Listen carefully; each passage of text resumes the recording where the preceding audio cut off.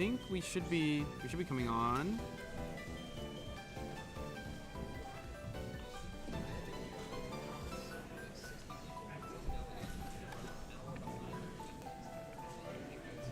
Okay, we're on.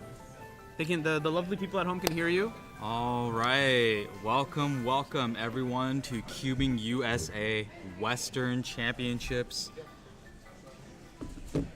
Sorry about the technical difficulties. It looks like CubersLive, we're still trying to figure out our hardware issues, but no more. As you can see, we have both stations set up for here, and we do have a main stage where Mitch is helming everything along with Max Xiao on the blue stage, and we're just gonna go right into the commentary menu. What do you think? Yeah, let's go. All right, so right now, if you guys didn't know, what NorCal tends to do as of recent, we've been combining the 6x6 and 7x7 events. And absolutely the right play in my opinion. yeah, and that creates a way where the cubers themselves, they actually have a way to solve 6 and 7 like in succession. Yeah. But they're also going to be able to have the same type of solve together. That's so a it's good not like a point. different event, but also it saves time. That's a good point. It saves yeah. time in terms of scrambling. Even though you don't technically have to be accurate with 6 and 7 scrambles. Well, it yeah, is you really, have to really be helpful. accurate up to a point, right? Yes, Yeah. but also preparing the next event scramble in a more efficient manner than a normal event. I 100% agree. And When you're running a competition with about like 10 events or so, maybe 10 hours of schedule, 13 hours of schedule, every minute matters. Oh, 100%. Yeah, yeah. And even at like the local comp level, 141. I'm assuming this is probably 6x6. This is a 6x6. Oh, 141 6x6 seems pretty decent to me. It is very good. Let's see. I am pulling up the psych sheets on the other side. Wait, did you ping? What's up? Discord? Oh, I need to ping this. And I need to ping with new link because making a new stream creates a new link.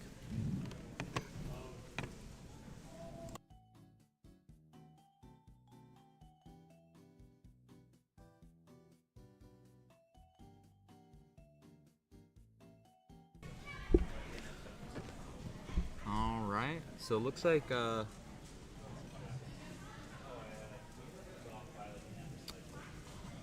I wonder if Max is actually doing a practice solve. I think he's doing a practice solve right now. We're good. I think Max is doing a practice solve right now. I saw him doing a couple practice solves earlier because he was solving, but the timer was stuck at whatever time it was at. So, so I assume that means that he was doing a practice solve. Yep.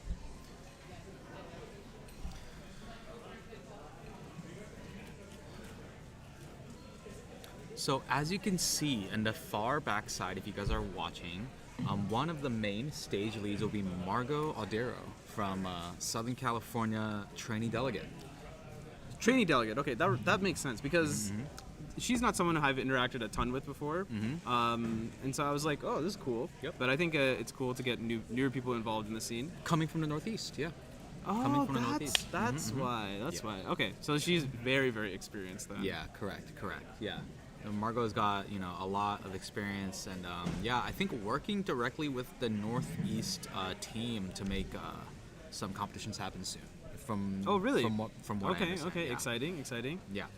They got some big comps, I believe. I can't neither confirm or deny them because I don't believe they're actually public. Oh, right I now. see. Okay. Yeah. Okay. But, they got a lot of plans But too. there's stuff in the works. Yeah, of course. All right. Always. Every region has stuff That in is the that works. is a good point. Yeah. All right, so it looks like Max is starting his official solve right now for 6x6, and then we're gonna go ahead and commentate his solve right now. Yeah. Let's go to it. This one. Yeah. So it looks like I do not believe Max does Xiao for 6 or 7, Okay. but I could be wrong. Okay. For sure. If you guys didn't know, Max Xiao was actually a part of the CubersLive Twisty Puzzle Cup way back in the heyday. way back. That's Yeah, 3 years old. You I can think. actually find those videos of Max Xiao versus On the Matty channel. Goro and Ava on our channel. Yeah. So it looks like Max is done with first 2 centers, and I believe that the way he's turning, it's definitely seems to- reduction. yeah. It's definitely reduction. Yeah. So A little bit hard to see exactly what's going on. We can only make it looks like that blue center is done. Yeah, he's on last. So 2 he's on centers last right now. two, yeah. And then he's just about to wrap up. I believe it's going to be like a 55-second split. Okay, cool. So Okay. 54, 53. About right. Yeah. Not bad. I wasn't able to pay attention to the previous split, but judging that edge pairing is just usually a little bit faster, he's I probably think, yeah. approximately on track. I think he's on track for At least the 141. Yeah, at least a 141. Now, keep in mind that 141 is not guaranteed to actual podium. Yeah, 141 is not where we're trying to shoot for here. Yeah, so like Max Xiao is much faster than 141, but we'll have to see. Obviously, Max Xiao is one of the all-arounders in the WCA. One of the best at it too. So it looks like he's on 3x3 stage right now. He's got OLL parity, Just the one. and then it looks like his PLL, and he's got PLL parity as also. well. That is not going to For get 140. it done. Wow, we were spot on. We were huh? spot on, yeah. Yeah, So wow. it looks like 140, 140, and I believe he hasn't done his third solve yet. I think he actually might. He might have. It looks like he might be done. Because it looks like he's not submitting the cube. So I think. Yeah, no, yeah, never mind. There we go. Okay, Yep. so we're gonna get all three of it. So maybe he was doing 7x7 earlier. Yeah. All right. Sounds We're good ways into 6 and 7. I will mention really briefly. Sorry for the technical difficulties, but the only things that we really missed is 4x4 round 1. And while 4x4 is the most fun to commentate, it's just round 1. We got loads more action coming. I mean, we have like 14 hours left, right? Correct. Avon P says he's moving to Seattle, and I need to know how to pronounce Max Xiao's name. As far as I'm aware, Xiao is a pronunciation that he is okay with. Okay. At the very bare minimum, he is okay with it. There's probably nuance. There almost certainly is nuance, but if you say Xiao, so like S-E-E, ow, it'll Xiao. probably be okay with him. Max is a very, very nice guy, and it's definitely. I am Dan today, Oh, hi Dan. but I get to be Dan. That's okay. I love being Dan. Yeah, I love being Dan. I have no complaints being our man Dan. If The you guys- one and only Dan the So man. Dan Pastushkov was actually with us in the founding of CubersLive way Yeah. back in the pandemic days. Yep. One of the OGs. Quite the solver himself. A very prolific solver, especially at the end by ends. Yeah. So it looks like Max is going to get started here. So we're going to go ahead and let's take a look transition. at his last solve right now. All right, so he has 141, 140. Not great, but the most important thing is to make round 2 because I don't think that there's a final. No, there is a final. Oh, sorry. I don't think there's a. Are there 3 rounds or are there 2 rounds? There's 2 rounds. Okay. Right. Yeah, I was like, of course there's a final. Sorry. Yeah. That was silly. So it looks like Max still building that white bar. I believe he's already done with I yellow. think he's done. Yeah, so the center here, now he's going to be on his last 4 centers, around 20 right now. Yeah. Now, something to keep in mind is something that I didn't pay too much attention to is whether or not Max is a competitor that flips around with a Z or Z move, his 6x6 throughout edge pairing. You know how that's I did not notice. Yeah, because I a did not lot of notice. people do that. Like, they don't mind That's switching that actually orientation. really interesting. And So I let's- guess it's because like maybe you're building like your layers on you're building your edges on certain layers and Correct. And it looks like this is actually a very slow slow solve from Max Xiao. Right, because he's not he's gonna not even done with finish the- with the last 2 centers centers yet. until right now. even then he's got a bit to go. A lot of pausing, not good cases for last 2 centers, Yeah, and now he's there we finally on go. the edge pairing about 10 seconds after his second solve. So Right, this is right. a lot of ground to make up, but he could have no parity. He could have no parity. could have no parity. So parity is like we always market parity as like 2 seconds per. So it looks like Max is a But solver. he looks like he's kind of flying right now though. For his edge pairing, it looks like he solves to the top and then he flips solves the bottom. Okay. So it doesn't look like he goes back and forth, and that's personally something that I tried to do, but even the fastest solve in the world, Max Park, he flips. So- I mean, it makes logical sense. yeah, to because like flip. you want to do less moves, right? And you Right. want to do 6x6 and 7x7. ergonomic moves. 6x6 and 7x7. And now So it's he going to had be one parity. 3x3, no Ola parity though. And Max is extremely disappointed. very disappointed. Not Understandably going to get the job so. done. But great news for him. It is only round 1. It's only round 1. Do you think we should go grab him? We can talk to him, sure.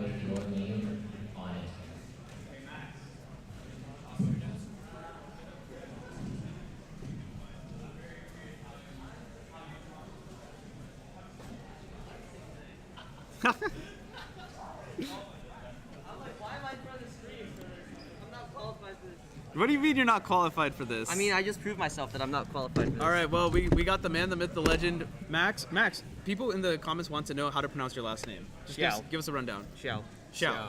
Is there Okay, any there we go. nuance if I say Xiao? That's actually Wait, correct. Scootin. I don't know. You know Xiao in Chinese? It's just like that, so it's more like Xiao, I guess. Oh, That's the correct way, but I just tell people Xiao because it's easier. It's also just like the Xiao and shower. It's slightly off, but it's really close. What is your handle? In what? I think it's just Max Xiao. Just Max, no spaces. Yeah. I spelled it right, right? Yep. Okay. Max, tell us about that last average. Not really your best. I Not would even say. close. Yeah. I think I average normally sub 130 or at least around Right. 130. Right. I don't know what it was. I did lube my cube a few days ago, and it's a little bit gummy still, but it's actually not. That's not it. What did you put in it? Just a lot of Traxxas 10K. Okay. And then so I put DNM So- in it right before today, and then Okay. Yeah, I guess because you That's put part the of it. 10K in.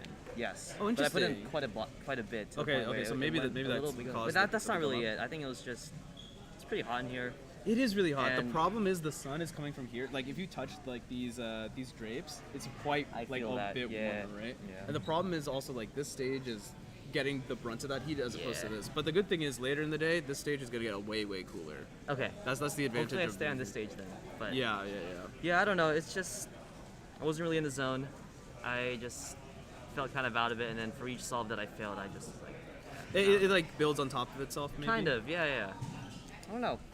Ah. I was focusing more on 7x7 today. I wanted to get PR in that. So you're Fortunately, done with 7x7? Yeah, I did round 1 as well. Okay. So how But did that you do? didn't go very well either. Okay. Like 221 average maybe. What do you average? I want 217 or better for my Okay. median. That's what Right. I'm Yeah. going I for. see. But Well, the great news is that it's only round 1. yeah, there's one more round, right? Right. Yeah. There's one more round. I think is it later today or is it tomorrow? Hopefully it's tomorrow. 6x6 is tomorrow. Oh, I see. I only put on 6 and 7 is both Okay. tomorrow. So you have the whole day to rest up. Okay. Yeah, Because I'm you're gonna going to do be that. competing all the way until the end of the day today. Because Yep. you were also competing in the region relay. I am doing that too. Right. So that's going to be. It's a full packed day of cubing. How are you feeling? Is this your first time in Berkeley? Yes. I've Oh, really? only been to one other California comp, Okay. and that was SoCal? SAC cubing. Oh, actually. SAC, I think okay, it was SAC interesting. cubing 10. Okay. November That I 2021. remember that comp. That was a Yeah, good comp. that's where I got my first sub 5 single. So Oh, really? pretty good memory from that. Okay. Not bad. But yeah, this is my first time in Berkeley.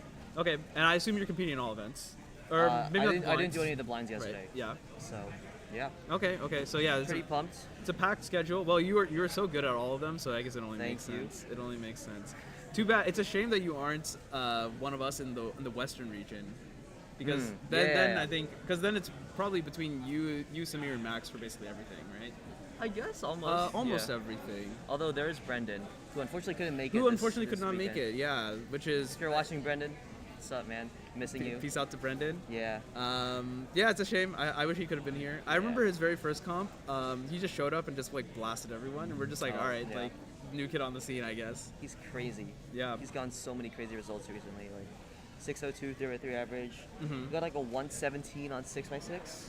Which Oh, I think really? was, at the time, it was third in North America after Max and Kevin. And he Damn. was third. That's wild. That's Crazy, insane. like a 7-0. Yeah, Brendan is an example of the pandemic cubers, right? Where Oh yeah. where like just that time to just like to kind of like nurture, and you can just bloom immediately Exactly. afterwards. And he's still improving like crazy.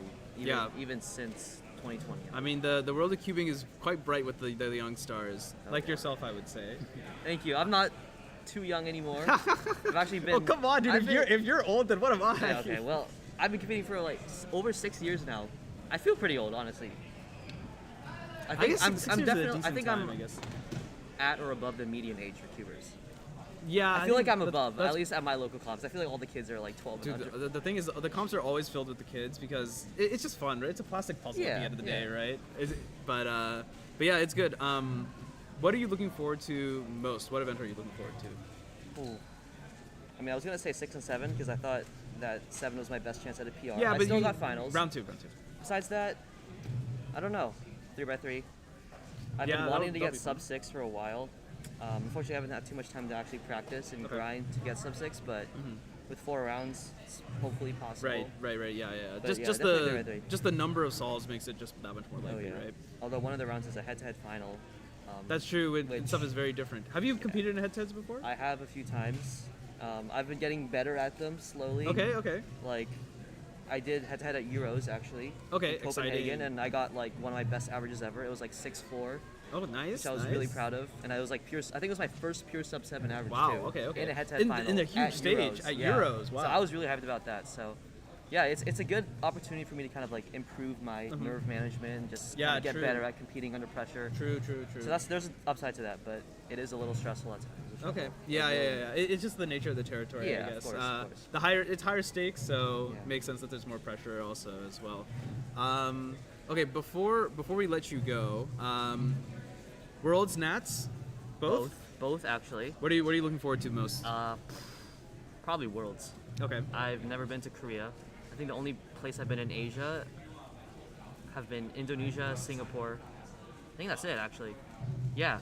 Okay. Never So been this to is your Korea. first time in East Asia then? Yeah, exactly. Okay. Wow. Exciting. So exciting. that'll be cool, just as a tourist, but also as a Yeah. competitor. And this is like the first time where I'm at a Worlds where I'm actually like really like relevant, I guess, compared to 2019 where I didn't even make any finals actually. Okay. But Okay. So, so- what you got any goals for Nats and Worlds? just do well under pressure.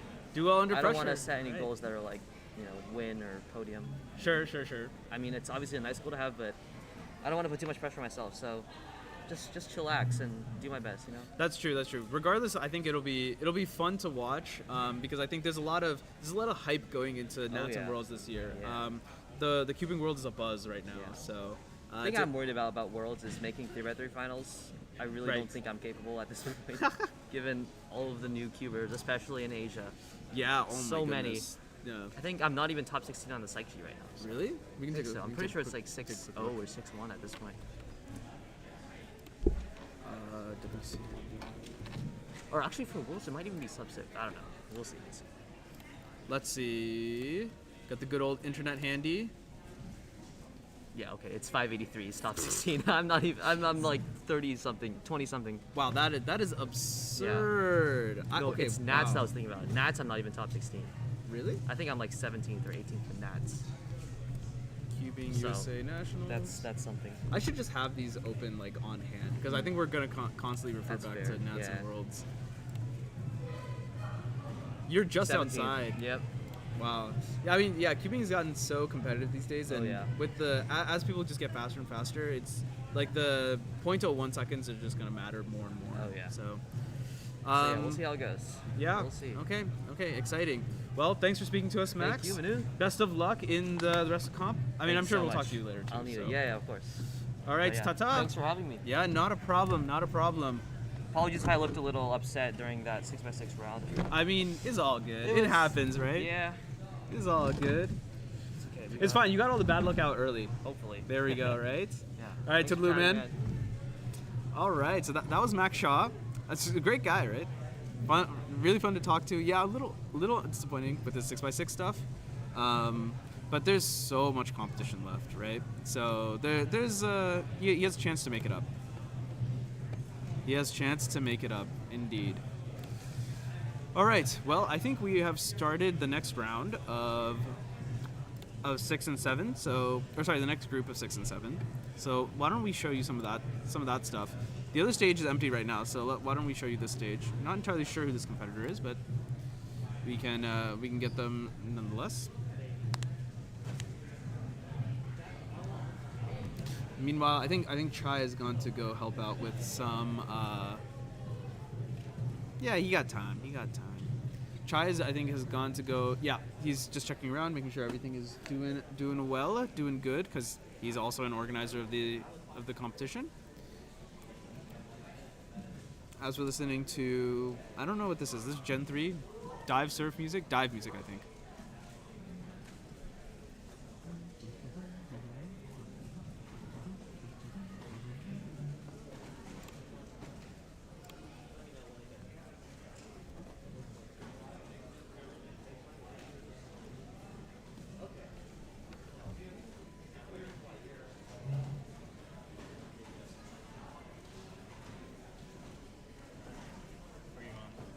Yeah, we're on.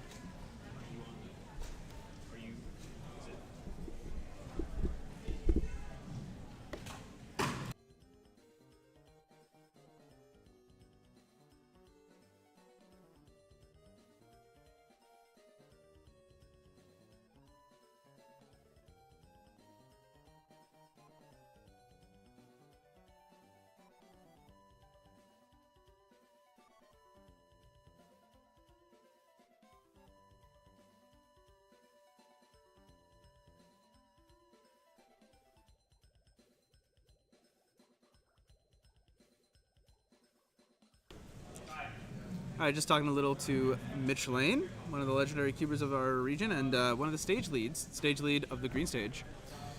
I see Max is on the other side, so why don't we switch over to Max?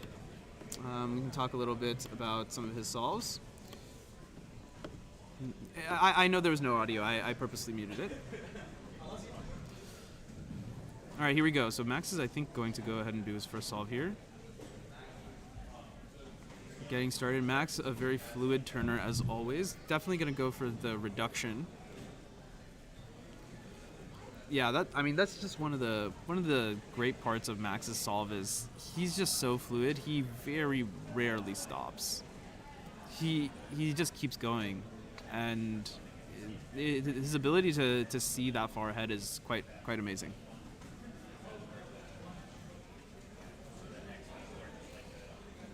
All right, so Max, I think so he's done with centers. I think around 32, and just going into his edge pairing. As Chad was talking about earlier, he did that Z2 there. Once he's solved 4 edges to put them on the bottom, that way you don't have to track them, worry about them anymore. Going on to the last 4 now. Let's see. Yeah, that looks like some L4E type stuff. I think a parody, perhaps. Ooh, was that a bit of a lockup? Maybe. It's a 3x3 stage, finishing up. Wow, so I think he had 2 parodies there. 1 OLL parody and 1 PLL parody to get a 113. Max far and away the best at 6 and 7. I mean, so if you're curious how much better he is at 6 and 7 than everyone else, that solve that he did just now, that beats the second person in the world just now. So Timon is WR2 for single, or he's WR2 for average. That just beat Timon's mean. The WR2 mean that single just beat. And if that single were compared to the rest of the singles, if that single were done by someone else, that single alone would be 6th. That result gives him 6th. And if we want to look at top 100 results, I mean, it's not even close. Out of the top 100 results, how many of these are not Max?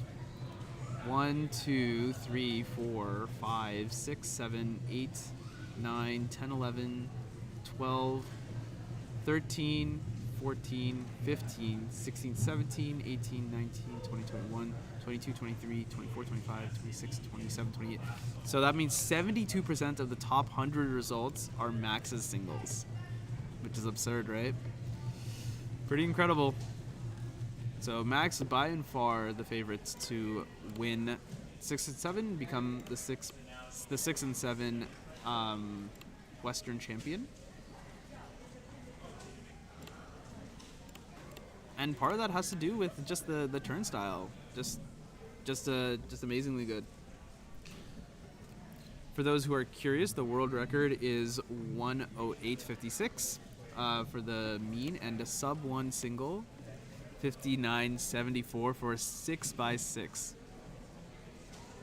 Yep, absolutely correct. Yeah, someone has been reading the psych sheet. Once again, hello everyone. This is Western Championships 2023. Right now, I'm just casting by myself, but I'm Manu, also known as FiKid0, on behalf of West Coast Cubing, these guys, and CubersLive, these guys, and I guess on behalf of the WCA as well. Hello, welcome. Glad you could join us. We got some more solving going on at the moment, but none of them at any of our stations, so you're stuck with me for a little bit. But thank you all for joining. Today is July 1st. It is the second day in Western Championships 2023. The first day being, well, yesterday, obviously. Is that the most domination someone has had over an event? That's a good question. I'm really bad with like historical stats. If Carrie were here, Carrie would be able to tell you instantly. The only one I can think of is maybe Felix at some point. Possibly. I don't know if there was any nonsense that happened with Magic or Master Magic. Maybe, But yeah, anyway, today we are here on the UC Berkeley campus in Poly Ballroom, the largest of the ballrooms at UC Berkeley. And yeah, we're all ready for Western Championships 2023. It is still the morning. We're still getting like warmed up. You know, starting off 4x4, then 6 and 7. Next, I think we have OH next, if I'm not mistaken. I really should keep the schedule open on a separate tab so I don't have to keep going back and forth. I'm sorry if it seems like I'm stalling. It's because I am stalling because we still don't have people on the solving stations yet. So after this will be 5x5. So we're starting off with all the n by n's, and then right before lunch we're gonna end with, or just before lunch, we're going to have 3x3 blind second round. So that'll be quite exciting, and I'm quite looking forward to that as well. I think all in all we have a good lineup for you today, and yeah, Mr. Michael Chai has returned. Seems like you might want to say something. Hello. Thank you. So obviously I have multiple priorities, so I just needed to make sure everything was running smoothly for the competition. How is the stream so far? Stream is looking good. Stream's looking good. One of the greatest parts, UC Berkeley has amazing Wi-Fi, so never need to worry about Go that. to UC Berkeley for that. Yeah. All right. Oh, we got Samir and we got Max Park. Can we do a head-to-head view? Yeah, let's go to the head-to-head. All right. This is going to be an amazing. Let me adjust the head-to-head a little bit so we get a bit more of Max. Yes. Actually, it's okay. It's okay. It's okay. Well, let's yeah, leave it I like don't this. really think it'll be too much Wow, of an I issue. did not recognize Samir. Yeah, no, Samir has gotten a lot older. He's grown up. He's going to awesome. college. I just talked to him. Okay, That is bizarre. For sure. I feel like after Samir's done, we should definitely talk to him. Yeah, I'd for love sure. to. I'd love to. Yeah. So as you guys know, there's a lot of pressure involved, and we need to pull up Max's results right now, as well as Samir's. Oh, I was just talking about Max's Yeah. results. We were just talking about it. Yeah, I was talking about Max's results. You want to look at Samir's? Yeah, we could definitely look at it. I was gonna ask if you got an update on Max's first 2 solves, On his first 2 solves. or he did at least one, right? He did one. Okay. Yeah. He did one. 113. I see. 113. Yeah. So the big thing about 6x6 is every solve counts. Every solve counts. Every That's solve a good point. counts. So That's a good point. even though world record mean is 108, he's still on pace. So Max is getting started here. He's already finished a white side. Yeah. He blasted through white. A little bit hard to see in our cam. He's working on yellow right now. But now I believe he's done with first 2, and now First he's 2, he's and blasting. Max is a reduction solver. He is not Yes. switched to Xiao, but it's arguable whether Xiao is beneficial at such a high Right. order puzzle. Right. There's an argument to be made about volume versus surface area there. It looks like Max is already on edge. Yeah, carrying. definitely already on edges. That was I like think, about 28 seconds. Yeah, sub 30 definitely. And it looks like Samir Samir's is about to wrap up on here. 3x3 stage, and Samir has got all parity on that side. Yeah, that is pretty bad. His peer, Max Xiao, definitely on faster pace right now. Our Max Park is on 3x3 stage, just about last edge coming up. Last edge. And then the last 4 edges right here. All right, perfect. Yeah, and so he's now on 3x3 stage. 3x3 stage. We're not going to look at the world record single, but this is going to be one. Max messed up. Max messed up. There was an edge he didn't solve. Oh, I see. And he has the OLL parity here. He It's going to be what, like a This 113 is again. definitely. Unfortunately, Max did not get the solve he was looking for, so he basically transitioned to 3x3 stage, but found an edge he didn't solve. I see. Okay. So that turned into a very complicated situation. On top of that, did he have OLO parity? he had one. He had at least one He parity. had one parity, so that He had was- at least he one PLO OLO, parity. and he had PLO parity. Yeah. So at this point, theoretically speaking, could still get the world record mean. Of course, of course, it's still theoretically possible. but it's probably not going to happen. at this It's point. probably not going to happen. He would need to get something like he needs to get a world record single. Yeah, he needs to get a correct, 58. However, I mean, let's be real here. It's not out of the question. It's not out of the It's question. not out of the question It's at not. It's not impossible. All it takes is some good luck for one. Yeah. And if the cards fall in the right way, then sometimes that's just good enough. Yeah, correct. So right now, we got our fellow judges, Antonio. Oh, not Antonio. And? Mini Antonio. Mini Antonio. Mini Antonio, as you might know him as Nolan. And we got Anne also prospecting the fields. Yeah. I don't know.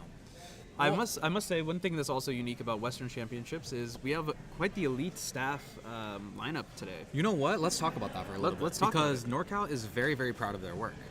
So, I don't know if you're actually listening from the venue itself, so it might sound like, Well, I what are know these guys talking someone's about? listening from the venue. So someone's listening. Yeah, who is that? I wonder. Tommy Shahi. I wonder who might be listening from to the this. venue 10 feet away. Yeah, I wonder. But Someone's anyways, listening. So our staff team was handpicked, curated by the one and only WRC leader Antonio Camotong. So the way that this competition was organized, as we go ahead and transition to the green stage for Samir. Yeah. The way that this competition was organized was essentially Antonio took care of everything operationally speaking in terms of the people, the grouping, and the assignments. Yep. Right? Scheduling. A lot of work, by the way. A lot of work. It is not trivial how hard it is to do alone. Yeah, but, it's very difficult.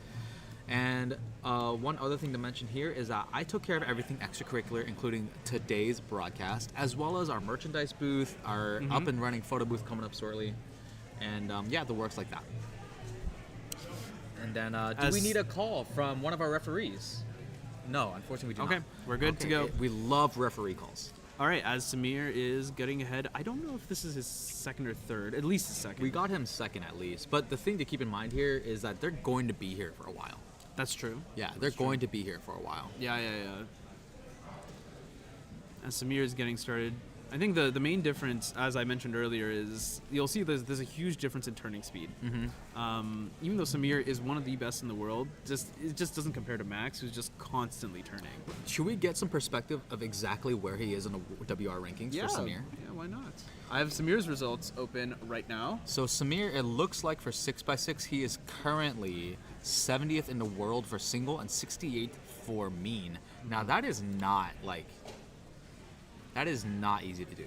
No, absolutely. WR top 100 in anything Yeah. is impressive. Takes a lot of grind. When you're in the same event as Max Park, aside from 3x3, Max is at the end of the day is in a different class. Right. At the end of the day, is in a different class, and people have yet to catch up because he has the sincere advantage of just the TPS that you need to have a quality higher order puzzle solve. Yep.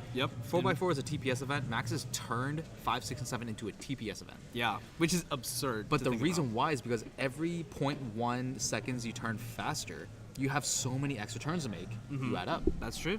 You add up. It does add up. Yeah. So at some point when you slow turn, you can only have a certain barrier. 6x6, 3x3, you only have 60 moves. Right. But on At a most. 4x4, it's already 150, 200 moves. Right. So Exactly. every 0.1 that you can shave based off your TPS, important. Speaking of which, Max is going to get started here with Samir. It looks like Samir looked like he was struggling a little bit early. So. But yeah, I mean, you can see that raw TPS in action, and it's crazy. It's crazy. These are both of these guys are world-class solvers, and this difference is absurd. Something to keep in mind that Samir is definitely doing 7x7. He is definitely doing 7x7. He's doing 7x7. Ah, well, that explains that. But I mean, like the same thing applies. Like Max's TPS is not going to change, and Max flipped at 30, so just slightly slower on the splits compared to last time. Okay, well, But he's probably going to he finish was- his edge pairing. He was on pace for maybe like 110 or better last time. Last time if he he didn't have he, that he was mistake. going to probably be like 105 probably. He spent Right. a lot of time on those last 4 edges. Yeah. He's already on last Speaking of four. which, yeah. No. He's No? still free slicing, and now he's doing Okay, I see. probably those last 4 edges right here. I see it now. Yeah. You can kind of tell based off of how he solves his centers. All right, now he's on 3x3 stage here, and he's going to solve on white On cross. whites, yeah. After 1, 2. All right, and we got OLL parity here. One OLL parity Oh my god. and this a guy is PLL so parity. He ran into. I don't think So he he had had 6 the parodies. edge parity in the. Did he? He had 6 parodies. Yeah. Really? 6 parity. He got a 6x6 parity. Oh, sorry. He got a 5x5 parity, then PLL parity, 5x5 parity, PLL parity, and then 4x4 parity, PLL parity. Unfortunate, but clearly at the end of the day, he's good. Oh, Like, yeah. he's good for the next round. Oh, I mean, yeah. You know. That's, I mean, his solves are blowing. His solves are blowing man. everyone out. Like, this average that he just got is like not a particularly good average for him. Yeah, it And just blew everyone away. And he didn't just blow everyone here away. Yeah. He blew everyone in the world away. That is Yeah. the WR2 average, I'm pretty sure. Oh man, that is Like that's how crazy it is, right? so wild. Yeah, to have a 5-second difference in a mean is a 15-second difference, like overall, right? And to build up that much time over some amazingly talented cubers is absurd. So as we're waiting for the next stream solver to hop onto the stage, you can go ahead and transition. to Oh, that yeah, one. let's- We also have why don't Kill we Mini just- over there, so why not? So we can actually catch Kill Mini stuff a little bit, but you little know, bit, yeah. as far as like how this competition is organized, like we split it up into 2 people, and we approximated some of the work. We kind of put it here and there. Matthew Dickman coming in clutch for us with these amazing name tags. Awesome lanyards, I must say. Wait, why is yours green and mine red? Is it because of your delegate? Oh, come on.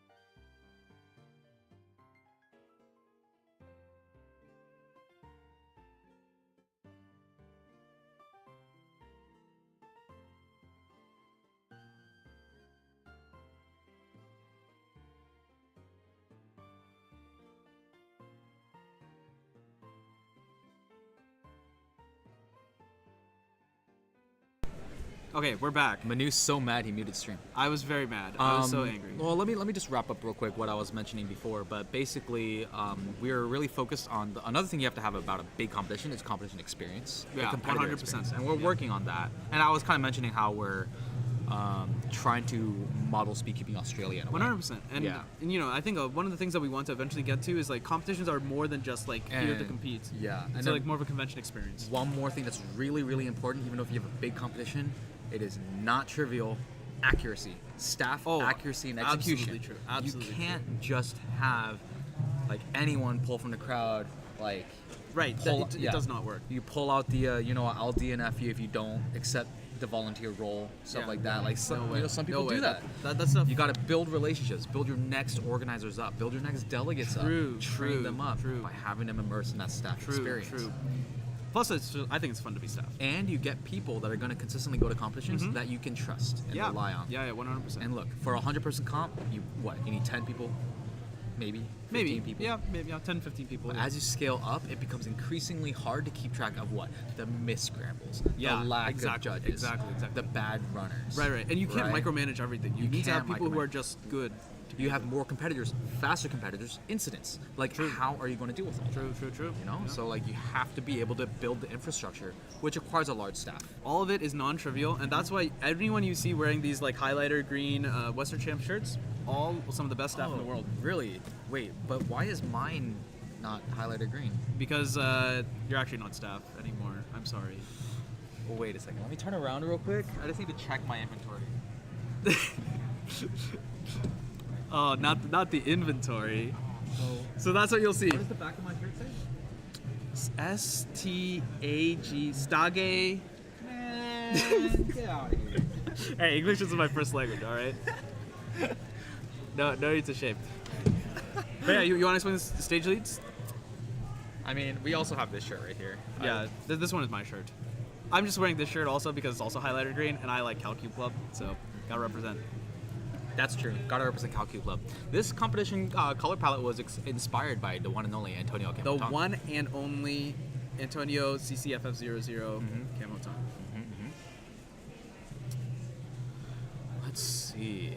So it looks like most of the solves are going to be done today. 4, 6, and 7, because there's only going to be 2 groups. Yep, only 2 groups. Yeah. Yeah, I think things seem to be progressing pretty well. Right now, I think we're in the transition. Yep, correct. Max is solving on the other side, so why don't we catch some of his Yeah, Is it let's do action? that. Yep. So Max must be starting 7x7 then. Yeah, that's definitely what happened. I think while we have a little bit of time, we should also double check the competition schedule because, as you guys know, we course. did start the stream, not the stream, but the schedule a little bit later. That is a good point. Yes. Yeah, but it looks like holy moly, we are. We're getting. How did we we're make pretty up all close. that time? We're pretty close. You know Yeah. what? Shout out to Antonio Cam. We wouldn't be able to do this without Antonio Cam because how did we start 20 minutes late but end on time in 3 events? Three groups, not 3 events. 3 groups. But it's still 3 events. It's still 3 events. 4x4. 6 and 7. No, we finished in 4x4. Like, Yes. we already made up time in 4x4. Which is Oh, absurd. wow. So let's go ahead and. I did not know that. Thank you, Alright, Antonio. wow. So, yeah, shout out to Antonio Camo Tung for being a god. And staff efficiency. Our Lord and Savior, our WRC leader. All right, so Max is doing 7x7 now. This is the event that I am so curious in watching because he is as fast at 7x7 than the majority of the field in 6x6. Right, which is so absolutely. So he's working on the red center, just about to wrap it up, and he's pretty much going to be working on orange yellow for the last 2 centers right here. And Yeah, it it looks looks like like his splits is coming out to the flip at 54. Awesome. And just going straight, dude, that look ahead for the edge it's pairing. it's crazy. It's crazy. He just moves. Unbelievable. He just oh moves, my man. goodness. And for the viewers, in case you're curious, Max is definitely going to be doing reduction here as well. Jesus Christ. Yes, Max is going to be doing reduction for 7x7. That is a classic. He has the signature Z flip method for Yes, the yep. reduction. You know, it's a personal preference, I think, at the end of the day. It's like how you decide to look ahead. Ray Bai, welcome to the broadcast. Hello, everyone. Glad to have hosted you. We had a great time at NAC, I believe. No. Was it NAC? We went to a dinner. Oh, it was Western Championships last year. As Max is wrapping up on 3x3 stage now. Awesome. I think he may have had one parity, not entirely sure. 141 from him. What? That's sub WR average. We're officially on WR watch. Oh, really? What? Already? Elliot, do you want to sub in for me? For a second? Sure. Yeah. I'm gonna bring in Elliot for a little bit. Okay, sounds good. Our good friend of the stream, good friend of CubersLive, Oh, Elliot what's Hawkins. good? Welcome to the stream. Yeah. How have you been, Elliot? Should I put on the headphones? If you want to listen to music, sure. Shit, bet. Right now we got some nice calming Pokemon music playing as Elliot has no idea how to put on some headphones. Let's Don't worry see. about it. I'm going to real quickly swap this. Tell me about your day. How's your day been so far? Tell me about staff comp yesterday. Staff comp. Okay. Well, today's been pretty good. Our alarms definitely Our alarms definitely went off at the right time. Do you have a handle? On YouTube? Yeah, on it, whatever you want. Sure. It's like I think it's the flocking goose. So the flocking goose. Yeah. It's the greatest handle, in my opinion. It's quite funny. I'll give it that. Yeah. Okay. Anyway. Yes. Staff So- comp. And yeah. Today your alarm. Today, yes, we definitely didn't wake up at 7:30 and book to here. But yeah, we somehow got here somewhat on time, and Well, someone on time is actually really early because the venue did not open. So the outside venue did not open until 8, and then the inside venue did not open until 8:20. yeah, we got here at like 8:20, so we did not know that fact until someone told us. Well, now you know, so now you can just tell everyone that. Like, Yeah, so You're in the know now. we are in the know now. So let's see. That was today. I'm very tired. Already? Yes. Like 2.5 hours in? Yep. What's been so? Which stage are you a part of?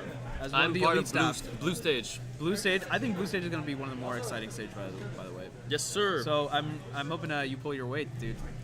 No I- mess ups. Anyway, yeah, we're currently at 6 and 7x7. I haven't gotten a. Nice job, TJ. I haven't scrambled a single cube correctly. Elite staff. He's good at judging. Okay, let's come on. Judging is not trivial. Even though children can do it, I'm but- mostly on data entry, so Oh, okay. Data entry actually extremely non-trivial. yeah. Very important. For those of you who may not know, all of the results from this competition are actually being uploaded live. So if you want to check out anything that's happened, obviously you can look back into the stream, right? Like there's like this little red bar that you probably see over here, right? You can rewind any of that. But also, all the results are going to be put onto live.worldcubeassociation.org. Scroll down until you see CubingUSA Western Championships, and then any result you want to see, even including results from yesterday, Yep. you'll be able to pull up at your own convenience, and you can compare and see how everyone's doing. But in the meantime, it looks like Max is going to be back onto the stream shortly. So Which one is he doing right now? He's doing 7 now. Gotcha. On 6, he ended up getting. Oh, he's on my stage. I didn't know that. Okay, well, clearly Elliot's slacking off, not doing his staff duties. I don't look at whose it is. I look at the card and scramble. All right. right. Let's take a look here. So Max, in his first solve, he got Very quick a inspection here. a 141. Max, I think, generally has some pretty good, pretty fast Yeah, inspection. he does. Pretty nice start. Only a few rotations. A few Y2s here. It's not too bad.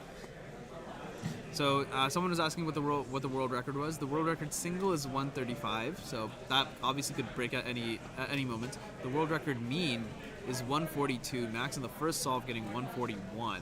So he has already put himself in a position where it's possible to get the world record.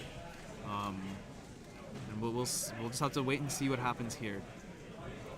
As Max just continued to just plow through centers at the moment. It's a little hard to tell if he has just 2 centers left. Unsure. I think I see yellow I think it's and 2. I sorry, also see orange yellow, and white. Orange and white. Yellow seems finished on the side facing towards the camera. On facing us. here. Okay, so he's Yeah. gonna end up with the orange on the top, presumably. Pretty sure. Okay, so Yeah, and then center's he's flipped. done. Yep. So there we Center's go. flipped. So this one, it seems like it's going to be a bit of a slower solve. I feel like centers were a bit slower than the last. Maybe. Even though I don't have the exact numbers, but as you can see, Max plowing through the edge pairing. In my opinion, edge pairing is the hardest part I have of trouble big with cubes. edge pairing. Yeah. But as you can see, Max is just putting the edges together, and you can see the entire cube coming together. That's kind of the way the reduction works. Yep. You Very nice look ahead here. You put stuff together into like a 3x3 stage, and then just go ahead and do solve Not it too the many rest like a 3x3. rotations. Pretty sure he's on L4E now. Yeah, L4E. That's a parity. Yep. So it looks like he's gonna get 2 parodies, maybe? No, that's a twisted edge. Okay. 3x3 stage. 3x3 stage. Looks like he's electing to do green on the bottom. Yep. This one is going to be greater than the world record. So 146. Clap for Max though. So perhaps he thinks he's put himself in a good position, which I guess he has. He has one solve which is 1 second under the world record, and now this solve which is 4 seconds over the world record. So currently he's averaging 3 seconds over the world record, which means that if he gets 139 or better, he should get the world record. Obviously, I don't know the exact numbers. What's But his times currently? What's he looking at? so he has 141 and 146. So Okay. so right now he's like +3 on the world record mean right now. Gotcha. So if he gets -3 in the next solve, then it'll average out to 0. So if he gets Oh, -3 yeah, or yeah, better, yeah. so that means that he needs 139 or better for the world record. Yep. This is real day one. Yeah, sorry. It's like a little bit clickbait, but you know what? That's what we do on this channel because that's what everyone else does, baby. Yep. All right, switching over to Kyungmin while we wait for Max to complete his solve. Kyungmin also one of the better cubers from the California region, SoCal in particular, and as of last week, he is officially the 2023 Western Champion at FMC. Wow. I did not know that. I can pull those results up for you. Please do. And while I do that, Elliot, it's your turn to fill the dead air. Oh, that's crazy. Anyway, let's talk about yesterday. Yesterday was all the blind events. Let's see. Tommy Cherry pulled a 11 + 2 to a 13. I saw that Very unfortunate. right next to Stanley, who also got the +2. Yes. In the exact he had a same way. 13 + 2 to a 15. I want to ask those guys about that. So that was very unfortunate. I was talking to Cherry right after, like during dinner. Yeah. He was a bit bummed out about it, but it didn't really faze him at all. I mean, Just found it more yeah, entertaining than anything he else. just found it pretty much entertaining. Let's see what else. Timothy Castle doing very well. I'm pretty sure he told me he PR'd in the 3x3 blindfolded. He DNF'd in 19. Awesome. Not Unfortunately- awesome? Yeah, which could have been PR for him. And he said it was an execution error. He was off just by a little bit. But he then got a 23 success, and for him that's PR. So very happy for him. Wow. There were some good scrambles yesterday, it seems. It seems like a lot Yeah. of people, if you were competing this in 3x3 round 1, I think it was group 1, scramble 3? Yeah. That was the one that Yeah, was yeah. 11 plus 2. Yeah, that's the one where I think Timothy got the 23. I'm pretty sure. I see. However, I remember him talking to me, and he said he was watching all these like really fast cubers like Yep. just like kind of like hit the table like right after the solve, and he was telling me he was like, oh no, like something's gonna happen on this solve, and he was just mentally preparing. For I mean, that. indeed, something did happen on that solve. Something did happen, You know, yes. A lot of people like going at probably a little bit slower to make sure that they got a success on that one because the scramble allowed for it, I guess. All right, enough talk about yesterday. Let's talk about the present. Yes. You know what they say. Yesterday is history, tomorrow is a mystery, but today is Today's the the present, present. and that's That's why why they it's call called it a gift. Yep. Easy, dude. No, today. Easy. Master Yeah. Oogway, right? Yep. That's like the only thing I remember from that movie. No, today's a gift. That's why it's called the present. What did I say? Today's the present, You that's why it's said called the gift? Yeah. Oh, whoops, my bad. Anyway, let's forget about my idiocy and let's talk about Max Park's excellence on this third solve of his 7x7 average. Remember, we are on world record alert, 139 Yes, we are. or lower. 135 would break the world record single. 139 or better will be at least close, if not breaking the world record mean. Little shaky So start. it looks like he started with the blue center, right? At least I saw a huge mass of blue. I wasn't looking. I was. Okay, I Elliot's just- I literally just- the worst caster of all time. To be fair, I was also the worst caster because I was not paying attention. I just to saw it. the huge like lot of rotations he did with the Right. Y-axis there. Right, but I think he's done with the first two centers now. That looked like a 28 or so, Probably. which is pretty good. I think a bit off the pace, a little bit slow. We'll see. Maybe he can make it up on these centers. That could look like a little locky move from him a couple Got seconds ago. So red's done. Quite a lot of pausing Pretty sure he's too. done This his is not last 3. It's not the smooth turning that we usually see from Yeah. Max. This is not going to be competitive, I think. A bit of a lockup on that last. Yeah, so let's last see. Looks center. like he did the flip at about 57. So Yeah. that's definitely behind the pace. He's gonna need to completely go bananas on the edge pairing to even get close. A little unfortunate, but he's not out of the running just yet. Could still end up with some crazy cases. Could end up with no parity. It's Good. very Good. possible. So, I mean, he's flying now. Yeah. Looks like he's going without pause. I don't see 135. I think is out of the picture. Yeah. 139 is also looking not possible. Yeah. It's gonna be 145 plus, maybe even 150. Probably. He's just getting his last edge done, and he's already at 140. Yeah, he's on the last edges now. Pretty sure he's on. No, I'm pretty sure he's got parity there. But he's doing through stage first. Okay. Oh no, there's parity. Yeah, so there's one parity And finishing up at 155. Yeah, so that's unfortunate. unfortunate. Not the world record, but still I think that's Still a better than great solve. everyone else. In the Oh field. yeah, So leagues. I like just absolutely blasting everyone else out there. So I mean, that's just the excellence of Max, right? Even Absolutely. his like, I would go to as far to say that was like not a very good solve. It was like quite a poor For solve him? For him. Yeah, We could tell from the centers that something was not quite right. There was a lot of pausing, which is very uncharacteristic, I feel like, Yeah. for him on big cubes. especially at the start. The start was a little shaky. There was a lot of rotations. So I think that mostly contributed to not his best performance. Yeah. But as we mentioned with when Max Xiao was on stream, it is just round 1, It is. and round 2 will happen. Round 2 finals will happen tomorrow, and those are the ones that are really going to count for. Well, basically everyone is really racing for second Yeah. in 6 and 7, but it's for Max Park. It's 3 more solves to try and get a world record. Yes, it is. So that's 3 world record singles that we could see, and we could also see the additional elusive well, not that elusive, I guess, for Max, but the world record mean as well. But yeah, I think so. I think with that, we are going to close 6 and 7. I think. I believe I think so. basically I think everyone there's is done. 1 or 2 more. Wait. We got a handful, Oh, okay. but I'm pretty sure. Actually, there's still people in waiting areas. Okay, so that so I have no clue what I'm trying to say. Wait, 6 and 7 I think is wrapped up, but Is we're going to round 1 next? no. 5 is next. What did I put? You can't read. Oh, this is 5. Yeah, the font is. I like this font. Got it. I do like that font. The font is it's a fun font. So, but yeah. So that's that. I think we saw some pretty good solves so far. We got to catch all of both Max's 6s and Max Park's 7. We caught the tail end, I think, of Samir's 7x7 as well. And yeah, I think after the kind of hectic start we had, and 4x4 was also a little bit hectic. 6 and 7 was a nice opportunity to just get things together, just Yep. kind of calm down and Take a longer into event, a bit less hectic. less hectic.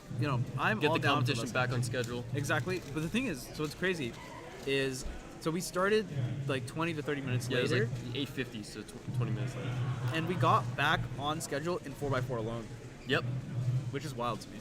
I remember Anto calling not round 2. It was like group 2 or 3 or 4x4, and he's like, "We're only 3 minutes behind already."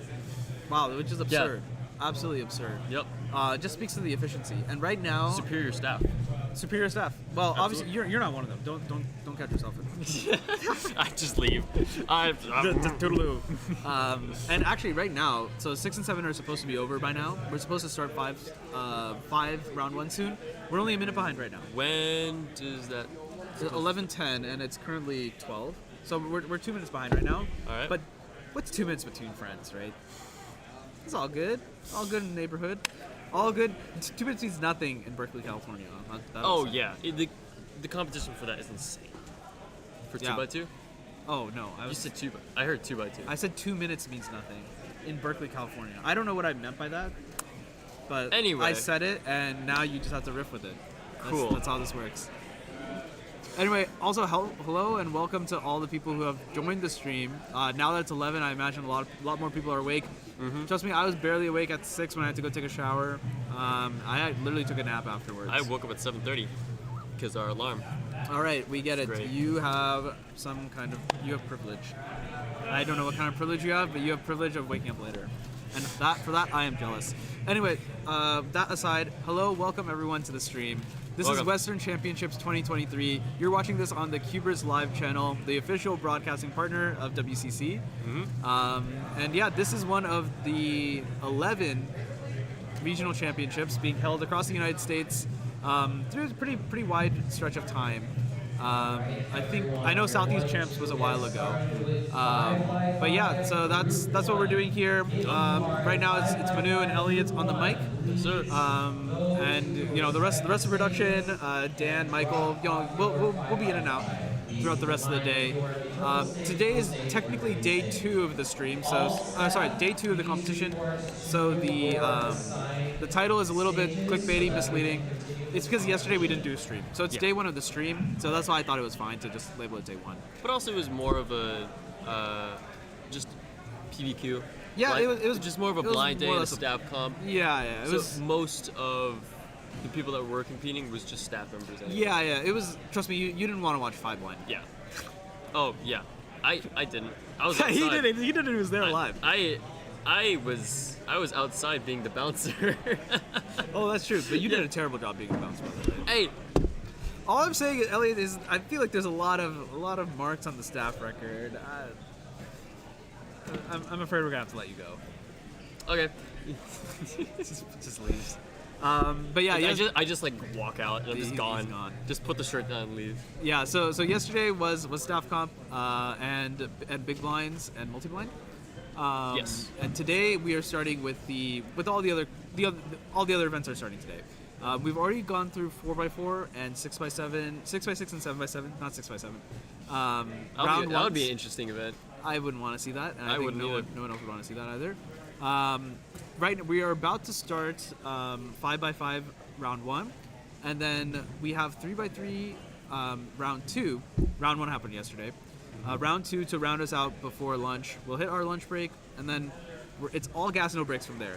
Oh, absolutely. 3x3, Scube, OH, 3x3 round 2, clock round 1. And that's just. Pyramid's first round. Oh, I missed Pyrrha. It's Yep. fine, no one cares about Pyrrha anyway. What? Square one, all this and then we hit like our dinner break, and then a really exciting event that we're gonna bring to you, Western Champs. I think first time in Western Champs history, we're doing least from what I region relays. remember. Yeah, we're Yeah. doing region relays. All the different regions, the sub-regions that make up the Western region. So NorCal, SoCal, Nevada, Hawaii. Hawaii? Yeah, well, I Hawaii. don't think there's a Hawaii team, but There's not, but we have there two. was. We have two NorCal teams to compensate. Don't worry. And we have a couple of invitee teams. I know there's a team coming that is representing the Pacific Northwest. Ooh. Also a team representing the Southeast. Very So nice. we'll see if the newcomers can give us a good fight. That'll be really fun to watch. A nice little unofficial event to round out the night for us today. And then tomorrow we'll be back with all the final rounds. Trust me, you're not going to want to miss that. If you haven't already hit the waiting on the day 2 stream, you can go ahead and do that. The link is in the description to the day 2 stream. All you have to do is just hit that little like notify me link, and it will send you a notification 30 minutes before we go live, and when we go live itself. If you don't want to miss any of the action, and for all other CubersLive stuff, stay tuned to the channel, stay subscribed. Please subscribe. We've gotten a lot of subscribers recently, and it's good. They know what they're doing. They're smart, because in the next several months we got a lot more streams planned and a lot more content in general. So I hope you'll stick with us. I remember subscribing before you guys had 100 subscribers. Exactly. So he's one of the Yeah. OGs. Yes, sir. Exactly. So, yeah, that's that. That's all I got. I think we're about to get started with some 5x5 action. Ooh, we got Lucas here. Let's do the transition. All right, Elliot, hit it. All right. We're doing 5x5, huh? Who are we watching? We are watching my good friend Lucas here. I met him in Hawaii when I went there about a month ago. All right. Good friend of mine. Let's see what we got here. So, shaky little start, almost a little lock up on the bottom here. Tell on us the what demon. we can expect from Lucas Solve. Is he a Yao What can we say? user? I'm production? pretty sure he's a Yao user. I haven't experienced most of his 5x5 solves. I mostly know 4x4 because I met him in Hawaii. We didn't really have 5x5. I see. I understood. So I more know he's more of side events like 4x4, 3x3, I see. bit of 2x2, Pyramix. He's a good friend of mine that we talk about Pyramix a lot. So let's see what we got here. First side done, obviously. And what can we expect, like, time-wise from him? Time-wise? What's a good time? For 5x5, unsure. I would say he's probably around me. So about maybe 130, 145. Okay. That's what I'm expecting. Okay, I would say he's pretty much in line with me. Okay. So that's more of what I'm expecting here. Okay. What do we got? Pretty sure. Still in centers at 48. 40, Yeah, a bit. Probably not going to hit 130 Maybe at this not. rate, especially with a bit of pausing. Still Yeah. doing centers. All right, I'm probably expecting around 2 minutes here. Okay. Cut off is 2 minutes. Still remember yesterday, first solve was a 2 minute 0 point something, and I was like, well, didn't make cut off. Let's see. I'm going to switch to the Bit slow head-to-head here. since we have someone on the other stage as go well. ahead. We continue watching Lucas, of Who do we got? course. Who do I hear? Well, this is a very nice setup for a head-to-head. It's cute, right? Wow. Maybe we should pan the other cam up so it's a little bit more level. Yeah. But it's not too bad, all things considered. Come on, Lucas, you got this. Meanwhile, I'm not sure who we have on the other stage over here. But they're going through it. It looks like they have a bit of a smaller 5x5 compared to their hands, Yeah. at least. Or maybe that's just the camera work that's making it look like that. Sure. You do have big hands, though. We got Lucas here. I'm pretty sure he's starting free. I'm pretty sure he's on free slice. I think he's using Redux. Just looking at the Yeah, colors. I was gonna say it Yeah, seems just like looking at more the of a colors Redux, of the edges here. Okay, yeah, for sure. All right, what are we looking at here on the left side? Let's Center's see. done. Already on edges. Yeah, Very nice. already on at, it. So at that's sub one that's here. looking pretty good. Let's see. If I had to estimate, depends on how good they are at edge pairing, of course. Looks like they're most of the way through. I think this is going to end up. Bit of This a one's pausing. probably going to I be think like they're both 130. using redox here, giving on the rotations I see on the left side I here. see. Okay, that makes Yeah. sense. Yeah, you're right. A Yao user would not make that rotation. Yeah, I personally use Xiao. I don't know about you. I do. I Yes. use Yao as well. I actually use Yao 5, not even Yao. So, which is probably not a good thing. I should probably just use Yao, but yeah, that's a matter for later. Yeah.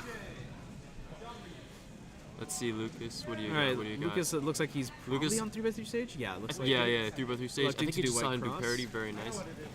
Oh no, Lucas, 3 minutes. Ah, that's unfortunate. Come on, you got this. Just barely just avoiding barely 3 sub three. minutes. And Unfortunately, the other doesn't make competitor, cutoff. 146 for our competitor on the left here. A bit slower than I would have expected, but not too bad, all things considered. One thing I will note for the viewers at home, we are implementing this thing called the cutoff. So, for example, 5x5 is an average of 5 events. That means the cutoff means that in the first 2 solves, you have to get under the cutoff time in order to unlock the other 3 solves. Yeah. The reason we do this is to prevent people from just like eating up all of the time, and it just makes the competition flow more efficiently, and it allows people to get the singles. Yes. Because that's also important to get on the Yeah, profile. Max here on the left. Very nice. All right, let's talk about Max Xiao. Yes. Max Xiao, one of the better 5x5 solvers in the Positioned field. third currently in our psych sheet. In the psych sheet, right? Of course, Max Park is significantly ahead of everyone else, but Max Xiao probably looking for. He wants a time that starts with a 4. That makes sense. That'd be good for him. His PR is 47.56 with a 42.92 single. Very nice start here. Yeah, I can already see first 2 centers done. Already moving on to the left. looks like he started turning pretty quickly right out of the gate, and yeah, that looked Very little, like, So he- any pauses is very small though. So It's I'm looking not very sure nice here. if he does Yao or not. Unsure. A little hard to tell from where we're looking at least, but he's I also think I see white on some of the edges, so I think Okay. he's using redogs. all right. Yeah, 5x5 is where it Thing starts is, to he's get not rotating like a lot, especially with like right. X rotations. Right. So it seems like all the edges are already solved in the bottom, so it makes me suspect that he's going to do Yao. This is definitely Already going on to end in a PLL. 4. Very nice, very nice. 44. 35. Very yeah, Wow. nice. Very, very good solve for Max. What is that? That's sub his PR actually, so that's by quite a Sub PR margin. average? Well, West- sub his PR average. Yeah. Where is Western Championship this year? It is being held in beautiful Berkeley, California. It is Yep. an absolutely gorgeous, perfect It is a California perfect day. California day. I here. know. Right now, a lot of people around the country are experiencing a heat wave. Yeah. And hope stay safe out there. Drink lots of water. I need to get some water. My throat is getting dry. But that's not an issue for us here. It is, I think, a very Bring very, you content. a very very breezy, like 70 or something. I don't know. Wait, there's a little. No, that's one drive. Damn. Never mind. I have no idea what I'm talking about. Why don't we focus on solving because Oh, we got that's another I can Lucas talk here on about. the left. And let's see, in the main little viewfinder we have. Not sure who this competitor is. We gotta have like names. Looks like they're. I believe the cutoff Already for this on event is Kilo. 2 minutes also. Oh. Oh, we're good. I did not get anything. Yeah, you're fine. Sorry, stream. Sorry, chat. It's all good. 2 minute 3 seconds off the cutoff. Yeah, just 3 seconds off the unfortunate. Really hope cutoff. he's got another chance here. Oh, he does. Okay, Very so, nice. So one more I think solve. he can do it. And over here, it looks like we have a got Tommy Cherry, Cherry. the world record holder for both clock and 3x3 blindfolded. Yep. Coming from the southeast, although I believe now he's going to go to college, so not entirely sure where he's going to end up. And 7th currently on the psych sheet. He's looking for a time. He also wants something that ends in a 4, but his current PR average is I lost his name, 54.13. So, which I think is actually it might be my 4x4 PR average, which is kind of sad. A 54. I think it might be 54.13 exactly. Oh. But Tommy looking decent here. I don't think this is going to be anything sub 50 because it looks like he still has some Yeah, edges to do. I But think he's just starting 3x3 Right, stage. onto No, 3x3. actually, he's got one more edge here. Maybe parity. Yeah, right here. yeah. So that Olo parity is going to knock him out of the 40 On sub 50 PLL. contention. 53. 53. Okay. He looks, Nice looks, reaction. looks decently Looks- happy with it. yep. I mean, he's keeping himself around to get Yep, the PR average, definitely. So Going good. Block right now, free time. you want to get on? You should go do something. I should. Okay, Elliot is gonna go Yep. actually be helpful. Actually, no, you were great, Elliot. I will be back He'll be back. Elliot at Hawkins, some point. everyone. Yep. Graham. I will pass the mic to Graham. All right, and now on the hot mic himself, Sigalig, actually here to do some commentary this time and not just goof off. Anyway, Commentary. Yeah. Here we go with Paul Mavi. Big fast big solver. fast Big solver. fast. Big fast. Just leave it at that. Big Yeah. fast solver. I mean, What is Paul, this? 5x5 or This is 6? 5. Okay. Yeah. So Paul, one of the better competitors in this field as well. Yeah, I think very he good at big averages. cubes. He averages like low 50, maybe like Yeah, let's see. 54 PR average. 51 PR average. Okay. So he's going to be looking to break that as well. It's kind of between. I feel like Varun and Max are kind of going for second, and Paul has Yeah. a chance though, if he can perform well. Going for second in the whole comp. Yeah, I mean everyone. Stanley got a. I mean Stanley's close too. Stanley's pretty close Oh too. wait, Varun, Max. Yeah, oh, Varun and Max. dude, I think didn't they're even- cut above the rest, but I think if I didn't even realize. Holy, jeez. yeah, but Varun has a 46 average. That's Varun is wild, right? Yeah, he's.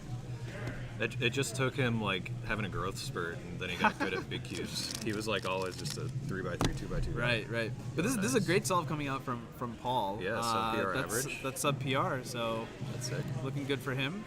Oh, And meanwhile, here we got go. Max Shaw here, 3x3 stage at 43. That's. looking pretty good. I don't know about that.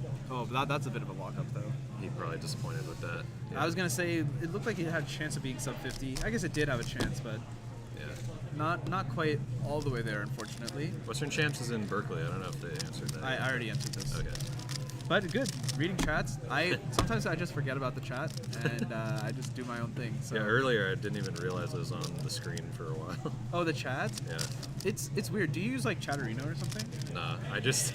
Do you dude, use the Twitch dashboard? I like pop it out. I pop Okay. chat out, and then I just like leave it at the bottom of the screen. Okay. My setup is jank, dude. I use a is it MacBook jank? Air. You haven't been live in a while, huh? Yeah. Oh yeah, that's right. Yeah, you do just use it. You are just streaming off the laptop, huh? Yeah, it's very jank. Here we go, It is. Tommy. It is what it is. Tommy Cherry again. Not quite a podium contender, but fast nonetheless. He got a sub PR average on the first solve, so he's looking pretty good to potentially get PR average here. She's supposed to, but she wasn't. I think his PR is 54 average, and anything sub 50 would be very good. Definitely go a long ways towards that end. This one probably not going to be sub 50 from what I can tell. Looks like there's a couple edges that still need to be edge pairing, done. might be like last 4. Yeah, Yeah, this looks subpar for him. and Still not 3x3 still stage. not on 3x3 stage. So this one's He's gonna be shaking his head. close to a minute. He's S-ing his H. Oh, I love this song. It's so good, right? Is this on the stream? It's on the stream, yeah. It's because I wanted to put like relaxing music for 6 and 7 because 6 and 7 is a lot more chilled. Now that we're getting to 5, and then, well, we have 3 blind next, so I don't know. What music do you think I should put on for 3 blind? For 3 blind? I don't know. I feel like classical piano is always like the vibe.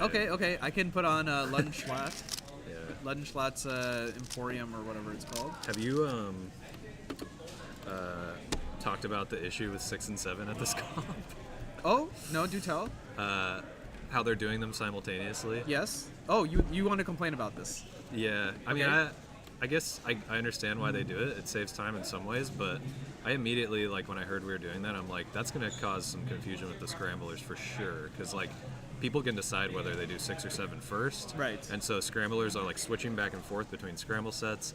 And, Right. like, they'll probably, like, there was tons, like, almost every other solve, there's an incident where somebody would sign the wrong side, or like give a 6x6 scramble on 7x7, or vice versa. Right, so one like thing my that- first 7x7 solve, I picked the cube up, and I was like, holy blocks! There's no way this is an actual 7x7 scramble. Oh, interesting, And I just like didn't even start the time and showed it to the delegate, and they're like, yeah, you're getting an extra. I see. I think we lost so much time doing that overall. Like, Interesting.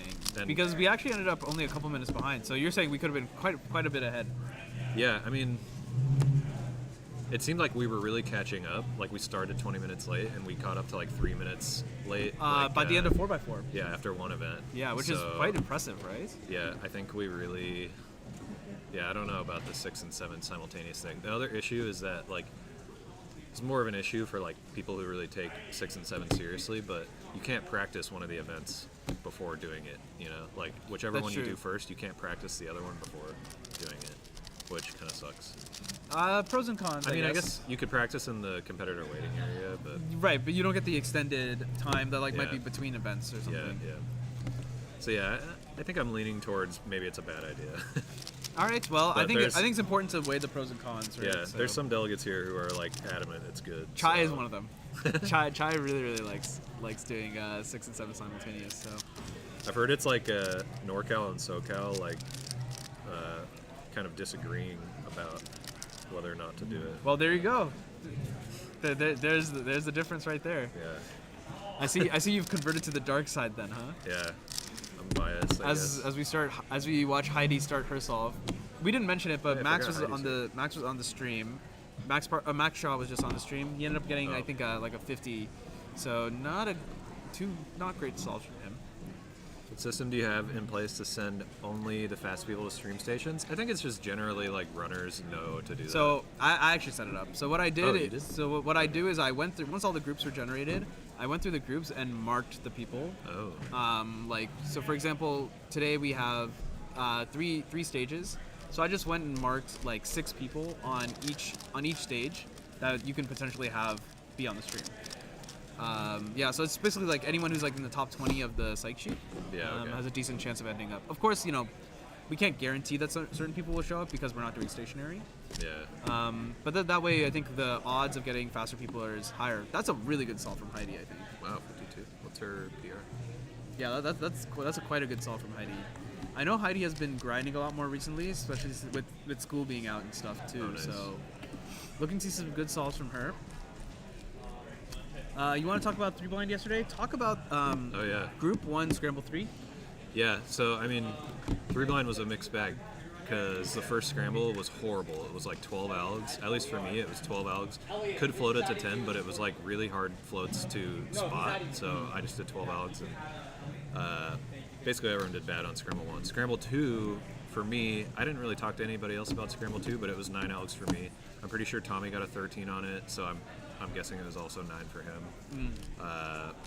Noah got a 17 on it. I don't know what Elliot got, but yeah, 9 algs on the second, and then the third, for everybody who uses white-green, like white top, green front, and also Elliot, I guess, it was 8 algs. Is Elliot what, yellow top, blue front? Or something? He's red front, yellow top. He's like I see, okay. Y2 for my Okay, orientation. But everybody got 8 algs, and so like Tommy got 11 plus 2, and so he plus 2'd out a world record single and average with that solve, and it was a solve where like it was solved, and then he dropped right. it, and then it plus 2'd itself.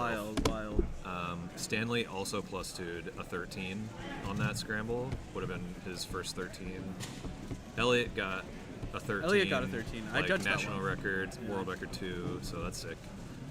Noah DNF'd it. He was really bummed. I got a 17.7, but the funny thing is I use, as I said, yellow top, orange front, and I was the only person who... Because you said you had 9 I had with my- the weird floats. I had my buffer solved, my edge buffer solved in the scramble, and so it was a full UB float, which kind of sucks. Like significantly worse than doing 5 UB algs, significantly worse than doing 5 UF algs. I had 5 UB algs, and then corner cases just kind of sucked too. So I barely missed PR single, but it's still a good time.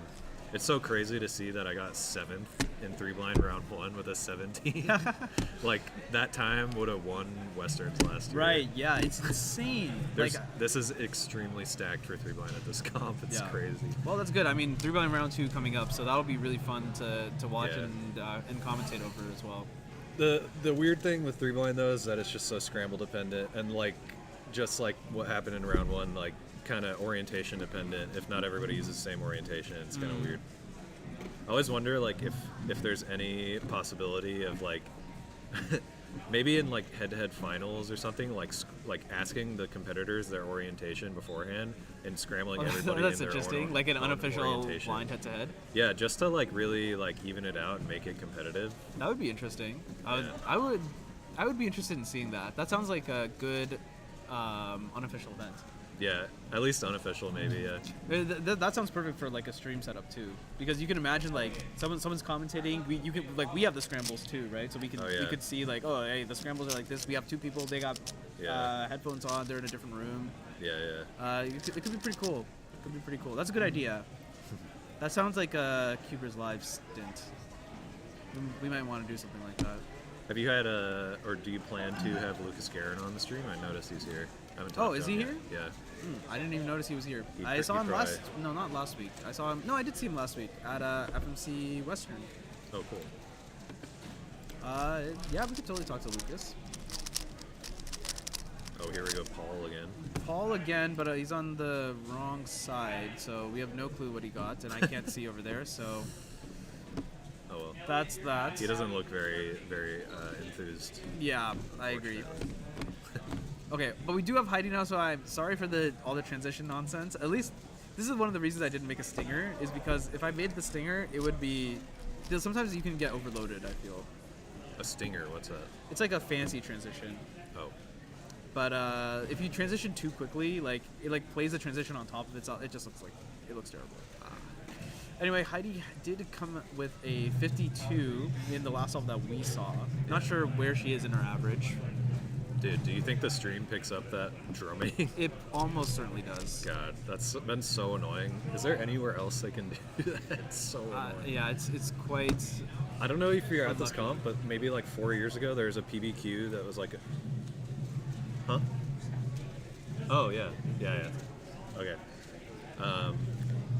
There's a PBQ in another building, like over there somewhere, like 4 years ago here. Uh-huh. But I remember during multi-blind, this started happening. There was like a marching band, just like it felt I like they were remember like that. I remember doing that. a freaking like routine around the building. It was so distracting. It like destroyed the first attempt for like most people.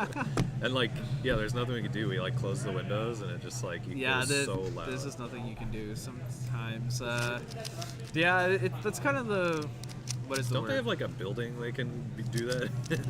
I feel like the building would explode. You guys can hear the drumming. Yeah, there's just not much we can do about Yeah. it, because it's all kind of ambient noise. So for what is it called? For blind, we'll probably adjust the gains and stuff, so that we can be in a bit more of an ASMR mode. Heidi getting a 52, another great solve from her. Nice. On track for PR average, perhaps. Yeah, Max got a 47 in while we were talking about 3 blind, so he's potentially back in it. Well, never mind. Yeah. 50-52 is not going to be quite good. I think he has 50-50, 47-52 All right. that we've seen at least. I don't know if you could find someone to replace me. You're getting kicked off? Oh, okay. All right, yeah. well, goodbye, Graham. Best Xiao of luck wants me in upstairs. 3 blind round 2. Okay. Yeah, I wasn't assigned to do anything for 5x5, so I just figured I would hang out. Yeah, it was great, honestly. Should we put up the shades? That? Oh, We like can- here? I No. feel like we no, may not need it. I don't think we need it. I think we don't need it because of the position we're in. Excellent, because walking in between the shades would have been pretty annoying. So We hear the drums. I wonder, do you want to apply a noise filter? I have a couple filters on. Yeah. Oh, we you can- do? We can take a look. I can take a look while if you want to commentate, Nico. Well, how about this? Let's ask the chat if it's a real problem. How about that? Okay, sure. We are probably going to need to do something. Did about you it. answer Matthew's Yes, question? yes. Okay. Yeah. We are probably going to need to do something about it for 3 blind, because if we maybe the ASMR mode will just fix it. Mr. Dan Cubing, Dan, you want to get in? You want to talk a little? Actually, about to. You're gonna do compete? some 5x5, yeah. All right. Best Good of luck, my friend. Do you want to tell the stream what you're going for?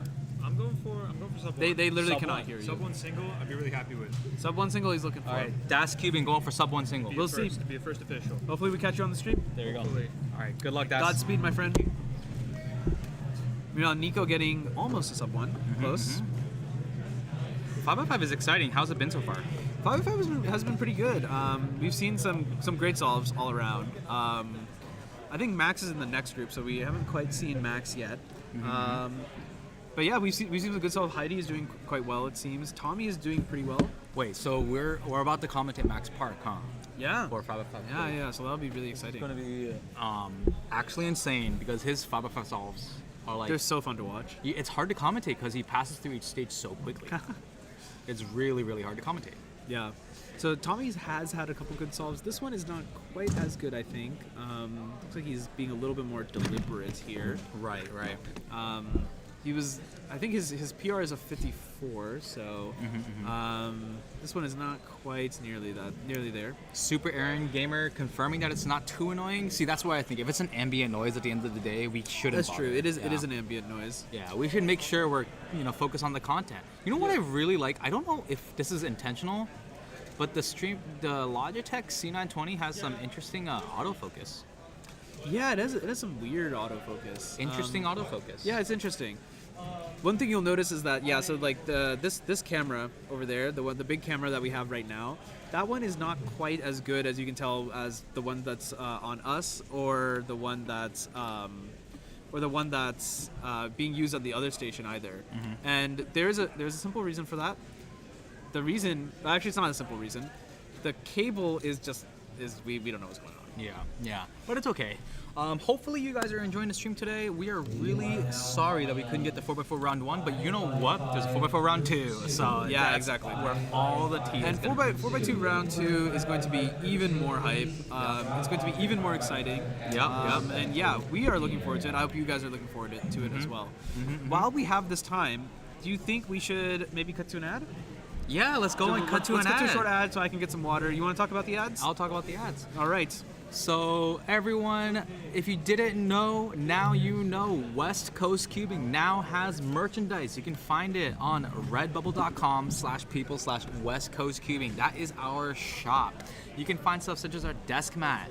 We have like little bucket hats as you see there. And also my personal favorite is we got those little hoodies, sweatshirt options. And keep in mind the Western Championship design is only going to be for a limited time and will not be available after this competition.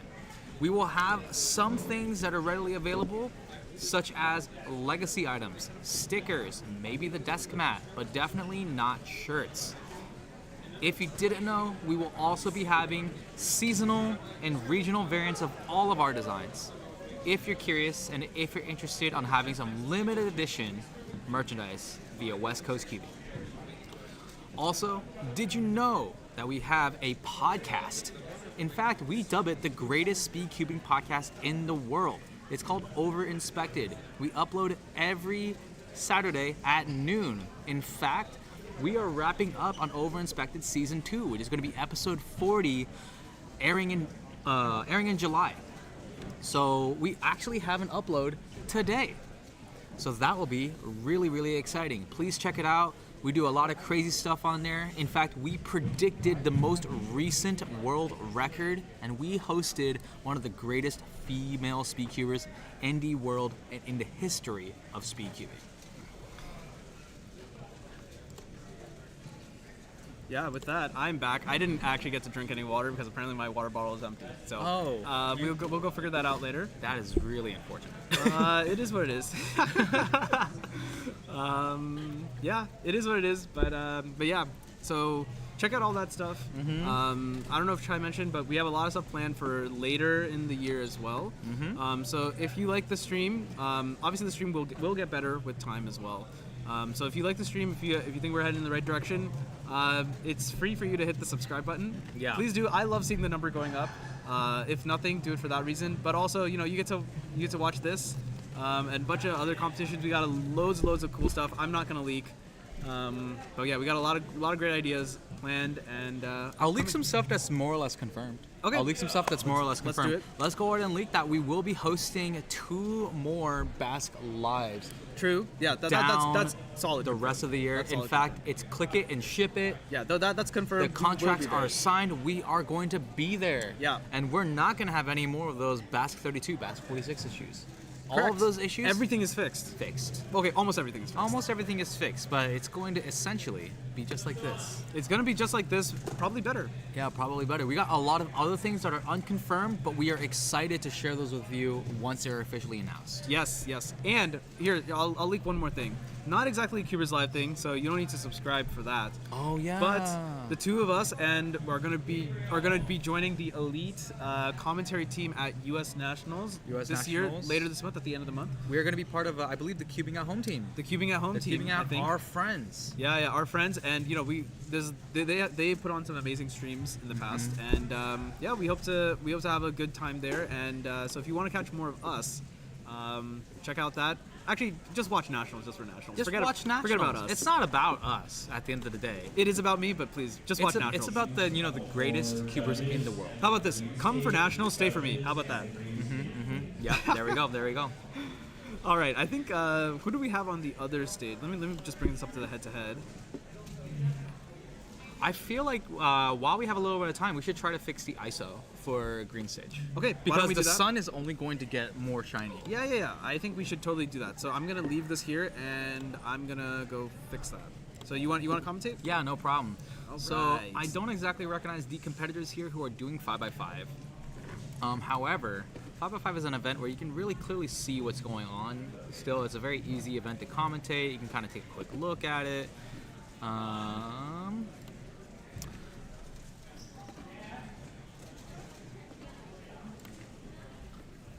We can see some of our fellow delegates, not Kevin and Margot, discussing in the background. It is essentially these days, delegates are more or less referees. We could use some more volunteer judges on the blue stage, volunteer judges on the blue I mean, stage. yeah, delegates have kind of always kind of been like referees, right? They like have to come up with all the rulings and everything. So they are basically referees. Yeah. The last word is theirs at the end of the day. So I like to call them referees. I find it would be very interesting if delegates had like referee shirts. wait, They're duh. That's a duh. Yeah, but does anyone actually want to look like a referee? That's the not. I guess duh you're right. part. I guess you're right. Yeah, I mean, it at the does end look. of the day, that's the not duh. It doesn't look that good. Yeah. I guess. Fair enough. Yeah. But that's the only thing, I have this, I wonder if maybe during lunch menu, do you think it'd be a good idea to potentially reposition the cameras to capture both? Because we can Yeah, definitely we capture can. both. I don't know if we can capture both. Or we can't capture both with good fidelity. The How about- problem is then it becomes harder to commentate. True, that is very true. Because Yeah, good in point. my opinion, I'd love to get as many people in as possible, right? Very true, yeah. Just so everyone has a chance to be on the Yeah. stream. But the problem is we need don't to have see the, what's happening. Yeah. So it looks like this competitor is on, pretty much going to be on Olo stage in just a second here. Yeah. So And then that's that is a PLL. U-perm. All right, and the a little bit locky, 159. They made the cutoff. making the cutoff. Perfect. Shout out to the competitor. Well done. And we also see, just in case you guys are curious, first off, Max Park is actually behind in this group, but another thing to keep in mind, that yeah. the competitor on the left-hand side, you might be noticing they're wearing earmuffs. So that's something to keep in mind. True. Do not necessarily assume that these are headphones or electronically usable. Actually, they are. They can't be. They can't be. They but can't it be. might It's be illegal. mistaken, especially on a broadcast Right. with wider audience. Yeah. Yeah.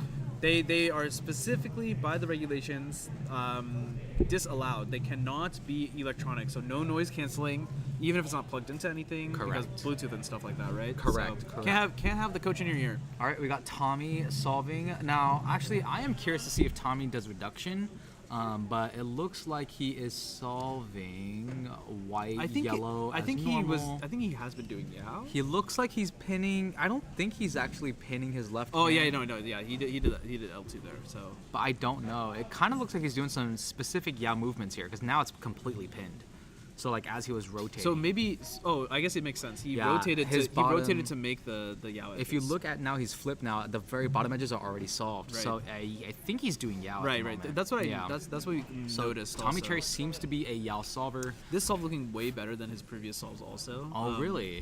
He had like a 112 and he had a 112. He had like another more than 1 minute solve. This one's a lot better. I see. Looking to be 50. Wow, Yeah. he's actually very the- happy with it. The nice little mini fist pump. Yeah. So that's very interesting. See, the complicated thing about Yao is that sometimes being pinned by the Yao first 3 Yao edges is extremely difficult. Yeah. It's a huge limitation in like what you can do like, when you're do building you centers. do you slice or do you do a complete like X2 flip, right? Like Right, like right, that right. as Tommy did just there. Right, exactly. And it might seem like non-trivial to, like you just like do some extra turns or whatever, right? Correct. Every turn counts, Every turn counts. especially when we're at the stage where Max has turned this into a TPS game, right? Yep. And part of the TPS game is to reduce the number of moves. And it looks like we got Nicholas Sanchez coming in from the southeast region. Ah, all right. Sanchez. That's who this competitor is. Yeah, Awesome. so Tommy and Nicholas competing in the same group. Yeah, in the interesting. same stage. in the same stage on the same station. So Nicholas solving his first 2 centers already done. It looks like Nicholas is a seemingly traditional reduction solver. Okay. Yeah, because you can see he has a lot of Yeah, there we go. Yeah, He's there already we go, flipped. there we So go. he flipped at 20. 20 is 20 for a reduction? Okay. I'm gonna be completely honest. 20 for centers on reduction is not what you're going for if you're gonna win here, Yeah. Oh, Yeah. well, if you're gonna, I think or win or even podium. Yeah, I podium. think Like probably 20 at gonna flip is pretty fast, but I've definitely seen faster. Yeah. I mean, for him, I think probably anything that starts with a 4 is going to be good. Yeah. So it that's looks like really he's what he's on. looking for. He does his last 4 edges on the what's that called? The M slice. The M E-slice? No. He did it vertical. On M, The M okay, slice. on Yeah. M. Very interesting. There's a lot of different variety there, and it looks like he's about to hit OLL right here. That looks like the T OLL or chameleon, however you call it. Wait, was that ZBLL? Maybe because He I did didn't see it. ZBLL. I didn't I see didn't a see- PLL. Let's a just assume it wasn't a skid. T. Okay, yeah, T. Yeah, because if it was a T ZBLL, it's T is one of very- the easier cases. not even easier cases. It's just at the end of the day, most people know it. Just like Yeah, I mean it's easy. It's some of the because- easiest CBLs. Exactly, Right, exactly. right. So love to see the skill there. And ladies and gentlemen, Max Park is All coming right, to the blue Mr. stage. Max Park. And if I'm not mistaken, I don't think he's done a solve yet. He's not done a solve yet. He has not done a solve I'm pretty yet. sure Blue Stage has been doing a great job of putting the stream requested competitors on the stream. Yep. And Max Park being one of them, obviously. All right, guys. If you didn't know, you gotta share this stream. Everyone's gotta watch Max Park solve Remember, right now. whenever Max solves, he's on world record alert. He's on world record alert. So world record single, 3302. 3302. World record average. 37 flats. There we go. Either of them could be broken in the next 20 minutes or so. So Max solving. He is a reduction solver, as you guys might know. It looks like he chose. I want to say he chose red orange, but I'm not convinced. I'm he's not doing convinced. he's doing now. white yellow. Now I see it. So now he's doing white yellow, and now he is about to finish up his last 4 centers, last 2 centers right now, Last and two he's centers. flipped at 14. Oh my goodness. Right, just my just brain wild. is dead. Just wild. Something to keep in mind: the best reduction solvers, they Oh my don't goodness, care. He's just flowing. Oh, that was a Holy- big That's pause a big there. pause. He That messed up. pause is Yeah. gonna really ruin I it. think that might have been the thing that caused this solve Yeah, to I not s- be what he's looking for today. Right, and there's the OLL parity. Yeah. He lost a lot of ground there. He lost a lot of ground with the pause. It seems like the pause is just short, but it just blocks your entire mojo. Is Max doing ZBLL? Did he just do ZB? I think that was one of the easier ZBLLs. It's the I did not know Max did any ZBL. it's soon back soon. I think that I one's think also he a T. did. Yeah, I think he did soon That back one's, soon. that one's a T. I wasn't sure if he did soon left soon. Soon back soon. I It think. was soon back soon. I think it was soon back soon. But Max not getting that the- one's an easy Yeah. enough ZBL for even me to know. That's so. interesting how he got 2 back-to-back ZBLs. Yeah, that is. All with is- the same that is cases. Really interesting. Very, very interesting.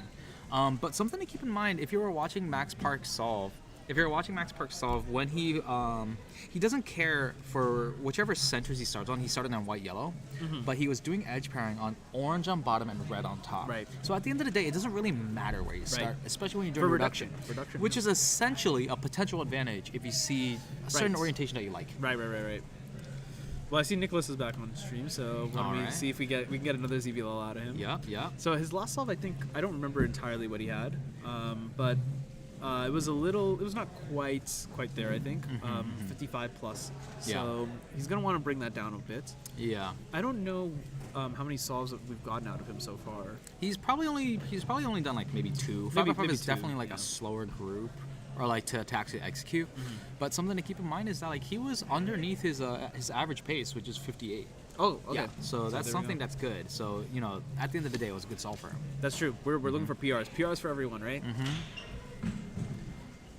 Especially if Max gets a PR. Yeah, if Max gets a PR, I mean that'll like we'll assume that they will make news. And Nicholas flipping at 20 once again. Okay. Yeah, very consistent. Pretty consistent, but he's gonna probably want to pick up the pace a little bit, probably in this edge pairing. Probably. And you're also seeing that what is it called? Yeah, very consistent, but not quite the TPS. It's a little bit different. The It's a little TPS bit is the different, main yeah. difference. But I think for most competitors, basically who are not Max Park, I think efficiency for when it comes to these big cubes really goes a long way. Yeah, definitely. Like Max is like, don't get us wrong, he's a TPS god, but he's become much more efficient. Yeah, definitely. This is looking pretty good. This is gonna be like 56. Yeah, Yep. 56 out Nicholas of on Nicholas. PR pace. All right, looking pretty good. Not too bad. As we're waiting for the next competitor to show up, we're going to pan to Vivek on the green stage. Yeah. One of our big brain NorCal cubers. But something Very big brain. Something to keep in mind is that even though Max Park is the favorite, we have our third and second place podium people that we have to consider. It's Varun and not Max, yeah. necessarily not a lock. Oh, it's not a lock. It's not I a lock. feel like second place is probably locked with Oh, you think Varun so? or Max. One of them Varun or showing up. Max, yeah. Varun or Max probably showing up. And I think Paul has a very outside chance. Paul, yeah. So like that's where we start to get into the territory. Well, if you're averaging 50, you have a good shot. Yeah. 50, 55. Yeah, and I think we saw Paul get a 50. Yes. Maybe? Yeah, yeah. So like you can have a good average, and if someone just doesn't get their best average, which is totally normal. Yeah. I mean, it just happens. So. All right. So we Okay, got solve number Daniel 2. Cho as the judge, I believe, for Max Park in solve number What 2. did Max get in the first one? He got a 'Cause we 40, kinda stopped watching. 44, something like that. 40, 44, 45, something of that nature. So So at the end of the day, we're just going to assume that it's probably going to have to be his not counting solve. Yeah. So he's already on last for centers. At this point, I don't even know if it's worth Yeah. commentating. So that was That was one. even faster. That was 11 at even the faster. flip, and so yeah. if he has no pauses, this is going to be like way better. Okay, so he is, going through Just those classic Z2 crushing. edge pairing moves, and he is doing last 4 Yep. last 4 edges on the M slice. Oh god, this is really fast here. Last 4 edges. Okay. Okay, yeah, All right, he's now he's done on 3x3 choosing to do stage. white. It's going to be cleanly sub 40. Yeah. Should be. Should be, but there's a little bit of a lock here. Yeah. Not quite. Oh, and the Wait, weird lockup at the end. what was that? Was that an end perm? Wait, no. How do? Because isn't the end perm you have like? It was like the, it was like an the Z- RUL out, but he executed Z an flipped. RUD. Yeah, he did a Z flip. Swag. The only Z flip alg I know is end perm. Oh, maybe it is. Oh, I don't know. Yeah. The only Z I think that was probably an end perm, but I'm not completely sure. Okay. So Max not on pace for what he wants, Probably not going to be the world but record average. he's obviously going to advance to the next round. Oh, yeah, I mean, without like, a yeah, doubt. without a doubt. Without a doubt. Does 5 have 3 rounds or 2 rounds? I believe 5 has 2, but let's go ahead and just double check. Yeah, that yeah, real we quick. can easily do I that think real we fast as tried Nicholas to do gets started. 3 rounds, but I don't think it's gonna happen. Okay. 5x5 final. Yeah, correct. So it looks like only 2 rounds. But Some of these 2 rounds is things- 2 averages, so. Some of these things you gotta like really. It was this interesting tidbit, right? And where there was a lot of competitions with extra rounds, right? And extra rounds are great for the competitor experience, right?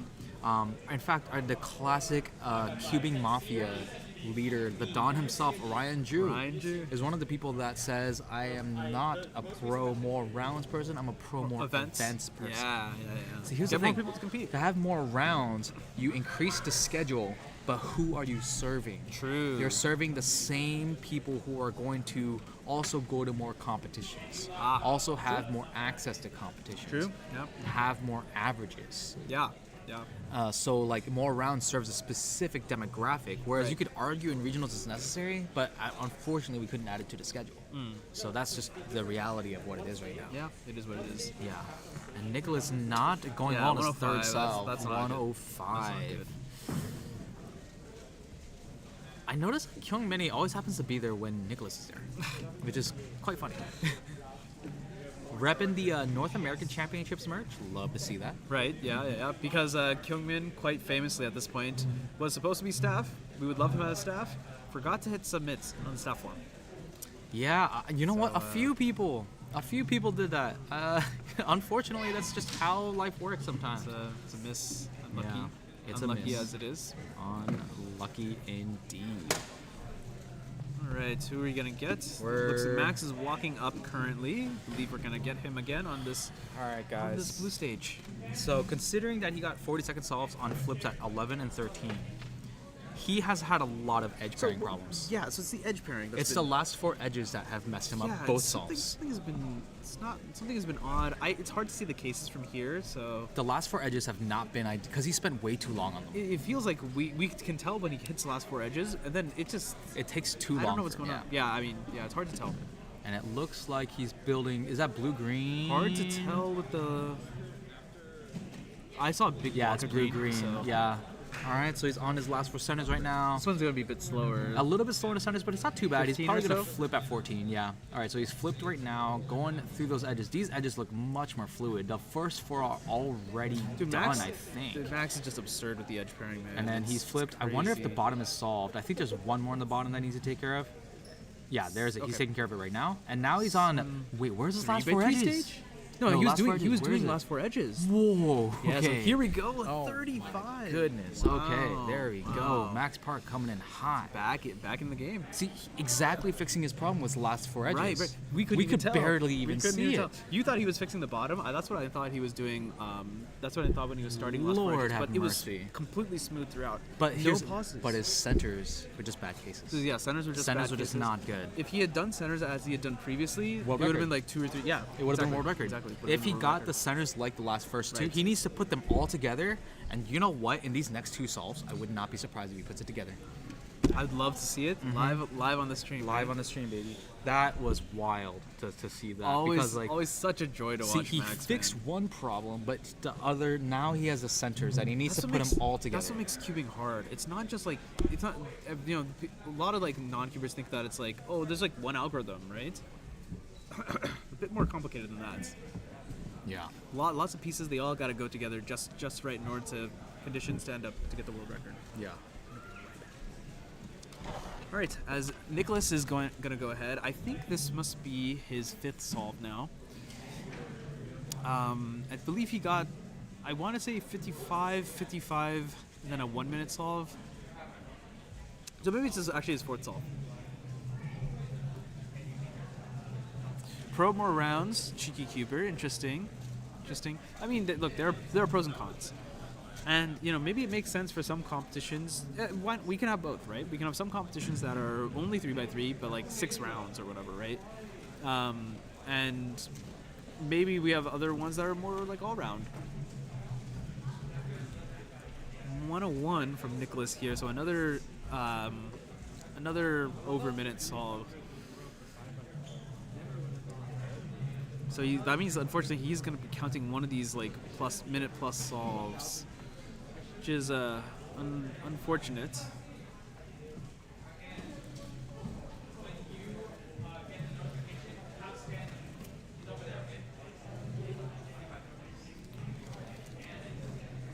All right. Okay, we got Max back onto the stream, coming in for solve 4. Remember, Max got a 44 on the first solve, a 41 on the second solve, and we just saw him get an incredible 35. So let's see if he can indeed put it all together. Last time the centers were the issue. In the first 2 solves, the last 4 edges seemed a little odd to us. Of course, we're no Max Park. So, all right, here we go. Let's see what he started off with. I thought I saw a big block of blue. As Max is going into finish, yeah, I'm pretty sure blue-green because I don't see any more. Did he finish centers at 12? Okay. So he's looking good. A bit of pausing during this edge pairing, unfortunately. He's still finishing up edge pairing, not quite on L4E just yet. Oh, this looks that was a little bit big rough. pause. 3x3 stage now. Still gonna be very fast, but not quite the speed that we were originally thinking. Not quite the speed that Was he 12 on centers pace for something earlier? He looked like he was doing the edges again for just a very, very long time. Oh, did he? Yeah, I don't know. I was trying to figure out like what he was doing. The other thing to note is the past two solves he has not gotten parity. At least I have not noticed parity on the last two solves. So especially the last two. The right. last. So that plays a big factor. So as well. Max has got probably about. So he has a counting 41 and a counting 49 right now. Oh, sorry, 39 right now. And yeah. So he's 4 solves in. He's 4 solves in. I don't think he can get the world record. No, but he could get a single. He can. Yes. Yeah, Of the course. world record was probably thrown out the door by that solve. I believe. But it was so yeah. hard to even get an average of 37 if he had Starting a with counting 44, 41. 41? Yeah.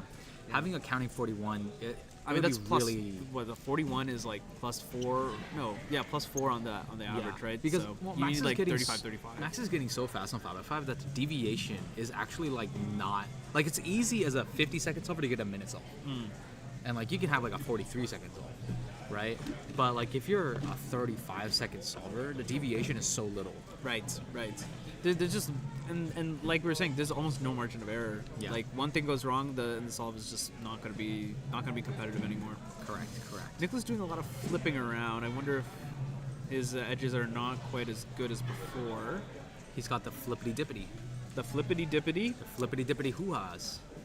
All right. I Coined by Mr. Michael Chai himself. just, flippity dippity. Flippity dippity. You ever know the song, the Who Ha Dance Smarty Pants? Who Ha. I forgot. I think it's Sesame Street. I have no idea. Oh, really?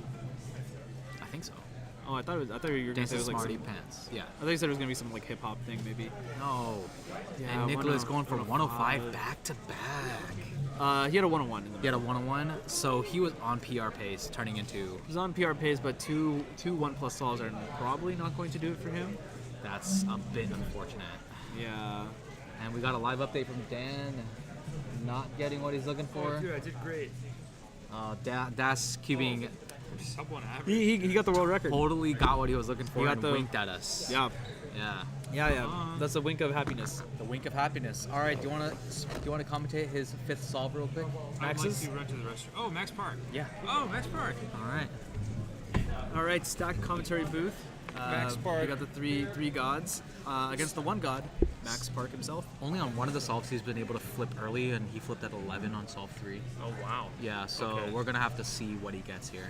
He's having a lot of problems with The last edge solve was pairing. quite good too. Last solve he Really flipped at quick 12. inspection there. Yeah, Yeah, so that's last 4 now. solving on white yellow first 2 centers, last 4 centers, and he's about to flip. Smooth through centers, though. Yeah, Yeah, so that was like 13. 12, 13-ish. Yeah, a little bit slow transition to edge pairing. Yeah, the transition was weird. Yeah, it looked like he didn't quite know what he was doing for edge pairing. Yeah, like yeah. the look ahead wasn't solid. Yeah, these edges also seem a little bit slower. I feel like there was a random pause. I think this edge pairing, he's starting to slow down a bit. Like the TPS isn't there, Right. But the cases could be a little difficult. Did you see his last 4 edges, Dan? No, he's on 3x3 Yeah. stage now. He's gonna get a 39. All right, very, very consistent. So he ended up with 39, 39, 41. It's gonna be like a 39 or 40 average, 39 average, probably. which is insane. So yeah, still insane. That's only 2 seconds off world record. Yeah. Yeah, not Max didn't get a PR, but you know what? I didn't get a PR either. So, Well, most people aren't gonna get PR. yeah. Max man. just got a straight win. You said you need a bathroom break. Yeah, I will be back. All right. All right, toodaloo down. Yeah, let's see. I think that means that we're basically wrapped up with. All right. So guys, we are getting ready. I want you guys to pay attention very closely here. So, I'm paying attention. 3 blind round 2. So what does that mean, Manu? 3x2. That means it's time to shut up and be quiet, everyone. 3x3 blindfolded takes a lot of concentration. Very high skill based event.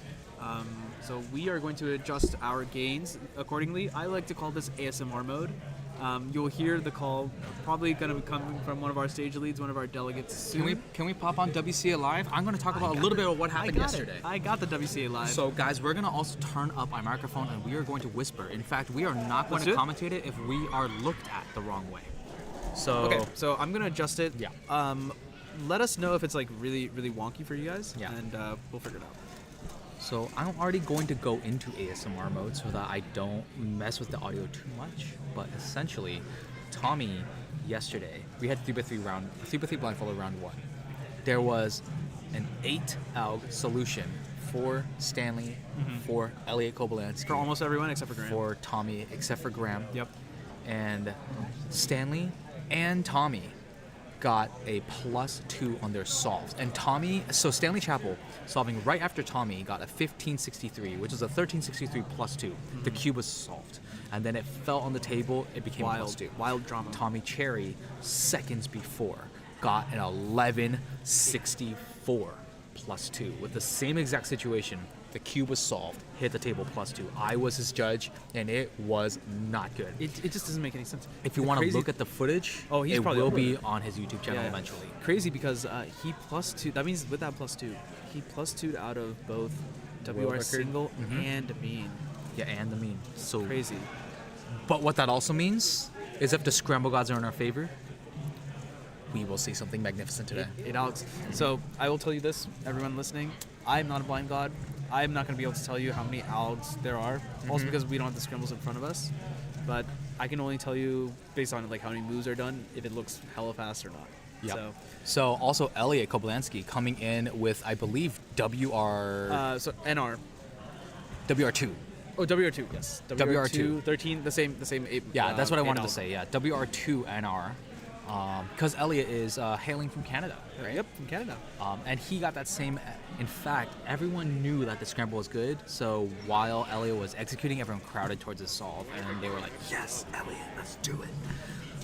So that was probably one of the highlights of day one that you guys weren't unfortunately a part of.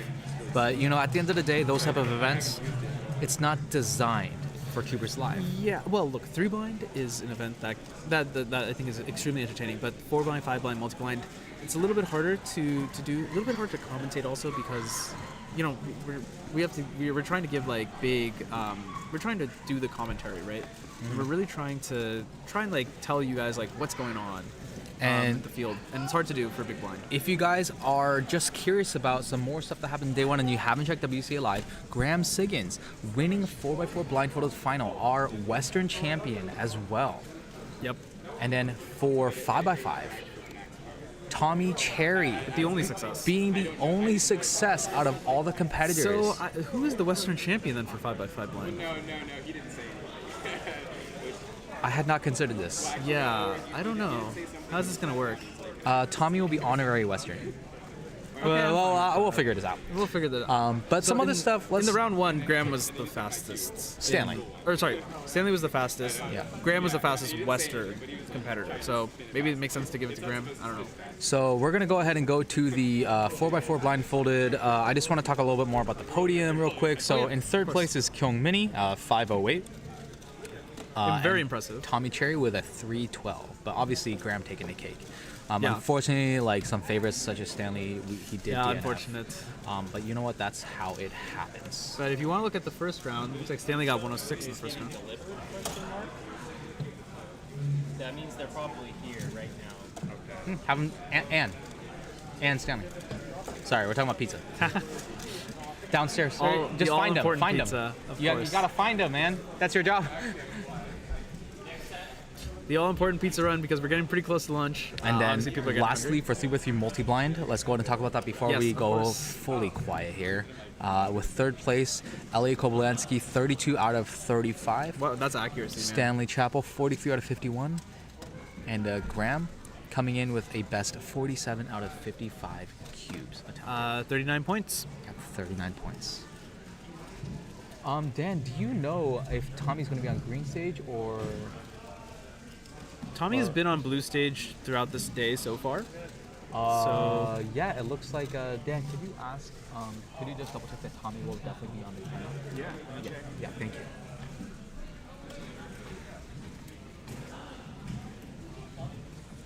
Guys, this is not a joke. Can we pull up Tommy's profile, please? Wait, what? Apparently I'm competing. Now calling 3x3 blindfolded round 1. And now it's time to be quiet. So Tommy Cherry is the world record holder for 3 blind. Round 2, group 1. You're gonna want these on. We'll be seeing Tommy Cherry on the stage. All right, and it. So for Tommy, Tommy's 3 blind. So for Tommy Cherry, his 3x3 blindfolded attempts, the average, the world record mean is 1472.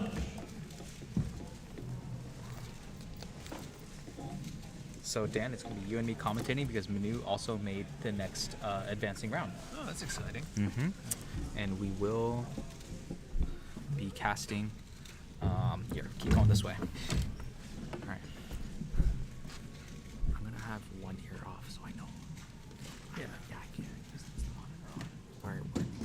We're not gonna. We're gonna talk too loud with the music. Yeah. We're good. Let's take this off. We're definitely gonna. If you guys can't hear us, just let us know and we'll turn down the music to an extent. So let's go ahead. Be quiet, chat. Yes, they're doing blindfolded. It is time to be quiet. And we got Antonio Cam Ho Tung about to start on the green stage. Antonio, one of our favorites at this competition. Only really practicing 3 events, all of them 3x3. 3x3 OH, 3x3 blindfolded. And sometimes, rarely regular 3x3. Yeah, but debatable. Yeah, well, that's probably better that you can't hear the music. Dude, when it was so bad at production. Hold on. Why?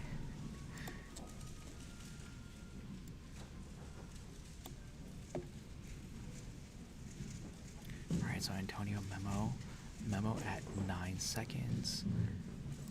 A little bit lucky there. Mm-hmm. Oh, and a big pause here. Yep. As he enters corners, and he's probably just going to DNF it at this point. He lost it. Man.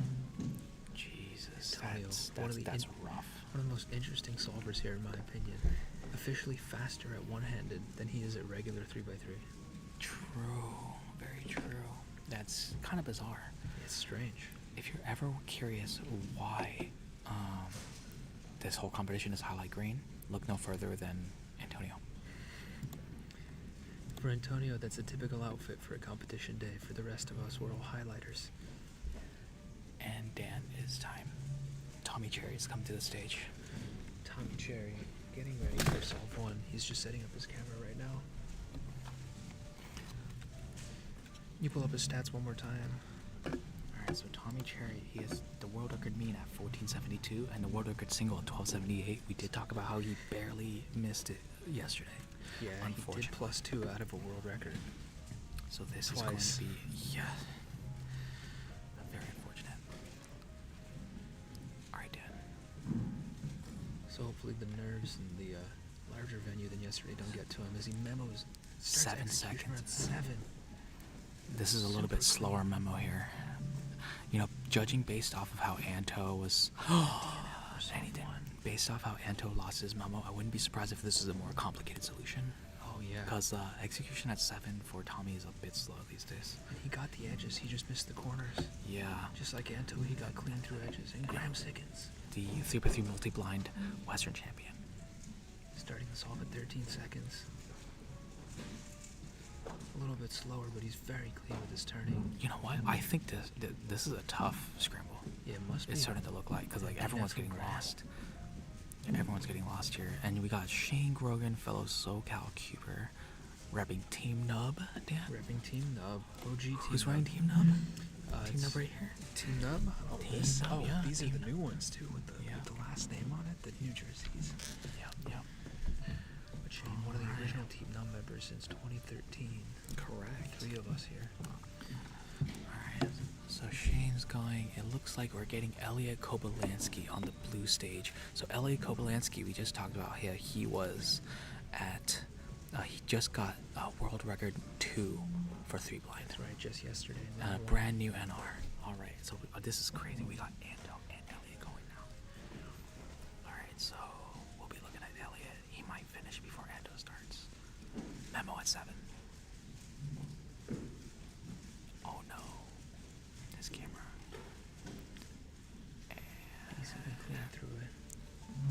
This is starting to look like looking like one of those impossible scrambles. Very, so very far, interesting. We haven't seen anyone get good results on this scramble. Very, very interesting.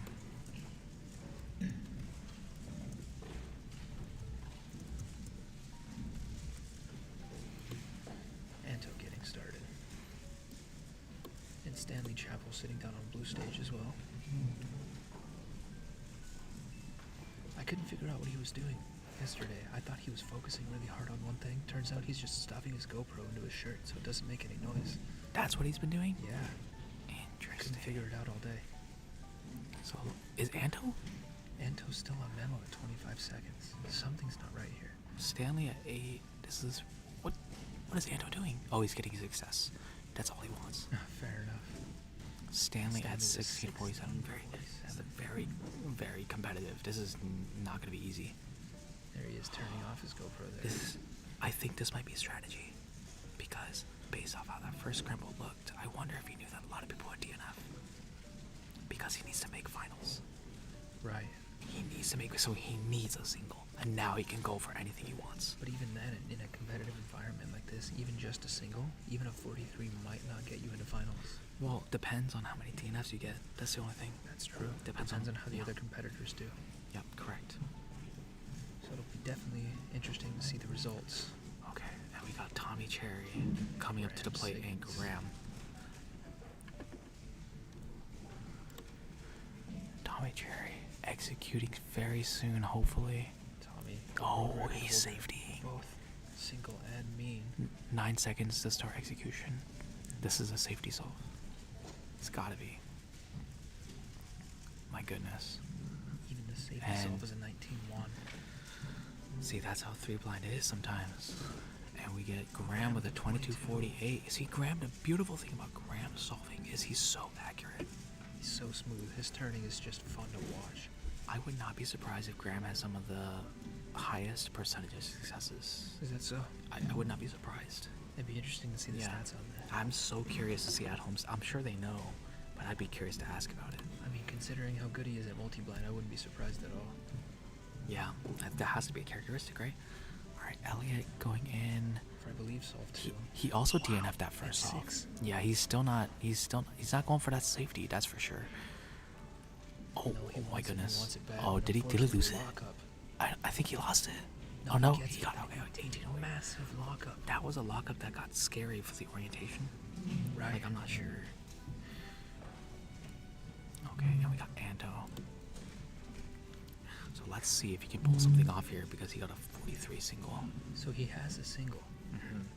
So if now it's about everyone does pushing as it bad down. as he thinks they will, he will make it to finals. But now it's a question of does he want to get a good single? Anto Memo at 7. He's going for the single.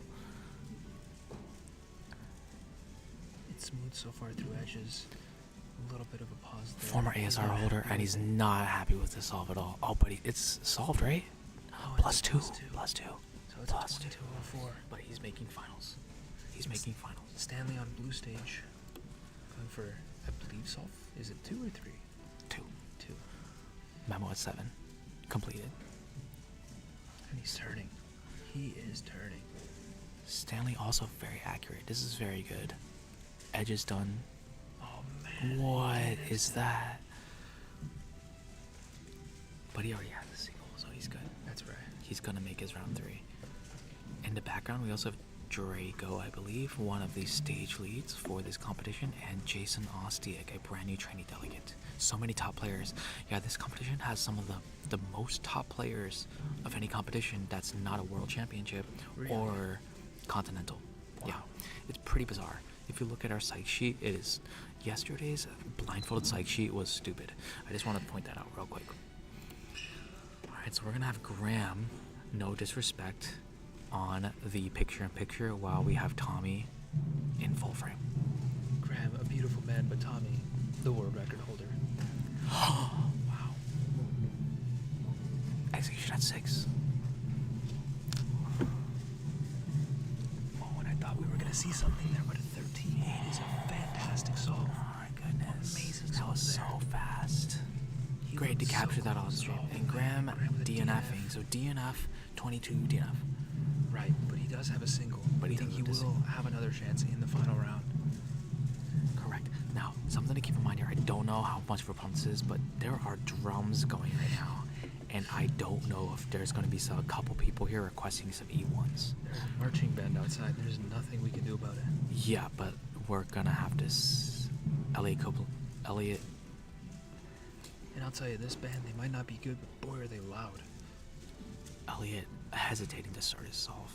Wait, Memo at 6. Memo at 6 again. So Scramble 3 must be nice.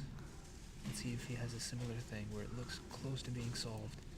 And he's lost. He's lost. Elliot. Big stutter there. Let's see what he. Let's see. Is he pull through on it? Is he gonna be okay? He's gonna be okay. He's gonna take the solve, but he's not happy with it. Unfortunately. What's a DNF? Unfortunate. I think that's most of our top players finishing through solve 3. All of our top players are done. Well, Calix is actually a top player here. Calix, I believe. Let me double check what he got for round 1. He got a 2010. First round 2010 single. Yep, correct. So he's also what we would consider a top player, especially with so many DNFs on the table for finals. You don't know. Anything can happen here. Anything can happen here. Even a safety gets you to finals in this case. We also got Stanley Chappell on there. We're going to turn on head-to-head right now.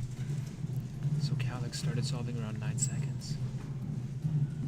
He doesn't seem too phased by the marching band. And he gets stuck. Stanley executing at 8 seconds now, and Calix with a DNF. Stanley coming in with a final. Is that a 15? Oh my goodness. Right at the end. He lost the algorithm. Right at the end with a 16-1 DNF. But you know what? I mean, he got his single, so it's okay. He did. Like, we'll see him one more time. If you guys were paying attention to people who got singles, the very last couple algs, they were really going for that DPS. That's right. Yeah, they just know that they have to execute. Looks like all the solves had great starts, but they just couldn't pull through on it towards the end. We've seen a couple of people now on that Scramble 3 start their solve around 6 or 7 seconds very, very quickly, and then they just lose it towards the end, whether it's they get stuck or it's a long alg or one thing or another, they DNF. Unfortunately, they lose out on that last solve. But we did see a number of really fast times here, and definitely some people were excited to see return into the final round.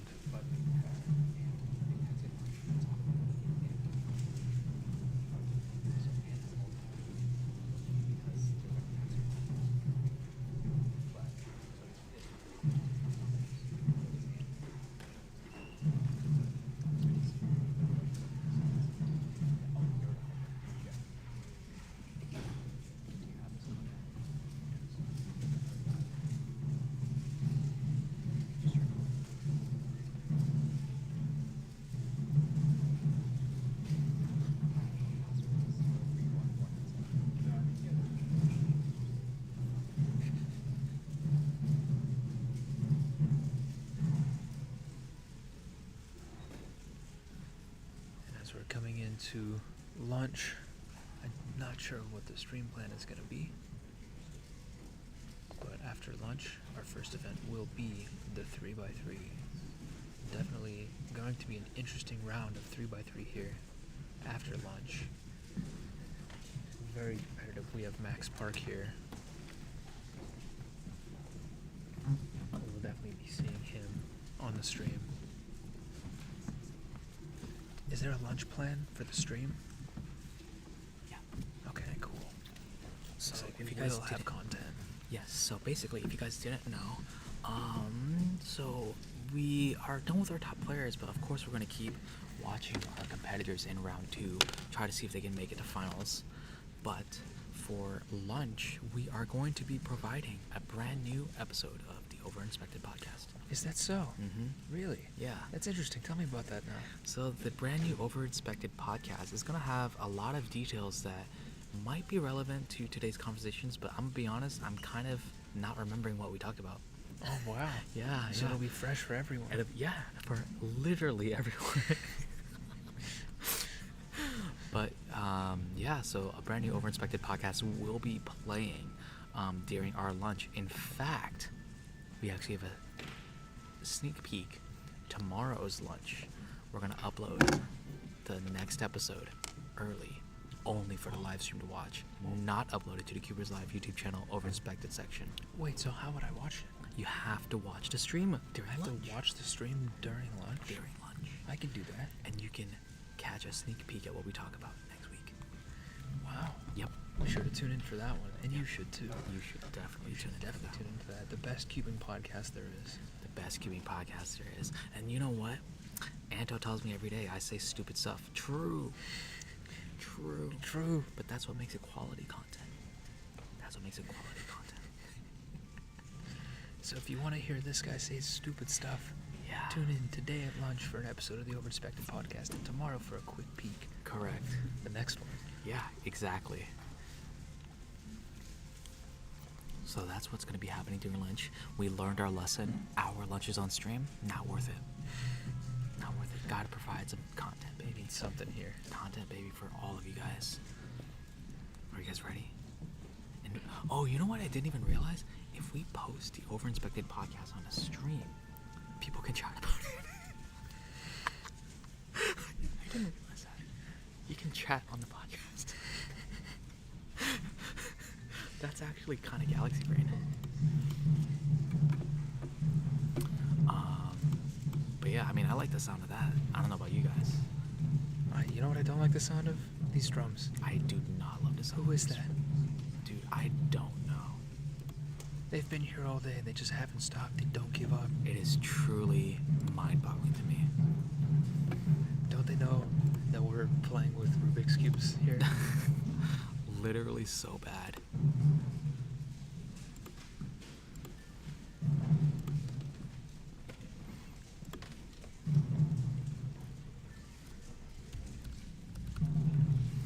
There is a potential that they're going to start talking about some incidents here because of these drums. I would not be entirely surprised.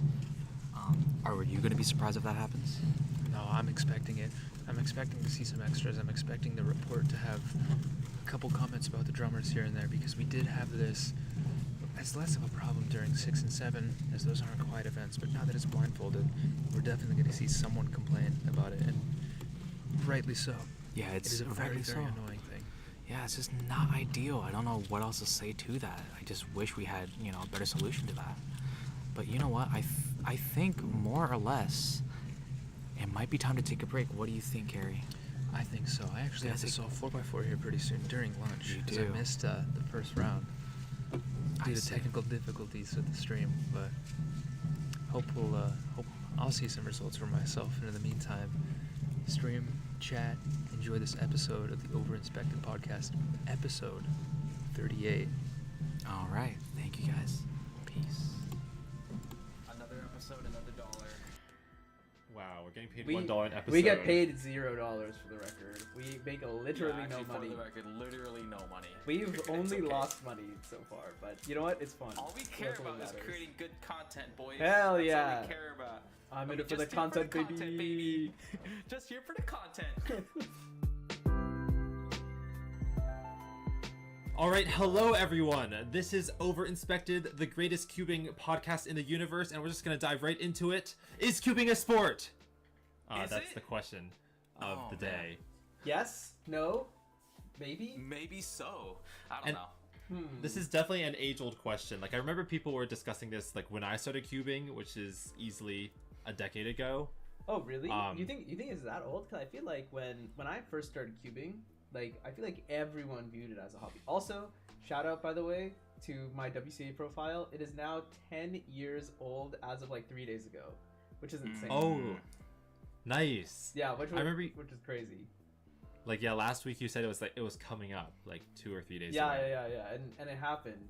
So that was crazy. Anyway, but yeah, I feel like back then everyone saw it as a hobby. Even like the world's bests were all just like, oh yeah, this is just a fun thing I do. Oh yeah, I guess you're right. I think right? 2013, yeah. Okay. Sorry. Yeah. Biker.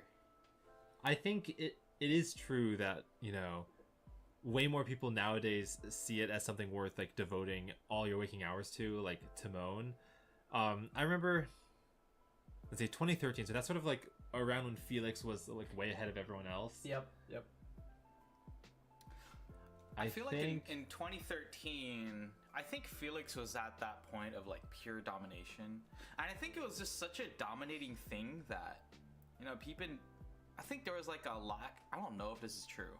Just, you know how sports, part of the thing that makes a sport is the competitive aspect. And, yeah, you know, truthfully, back in the day, it wasn't super like competitive. If you think about like all the like, let's say athletes, right? Let's say gather all the athletes in the world, doesn't matter what sport, it could be the most edge case sport in the world, like even more edge case than the Rubik's Cube. You could make an argument that Felix might have one of the greatest careers of all time. Oh yeah, totally. If you were to just compare a career, not compare impact in the world or compare earnings, stuff like that, but one of the greatest careers of all time, right? So one of the most comparable hobbies I think to speed cubing is speedrunning, right? And if you take speed cubing and speedrunning to be somewhat similar, then it is relatively rare for there to be a game that's played by so many people that's so well known that one person has kind of dominated for like a very long stretch of time, even while like the scene was still active. And there were still like people who were actively playing. Sometimes that happens when like the game is like kind of dead and there's really only like one player who's like on top. Yeah. But cubing is like sort of had it's had its up and downs, right? But everyone knows what the Rubik's Cube is. And millions and millions of people know how to solve a Rubik's Cube. But even that, and there are people who are going to competitions, but even then there's just one person who's just at the top for like an extended period of time. Yeah. I guess when I think of speedrunning, there's a whole bunch of different games that can be speedran. So like even if you dominate at one game, it doesn't feel like the same as like Felix dominating kind of in like half of all events, you know? Yeah. Right. Yeah. Like with speedrunners, like typically someone's only good at like one or two games that they specialize in. Oh, so here's an analogy, right? Maybe this is unrealistic, but so let's take Mario 64. So there are a bunch of different categories in Mario 64 depending on the number of stars you collect before you like complete the game. So you can do 100%, which is 120 stars. You can do the minimum you would need to do without any major glitches, 70 star. Then there's 16 star, 1 star, and 0 star. And I don't think there's ever been a point in Mario 64 history where one person has held the world record in all of the categories. And so I guess like what Felix did would be like something akin to like having the world record in most of those categories, if not all of them.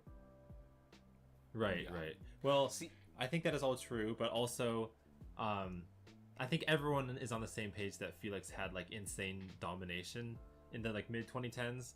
But I guess, you know, what we want to talk about is maybe we want to think about what we consider the definition of a sport, because then that will answer like whether or not cubing falls in that.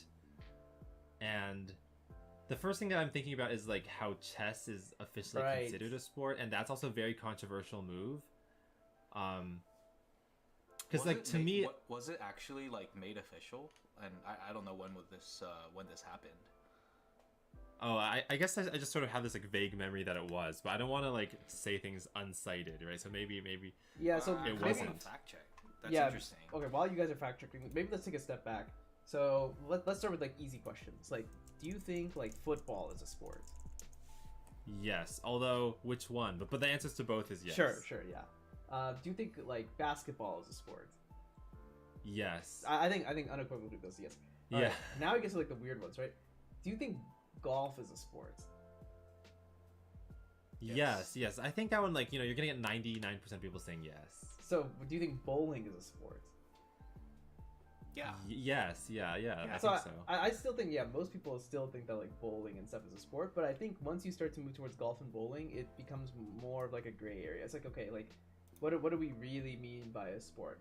Okay, so then there's chess, which is one thing, but then there's also esports, which are also sports, but like not quite in the same vein, right?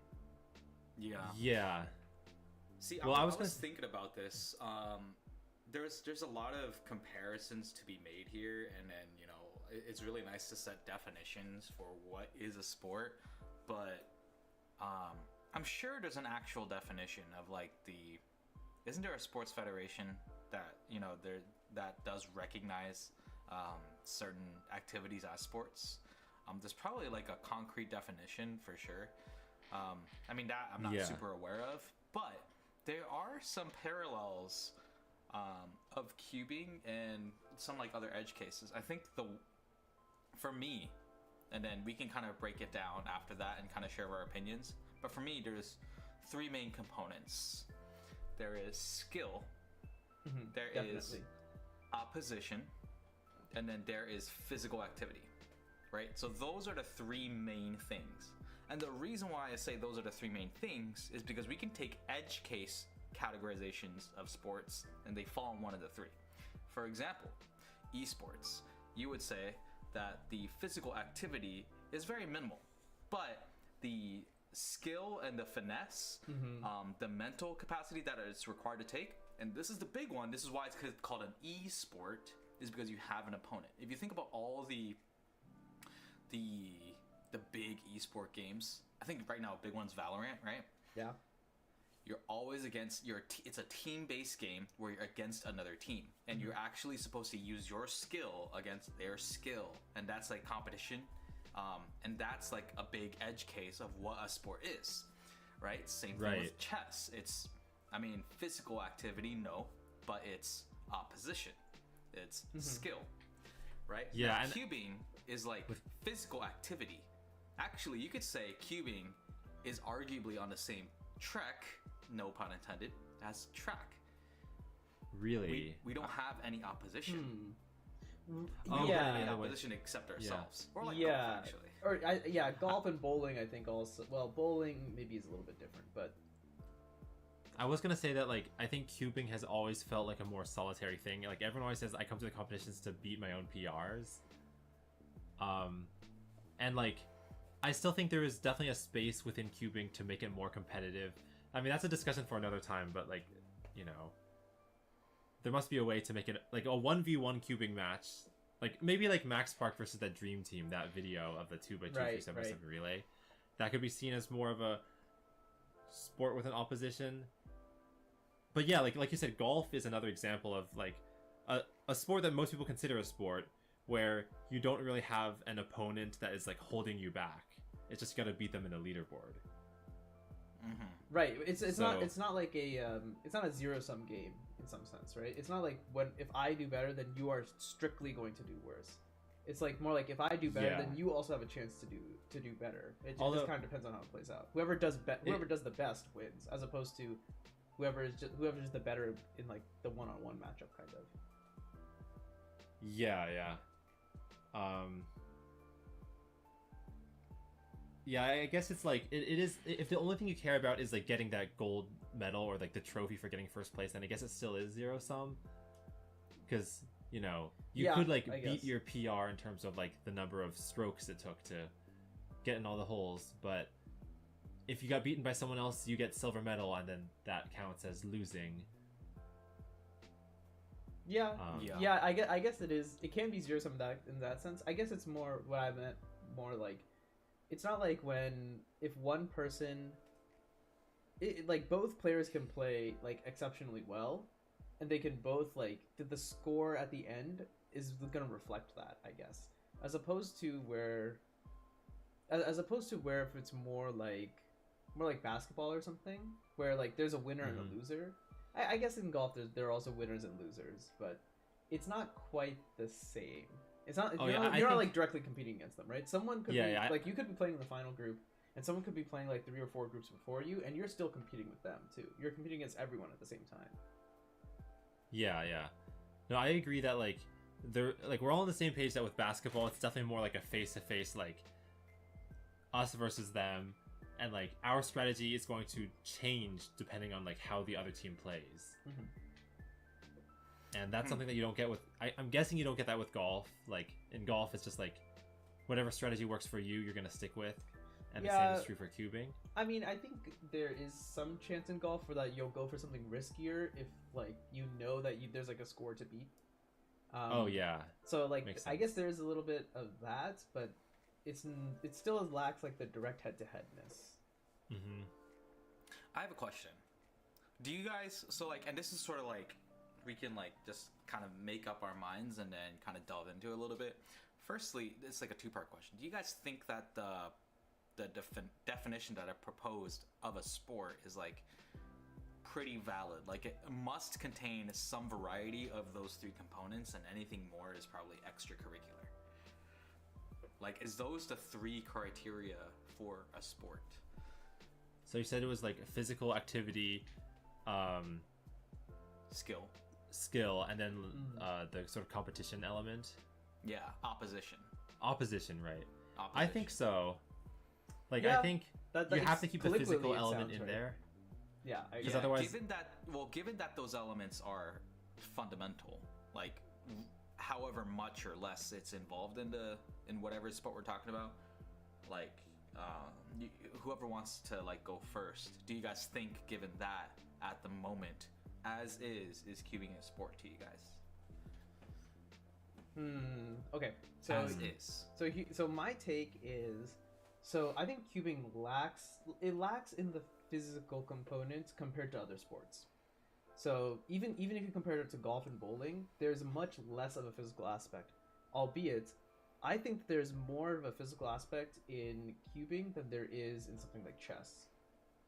Because as we saw with the recent 313 world record, even though Max had a really efficient solution, 313 was not possible unless he had 10 TPS. And 10 TPS is not trivial, right? Like, it requires loads of practice. It requires a lot of dexterity. Here's another analogy that you could draw. If you think darts is a sport, I think the physicality required at darts is probably about the same as it is in cubing.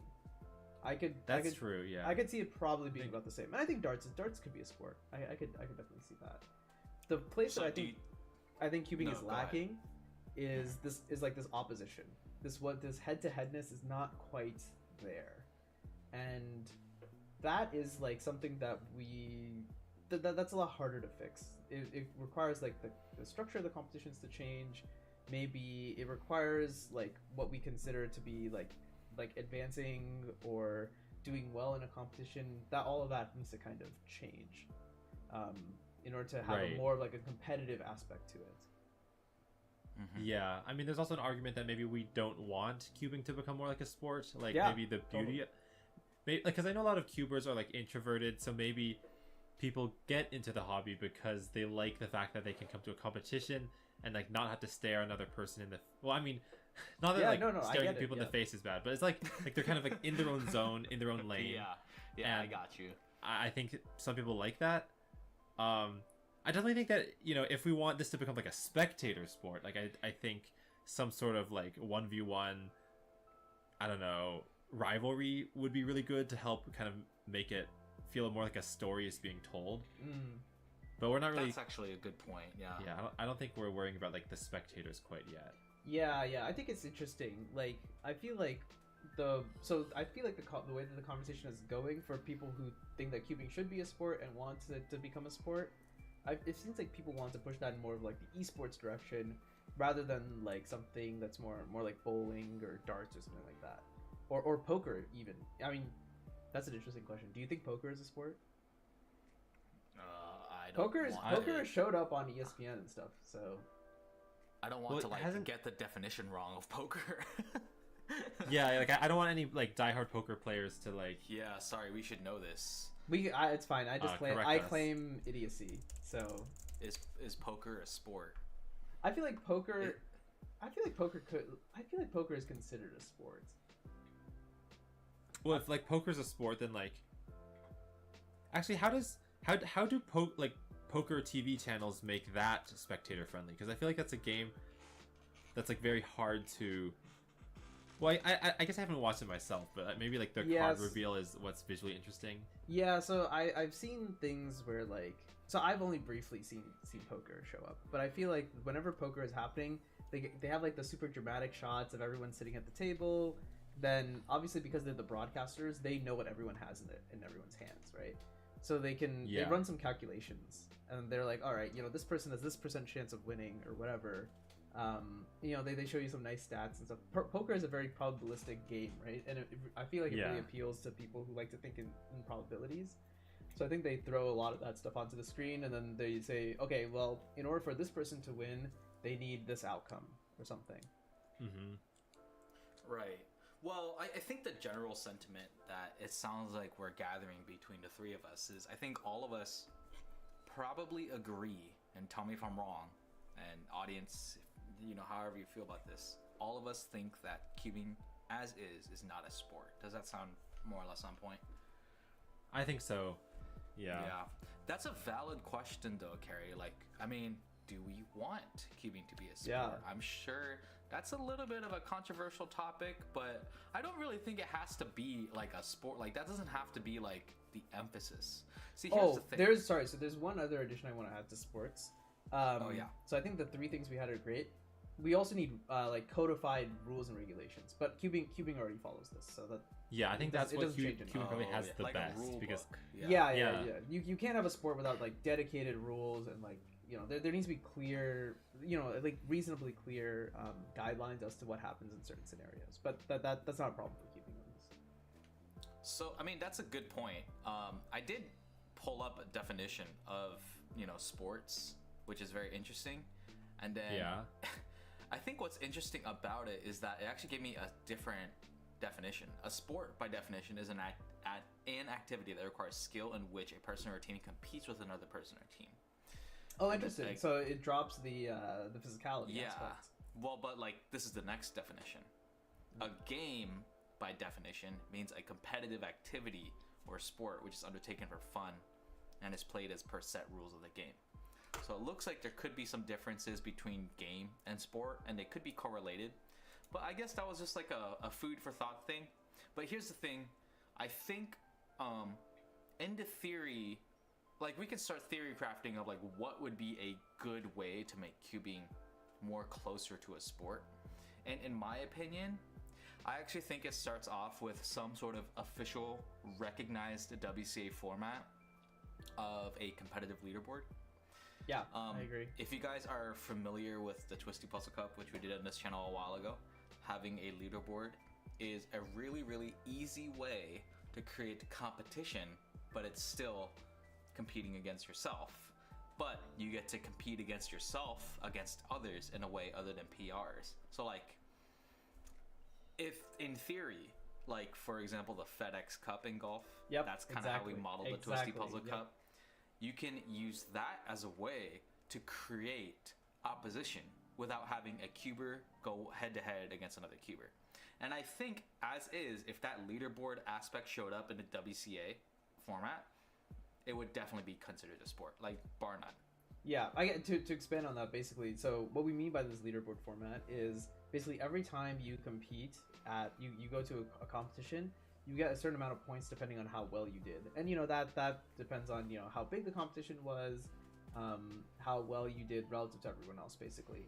And things like that. There are also I think the good way to describe this is FedEx Cup ranking points, because I think that does a really good job.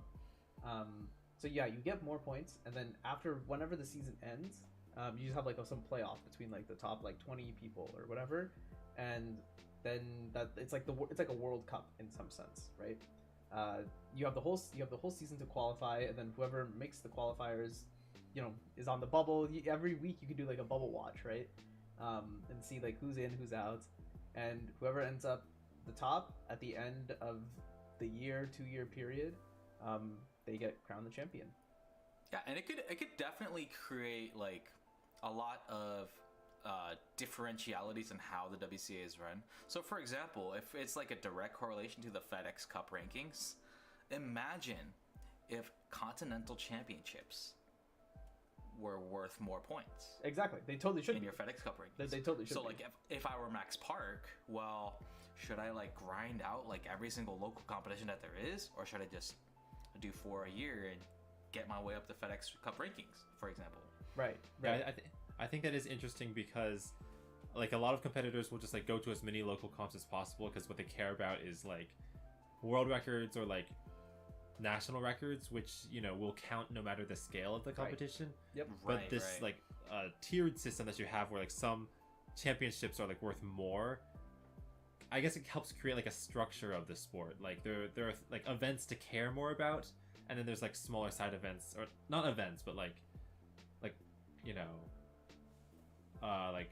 like spectacle things that are happening, like event as in like you know what I mean. Right. Yep. And imagine if it was like the ranking system was like one way as an invitational to the world championship, or exactly a special event, or like something of that nature. WCA, don't yell at me. I'm just like thinking of creative ideas that I would love to share, and I would love to like hear how people interpret this. Right. There's a lot of storylines to be had. This fixes a huge problem with regional championships in the United States, because regional championships, truth be told, people don't care about them a lot. Yeah. Like they care about them, but they don't care. Like all you get for winning the regional championship is like a little title. And the title's fun, right? It's cool to be like the Western champion or like the Northeastern champion, but it does not carry like that much weight. What if being the Western championship meant more? And this is just one way to do it, right? So the leaderboard thing is a really simple way to make it feel like a sport, because it kind of connects you with the rest of the world in a way, or like the rest of the people that qualify. Also, to be clear, clear, this system does also have cons, of course. Like we are only highlighting the good points, but it's just an idea. It's just an idea out there. Another like good thing that might be a takeaway from it is it creates storylines, right? And like of the contestants, not contestants. Yeah, it creates storylines. Like we already have storylines that are very entertaining, right? Like the storylines of Felix and Max Volk, right? The storyline of Felix versus Max Park. But it's not like a versus, it's like a friendly rivalry type thing. But like obviously Netflix did a whole documentary about it, about how important it was to cubing, right? Yeah. But you could create storylines beyond that, right? Like it just creates, in a way, entertainment, right? That maybe would draw more interest and to have it considered a sport. Part of what makes the NBA so interesting is that they have so many storylines. Yeah, that's true. You could watch a blowout NBA game and it's not competitive at all, but the casters have just so much to talk about. Yeah, there's still stuff to take out of it. Yeah. So are you thinking that like if you have these more like officially mandated regional competitions, maybe like they're worth like fewer points, but like they help a competitor like stair step their way up to the threshold, then like maybe one of the fun storylines is like, oh my god, this competitor was like just 2 points shy of making the threshold, but then like I don't know, like, something like that. Like you can track their progress basically to right. Or getting to the big leagues. You leagues. can track progress beyond just the competition map. But this is all to say that this is just one way to make it feel like a sport. It doesn't have any other, like there's no other implication that I'm trying to like set here. It's just like one idea. I don't know if you guys want to elaborate on that, but that's just the first thing that pops into my head. One thing that popped into my head when you talk about like feeling like a sport is, the unofficial World Cup where they have like 3 competitors from each country competing. The relay. The relay, I forgot what it's called. The Rubik's World Relay? World Rubik's Relay? Yeah, I think the word relay is in there Nations somewhere. Cup? It's not Nations Cup. Nations Cup. Yeah, Nations Cup. I think that sounds right. Or Nations is it Cup. the Nations Relay? I don't Nations Cup, I believe, because I think we have regional relays in the States, but I believe they call it Nations Cup at the last WC. Right. Right. No, go ahead, Carrie. Well, okay. Well, so with the Nations Relay or whatever, Nations Cup, whatever it is called, I know why it's not like an official thing, and that's because some countries have like vastly more cubers than other ones. So it's like not fair to pair the United States up against like Switzerland or something. But I feel like sports, when I think of like the pinnacle of sports, I think of the Olympics, and the Olympics, puts a heavy emphasis on like what country are you representing. And there's also like a celebration at the end of people like the winners running with their flags as like capes behind their back, right? I think there's like a very grandiose vibe that comes with that whole type of sport. and I think like with cubers, I feel like the country of origin like doesn't matter quite as much because everyone kind of learns online through tutorials, and it's not really based on like the country's training program or anything. But I still think that there's like some sense of camaraderie when like, I don't know, like let's say there's the German team and there's like the Weyer twins and like all the Germans who are watching like get, you know, like I don't know, like they feel proud of the Weyer twins because it's like, I don't know, part of the same country. Yeah. No, I 100% agree. I think that like because it creates more of an Olympic feel, and I think that is something. Were you guys in Manu? I know you weren't. Carrie, did you go to Australia for World Championships? Oh no, I was gonna, but then it overlapped with VidCon, so I was really close, really close. Hey, gotta set your priorities straight. VidCon's super important, right? No, but I think for that they implemented the Nations Cup, and I'm pretty sure they did it in Paris too. I think Paris was the first time that they did it. I want to say yes. That sounds right. Because I think it was a Rubik's thing. Like they were using the Rubik's Speed Cube, and do you remember how the Rubik's Speed Cube had like a little like Eiffel Tower logo on it? I vaguely remember this. Anyways, it sounds familiar. They used the Rubik's Speed Cube, and I think that is like awesome, and I could easily see it become official. Exactly how like it would be displayed is interesting, but I could easily see on the WTA website like I don't know how you would call it, Nations Relay. You would call it the event. Let's just call it the Nations Cup. You go to the event list, Nations Cup, and you see first place, like China, United States. And then you add the name of the team, like each person's name of the team, and then you add you don't need the individual result, you just add the total. And then it can only be updated every World Championship. Yeah. So like, and I think that's a really good way. I think back in the day, it wasn't nearly as competitive, so it wasn't as interesting. But these days, like there are so many countries that are so competitive, and even if they don't have a shot to win, it's still really nice for the world if it were broadcasted properly, right? To see who represents this country. It's a really good way, you know. If you're from a smaller country, if you're from a smaller country with not that many people, you might not go out of your way to figure out who else is in your country, and this would be a good way to like cement it in people's minds. Like, here's who's representing you. Right, yeah. Yeah, I think, and like, the other thing, like Poland would be such an interesting team. Yeah, you know. Yeah, totally. I think per capita, like they're one of the top countries. Yeah. I think off the top of my head, I mean, there would be a lot of competitive countries. Like I can already think of obviously United States, China. Those are already going to be very competitive. I think Canada is also probably decently competitive. Several European nations would probably be Canada is very fast. Canada is super fast. Yeah, I think Canada. I feel like Canada gets slightly slept on, but I think Canada is really good. There's Australia, like of quite course. A few sub-6 averages from. I think Canada's. If you pick 3, I think they're pure sub-6. Brennan Lin. Yeah. Kyle Santucci. Bill Wong. Does he have a sub-6? He might not even be the top 3 anymore. I mean, it I might don't be know. worth it. I mean, it might be worth it to check. You know. Like, here, I'll check for you guys right now. Who's top 3? See, we should have known this from doing when we were doing top 100 cubers from last week. Oh yeah, we should have known Bill this. Wayne. Bill Wayne got a 592, so he's actually first. And the person I forgot about, Morgan which like he competed in North American Championships and was very, very fast. So like, yeah, I guess this is like another way to make teams feel. It's another way to make cubing feel like a sport. I 100% agree. Yeah. Putting like the nation aspect into it, definitely. I think it builds like a sense of like you guys were mentioning, like the nationalism, the camaraderie, the storylines again, right? Because it's something, especially if it's something that happens every 2 years, you can see people like kind of like jockey for position in like the national team, if you will. And and you can also say things like, "Oh, Argentina hasn't like made it to like the semifinals since like 1963 or something like that." Yeah. With a country, you have that long history that you can go back on. Yeah. So I guess makes a lot of sense. These are all like things that we could try to do to make it seem more like a sport. Like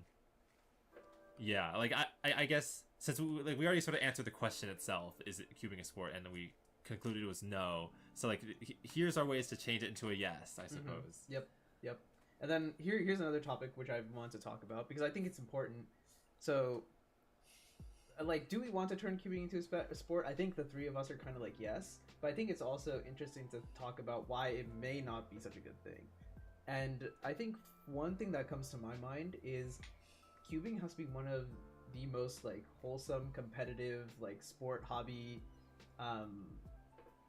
like Yeah. like what I literally don't know what words I'm saying, but it has to be like one of the most welcoming hobbies out there, right? Because you can just show up and if you want you can compete against yourself, and that's 100% okay. Like I think all three of us and most cubers would be totally down for like new people to come in and just like just try it out and like have a good time, right?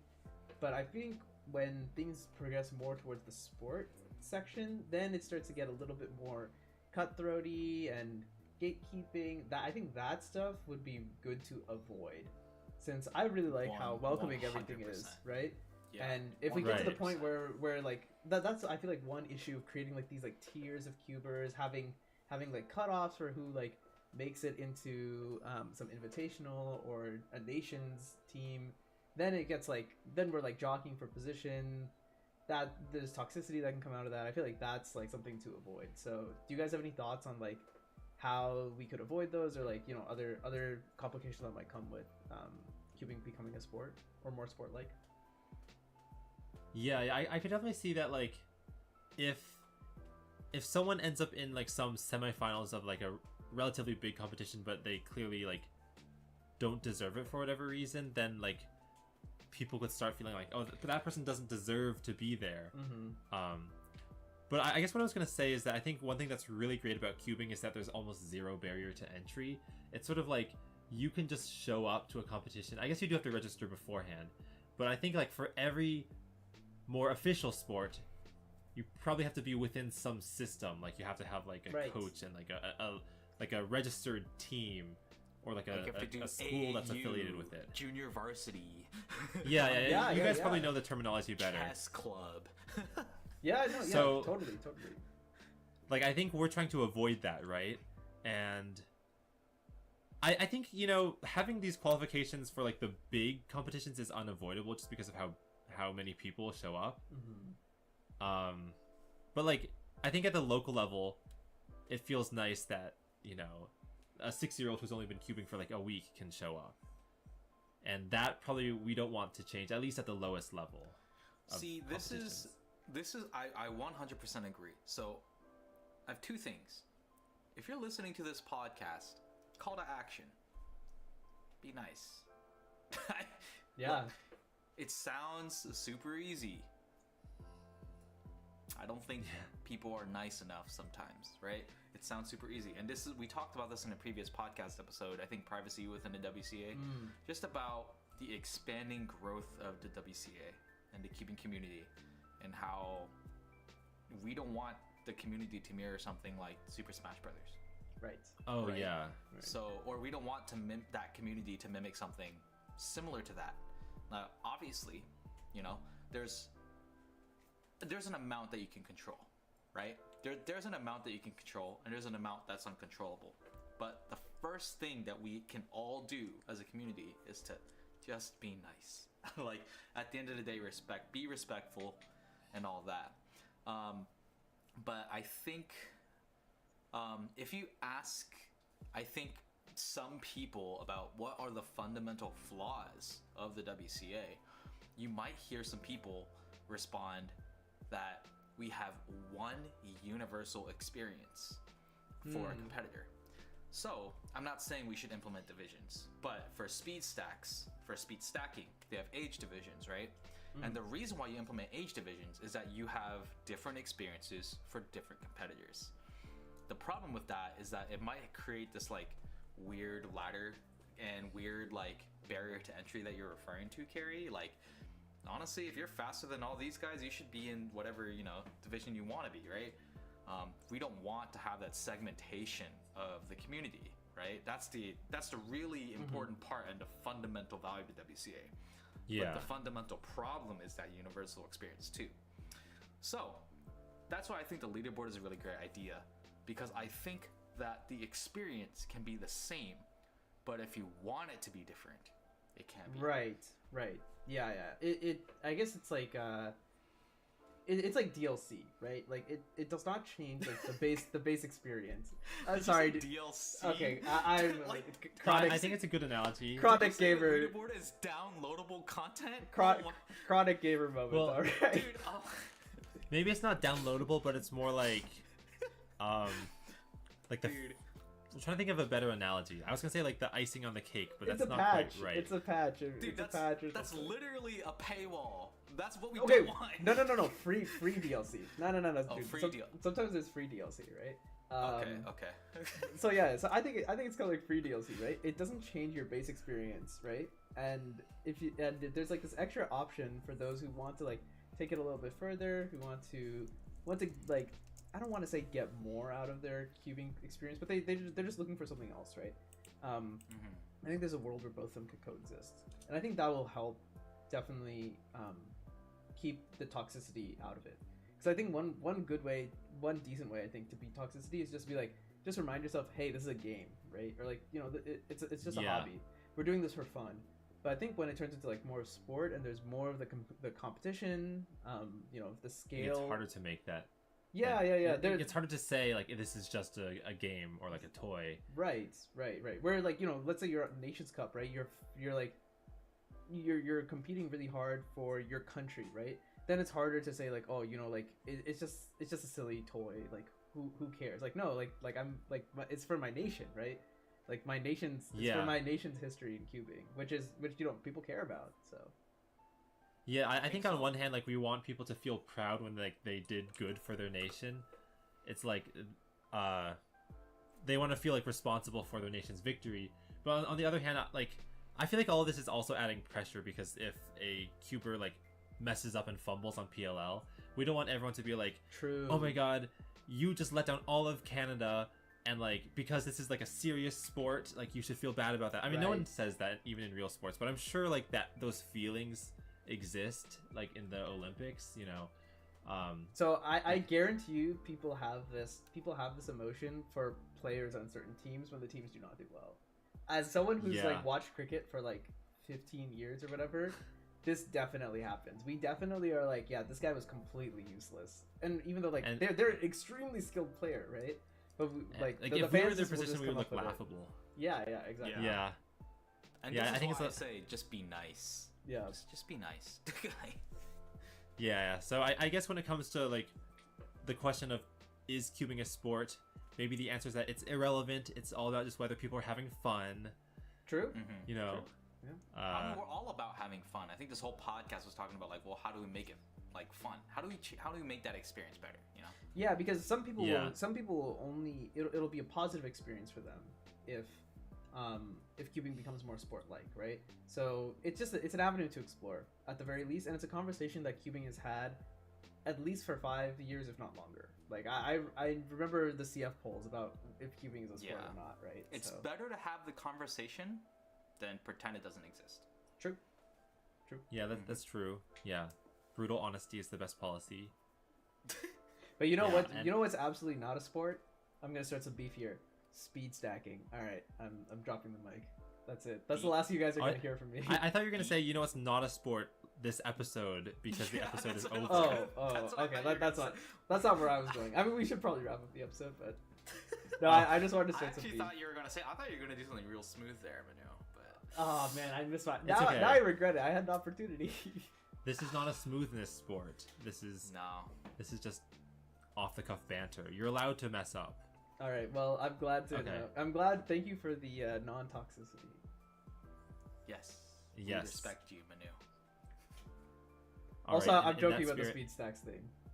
So just to clear the air, I have no beef with speed stacking. Well, we should make an episode about speed stacks. I honestly feel like I have a lot to say about it. It seems like we could make a video even where it's just like speed cubers tried to do speed stacking, right?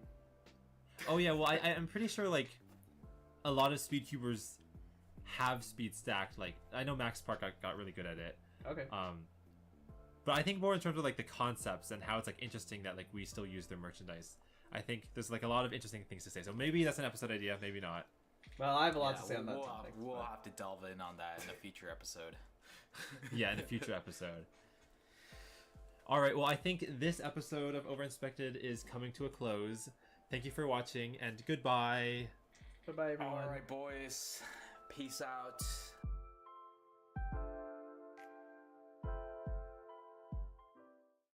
Another episode, another dollar. Wow, we're getting paid $1 an episode. We get paid $0 for the record. We make literally no money. For the record, literally no money. We've only okay. lost money so far, but you know what? It's fun. All we care about is creating good content, boys. Hell That's yeah! all we care about. I'm in it for the content, baby. Just here for the content. All right, hello everyone. This is Overinspected, the greatest cubing podcast in the universe, and we're just gonna dive right into it. Is cubing a sport? That's the question of the day. Yes? No? Maybe? Maybe so. I don't know. This is definitely an age-old question. Like, I remember people were discussing this like when I started cubing, which is easily a decade ago. Oh, really? You think it's that old? Because I feel like when I first started cubing, like, I feel like everyone viewed it as a hobby. Also, shout out, by the way, to my WCA profile. It is now 10 years old as of like 3 days ago, which is insane. Oh, nice. Yeah, which is crazy. Like, yeah, last week you said it was coming up like 2 or 3 days yeah, away. Yeah, and it happened. So that was crazy. Anyway, but yeah, I feel like back then everyone saw it as a hobby. Even like the world's bests were all just like, oh yeah, this is just a fun thing I do. Oh yeah, I guess you're right. I think right? 2013, yeah. Okay. Sorry, yeah. Baker.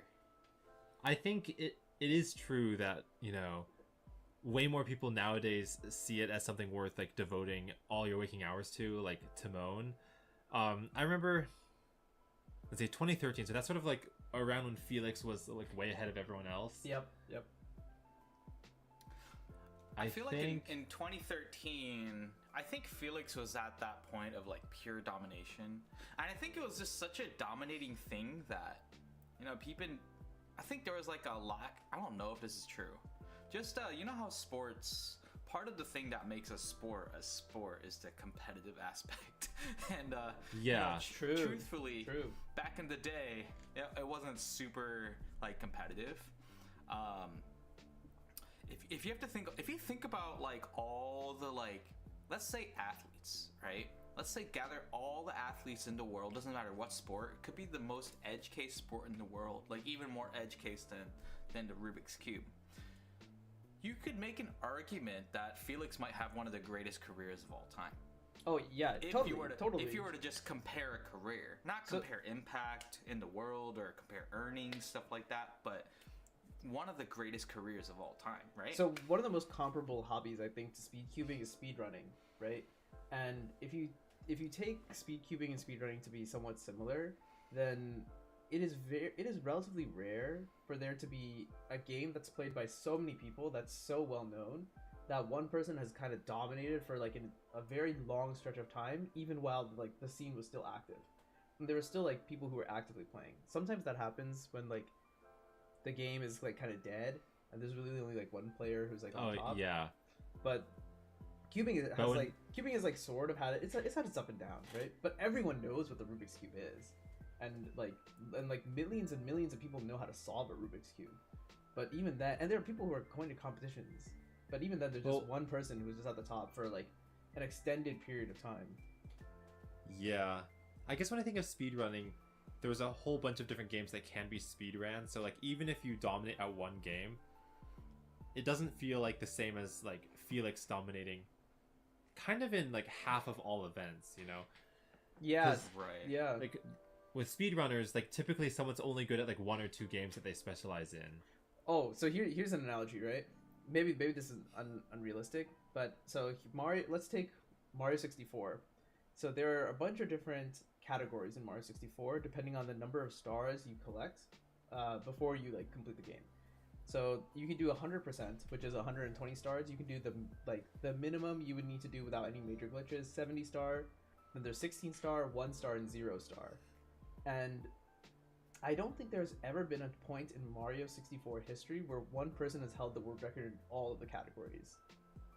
And so I guess like what Felix did would be like something akin to like having the world record in most of those categories, if not all of them. Right, right. Well, see, I think that is all true, but also, I think everyone is on the same page that Felix had like insane domination in the like mid 2010s. But I guess, you know, what we want to talk about is maybe we want to think about what we consider the definition of a sport, because then that will answer like whether or not cubing falls in that. And the first thing that I'm thinking about is like how chess is officially considered a sport, and that's also a very controversial move. Because like to me, was it actually like made official? And I don't know when this happened. Oh, I guess I just sort of have this like vague memory that it was, but I don't want to like say things uncited, right? So maybe yeah. So it maybe, wasn't. Fact check. That's interesting. Okay, while you guys are fact checking, maybe let's take a step back. So let's start with like easy questions. Like, do you think like football is a sport? Yes, although which one? But the answers to both is yes. Sure, yeah. Do you think like basketball is a sport? Yes. I think unequivocally goes yes. All yeah. Right, now we get to like the weird ones, right? Do you think golf is a sport? Yes. I think that one, like, you know, you're gonna get 99% of people saying yes. So, do you think bowling is a sport? Yeah. Yes. Yeah. I so think so. I still think, yeah, most people still think that like bowling and stuff is a sport, but I think once you start to move towards golf and bowling, it becomes more of like a gray area. It's like, okay, like what do we really mean by a sport? Okay, so then there's chess, which is one thing, but then there's also esports, which are also sports, but like not quite in the same vein, right? Yeah. See, well, I was thinking about this. There's a lot of comparisons to be made here, and then, you know, it's really nice to set definitions for what is a sport, but I'm sure there's an actual definition of like isn't there a sports federation that, you know, that does recognize certain activities as sports? There's probably like a concrete definition for sure. I mean, that I'm not super aware of, but there are some parallels of cubing and some like other edge cases. I think for me, and then we can kind of break it down after that and kind of share our opinions. But for me, there's three main components. There is skill, there is opposition, and then there is physical activity, right? So those are the three main things. And the reason why I say those are the three main things is because we can take edge case categorizations of sports and they fall in one of the three. For example, esports, you would say that the physical activity is very minimal, but the skill and the finesse, the mental capacity that it's required to take, and this is the big one, this is why it's called an e-sport, is because you have an opponent. If you think about all the big esport games, I think right now a big one's Valorant, right? Yeah. You're always against it's a team-based game where you're against another team, and you're actually supposed to use your skill against their skill, and that's like competition. And that's like a big edge case of what a sport is, right? Same thing with chess. It's, I mean, physical activity, no, but it's opposition. It's skill, right? Yeah. Now, cubing is like physical activity. Actually, you could say cubing is arguably on the same track, no pun intended, as track. Really? We don't have any opposition. Oh, we don't have any opposition except ourselves. Or like golf, actually. Or golf and bowling, I think also. Well, bowling maybe is a little bit different, but I was gonna say that, like, I think cubing has always felt like a more solitary thing. Like, everyone always says I come to the competitions to beat my own PRs. And like, I still think there is definitely a space within cubing to make it more competitive. I mean, that's a discussion for another time, but like, you know, there must be a way to make it like a 1v1 cubing match.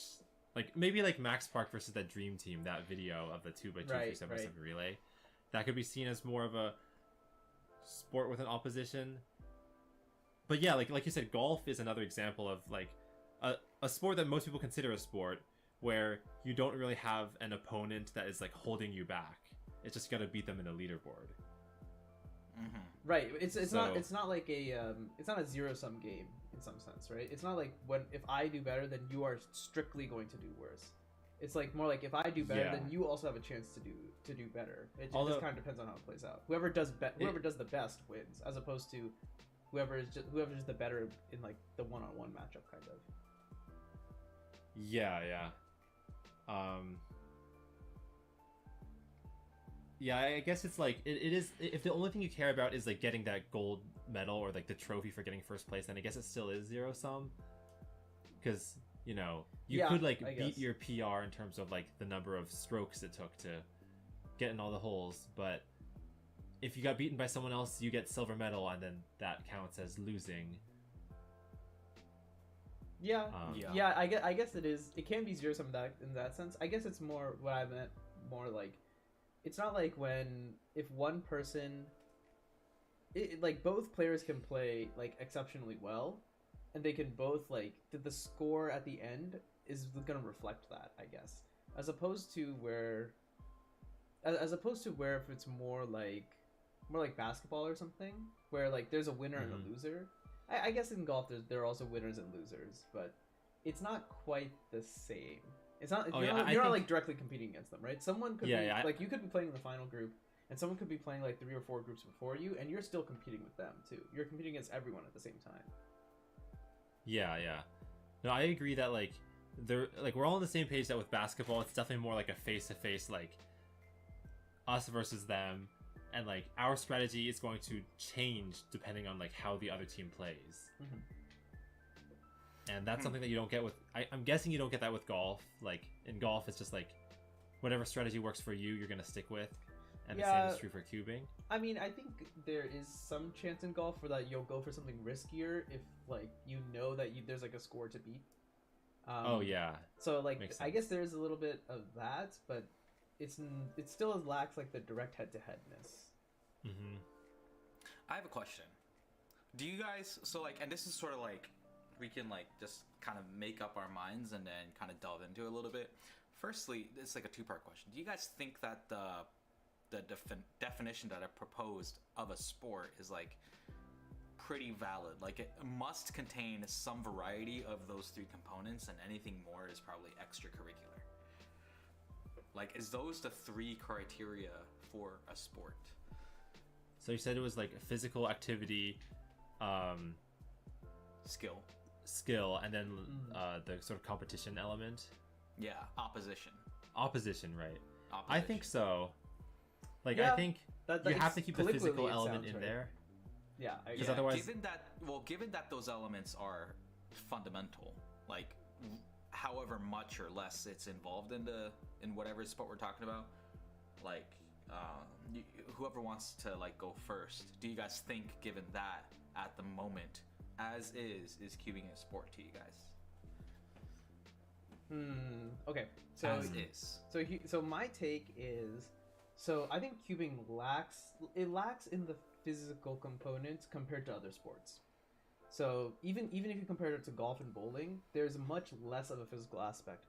Albeit, I think there's more of a physical aspect in cubing than there is in something like chess. Because as we saw with the recent 313 world record, even though Max had a really efficient solution, 313 was not possible unless he had 10 TPS. And 10 TPS is not trivial, right? Like it requires loads of practice. It requires a lot of dexterity. Here's another analogy that you could draw. If you think darts is a sport, I think the physicality required at darts is probably about the same as it is in cubing. That's true. Yeah, I could see it probably being about the same. And I think darts could be a sport. I could definitely see that.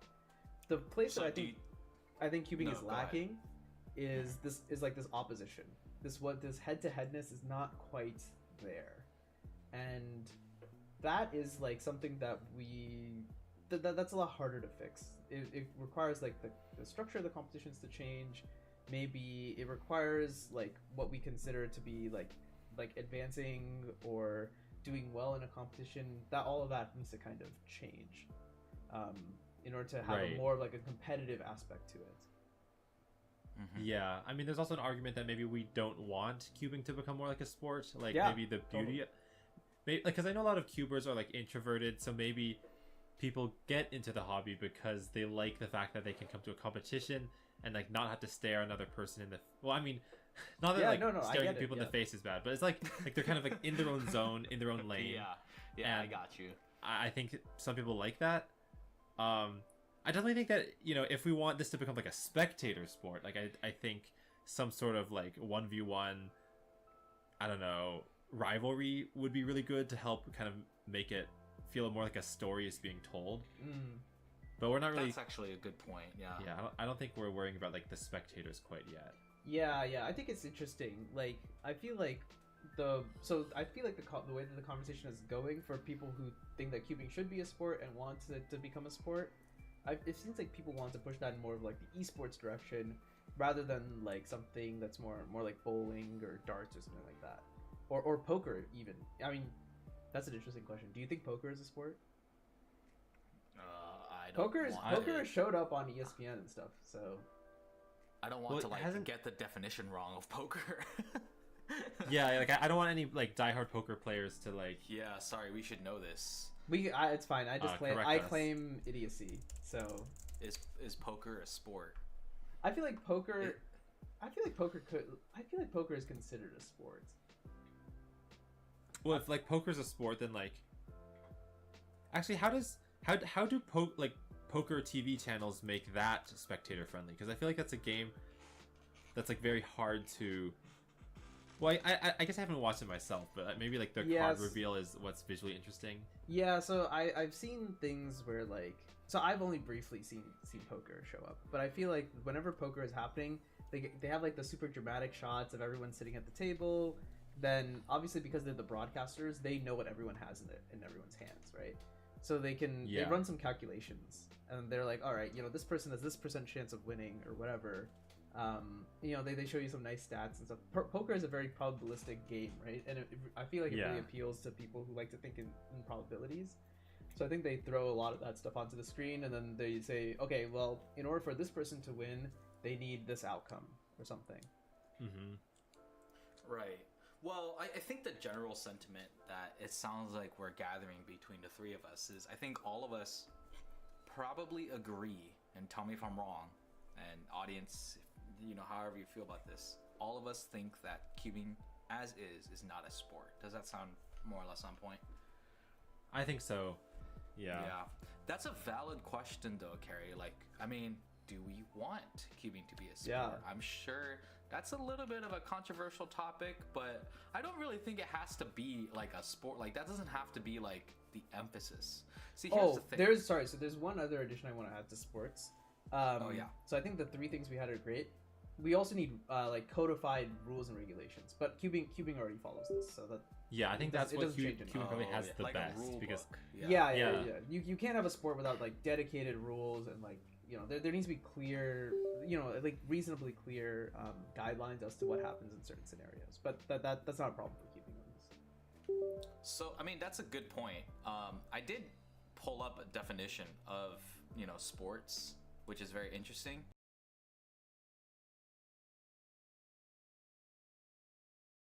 I think what's interesting about it is that it actually gave me a different definition. A sport, by definition, is an activity that requires skill in which a person or a team competes with another person or team. Oh, interesting. Like, so it drops the physicality aspect. Well, but like this is the next definition. A game, by definition, means a competitive activity or sport which is undertaken for fun and is played as per set rules of the game. So it looks like there could be some differences between game and sport, and they could be correlated. But I guess that was just like a food for thought thing. But here's the thing. I think in the theory, like we can start theory crafting of like what would be a good way to make cubing more closer to a sport. And in my opinion, I actually think it starts off with some sort of official recognized WCA format of a competitive leaderboard. Yeah, I agree. If you guys are familiar with the Twisty Puzzle Cup, which we did on this channel a while ago, having a leaderboard is a really, really easy way to create competition, but it's still competing against yourself. But you get to compete against yourself, against others in a way other than PRs. So like, if in theory, like for example the FedEx Cup in golf. Yep, That's kind of how we exactly. modeled the Twisty Puzzle Cup. You can use that as a way to create opposition without having a cuber go head to head against another cuber. And I think as is, if that leaderboard aspect showed up in the WCA format, it would definitely be considered a sport, like bar none. Yeah, I get to expand on that basically. So what we mean by this leaderboard format is basically every time you compete at you go to a competition, you get a certain amount of points depending on how well you did. And that depends on how big the competition was, how well you did relative to everyone else basically. And things like that. They're also I think the good way to describe this is FedEx Cup ranking points, because I think that does a really good job. So yeah, you get more points, and then whenever the season ends, you just have like some playoff between like the top like 20 people or whatever, and then it's like a World Cup in some sense, right? You have the whole season to qualify, and then whoever makes the qualifiers, is on the bubble. Every week you can do like a bubble watch, right? And see like who's in, who's out, and whoever ends up the top at the end of the 2-year period, they get crowned the champion. Yeah, and it could definitely create like a lot of differentialities in how the WCA is run. So for example, if it's like a direct correlation to the FedEx Cup rankings, imagine if continental championships were worth more points. Exactly, they totally should in your FedEx Cup rankings. They totally should. So like if I were Max Park, well, should I like grind out like every single local competition that there is, or should I just do 4 a year and get my way up the FedEx Cup rankings, for example?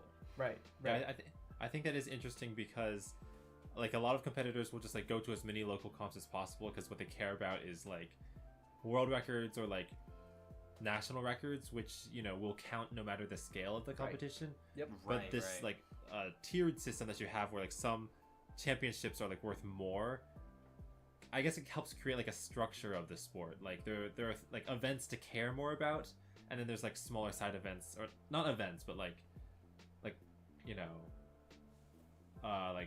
like spectacle things that are happening, like event as in like you know what I mean. Right. Yep. And imagine if it was like the ranking system was like one way as an invitational to the World Championship, or exactly a special event, or like something of that nature. WCA, don't yell at me. I'm just like thinking of creative ideas that I would love to share, and I would love to like hear how people interpret this, right? There's a lot of storylines to be had. This fixes a huge problem with regional championships in the United States, because regional championships, truth be told, people don't care about them a lot. Yeah. Like they care about them, but they don't care. Like all you get for winning the regional championship is like a little title. And the title's fun, right? It's cool to be like the Western champion or like the Northeastern champion, but it does not carry like that much weight. What if being the Western championship meant more? And this is just one way to do it, right? So the leaderboard thing is a really simple way to make it feel like a sport, because it kind of connects you with the rest of the world in a way. Or like the rest of the people that qualify. Also, to be clear, this system does also have cons, of course. Like we are only highlighting the good points, but it's just an idea. It's just an idea out there. Another like good thing that might be a takeaway from it is it creates storylines, right? And like then, of the contestants, not contestants. Yeah, it creates storylines. Like we already have storylines that are very entertaining, right? Like the storylines of Felix and Max Volk, right? The storyline of Felix versus Max Park. But it's not like a versus, it's like a friendly rivalry type thing. But like obviously Netflix did a whole documentary about it, about how important it was to cubing, right? Yeah. But you could create storylines beyond that, right? Like it just creates in a way entertainment, right? That maybe would draw more interest and to have it considered a sport. Part of what makes the NBA so interesting is that they have so many storylines. Yeah, that's true. You could watch a blowout NBA game and it's not competitive at all, but the casters have just so much to talk about. Yeah, there's still stuff to take out of it. Yeah.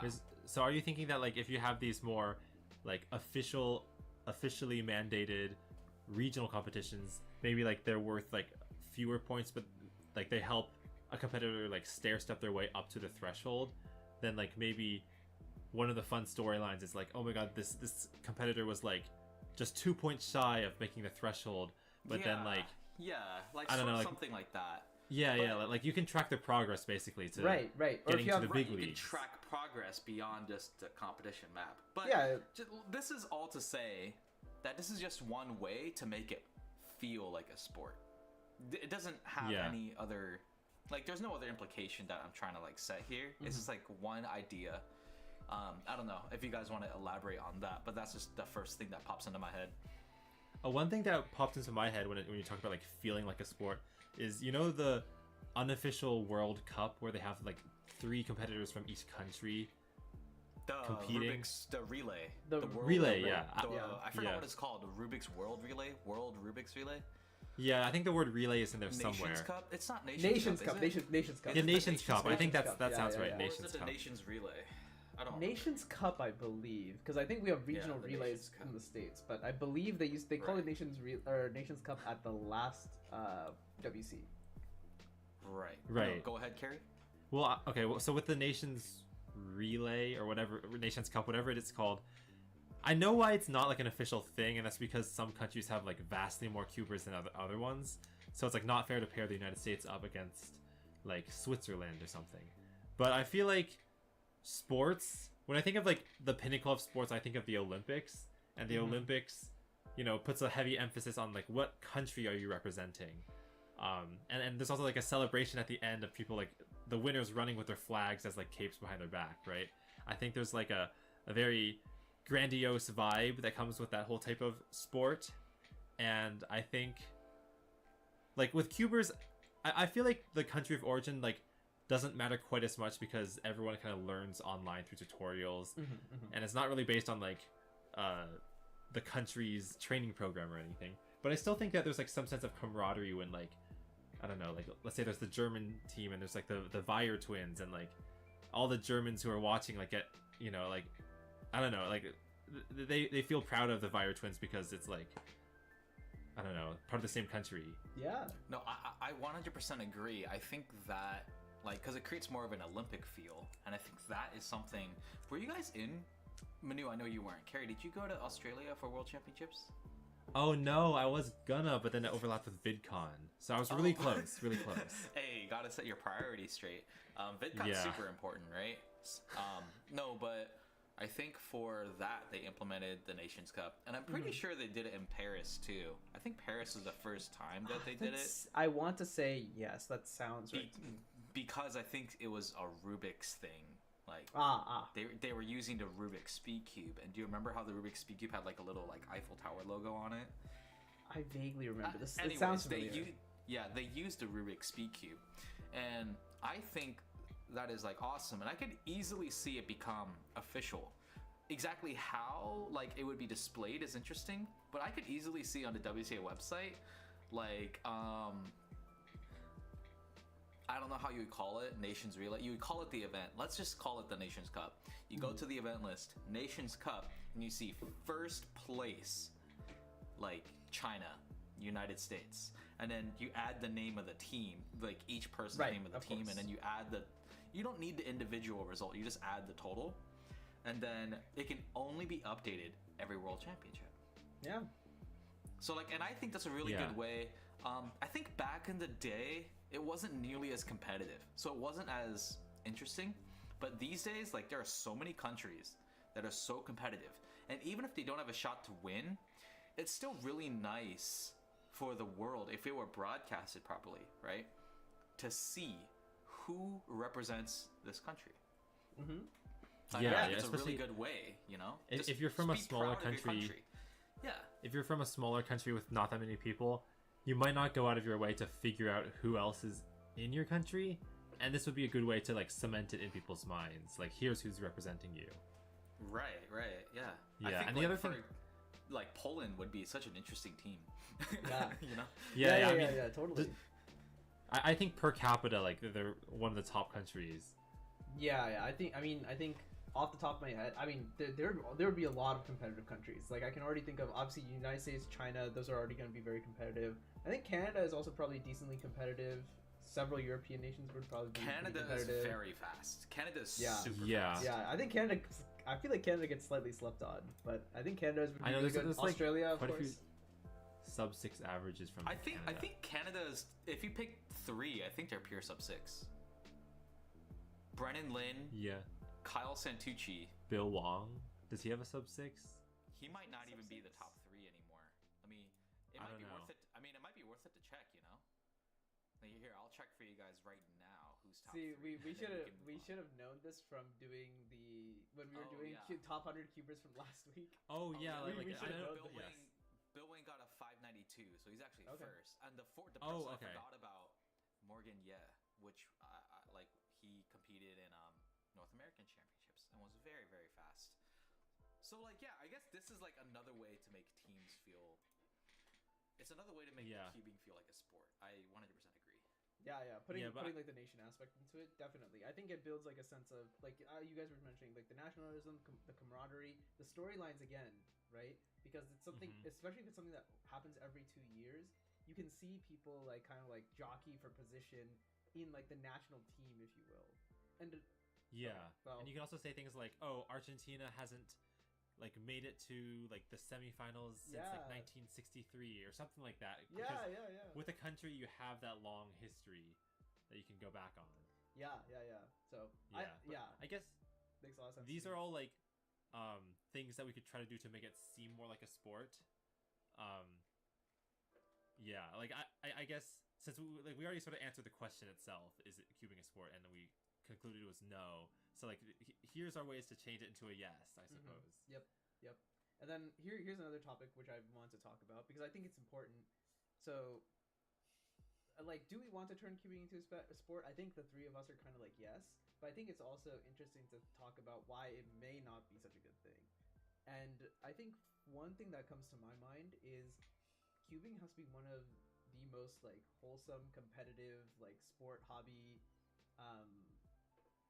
like like what I literally don't know what words I'm saying, but it has to be like one of the most welcoming hobbies out there, right? Because you can just show up and if you want, you can compete against yourself, and that's 100% okay. Like I think all three of us and most cubers would be totally down for like new people to come in and just like just try it out and like have a good time, right?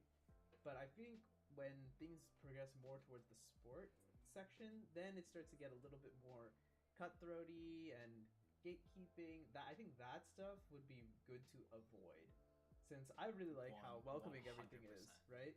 Yeah, and if we get to the point where like that's I feel like one issue of creating like these like tiers of cubers, having like cutoffs for who like makes it into some invitational or a nations team, then it gets like then we're like jockeying for position.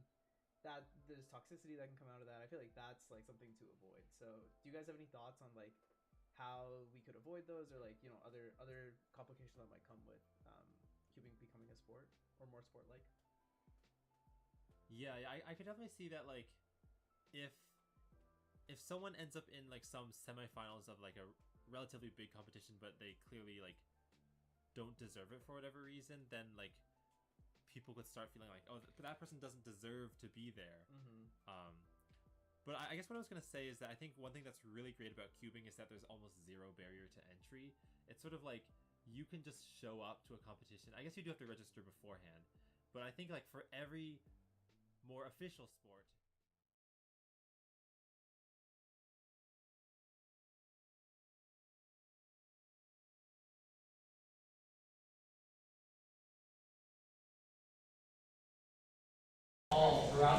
All right, everybody, welcome back to CubingUSA Western Championships 2023.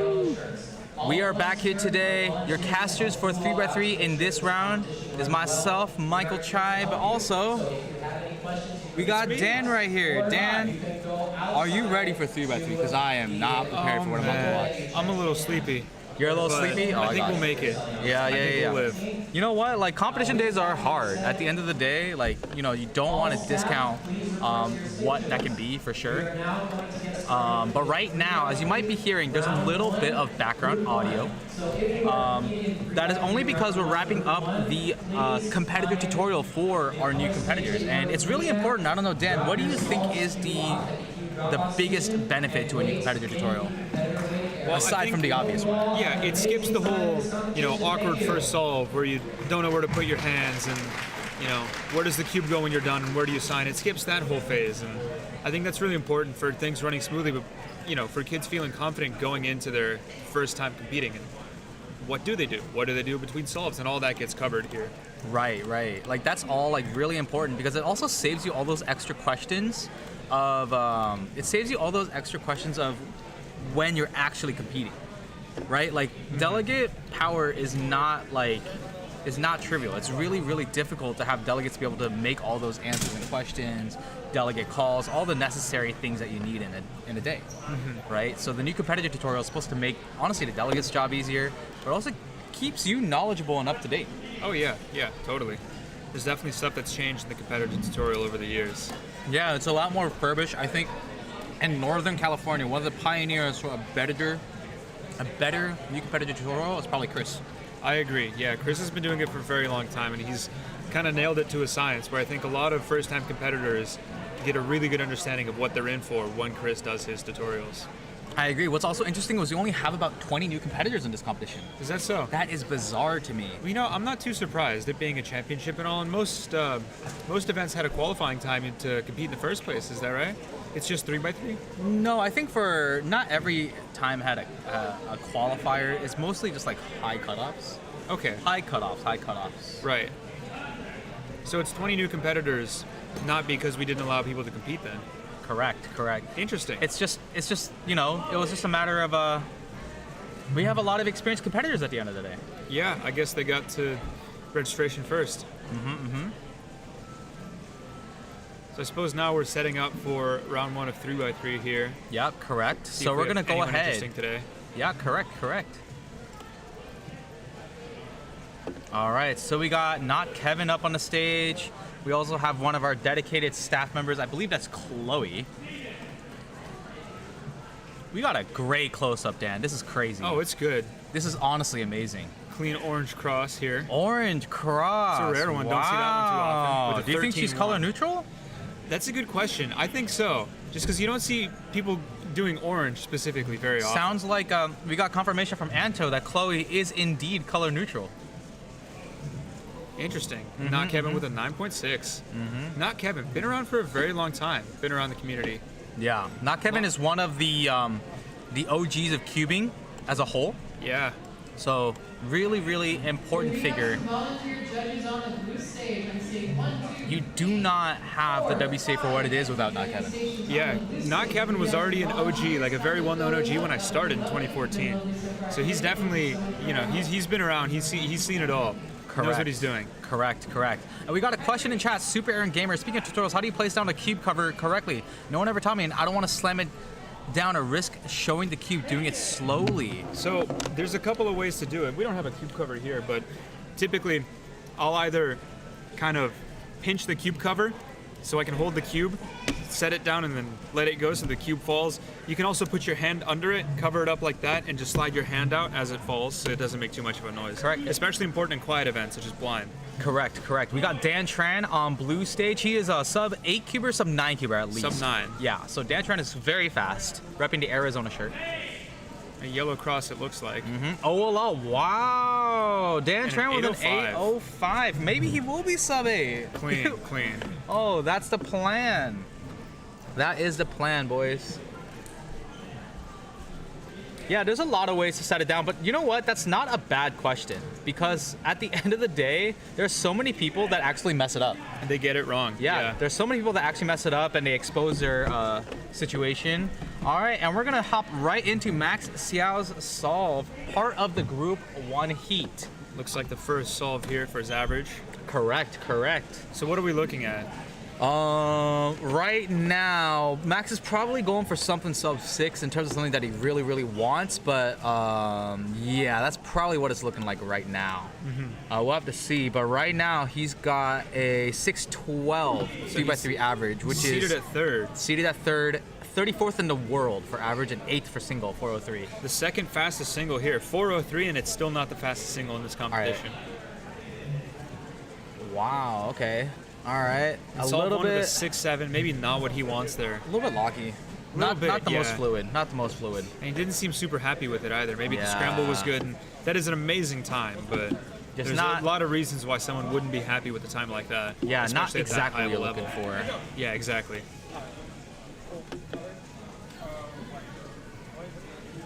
Looks like a newer competitor making an appearance. He looks like he's solving pretty fast too. Yeah, definitely. There's a good OLL there. Into a clean A-perm, 16-1. Very nice. Love seeing that. And that's one thing I think people get wrong a lot of the time. There's a lot of people that I've met just kind of through life outside of cubing that have solved the Rubik's Cube, know how to do it, can do it in a minute, and they just don't want to compete. And I always try and convince them to compete because it's not about winning. Correct, No one yeah. here is, very few people here with the intention of getting a first place, right? That's the thing. Like right now, there's 300 competitors, 299, 300 competitors, but only 2 of them have a shot of winning 3x3. Yeah, Maybe exactly. just 1, really. At the end of the day. Yeah. But you're here for the good times, I 100% agree. All right, it looks like Chloe is going for her at least second solve. It must be solved too. So it looks like she's color neutral, confirmed, but she's going for orange yet again. Yeah, that's right. A second orange cross here. F12-3, F12-4. Is that a pi OLO?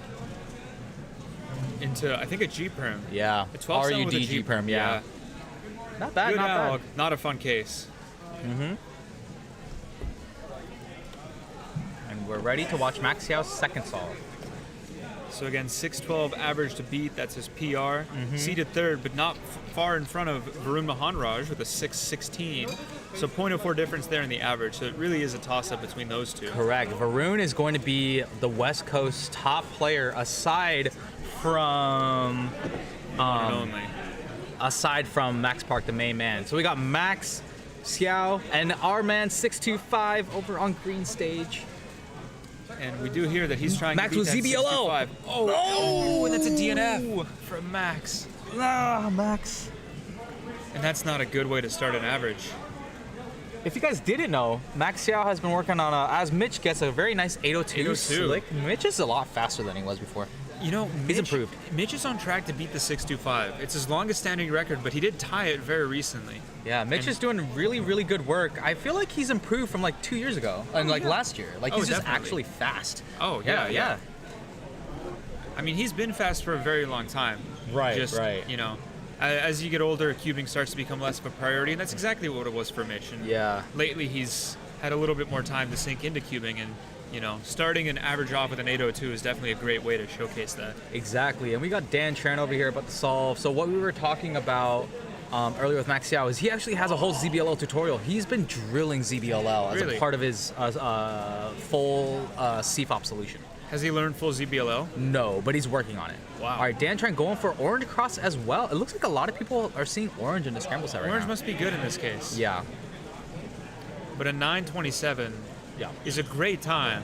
Yeah. But no 802. Nope, not quite. And we also got our local man, Paul Mavi, on the green stage, sponsored by thecubicle.com. Also got Bugs Bunny over there. I think that's just some rabbit. Oh, man. Is that Chungus? And Mitch getting an 882 in the background in that stream. Not bad. Clean. We're not able to see what Paul's doing, but he is green cross only. 856. Paul, let's see, has a 673 average, so 856 isn't amazing, but at the same time, it's nothing to scoff at. Correct. Even for a solver like Paul, it's a great way to start a day. Correct. Especially after pizza. Oh, yeah. Yeah, after lunch. Everyone's always groggy, but can never complain about it. You got to fight the food coma, really. Yeah. All right, Max Xiao going for at least solve 3 on this stream right here. He's going for yellow cross. Olo into clean. Oh, and this is fast. Huge and a 611, and he's not happy with that. Xiao. And again, the second time that we've seen a 6 that he's not happy with. Unreal at this level. That must have been probably Olo at 3. I think so. Olo at 3. That was really fast through F2L. Oh my goodness. And we got Cindy from the Berkeley Cal Cube Club. Looks like a white cross start here. Slower turning, but looks like very efficient. Very efficient. City is very fast at solving the puzzle. Looks like he's going to end with about a 12 here. 1170. 11.7. Yeah, not good. Not bad. Not bad. Solid. Very solid. She doesn't look too happy with it. But you know what? We're just going to have to take it as we see fit. Well, fortunately, we have 4 rounds of this event, so I'm sure competitors will have plenty of time to, get their luck back if they're not feeling it on this one. Yep.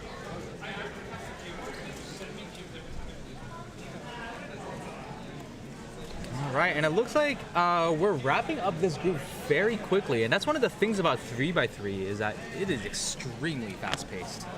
Oh, yeah.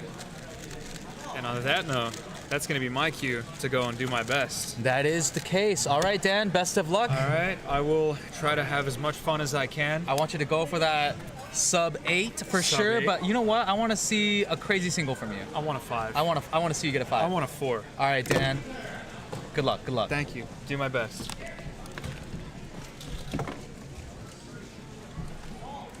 All right, boys. So we're just gonna continue on the stream. Of course, wrapping up. Max Xiao is going to be streaming on the other stage very, very soon. He's gonna be a little bit on the side, but we can definitely see what he's up to today.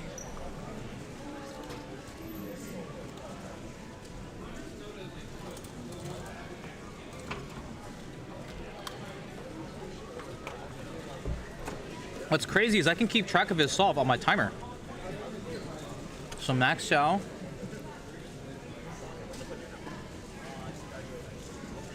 Starting his solve now, going on white cross, I believe, up to Ola already.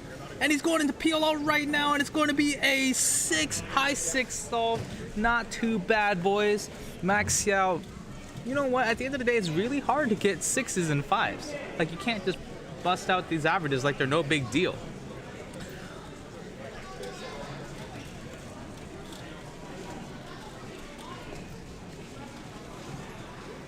We got our man Nolan Yu, the main judge over on green stage. And it looks like 3x3 is pretty much done. Just covering pretty much just some stragglers here, making sure that we can properly finish all of the groups. And we have our man Will Newhoff. What's up?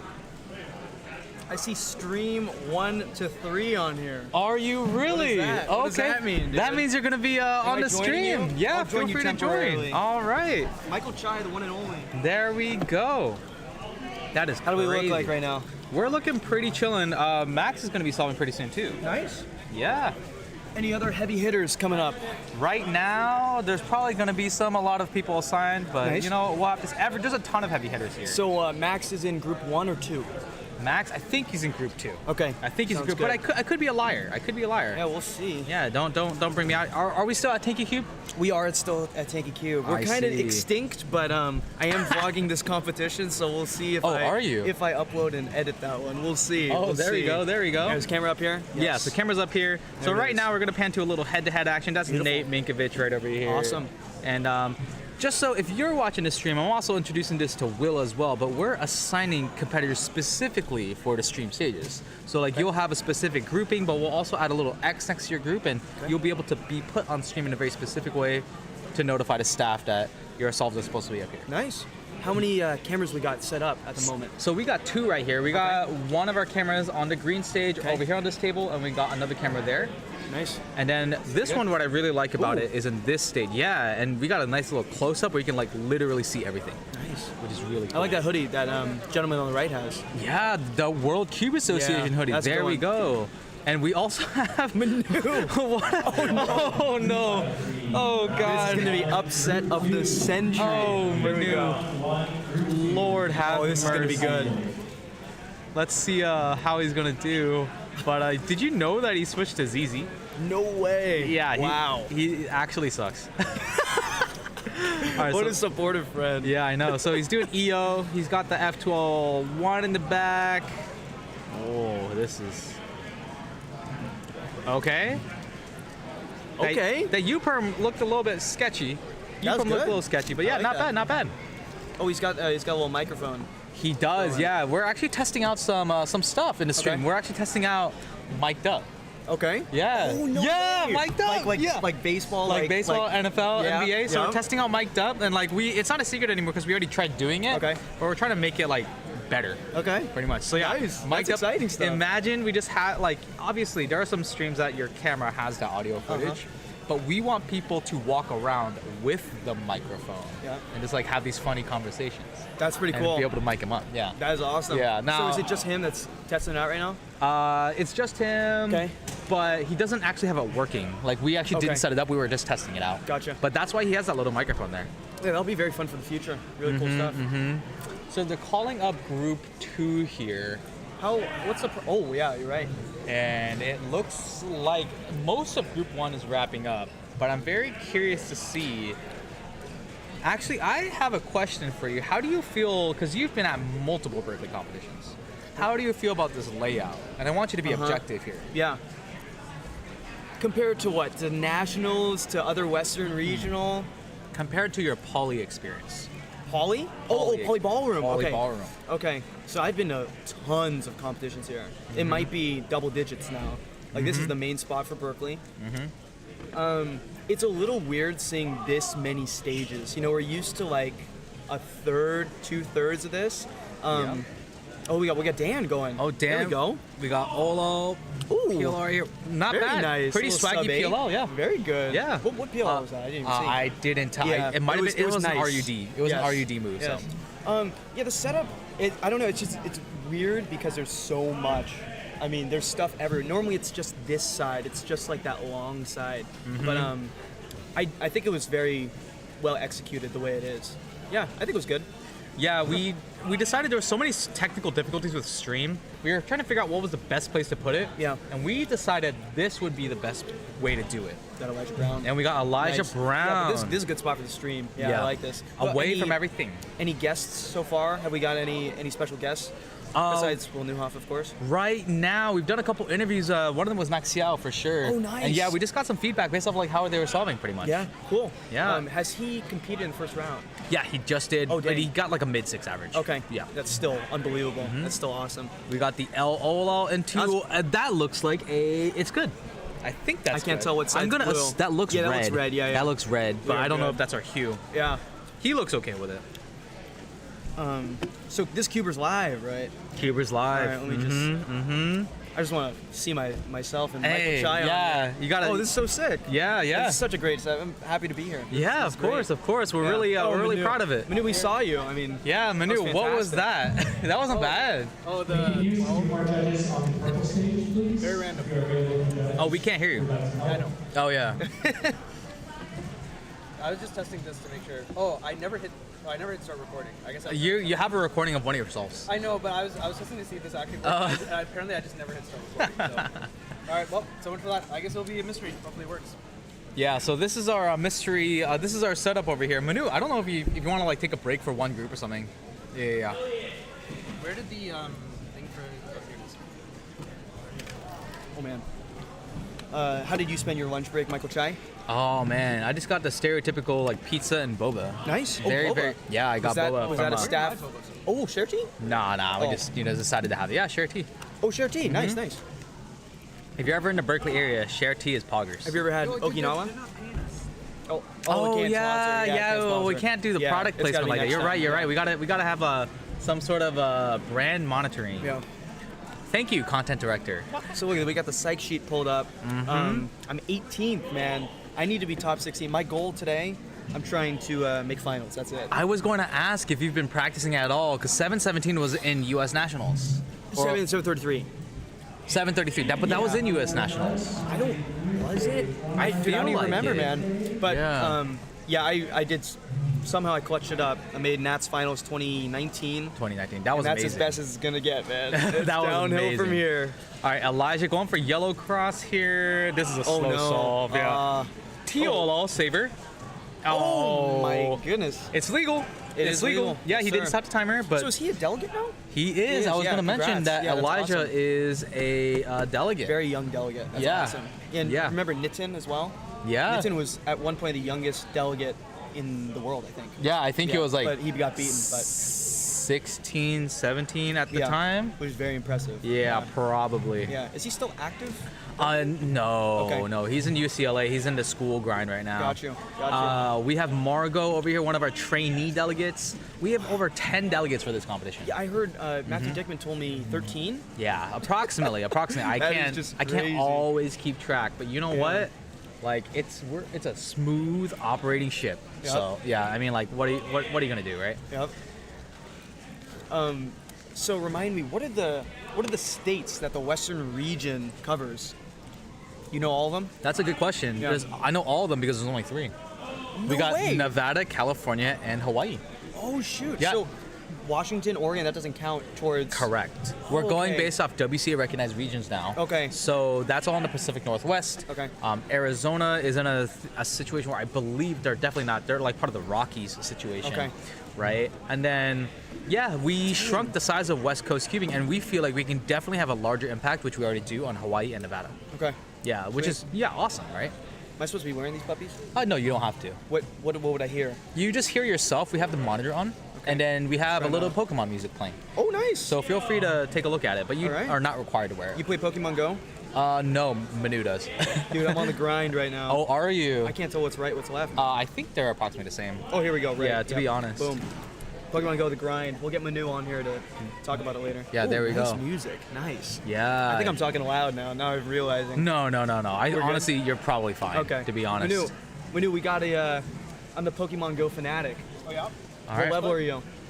Dude, I suck. I'm like 36. Oh, that's very good. It's better than me. I'm 33. We got Das cubing on the Nice, here we go. green stage. Going for a 5 single at some point in this competition. I don't see anything for white, yellow. I don't see anything for yellow. I wonder what he's going to do here. Something to keep in mind, no edge oriented. Oh, wow. Okay, not bad, not bad. Great recovery. Great Yeah, recovery. yeah. Good execution. Yeah. Then solidly going to have an average so far. He's got a low 8 and a mid 7. So that's very impressive. Dan barely sub 8, so he's on PR track right now. Yeah, absolutely. He's on PR track. Yeah. We'll have to see what happens. All right, and we're gonna get Margot back onto the blue stage, getting a 8 on that first solve on stream. Fantastic. Yeah, very, very What solid. does Margot average? Margot, I think Margot is sub 10, but I'll have to double check. Okay. 8's a great. Oh, there we go. Oh, yeah. 46? All right, 849. Yeah, Eight's a very great fast. solve Sub for him. 9. There we go. A little bit locky and Yeah. pausy. It's very tough. 875, but you know what? Not bad. Yeah. Not bad. Sometimes I feel like the first round is actually the hardest round sometimes. I don't know, Mhm. just getting in, just there's so much pent up like anxiety. And that's why a lot of people are more interested in round 2. Absolutely. Like, not only for like 3x3, but for like events that they care about, having a round 2 gives you a chance to settle down. Yeah. Yeah, so. Absolutely. Yep. A lot of the best averages that you can get on PRs, the best chances for those are round 2s. Gotcha. All right, who's coming on the stage? Is that Elliot Kablansky? Nice. This shirt is awesome. What do you think of the design? Oh, our main delegate Shelly Chang designed this one. Is she here today? Yeah, Shelly is I haven't seen here. her. So shout out to Shelly for providing this design. We Yeah, went that's for not Rubik's Cube. Fair. Am I tripping or is Elliot 3-styling? I hate this man so much. That's great. Swag. Oh my goodness. He knows what he did. He knows what he was doing. Let's see. And Elijah about to come on to the green stage. So Super Aaron Gamer, nerves not warmed up completely. Round 2 perfect, correct. And then round 3 you lose your mind because it's so nerve-wracking. And looks like Elijah's busy making a call on Nicholas, one of our staff members, Nicholas's cubes. Oh, that's Johung. We got Johung, not Elijah. All right, Johung, do you know he does Rue? No way. He does Rue. Rue is so rare now. Yep. But Rue more popular than Day4 for sure. That was a lot of inspection. So with Rue, do people normally do like white, yellow? Like, do they still have the same blocks on the right and left side each I don't time? think I think they're like neutral with like which blocks they start with. Okay. But I see most of the Roux solvers be white yellow. I don't see a lot of color neutral Roux. Okay. Yeah. Fair. But in terms of like whichever orientation, I think it's pretty okay whichever. I think they would have to. Absolutely. They would lose out at such good times. Yeah. Because I'm sure there's, pre-made blocks left and right. Mm-hmm. Oh, Margot, great H-perm Nice. execution. That's a great average. So Yeah. far. How many solves she done? 3, 4? 3 at least on stream. She's basically on tying her PR pace. Great. Approximately. That's awesome. Which is great. 849, yeah. When was the last competition that you went to, Will? Dude, that's a great question. Oh my gosh. I don't remember if I went during winter. I think I went August 2022. I think I'm August 2022? Yeah. Lord have Yeah, mercy. it's been a while. That's been a while. How many comps do you go to a year? Me? I mean, actually, I shouldn't actually say too much because this is probably like my 3rd or 4th comp Okay, in like fair. the entire Well, that's calendar still, year. That's yeah. still more than me. Yeah. Yeah. I mean, I've been focusing mostly on the big competitions. Yeah. Mostly fair. on the big competitions. So are you going to Nats? Yes, I'm casting for nationals. No Are way. you going Congrats. to Nats? Unfortunately, I'm not. But great location. I feel like that'll be fun. Yeah, I think so. I think Yeah. so. I'm excited for it. Yeah, that'll be great. First time I think it's ever been held there. Yeah. Yeah. I mean, I'm excited to go. I'm excited to cast for it. I'm going to Worlds as well. Nice. So that'll be Where's a Worlds great this year? time. South Korea. That's It'll right, be my that's first ever Worlds. Cool. Yeah, so that's what I'm looking forward to. Yeah. But the most remarkable thing about this competition is the quick turnaround between the regional competitions. We held the last 2022 in October. Okay. So we didn't get Jeez. too much time to start because basically Yeah. after it finished, we had to plan 2023. Yeah. So how many months is that? Probably a solid 9 months or so. 8, 9 months. Oh, here's Dan. All right. Yeah. Okay. Fair. Mm-hmm. Yeah. That's a quick. So we're gonna get Dan over in the back scene over here. Okay. I wonder if this scene is gonna let us see Dan. No, let's go ahead. Let's take this one because we can see both Dan and Margot. Yep. And never mind. Now we cannot. All right, we're panning to Margot over here. Still on PR pace. A lot of extra D moves there. This looks a bit slow. Oh, we got the Hopefully classic. That was 4th solve because might get some redemption. Yeah, there's a chance to redeem. And Dan got an 843. Dan, I'm not sure how many solves in he is, but not too bad, not too bad. Oh my.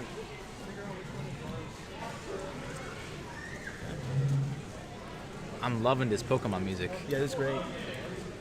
Just for our folks at home, it is absolutely scorching hot in this room. Scorching hot. So we have a fan being set up. Dan, what's up? I feel like it's time for maybe a little Dan Will reunion. How about that? You want to come on in? Hell yeah. Team Nub. Team Nub, dude, always represent. Team Nub. All right.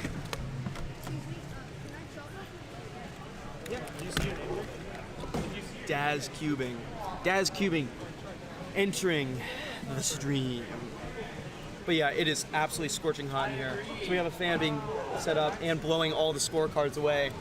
How hot is in here, Dan? Tanky Cube. Yes, Dad's Cubing. Tanky. The one and only. Cube. What's going on, man? You know someone here's wearing one of your shirts. Yeah, I saw. You That's saw it? Mason. Mason's a legend. He's Really? awesome. Yeah. That's so cool. He is really cool. So I'm glad we have someone to. What's up? How much is this picking up? I don't hear it. 0. Well, you're not going to hear it. Oh. On the monitor because I have the monitor off. Check the levels. What? Desktop audio? Mic? Mike, it's like, say it's. Because when you guys are talking, is it like this? This is like low. When you guys are talking, this is basically low. Or you can ask the chat. Yeah, chat. Can you hear this thing? Yeah, let's Chat, see. there's a fan. If you can hear it, let me know. Yeah, really we big really fan. want to hear from Super Aaron Gamer. How you been, man? I've been pretty good. How's your solves? I PR'd. Nice, man. PR average You have, by like a substantial amount. So you beat your mid-7. You beat your 798. Dang. 798. Yeah. What was? You calculated it out? Well, if you could help me run the math, I did take a picture of the scorecard. Yeah. I'll run the math right now. Definitely have up this one. Let's do it. Didn't get the single I wanted, but read it so, out to me. Let's see, 795. Okay. 761, 762. 772. Yeah. Cool. I'll take it. Nice. That's by. I'm happy with that. 2/10 of a second. 2/10. Okay. Don't hear a fan. What's up? We're doing great. No, Chat you're doesn't good. hear You're it. good. Yeah. Oh, sorry. Is that yours? Yeah. Dan, you want to go that way just a little bit? Sure. Are we moving the whole table? You can do whatever you want. Or are you hopping in? Do you want to cast Max Park? Max Park. Oh, I'd love to see that live. Max Park is going. That would be fun. I'm gonna practice. Okay. Max is going now. Yeah. Let's Yeah, walk. he's group 2. Oh, I see. Where's he at? What the? Blue 3. This is mine. That is yours. Both of those are mine. I'm going to take control of this. My fidget toy. Nice. I think he'll be here. So Cool. Until he's there, it's time. You guys can continue to banter while I drink my boba. Hand me that bag real quick. No. Thank you. It's a good looking bag. Thank you. Yeah, it's good. It's a good purchase. Oh, nice. Oh, I didn't realize it was a cube. Oh, it's literally a GAN bag. Yeah. I gotta swing by your dad's work sometime. I could use some detailing products. Right on, man. Yeah, he he's gave got... me this like license and registration little holder thing. All right, yeah, I know what you're talking about. Finally used. Yeah? Yeah, because I already had one for my car, but since I made my last financial decision. Everyone shut up. Everyone shut up. Oh, it's Max Park. Oh, Max geez. Park Oh, we is gotta solving. relax. This is what you guys are No big- cars, big- dude. This is what we're here for. All right. So solve 1 here of 3x3 round 1. Max Park going up. We should end the stream right in the middle. Of course, there's no question that he's going to move on into the 2nd, 3rd, and 4th round. But let's see if he's in the mood to pull anything off here. Just right. Was his off last rip. competition, most recent competition, the world record? No. Okay, so he's I don't think competed recently. I think he's competed. So he's not fresh off of it. The nerves aren't as on as they were. And as expected, a crowd's Drawing a forming around crowd. Max. Oh, the crowd is. He's like a magnet. He has his own orbit. Anything good here? I saw a lot It of looks white. like a lot of weight. Yeah. Well, he went yellow. And solve 1 Oh 4 my 53. God! What a clean start. What an That's actually amazing start fantastic. here for Max Park. Can we deal with this? Yeah, it's a little. Yeah. What's Looks going like on? We're going to do some crowd control here. Wow. There's You a guys should see. I massive wish you guys could all could see. Yeah, this is wild. Starting to get worried about the webcam just getting kicked out of the way. Should be very, very But the thing is, I mean, a 4 for Max, that's wait, scoot over easy just a money. Left or right? You're right. Sure. A 4 for Max, that's every day. Oh, yeah. We it's need nothing. 5 4s though. That's we what need we're 5 looking of for. them. But Or it seems 4. he was very casual about that 4. Manu's back. And maybe even casual enough to run a couple more of them. So what happened? Was LL skip? Like no, not LL skip. It looked like a PLL skip. I think so. Or a ZB, or it could have been. So Or one class later. Max, I think somewhat famously, has not really done a lot of ZB. Yeah. We did see him pull one off earlier today. 6x6 maybe? So yeah, famously he doesn't do a lot of ZB, but if it were a ZB, that'd be really, really cool. Absolutely. I have heard a little birdie did tell me that Max is learning a lot of Alex now. All right. No way. Yeah, all that right, he's there we not go. Colin Burnsing it anymore. He's actually learning stuff, which will be very interesting to see how far that's going to get him. It looks like And Tommy with in a all 6. this commotion, we just missed Tommy just get a 6. It's casual. So that must have been a pretty good scramble then. If that's Yeah, his yeah, first- yeah. Oh yeah. I mean, So did he go 4-5-3. yellow as well?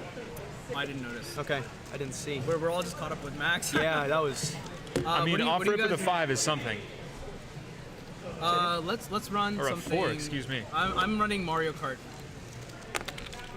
Where's the Mario Kart? Where'd it go? You were playing Pokemon music earlier. No, forget the relaxing Pokemon music, dude. All gas, no brakes. All gas, no brakes. Can you type Mario Kart in? Sorry. Just like Mario Kart music. All right, easy. Is that on Lee? Easy. Huh? Yeah, it is. It is. Here we go. Oh, it We're is looking here for on a green 7. stage. We're looking for a 7 here. And PLL at 7. Oh, and Ooh, Chooks. boy. But Yeah. 8.99 is enough This for is great sub music. 9. It's good music, right? It's Wii, right? I think it's just a mix of a bunch of Mario Karts. Cool. All of the different ones. Yeah, it's classic. Yeah, Play exactly. on the Dude, Switch we're, ever? wait, what was that? Play on the Switch? Yeah. Switch is awesome. The Switch Mario Kart is really good. I think Yeah. this is DS. Oh, no way. This one is Oh, it's gonna say? Oh, it's Coconut Oh, Malt. it's Coconut Malt. Wait, really? Oh, no, 27 minutes. 27 minutes. It's Wii. Wii. Oh, yeah. wow. Okay, okay. Yeah. All right, This is a Max good one. again. Shut up. Max again. For Mario Kart has Two. come second now. Remember, Catch. so Max got 4-5-3 on the first solve. Let's see what he can do here. I don't know why, but I'm nervous too. He's got to back this one up. 453 is a strong start, but can he keep the momentum going? Is he eyeing white here? I see yellow on the top. It looks like he's Yeah, looks taking like options. Does he know where he's going? It looks like a course he yellow does. cross for Max. Looking pretty good so far. That was a Oh, weird, and a little bit locked weird up there. execution error. Huh? Whoa. Whoa. Wow, an 8 for Max. You could That's tell though weird. he was kind of scrambling. The last execution second. error was really odd there. Yeah. At the end of F12. I don't know if he was prepared in inspection. I don't know. He did take a long time. He was looking. It And seemed it like was he had white at the rotations. bottom. Seems like he just couldn't find anything Yeah, there. yeah. Maybe just nothing was there. He was looking at white for a long time. Just switched around and stuff. Well, we'll see how everyone else does. Maybe it was just a really bad scramble. Yeah, They do say every average has a bad solve, and maybe this is just that one bad All solve. right. Well, Tommy's here to prove or Yeah, disprove we'll that see. trend, right? Yeah, So- Tommy So here is for Tommy I think generally solve average? 2. You want to see? Yeah, let's see it. Let's take a look. Because the 6 is awesome. This is. Tommy's Oh, no, 648. fantastic, yeah. 648 PR average with a Okay. 468 I didn't know he had a single. 4. Wow. That's Wow, he awesome. does, huh? Hey, at this point, it's impossible to keep track of fours. Tommy All right, talking Tommy. to the judge or something? Maybe he's cameraman. Cameraman. Tommy getting angles for this one. Meanwhile, we have Antonio at the top here. Is overheating? Okay. All right. We'll take a look. We'll take a look. Oh, okay. Tommy looking. Oh, again. Oh, Tommy. Oh, dude, weird that's so execution error. interesting. That's so interesting. And we see another 8 on Really solve 2. interesting. Another Okay. 8 from I'm dying to see what type of scramble that was. Yeah, I'm dying that's to see. interesting. Meanwhile, we have Antonio on the other station doing this classic Doing an OH OH. solve. But Antonio, well are known. we in- No. This is 3x3. You are watching the correct segment of the live stream. That's crazy. 11:20. Antonio just uses 3x3 to practice for OH. Those That's who have seen Antonio insane. solve before will know that he's actually officially faster at OH than he is 3x3. Yeah, only real What? ones know. You weren't a real one, man. I'm not. That's should've- actually should've incredible. I didn't know that was a thing. You heard it here first. Will Newhoff is not a real one. Anyway, we have Ruby here from SoCal, a new face of the NorCal cubing scene. Also a very fast competitor, one of the fastest females in the world. I think Oh, she's nice. like an 8 Nice. second solver. Really So, solid. Really smooth, right? Yeah, yeah. A couple of absolutely. pauses there in the last layer. Yeah. The That's what last you can layer hope was for. tricky though. Yeah. I don't know. I have like really high respect for people who can just go and not pause. Oh yeah. Because I don't know, like you have to have amazing command over the cube in order to do so. All right, Antonio back again. This time we can see catches full OH solve here. Let's see if he goes for the one-handed bit one more time. He likely will. Though viewers know this is not one-handed round 1. It's regular 3x3. He's choosing to do it one-handed. Antonio also a roux solver, which also makes it very interesting, unique solving style. Yeah, And wow, 9-4 one-handed solve. Wow. Unreal. Wow. Nobody does it like he does. Yeah, Antonio is insane. I mean, he's literally world record 2 next to Max for single. So Wow. Antonio, what state does he represent? Where's he from? He's here. Okay, so but he's... he lives here. Okay, gotcha. Yeah. Does he live in California? Yeah, he goes to Berkeley. Oh, nice. Okay. Very cool. They're very local to here. They're very familiar with this venue. Here we go. Max And speaking going- of California, another California cuber. Yes, sir. Sorry, that was a terrible segue. Max going for solve 3 here in 3x3 round 1. So he has 4, 5, 3, and 808. Yeah, and an 8. So there's no way, like, very unlikely that the 8 is going to count. Yeah, hopefully that's the solve that blue. doesn't count. And it looks like a green cross Yeah, for oh, Max, just no and he's clean pauses. through here. Oh, I thought that was a... Oh, and a That was a 590, real- which for Yeah, Max, right. That must have been a Like U it. from, right? I think it was J. I think it was bad okay. J. Tough to pick it up. Yeah, Yeah, it looked, definitely. looked great. Looked absolutely amazing. And definitely a very average solve for Max, but still enough to get the crowd hyped and to make for a half-decent average. And it's still round 1. There's Dude, I 3 feel more like, after I this. feel like we're spoiled these days. Like casual viewers are spoiled these days because now when people see 6s, they're like, who cares? The world record's a 3. Yep. Nah, dude, the 6s are awesome. Yeah, 6s are crazy. I remember when sub 10 was impressive. Yeah, exactly, right? Yep. And Tommy, I believe for solve 3 as well. Yeah, I think Tommy has literally followed Max every single solve so Yep. far. Let's see if he also goes with the green cross. Oh, did he get a... No, he had a 6 to start with. Yeah, sorry. But like in terms of... Yeah, I got what you mean. Yeah. No, I was on So record. hopefully we're getting like a low 7, a high 6 here? Yeah. Yeah. 6. What we're Anything looking with 6. for. But a couple of pauses here. Let's see. Oh, no! And +2s out of a 590. 797 is the final time for that. That's crazy. So unfortunate. That looked so good too. 700 of a second behind Max, but with the +2, 1 move penalty. Wow. Yeah. So that's a 7. That's an 8.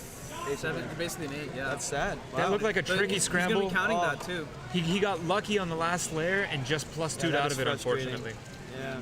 Unlucky. So here we got Ruby. Yeah. Once again, looks like a lot on, I believe, White Cross. I know nothing about her solving style, so let's see what she does here. And she is going to go for the White Cross. A little bit of a pause there, otherwise clean. Just slow turning, looking ahead, The seeing what's deliberate next. turning, man, it's too good. But this one looked like a An bit of a 11-7. movie solution, maybe. Yeah, definitely a lot of Dang. moves here. But still, with such a big competition, there's plenty more opportunities to solve a 3x3 here. I love how there's I love how like Chai is like standing there just like shepherding people. Yeah, Max Park with his personal bouncer. Looks like Antonio gearing up for another OH solve here. So Antonio has like an Regular 11 3x3. and a 9, definitely. Did we see what he got? Is this his 4th or his 3rd? I think he's going for 3 right now. All right. Dude, the OH turning is so fun to watch. It's crazy. Rue as well is The- ridiculous. The smooth turning is Now insane. calling 3x3, round 1, group 4. All right, guys, it's been a pleasure. Wish me luck. Hopefully, I'll be All right. on stream. Best of luck, Will. I'm on purple, so I'm probably not up. No, I don't think so. Anyway, I'll let you guys know how I do. Sounds good. Been a pleasure. Take care, chat. Have fun. Thank you. More than anything, wish me have luck. fun. Wish Good me luck, luck, buddy. Thank you. We'll see you guys later. All right, ta-ta. All right, now that we got rid of that bozo. And now there were 2 bozos. Now there are 2 bozos, not 3. Tommy, 698 here. Good comeback from Tommy. He's cleaning up. He's mopping the floors here. Important to note, this is just round 1. We say it all the time. It's very important, especially for 3x3, because there are 4 total rounds. Round 1, round 2, semifinals, and finals. This is true. And yeah, so the results here are not necessarily who's going to win overall, but it does give us a good idea going into the next round. Definitely a lot of room here. Yeah. All right, number 4 for the world record holder, Max Park himself. Max Park. For those who may not be aware, Max Park recently broke the 3x3 single world record, the single fastest solve ever done officially of the Rubik's Cube ever, a couple weeks ago, 3.13. Unreal. What are you thinking Longest standing here? record. Looks like he's looking at, what is that? Definitely locked green? into something. I think green he locked into. And green cross it Looking is. pretty good. That was a bit of an odd execution there. But a 576. The LL was amazing. Yeah. Absolutely amazing. Clean. Just a lot of moves there. So clean. That was the only thing he could have improved was the move count. Other than that, I don't know what he was supposed to do there. And what's crazy, the crowd doesn't go nuts for a 5.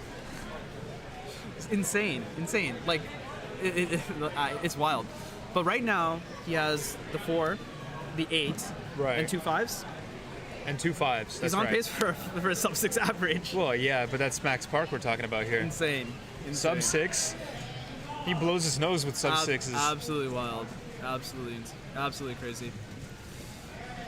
Oh, someone bumping the camera. Hopefully it's just Shy. Yeah, hopefully it was just Tribe. He's like really like shepherding the camera, like it's his own son or something. For the viewer's pleasure here. It's Tommy gearing up for, I think, once again, Sol 4. Sol 4, okay. Wow, he's taking a lot of time in his inspection here. Yeah, I don't know if he sees anything. He's got a yellow cross though. Yeah, yellow cross on the bottom. Oh, and he's quick in the last layer.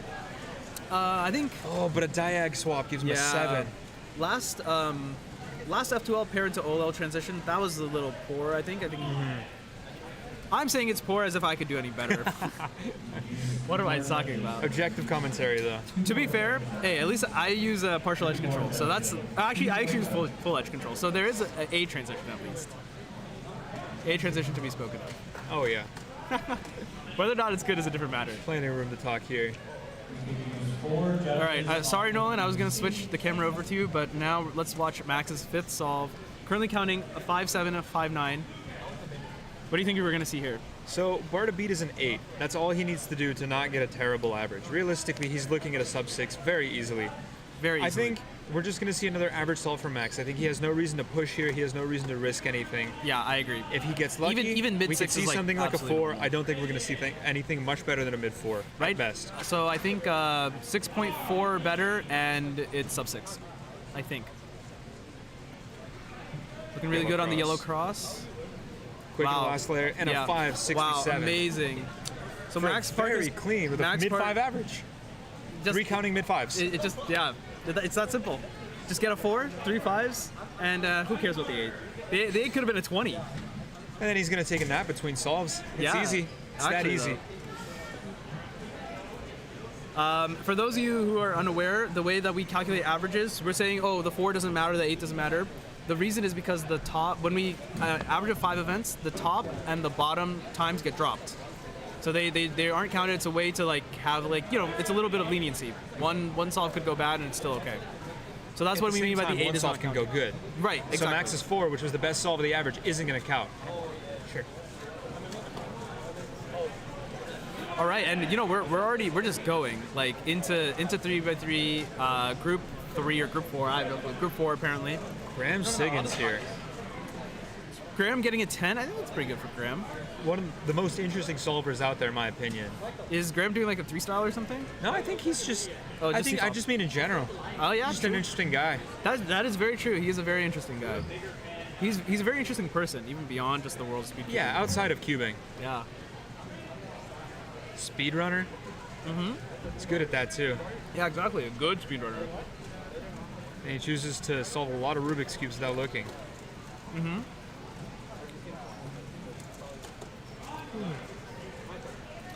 I wish I could turn like Ruby. Yeah, very clean Like, turning here. She was on PLL at like 7 and still got like 8.7. Like she was PLL like I think like 7.2. Mm-hmm. 1.5 PLL I feel like was pretty good because it looked like a pretty complicated PLL too. Not sure Right. exactly which one. Uh-huh. Oh, and a stickered cube. Don't know how many of those I've seen today. Stickers enough for $8.99. No excuses. Absolutely no excuses. Just tearing right through it. Don't think, just solve. As someone once said. Wait, what? Don't think just solve? I wonder who said that. I don't know. Makes No, you think. Oh, I remember. You wouldn't know him. Is it like Max guy? Yeah. He's like super underground. Is he? Yeah. I heard he's good at 4x4 though. He's like okay. Okay. Like, do you think like I'm faster than him? Yeah, probably. Yeah, probably. Oh wow. Okay. I think most days. Maybe on a good day he might be better. Okay, I see. All right, so he you know, nothing to scoff at, huh? Yeah, I mean he's like okay, you know. Yeah, I get that. This is a very interesting You setup. know, maybe if he practices some more, he'll do really good. Yeah, he yeah. might have some potential in there. Yeah. I mean, he has a chance, but it's a diamond in the rough.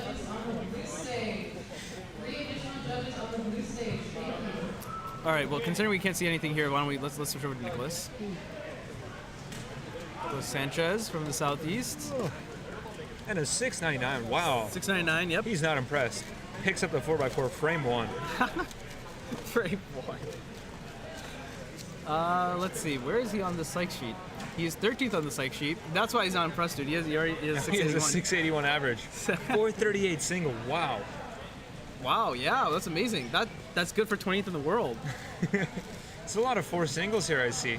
Dude, the fours are everywhere.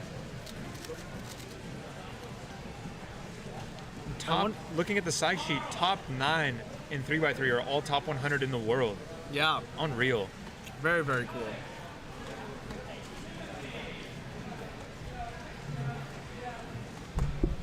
Yeah, I mean, it's kind of insane. That's just how much talent there is in like in the Western area. You know, like the Western region, I think, is one of the hottest regions in the country, and is pretty on par with a lot of other places in the world. You know, definitely a hard one to be competitive in.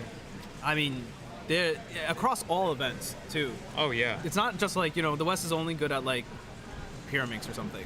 Like there's a lot of talent here across all the different facets of the world of cubing. There's no free events here. There's no free podiums in the Bay. See, there used to be. There used to be. There used to be a few. Clock was the freest podium ever. Scoob too. Scoob and 2x2. Yeah, but nowadays, dude, everyone is like bringing their A game. So just that much more competitive. Definitely stepping up. Yeah. Interesting to see what's gonna happen in the next couple of years. See how that changes. I have no idea what's gonna happen. I'm looking forward to it though. All right, let's actually watch a little bit of Nicholas's solve since I think we only really got the tail end of the last one. Looks like he's electing to do. Actually, I think it's white cross. Okay. Oh, that is going to be a yellow cross, actually. Yellow and a cross. 6:15. He Wow. had one rotation. Look at him. He's kind of happy about that. 6:15. Yeah. It happens. A fart in the wind. Yeah. He had one rotation, and that's all. That's unreal. At the very end of F12, which is crazy. It's like he can see the cube. It's like he's got eyes on the table. It's like he's got eyes on the cube. I feel like even if I had eyes on the cube, I would not be able to do that. I'd lock up. I'd lock up. Graham mined something up here. Yeah, that was interesting. Graham made a last-minute rotation there. But then, taking a while to do this cross do a here, little bit of a fumble. Some smooth turning. Let's see if it all pays off.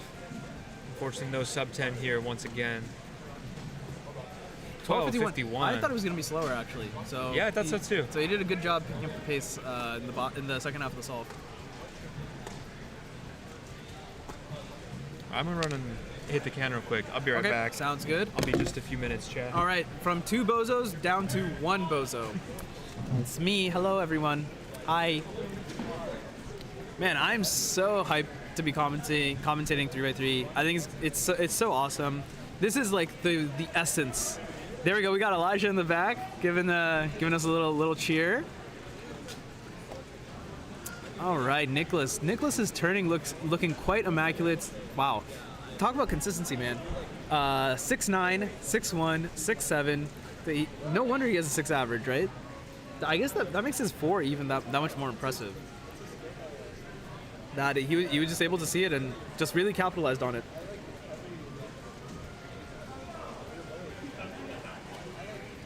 All right, let's see who we're getting on this side. We can switch. Hello, Elijah. Elijah watching from literally 3 feet away. Okay, I was gonna switch to the other stage, but no one seems to have claimed their cube there, so looks like we'll stick it on Graham. Mr. Graham Sigalig himself. If people are fans of Twitch, wow, okay, oh, I see, that's really weird. I'm gonna adjust this, a little bit of live adjustment here. All right, there we go. And I completely missed Graham's solve, 10-22. Not a bad solve from him. All right, let's switch. Not sure who this competitor is, but we can still definitely watch. All right, looks like, oh, okay, I see. So they have the white cross on top and then doing Z2 to flip over. All right, it's a very, very solid method to begin with. And just helps you to see the pieces. Totally solid. Going into F2L, I think F2L, okay, yeah, so not too bad. Gonna do the good old 2-look OLL. And Nicholas is on the other one, so let's switch back to him. Okay, I think has he done white cross every single? Yeah, I think he's done white cross every single solve. Looking pretty happy about that one. The 666. Always a nice little meme. It's all fun and games. Not too bad. All right, we're in a bit of a lull, so I'm gonna switch this to me. Oh, I'm not Will Newhoff. How about let's change that. There's no need to put this here. I'm gonna turn on the studio mode just so I can be ready. But until then, I want to change my name though. Will Newhoff is awesome, but I want to go back to being Manu. The one and only. All right, I'll transition that there. All right. Well, I think we're in a bit of a lull. I think we must be hitting right up against the end of Group 4. So we're getting ready to go into Group 5. But before we do so, or we're just chilling right now. So I am going to. I think it's time to run a little bit of an ad. Why not? Just because we don't really have much else to do at this time. So, all right, I'm gonna roll it to the ads. But you can still hear me. All right, everyone. Thanks for watching the stream. Look, the stream would not be possible without supporting the advertisers. The advertisers are us. West Coast Cubing, this is a whole production of West Coast Cubing, and what's amazing now is West Coast Cubing finally has merch. After years of people asking us, do you guys have merch? Like, I really want to represent the Cubing community. Here it is, it's finally here. Right now, everything is on Redbubble, where all the staff t-shirts that you see, that design is being sold right now. I actually have some of this merch too, and man, dude, the sweatshirts, they are fire. They're really, really good. The quality is actually really nice. So if you'd like to grab one of your own, redbubble.com West Coast /people/West Coast Cubing, it's all there.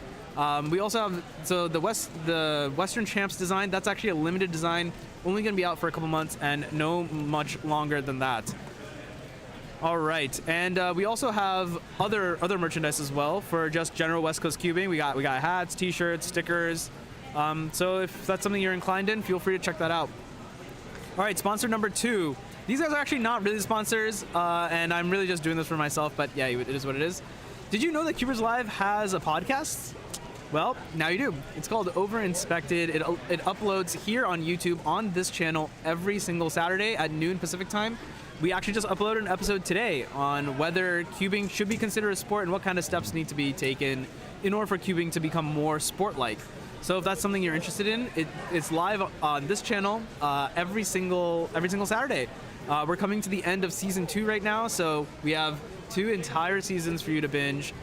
If you're there, so yeah, we talk of lots of discussion items.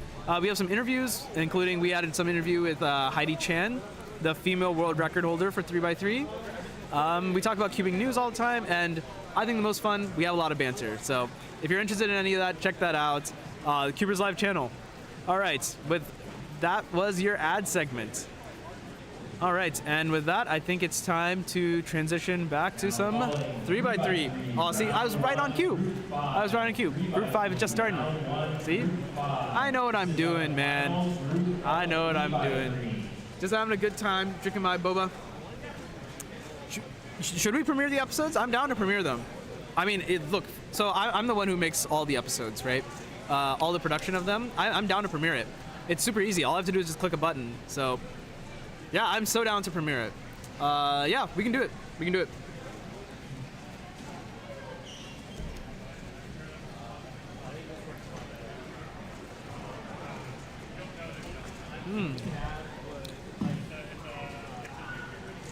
Sorry, I'm just enjoying a little bit of my boba.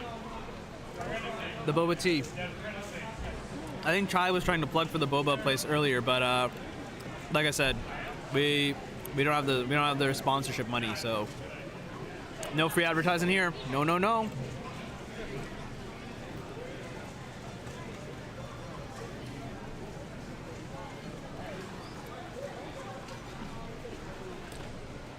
All right, as we get started with Group 5 here, this is the last group of 3x3 round 1. I actually don't like it where it says round here, so I'm going to change this to just R1. And I'm going to move this over here. Oh, that is not centered whatsoever. Yeah, so we're coming up to the end of 3x3 round 1. After this is going to be Scube. Scube, for those of you who are unaware, is it's not exactly a shape-shifting puzzle. It's kind of like a corner-turning. Or I guess Scube. I think it's a tetrahedron. Deep cut corner turning. Deep cut corner turning. Sure, whatever he said. Why is his name not here? I have a name. Sometimes. You do? From time to time. Is your name Michael Chai? No. Is your name Manu Singh Hall? Also no. Do you want to be Michael Chai? Oh, you spelled it right. Thank you. Once you told me I was wrong the first time, I couldn't mess it up twice, right? Fair enough. Dan, what did you think of 3x3 round 1? Or what did you think of this group of 3x3 so far, basically? Sorry? What did you think of this group of 3x3? Oh, it was definitely interesting. We had some very fast solvers. Yeah. Including, but not limited to, the one and only Max Park. The world record holder himself. World record holder for single, and second place in the world for average. The former world record holder for average. Former world record holder for like everything. For basically every event that he competes in. Yeah. I mean, 3x3 through 7x7. And by far and away the best in the world at the big cubes. Oh, yeah. 5, 6, and 7 is not even really close. 13.99 solve from this competitor. And we have on the other station Nico Harper, 8.99. I think it's really funny how he wears his glasses so low on his face. like does he have those bifocals, the no line bifocals that have different powers at the different levels? Yeah. I wonder if it's something like that, and the bottom ones are just completely useless. So he only has to see through the top or something. I don't know. Fortunately, I was blessed with decent eyes, so I can make no comment on that. Okay. Yeah, I cannot relate. My eyes are terrible. Absolutely terrible. What's your prescription?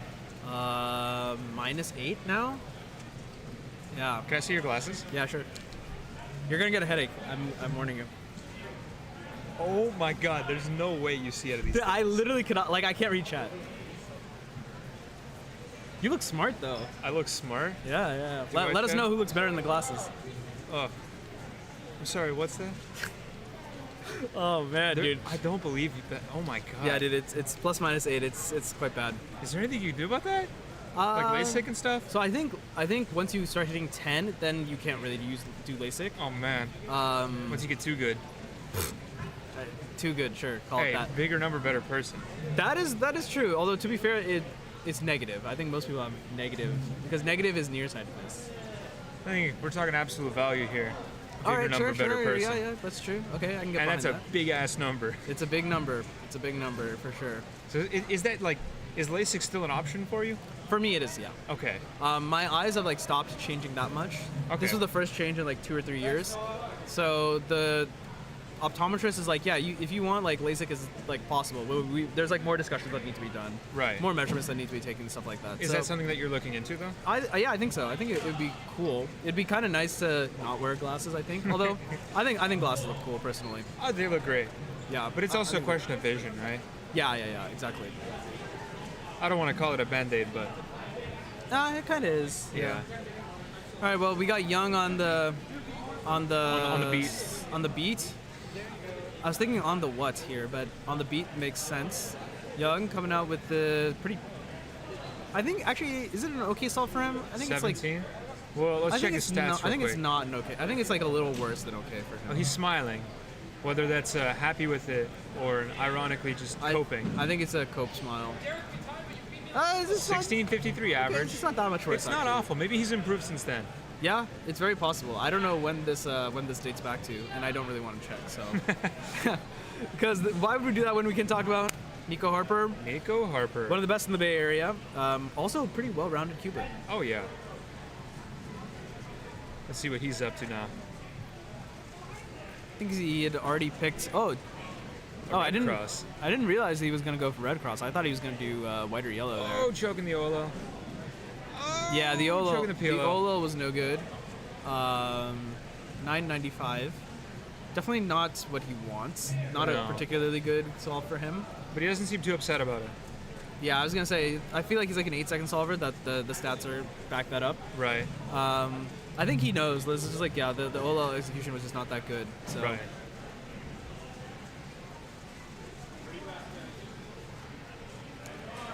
And yeah, we're just going through last group for 3x3. Is this the last group? Last group for 3x3, yeah. Wow, so, that was quick. So Antonio was telling me that group 1 was scheduled for 15 minutes and it got done in 10. Wow. Okay. Wild. That's unreal. Which is amazing speed. Well, I guess it makes sense. What we've kind of found is that the less new competitors you have, the faster 3x3 typically goes. And that's usually not even a question what do you of think competitor here? Speed. 10:26? But is it a +2? Well, is it a DNF? Is it a DNF? It looks like it. I think it looks off. DNF. Maybe that's just our angle, because it could also just be a +2. Yeah, wow, that's hard to tell. Wow, That's hard unfortunate. to tell. Yeah, wow. Definitely not a fun situation either way. Right, yeah, because it's like which of the penalties Yeah, are we it's taking either here? you lose or you like really lose. Right, yeah. Either way, you lose. Indeed.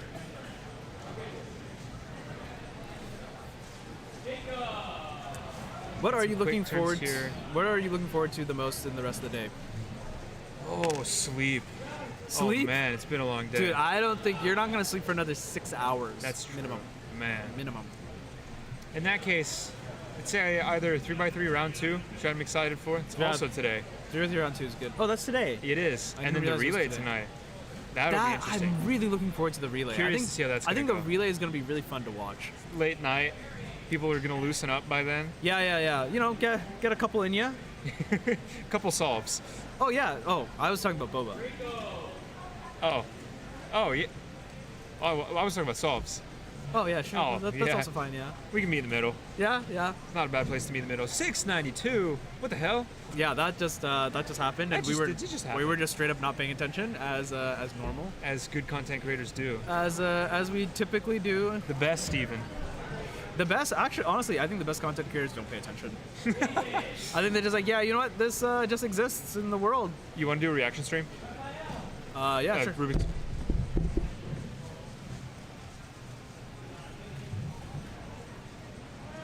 Chat, is this real? Why is he taking so long? Wait, the timer didn't start until now? All right. You know, when I was younger, I would just peel the stickers off.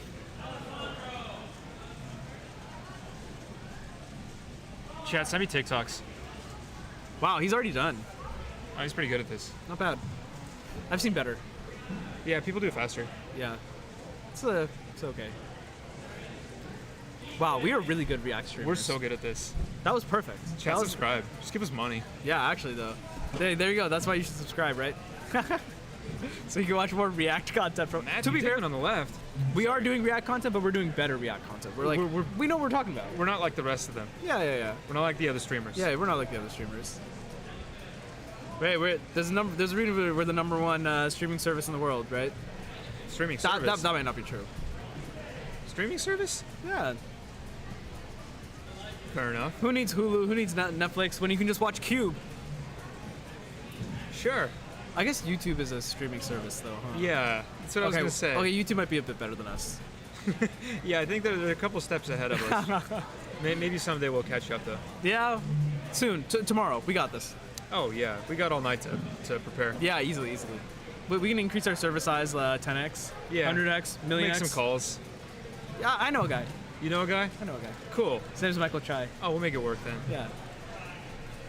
Oh, 790. That was a great solve. Very deserving of a fist bump. Looked really good.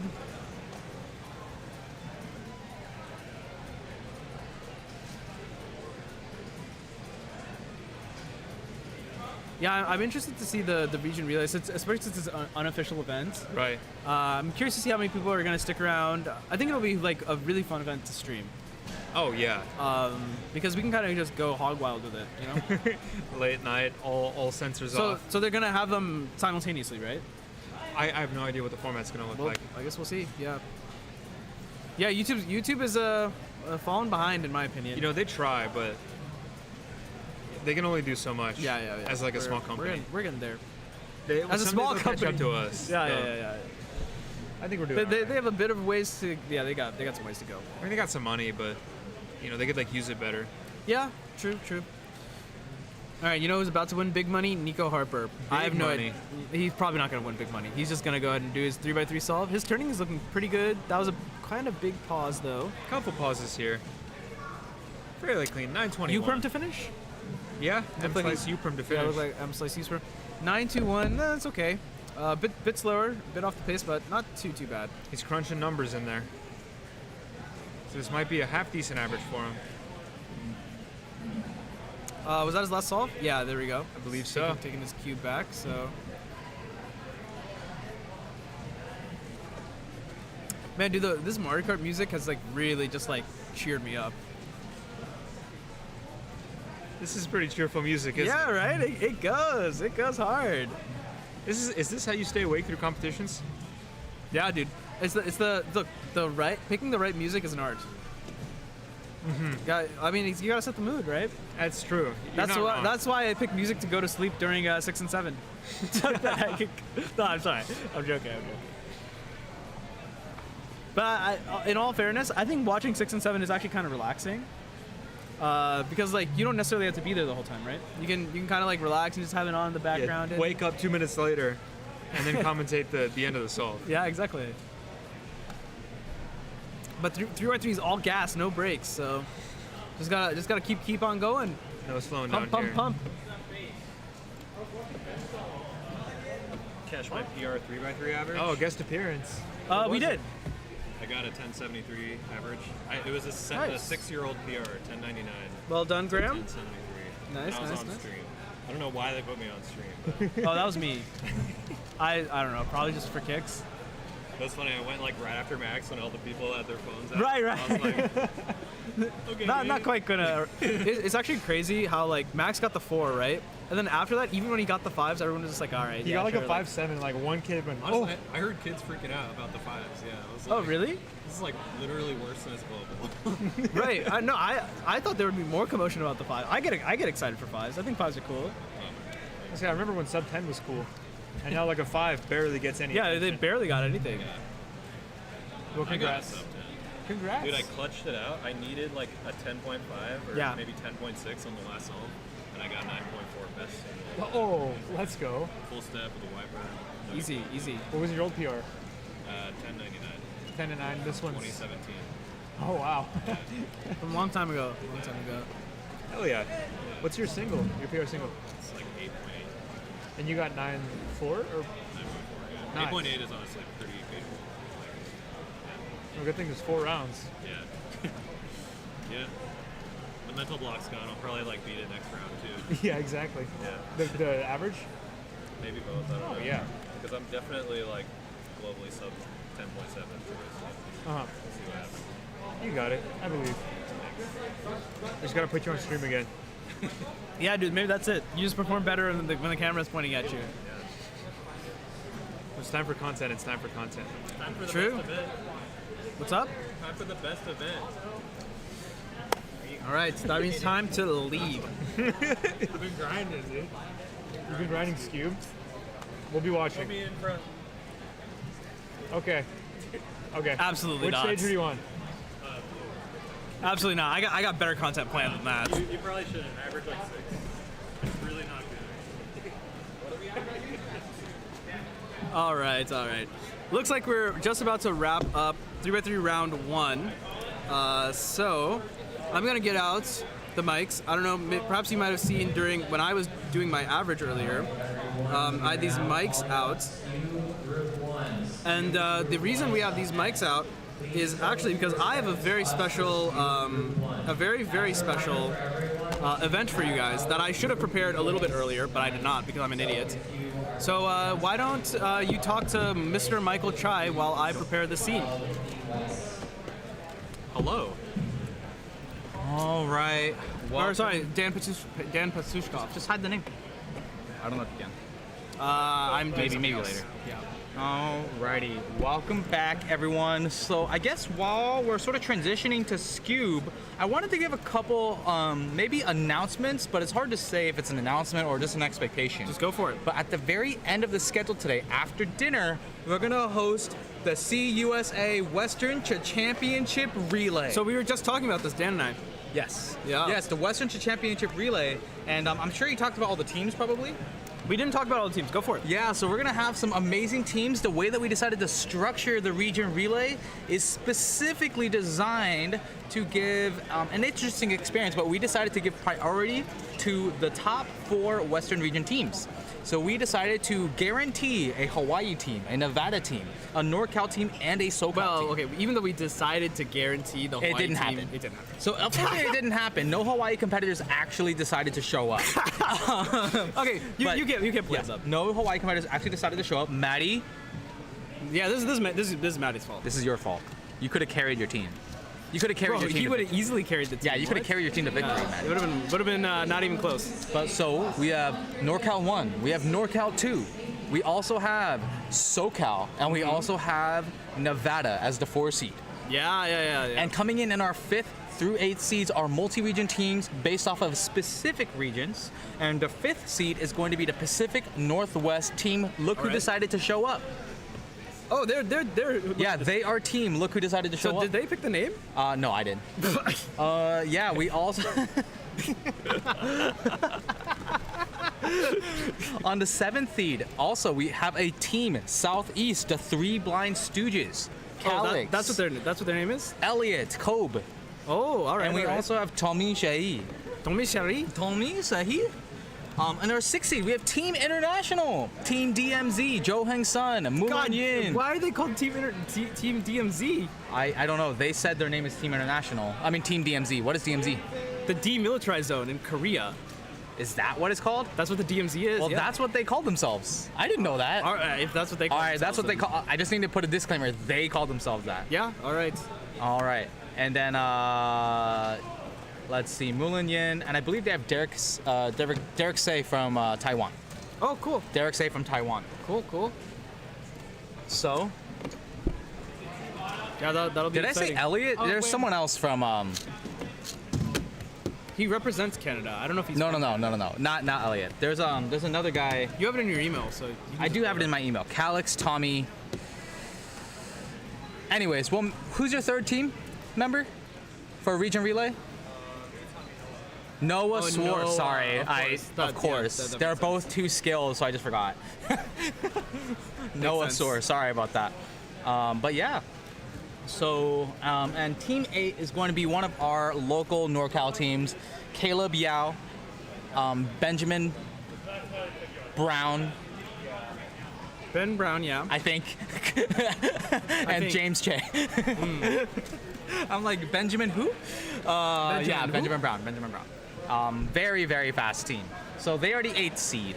But yeah, we have a lot of competitors that are coming up on the region relay. It is crazy. Actually, right now, during our competition, in a couple minutes, we're gonna have Tommy Cherry and Nicholas Sanchez available in the signing booth. Oh! Available in the signing booth outside, right at the front entrance of the venue. Okay, cool. So that should be amazing. That'll be fun. Yeah. We actually just had Max Xiao and Samir Agarwal at the signing booth earlier. And of course, this morning we had Noah Swore and Antonio Cam Ho Tung. Nice. I think signing booth is so cool. I agree. This will also be, if you are curious, the last signing booth session of the day before we have to wrap it up for our competitors. Yeah, we gotta respect our competitors' time too. So who's in the signing booth? Right now, Nicholas Sanchez and Tommy Shahi. Who will not be back here for a while. I mean, who knows when they'll be back? Hopefully they'll be back soon. But correct. All right. Well, I think as we're about to transition over to Scube, I have some special stuff to do. So okay, all right. Actually, wait. So I want to check one thing. Actually, is the audio gonna come through? I didn't think about that. I mean, it's a good question. Do you wanna put on a commercial break for a little bit? Let's put it on. What is the BRB? Does it show the ads? Let's put on a commercial break for a little bit. All right, let's do a commercial break for you. All right. And then we'll be back to our regularly scheduled Scoop along with special events. Yep. Be right back. Be right back.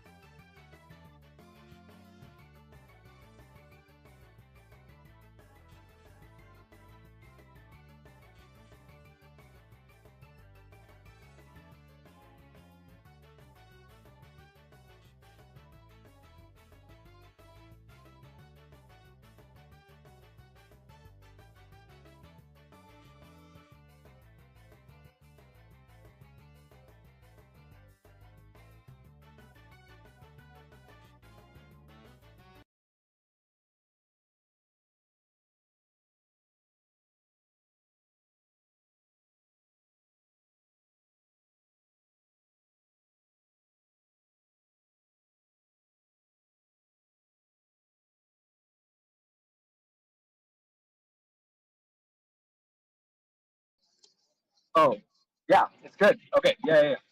Okay, wait, this is far too loud. Okay, cool. So you can hear me. So through desktop. All right, hi everyone. Oh wait, no, you can see me. Okay, unfortunately, there's a little bit of lag. Okay, but you can see me now, and you can hear me now. Okay, I have fun things to do. Okay, give me this. All right, everyone. Today we have a very special show for you. Wait, how do I turn this around? All right, hey everyone. Today we have a very special show for you. Today we're doing Family Feud. It's gonna be super fun. I'm really excited for it. And yeah, so I'm just gonna take my phone. I'm gonna hook it onto my little tripod here, and we're gonna do Family Feud today. Hopefully everything works. Hopefully you can hear me. If you can hear me, type 1 in the chat or something. It might be a bit what is the word? Out of sync for you guys, but it is what it is. Oh, we have our 2 Family Feud contestants. All right. Will Newhoff and Tyler Howlett, the main men themselves. All right, who wants to go first? You. All right, let's go find a place to record. Sounds good. All right. It is live. It's live. What's going on, guys? I don't think they can really hear you because the audio is coming. What's going on, guys? All right, so you want to go first? Put this on. You got to put the stuff down, man. He's not prepared. Here, put this on. Just closer to your mouth is better. Someplace where it won't move too much.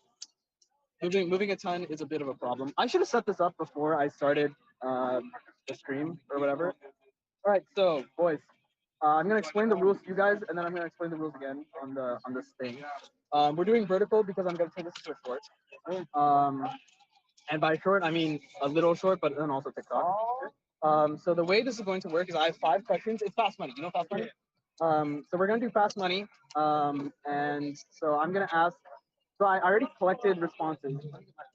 100?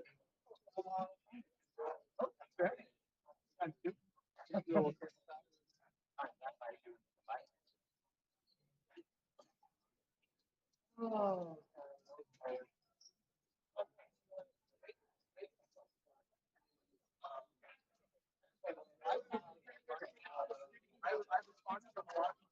I forgot. You said questions or no? Okay. But they're not like they don't necessarily have. Okay. Yeah. Fine. So five questions. He gets the same questions, right? But yes, less time. Right. So you have the same amount of time. Okay. But it's like something but against. That was kind of you're against each other. Yeah. So the winner wins. The winner wins cash. Oh wow! Wait, actual cash? Like $4. Oh. Okay. Right? You guys gonna split? No, of course not. No. They're not gonna split. What?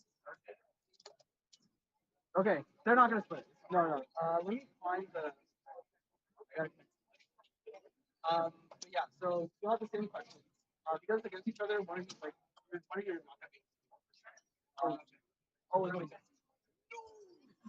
it's been like 5 years. Oh my god, great to see you. Wow. Yeah.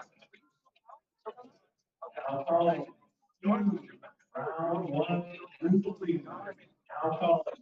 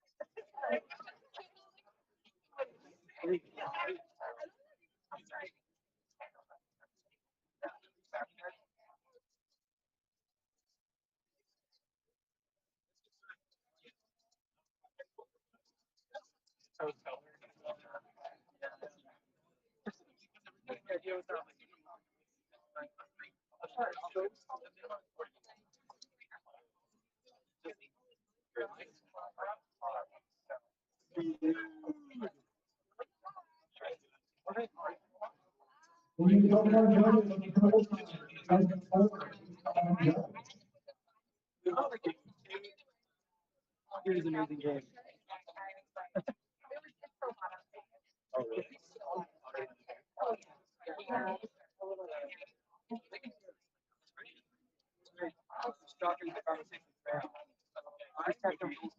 You guys, yeah, feel free to do whatever. I'm gonna fix some stuff. Whatever. Okay, maybe not whatever. Whoa, whoa, whoa. TOS. No, it's, yeah, thumbnail. Yeah. Wait, this is so funny. Wait, are you even? Yeah, make sure to get in the frame. Wait, that's so funny. I'm so using this as thumbnail material at some point.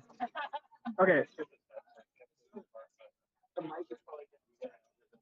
The mic? Oh yeah, the mic is getting a little shaky. I've been all right. Time to boot up the hotspot because the Berkeley Wi-Fi is not doing it.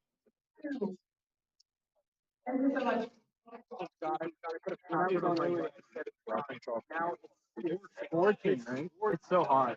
They have one fan. I think we actually do have another fan somewhere.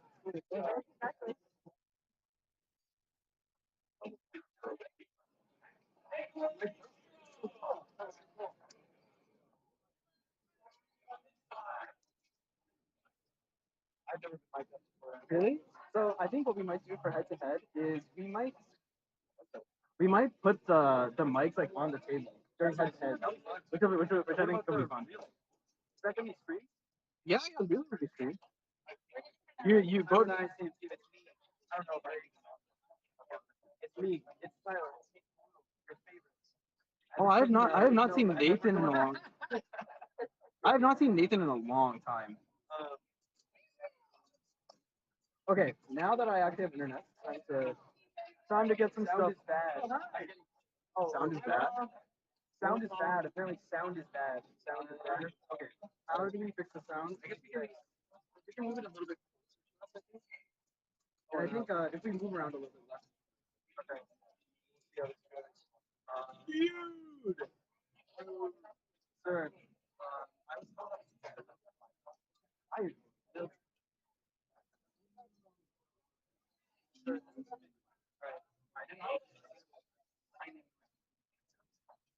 You see chat on here?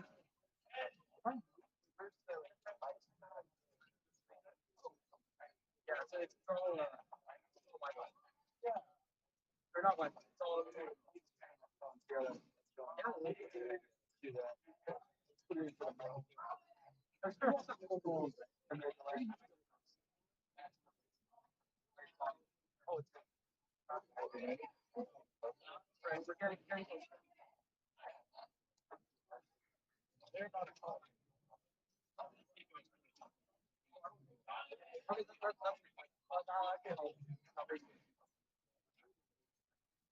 Yeah, this is interesting. Not sure if I can hear myself. Oh, I need to sign. Is this cutting out? Oh, that's a shame. That is a shame. Oh, it's not that bad. It's not that bad. Oh, you can hear it? Yeah, I heard myself. So maybe we have to get closer to it. Yeah. Family Feud right here. Family Feud. We're feuding. We're feuding, boys. It is me. Please confirm so I can load it. Is this recorded and uploaded? Yeah. I'm gonna mute this because they're together right now. They're potentially together. All right, boys, welcome back to the stream. I feel like you guys should be able to hear us, but we're testing out some stuff for like Family Feud right now. So we're trying to get the equipment to work, but I think we're gonna need a little bit more technical support there. It's all new stuff. Yeah, we're gonna have some new stuff. I still wanna see what we're gonna attempt to do later today because it's much more simple to execute it. It's gonna be a mic'd up scene, so we'll have to see if that works. Um, Live in the field. Live in the field. Gotta do it. But yeah, let me, as we're doing Scube right now, did you actually compete? The Scube? No. No, absolutely not. Oh my goodness. Yeah, I'm not gonna compete. You're a good-looking guy for a Den Pasterskov. And damn, I'm a good-looking producer and goal, huh? Man, you glowed up. Oh, that's You crazy. glowed up, bro. No, I did not compete in Scube. Man. Can you provide a little bit of comment? I'm gonna tell the organizers one thing real quick. Yeah, sounds good. I'll see what I can do. We have TJ solving a Scube, I guess. He might solve it. He might get it. Though, to be honest with you, Chad, I don't know. He still might do it. Oh, and he did it. He solved the Scube. No, he didn't. No, is he practicing? No, that's... I can't tell if he's actually solving the Scube for real, or if he's just messing around. Elijah with a 577 though. Clean. 1025.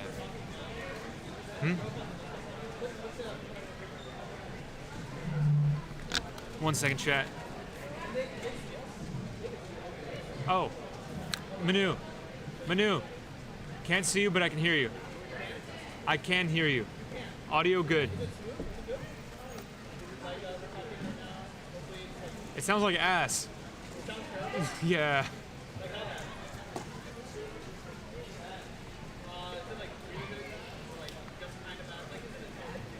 Like, I can't make out words. No.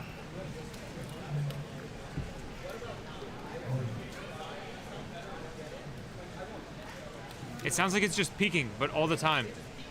But like all the time.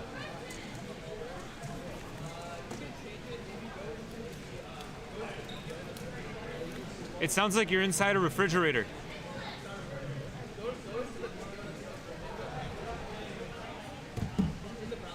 Okay. If you go into the browser, you can lower this volume. Audio settings? Yeah, try this. I would turn on the compressor probably. Probably also makes sense to put on the gate, the noise gate. Do you have to save or something? Yeah, try this. Okay, so I'm still speaking now. Does this sound better? I think they're a little bit louder. I'm still talking, trying to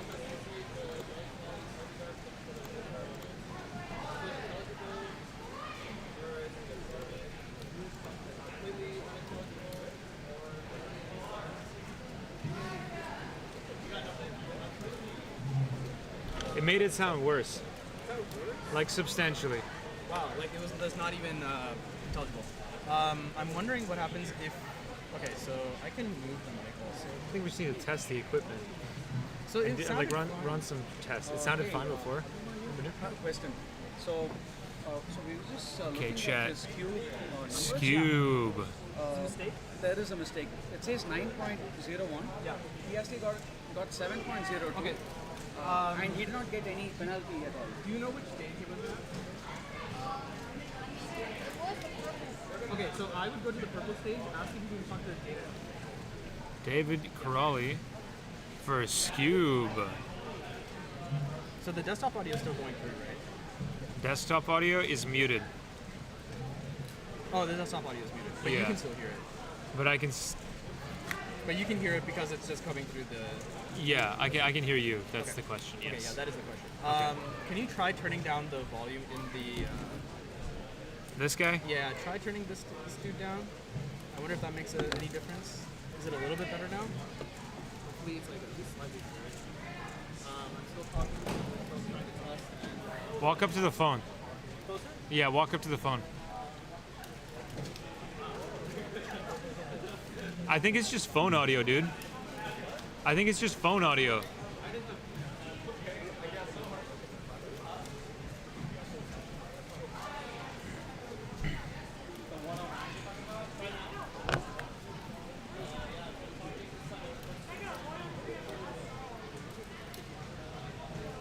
Phone audio. Yeah, it's phone audio.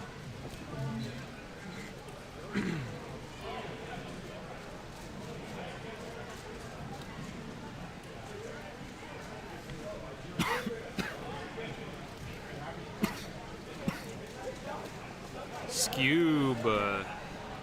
We love Scube here at CubersLive. And he's solving a Scube. And he did it, and he's happy with it. Because he solved the Scube. I guess he did pretty damn good at it, too.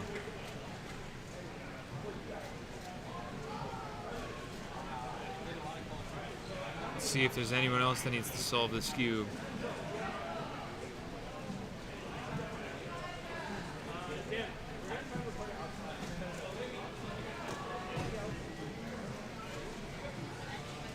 As technical difficulties persist, we see not Kevin solving a Scube. Not Kevin solving a Scube? A Scube. We love Scube. Yeah, yeah. Here he goes. He's looking at the Scube. Dude, Scube is just so amazing. And now he should be ready to start solving it. Hey, and he shout out to goes. Super Aaron Gamer, man. We love the support. Shout out to Scube. Shout out Shout out to Scube as an event. Shout out to all of you guys that are interested in watching Scube with us today. Because you know what, Scube's amazing. Did you know that Felix Zemda is a Scube god?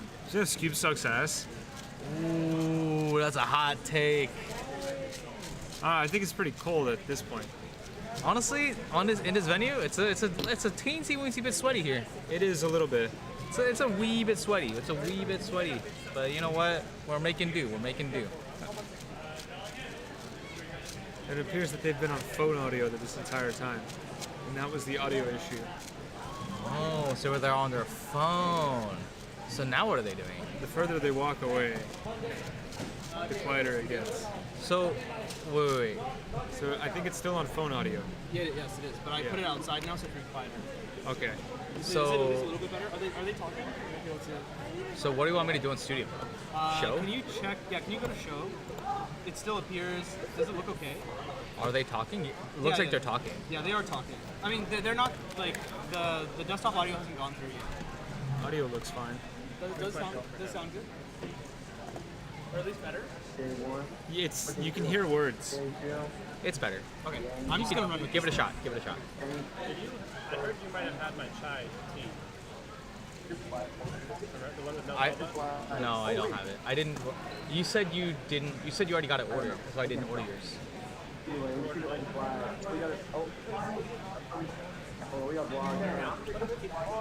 Hey, Dickman, let's go for a round 2 later. He didn't get boba. Round 2. We'll get round 2. Yeah.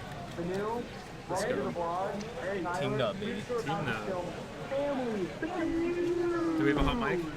We'll get that set up. We got the little camera set up. Try. Hey, I love it. And we'll link that beautiful sport that is going to eventually be up there at the end. I'll put that either at the end or I'll put it in. Yes. Where it goes up. Where it goes 2015. 2015, all right. All right. Okay, so Dan and Kai, please turn us on to the stream so they can hear our beautiful voices. Hopefully they've done that. I actually have no way of doing it. Okay, can you? Yes, sir. And let's make sure that we're actually live. Let's do it. And, oh boy. Well, that's fine. I'm like, wow, I'm really good. Oh.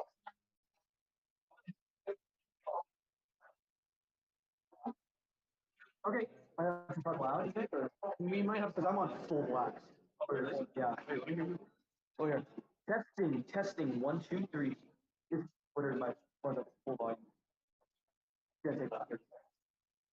Stay tuned, folks. Wow, it's not very good for it. Wait for my test.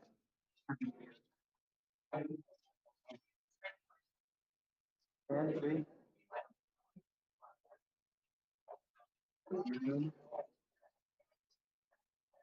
Be quiet. Yeah, I'm just scream. All right, it's time to scream. Or they'll just trust. Let me set it on the default. Oh, whoops. So we'll try this one. Yes, sir. The lag is a little high. A little bit higher. Yeah. It's good to go.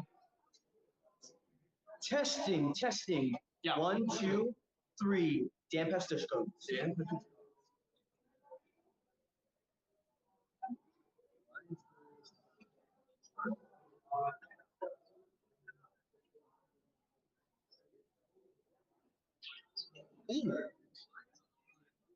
Better. Yeah. So I changed the input. Yeah. Apparently it was like the input was like speakerphone or something. Okay. That's a lot. There we go. That's a lot. We're back. We're back. We're back. We're ready. All right. Ready? It's about 30 seconds away. That's good to know. That's actually pretty good. Okay. So, All right. Let's get started. yes, sir. Just we were both in the frame. Let's do it. All right. Time to do the short intro. We're here, everyone. We're doing Family Feud, but cubing, and I got Will Newhoff here. 5 questions. Let's go.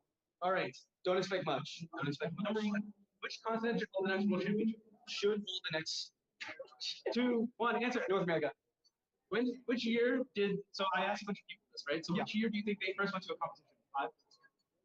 17. 2017. Okay. Who do you think is going to win World Championships this year? Max Park. Okay. What is their favorite non-WCA event? FTO. Yeah, Okay. FTO. And finally, what is the hardest WCA event? 5. Blindfolded. Which one? 3x3 blindfolded. 3x3 blindfold. Okay. Yikes, that's probably should have gone. Okay. So, All right. you said Mitchell Lane. which continent should hold the next World Championships? You said Not confident. North America. 74% of respondents said North America. Sweet. So there you go. It has been, what is 2013? 2013. Is that right? Vegas. Yeah. Yeah. So that's good. You got that was the number 1 answer. Yeah, it doesn't have to be the right answer. It has to be what It has to be what other people said. I'm liking it. I'm So liking that was the number 1 answer. 2017, you said, which year? Yeah. 9.2%. Let's give you 10%. Okay. 10% for that one. Do I get to know what it's on? No. Oh, no. I'm not going to tell you what's on. You said Max Park will win the World Championships. 15% of respondents also agree. Okay. Was that the top answer? That was not the top answer. You said FTO. Yeah. I here, like we can see, like I have like a bunch of like different things because people put different things. Yeah. I think 6 people said FTO out of 54. Okay. So you get like 1/9 of that. Sure. Which is like 11. Okay. And what is the hardest WCA event? You said 3 blind. Why can I not see? Not a good. It was not the number 1. Should have said 5. Maybe you should have said 5 blind. Let's see. Let's do sheets. I mean, this whole thing is going to be cut up, so it doesn't matter. Yeah. So they have to do it in order. I swear this. Okay, time to count. Yeah.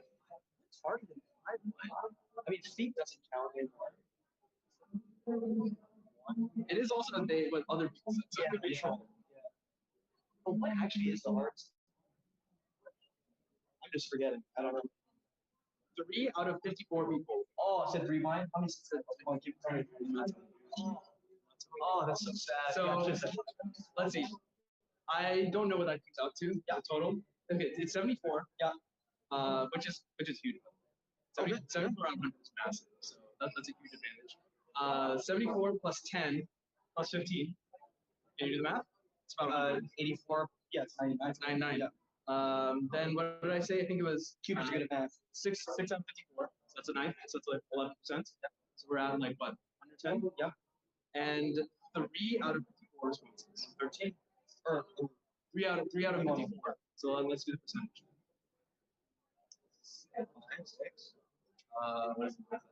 It's like a little bit less than 24. Let's call it 5. Sure. I'm fine with that. Add them all up. Cubers are good at math. Wait, it was 110, then the 5. Oh, then 5. Yeah. Okay, so 115. All right, 115 is your number. All right, Appreciate it. Let's see. Thank you guys. So we'll be back with Tyler. Let's see how much sounds good. And that's a little while. All right. Because we have to wait for him to finish Feud, right? Yeah. Okay. Well, I think he beats it. If I'm being honest, I think he beats it. I blundered on the rewind. 115 is amazing. Really? 115 is okay. But dude, that 5, but I should have done the 5. Maybe so you should pick 5. That was horrible. Oh, FNC is a good one too. FNC is not because hard. Okay, the other thing is there are people who said like 2x2 because they're what I asked, right? And they can just roll. Yeah, that's totally fine. That's true. So yeah, no, it could be anything. Yeah, people could have said 5 blind. People could have said 2x2. Yeah, there were definitely people who said 7x7 is also a valid answer. Yeah, 7x7 would be a reasonable answer. Square one's tough. So yeah. All right, cool. Okay. we'll go get what's his name? I forgot his name. Mr. Tyler. But in the meantime, I guess I can show you. I got the vlog going too. We'll do a little like walk around content because why not? Yeah, let's do it. Because you want to be in on this too? Oh yeah, absolutely. All right. All right. We'll talk to random people. Let's talk to random people. You see any random people you want to talk to? Let's see. We got Stanley Chapel over there. Let's talk to these guys. Let's. All right. Hello everyone. Hi everyone. You are all on the stream. Say hi. How are we all doing? Hello. Dude, it's same. It's bad. In more ways than one, he says. All right, hello. So we have Samir, Archit, who's, I don't know why Archit is hanging with the out-of-state people. Hey. Stanley, Max, Paul, Dan, and I don't know who you are. You are Adrian. Hello. Nice to meet you. I'm Manu. From New Zealand. From actually New Zealand. Wait, that's awesome. All right. But how have you guys been enjoying Western Championships so far? Pretty good. Pretty good. A lot better that I'm here? All right, good. Glad to hear. Yeah. Yeah, you know I wouldn't miss it, right? Anything you guys want to talk about? We're waiting for Tyler because we have to do family feud, but Tyler's not done yet. I'd love to. You PB'd in 4x4. Nice. What did you get? Oh, nice. I'll do that. That's actually like pretty good. I thought you were gonna say like a minute or something. I was like,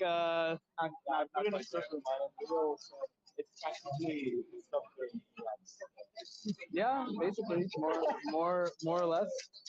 Not too bad. Not too bad. Yeah. Well, thanks for being on the stream, everyone. Have fun, enjoy, and best of luck in the rest of your solves. Ta-ta, bye-bye.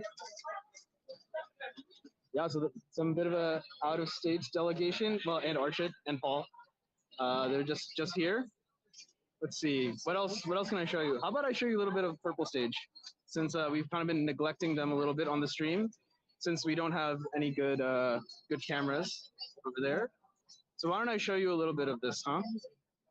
I don't think I can turn the camera around, so I'm gonna do this instead. I'm gonna move a little bit.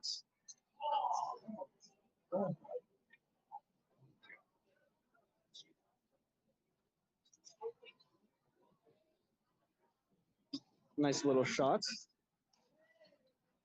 Oh, this is actually such a cool shot. Pretty cool. I think it's so crazy how there are so many green shirts. That's so fun. Currently doing Scube, as you can probably see on the other broadcasts or on the other screens. Yeah. So stay tight while I go find Tyler.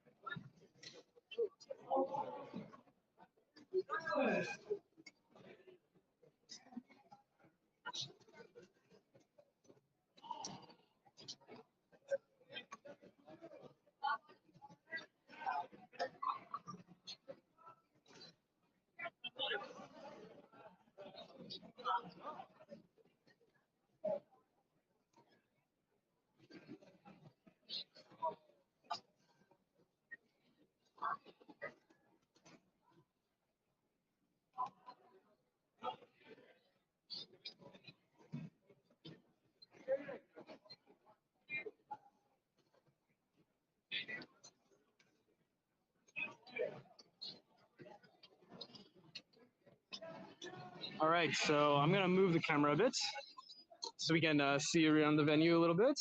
I think it's kind of fun to do walk around stuff. I found Tyler, so he's almost done competing. And yeah, once he's done, we'll finish up Family Feud. Bit of a scuffed Family Feud, of course, but all right, we'll walk out here. See what's going on out here. This is like a photo booth that Chai has set up, which I think is pretty cool. Do you guys want to talk to the stream a little about the merch? The merch is going really well so far. We have these really big desk mats. Oh, there are no more dust mats, yeah. And then all the shirts, all black shirts, Western Champs, are all out. Damn, they're just gone. So if anybody's watching the stream and wants to buy these, there's a red bubble store, West Coast Cubing. There is one. Get sweatshirts, shirts, a bunch of I feel like this is really good. This one's pretty cool. Signed by Shelly. Yes, should buy Shelly. Yeah. Check out the red bubble. Oh, there we go. Easy. Right over here. That QR code. Take your phone out and scan it. All right, there you go. All right. Yeah, so pretty well so far. 10 out of 10 would recommend. Merch is fun. Okay, I'm gonna go set back up. All right, sure. Mr. Tommy Cherry. This is not a picture. This is this is like the walk around concept for the stream, which is terrible. The audio is terrible. Yeah, it's live right now. Oh, hello to everyone. Yeah. Welcome back to the stream with Tommy Cherry. He's pretty good. Would you agree? Not today. Not today, he says. All right, I'm gonna go back to Family Feud. All right, I'm gonna go set this back up, and then we'll get Tyler. I think Tyler should be almost done by now. And yeah, we're chilling. Oh, it is very hot indeed, though.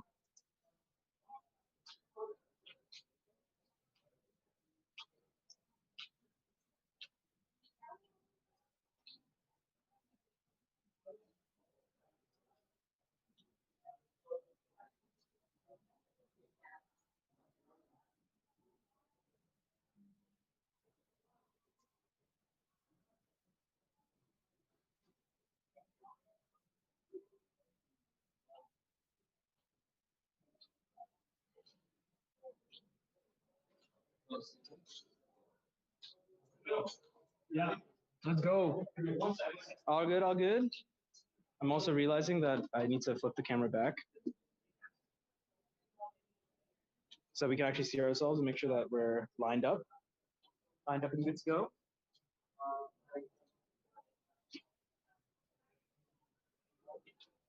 All right, so hopefully I remember the things that Will said. It's pretty easy. Pretty easy. Yeah, pretty easy. Not too bad. By the way, the name of the show is supposed to be Unexpected. I did not mention that earlier, but I mentioned it this time. Yeah, pretty straightforward. All right, Tyler. Oh man. All right, supposedly audio is not particularly good. The audio is like just okay, so just speak clearly. Okay. All right. Are you ready for, wait, you want to say back?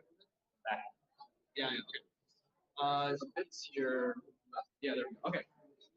All right. This show is called Unexpected. It's basically Family Feud. 5 questions, 5 seconds to answer because you're going second. Every answer that Will has given is banned. Yeah, I'll give you like a little like buzzer beater. Right? Are you ready? I'm ready. What continent should hold the next World Championships? North America. And Europe. Okay. What year did you first? So I asked 100 people this, right? So what year did they first go to a competition? 2019. Okay. Who do you think will win World Championships this year? Max Park. Simone. Okay. What is their favorite non-WC event? Answer. Your shit. Okay. You're cute. All right. You're cute. All right. Last question. What is the hardest WC event? Okay. No! All right, let's see. Okay. So let's tabulate the results. You said non-WCA event? No, WC. The hardest WCA. Yeah, they're favorite non-option. Okay, so it's like. All right. So, question one: which continent will hold the next World Championships? You said Europe. Survey says 13%. Okay. We surveyed 54 people. Which year did you first go to a competition? You said 2019. Oh, by the way, Will said North America. The first one, yes. So right now you are like 60% in the hole. So we'll see if you can make up that deficit. In what year did you first go to a competition? Will said 2017, 9%. I think we gave him 10%. Good. You said 2019, 16%. Oh, now you can tell us. Oh yeah. So by the way, the top answer was North America. So yeah, you got 16%. You're now like 44 points in the hole. The number one answer was 2022. 26% of the respondents said 2022. That makes sense. Wild, right? Who do you think will win World Championships here? You said Timon. Survey says 24%. That's solid. So you may have 10% of Will, said Max. So you're only 36%. Or sorry, 34% of the whole. What was top answer? Yihang. Top answer was Yihang Wang with 44% of current world record. My mind blanks, bro. It's hard. Yeah, officially. All right. For what is your favorite non-WCA show on this scene? You get a single point. There was exactly one respondent. You got 2% for that one. So that puts you, I think, 32% to make up. Well, what is this? This is a big. Yeah, what I said, XTO. Okay. Oh yeah, Will said FTO. That's kind of random. Number one response was beer blocks. Wow. I think it was 8, 9, 10. Beer blocks. Second one was Team White. Oh, that's yeah, Team White. The third was. Nice. All right, this is big. This one is the most important question. Bad. What is the hardest WCA event? Oh. Will said 3 blind, which has wait, I said blind. You asked me like which one? Which one? Will answered 3 blind, which is 3 out of 4 competitors. What did we get for that? Like 6% or something? Yeah. Okay, I forgot. But yeah, 5. So remember, you were 34 points in the hole, which means that you need to get like 40%. Yeah, you need to get 40% of votes. The hardest WCA event with the number one answer was 5-1. Right? 64%. Congratulations. Thank you. You won the very inaugural round by Banter inspected. Wow. Amazing. With the gear with you. Wow. Congratulations. Thank you. Well done. You win. Thumbnail. So yeah, congrats with that.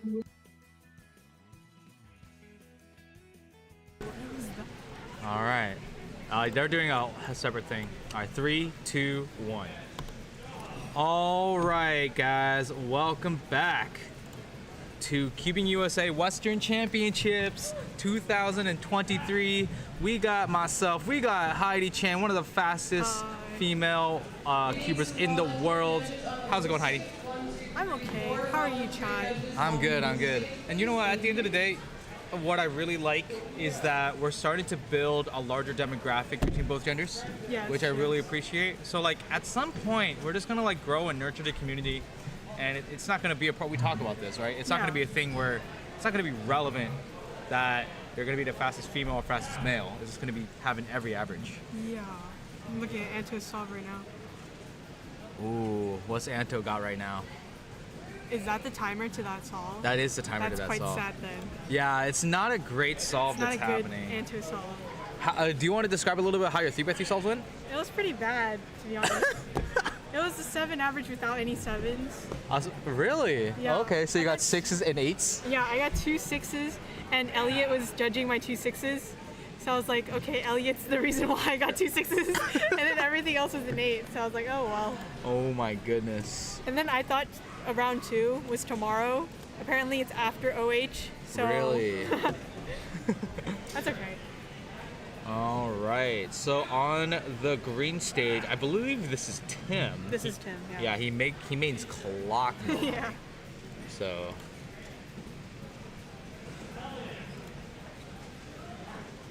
Oh, we got Stanley Chappell over on the blue stage. What method does Stanley use? I'm pretty sure Stanley definitely uses regular CFOP. Like he probably does have some tricks up his sleeve like ZBLL. On the purple stage. You've judged before. Please come up and judge on the purple stage.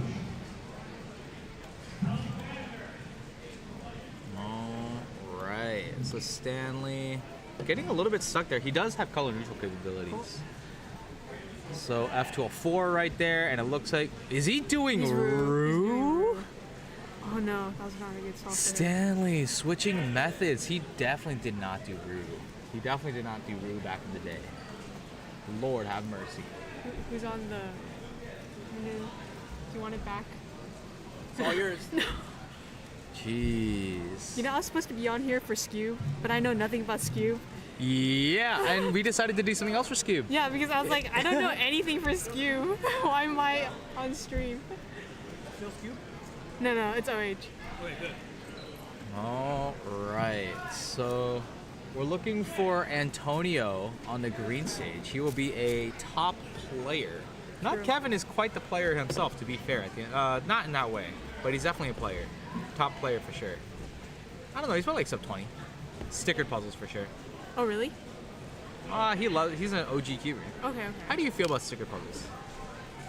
Well, I have longer nails sometimes, so Yeah. they chip. So to me, it's kind of annoying. I really hate having to maintain stickers. Exactly, yeah. Like I feel like stickers just expire over time.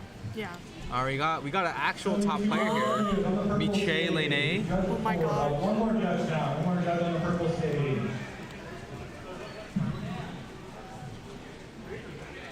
All right, wow, Mitch with a very fancy start there, with a B2. Oh man. Does Mitch use his ring finger or something? That is Akko Taco. This solves. I can't tell. What is happening there? Is that H perm? I think, yeah. He doesn't use the M. Are you? Quite the H perm You there. can when you're over there, you can hear the stream. So he knows we're talking about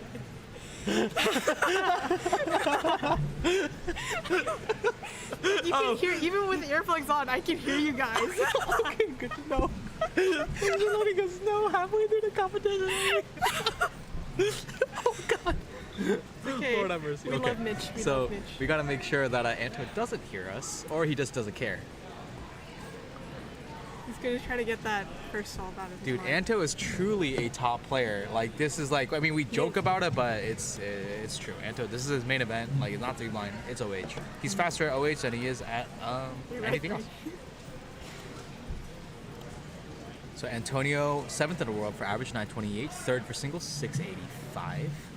He can potentially break the world record, to be honest. Yeah. But you know, obviously 620s, that's just really hard to beat. You know, you're not gonna have that happen every day. Anto does use Rue, for all of you guys who do not know.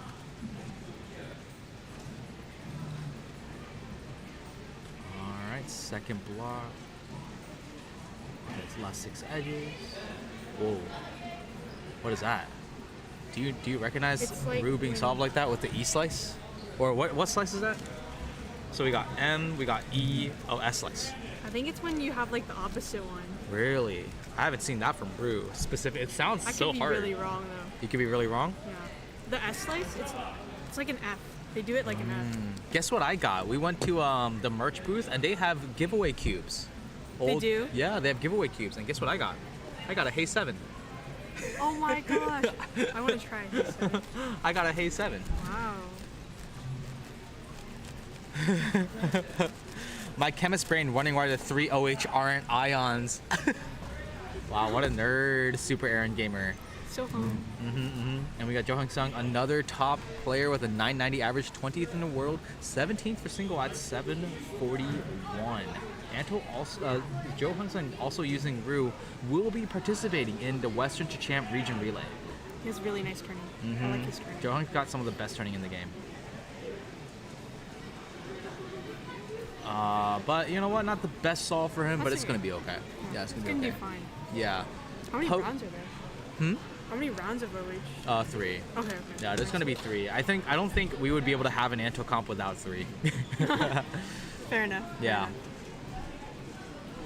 Oh, it looks like Max Xiao coming to the table. So if you guys are not aware, Max Xiao has an 11-15 average, 66th in the world. But here's the thing. OH has probably the most likely podium placements, with Max at the 1, Anto and Johung rounding out 2 and 3. Yeah. Exactly which orientation for Anto and Johung is to be determined, but it would be really hard for one of these top players, Samir, Max, Stanley, Tommy. We got a lot of people in the 11 range, but I don't think that's going to be enough. Same scramble. Oh, it looks like Max Xiao getting the same scramble. Respect to the competitor for not attempting to solve. There are some competitors that will try to solve and see if they get a good solve out of it. And we got our referee, our trainee delegate, Draco Tong, making the call. We'll have to analyze the scramble, of course, to verify, because you never know exactly which scramble they got. And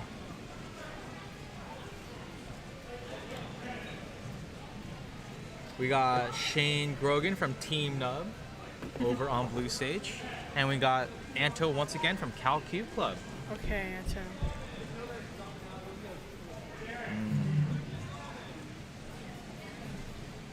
Anto taking a lot of inspection, actually.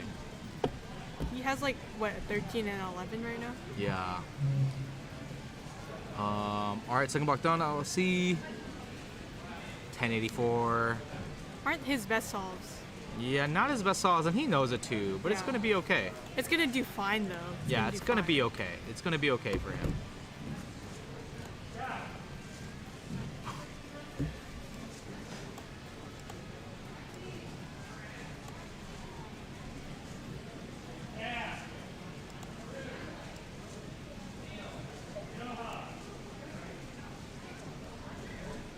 Alright, so we got Anne up to the stage right now.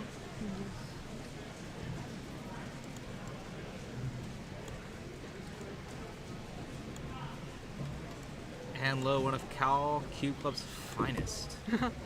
True. Andrew. True. Andrew P. Hill High School. Andrew P. Hill High School, that's what we call him.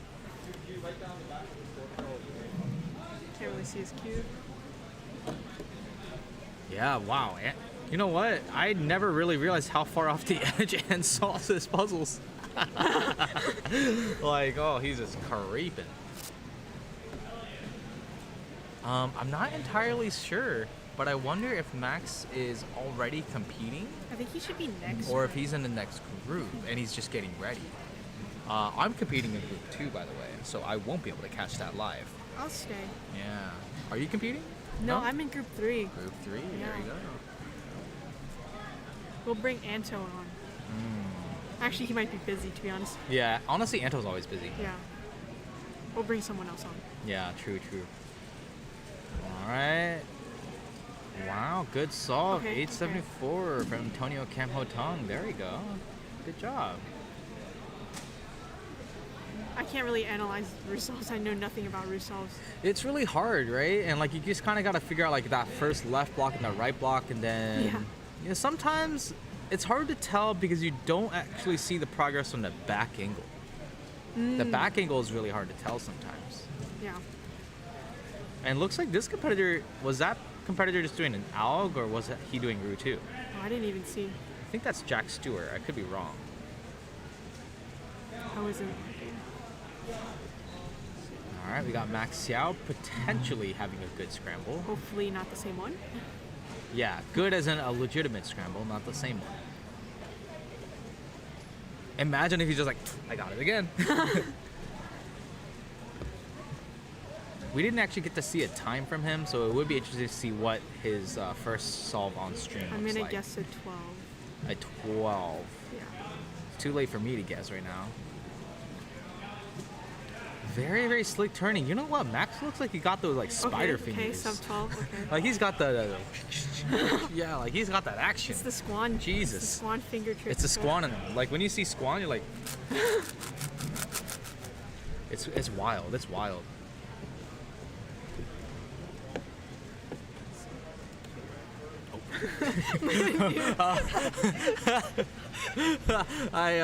Amazing freeze frame. Yeah, Oh, amazing Antonio. freeze frame. Lord have mercy. Overlays, controller. Alright. So Antonio coming back. Thinking really hard about that. So like I can see the left block right. Oh no.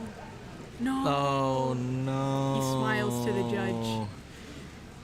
He laughs at the The judge. right block son, he's got to solve corners right now. Yeah. And he just doesn't care anymore. No. So unfortunate. No. He's actually conversing with his judge, Nicholas Harper, one of the NorCal staples. No. That's wild. That's unfortunate. And we got Scalpel back onto the stream. Okay, okay.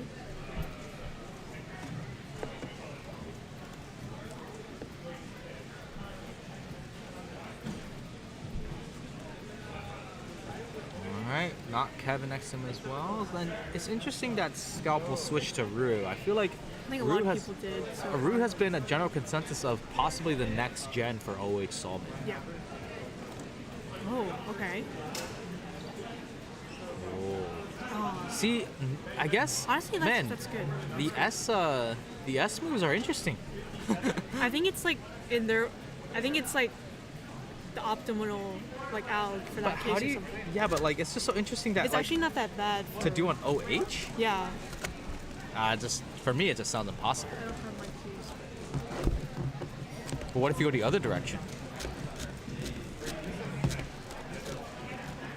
Wait, you're right. Yeah, I didn't. The other direction is like so hard. We got Miche Lene. Oh yes. Really, really I trying. think he doesn't use his pinky. Yeah, he's Is a it just ring me? solver. Okay, okay. Interesting. Interesting. I didn't even realize that. He doesn't use his pinky at all. I used to be a solver that didn't use his pinky either, but I Really? was like, this is just subjectively suboptimal. Mm-hmm. To be kind. And it looks like Paul Mavi on stage blue with Bugs Bunny. Yes. Paul is not really OH, is not really his main event. Probably like a 15 to He uses 17 his right second hand. solver. Yeah, he uses his right hand. Interesting because it's harder to execute RU with I think he said he started out like that, so it's just. yeah, it's a bit interesting for sure.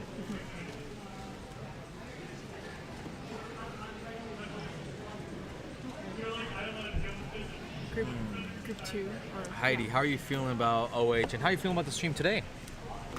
The stream is great. Yeah, you can get feedback. It's okay. We're trying to I get haven't better. watched it. We saw your Yeah. solves, Anto. Hey, I messed up the last one. Yeah, At the start. That's yeah. why I just started That's so looking sad. at Nico the whole time. Like, Yeah, oh, yeah. we said that. We were like, he's It looking was at like it. Anto doing the first block. Oh, never mind.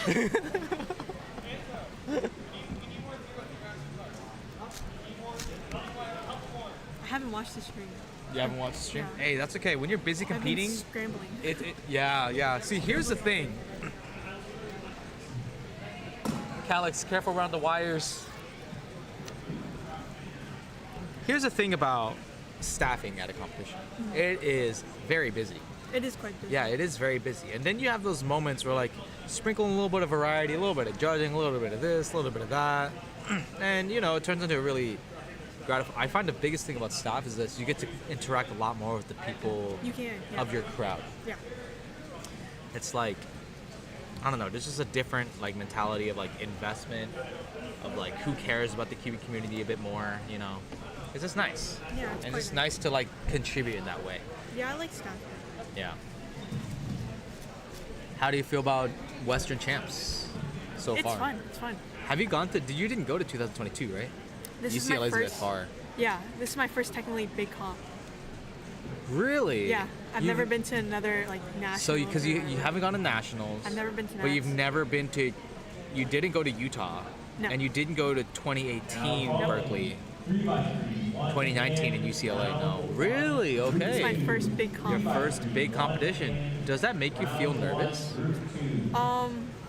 Yeah, I'm just nervous all the time. Let's be honest. Yeah, I mean, I'm okay. just bad. That's competing. completely valid. That's completely valid.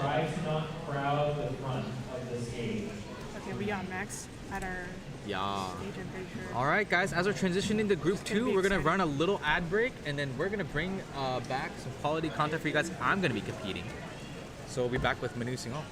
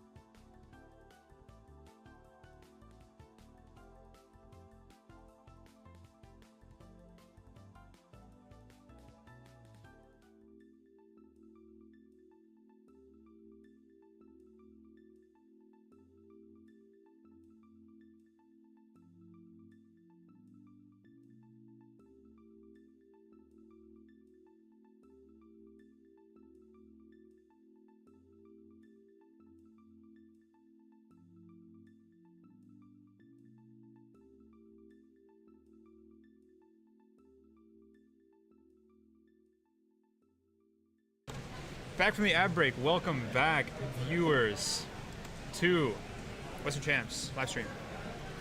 We're going to be looking at one-handed. I think Max is going to start solving pretty soon here as we go to our head-to-head view. We got Shane right now on blue stage as we wait for Max. The word is he starting soon.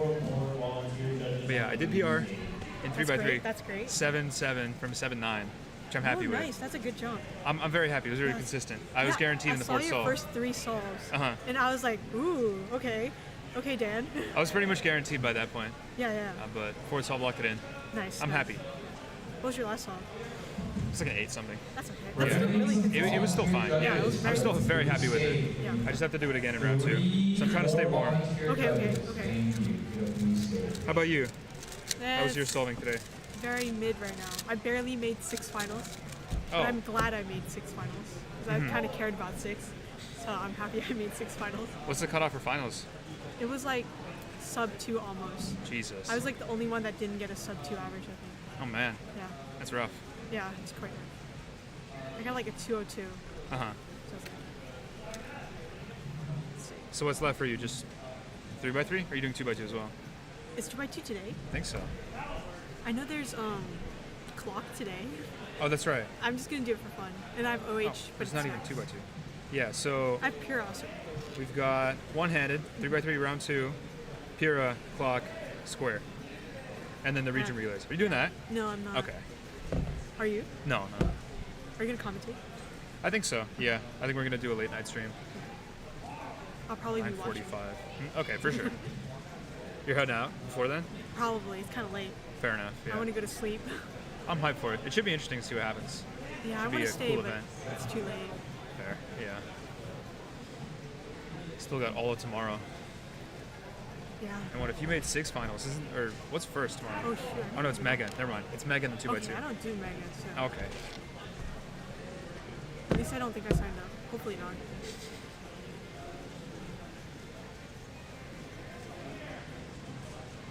I wonder how far along they are. I wonder where Max is. Max is cute. He's going to be kind of the main event of one-handed here. Yeah. Ooh. Some of these solves are nothing to scoff at. 1407. Samir's on the blue stage. Mm-hmm. Let's see what he's able to pull off. Thinking, pondering even.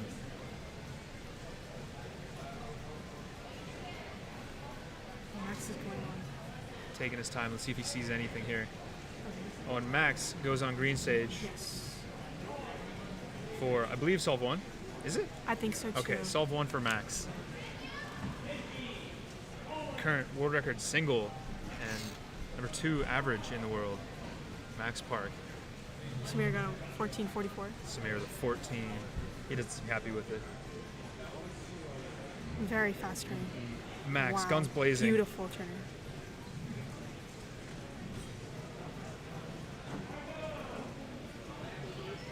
And starting off not so hot with an 11.5. It's okay. Maybe his hands are cold. Suppose we'll see. We'll see if he's able to recover the next couple of solves. He's got 4 more. They do say every average is a bad solve, and let's hope this is that one. That's not even a bad solve though. No, it's like, not. Right? Yeah. No, by most people's standards, that's an unreal solve. That's like a really good solve, and right? he's just not happy with it. Yeah, yeah. Just goes to show how good this guy is. Exactly.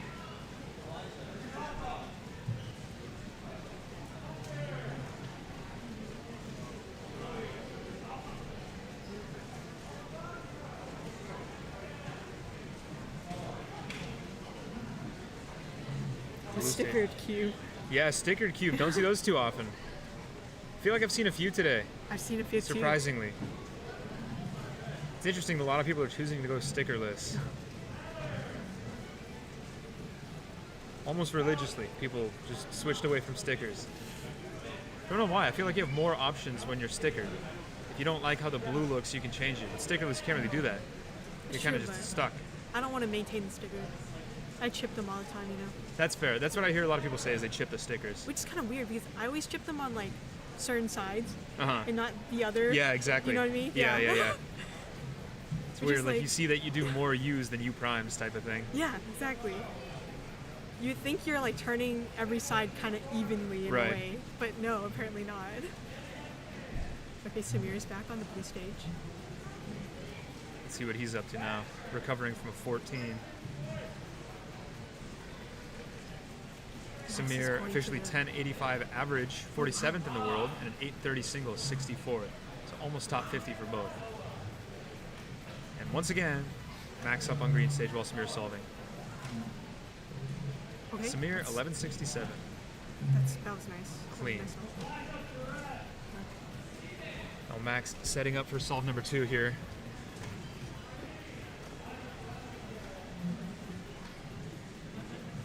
He sees something. He's locked in.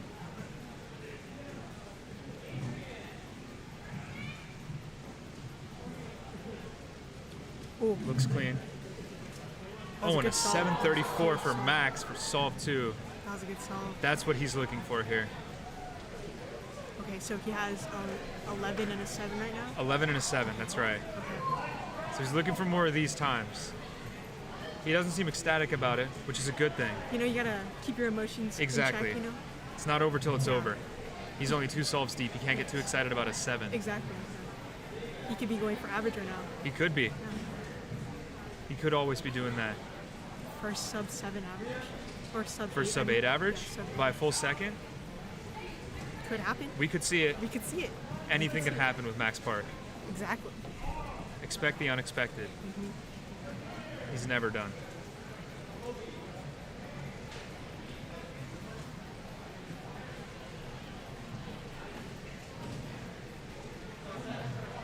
Samir's back.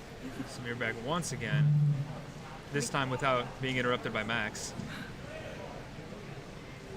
So Samir's working with a 14 and an 11? Yeah. Let's see what he gets on solve 3 here. Looks like he found something. Checking again. Making sure he's got it right.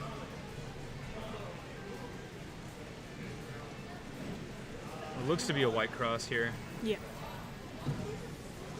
Oh no, that one Oh, and finger. a little bit of a Oh, lockup no. and another lockup. No. And another 14-7. That's not what he wants at all. He'll still make round 2, but like. Yeah, he definitely has another shot at this. Yeah. It's just counting another 14, right? That's right. Yeah, so now he has a counting 14. Only that part. Again, looking at a PR of 10.85. Doesn't yet have a single below that, unfortunately. He got a crazy 6x6 single today, though. Did he really? Yeah. I think he was like averaging, his mean was 140, and he got a 124, I think. Wow. And Whoa. Yeah, I was like, I saw it. I was judging him for the third solve, and I was like, whoa. That's crazy. So maybe all his luck got used up there. Max is back.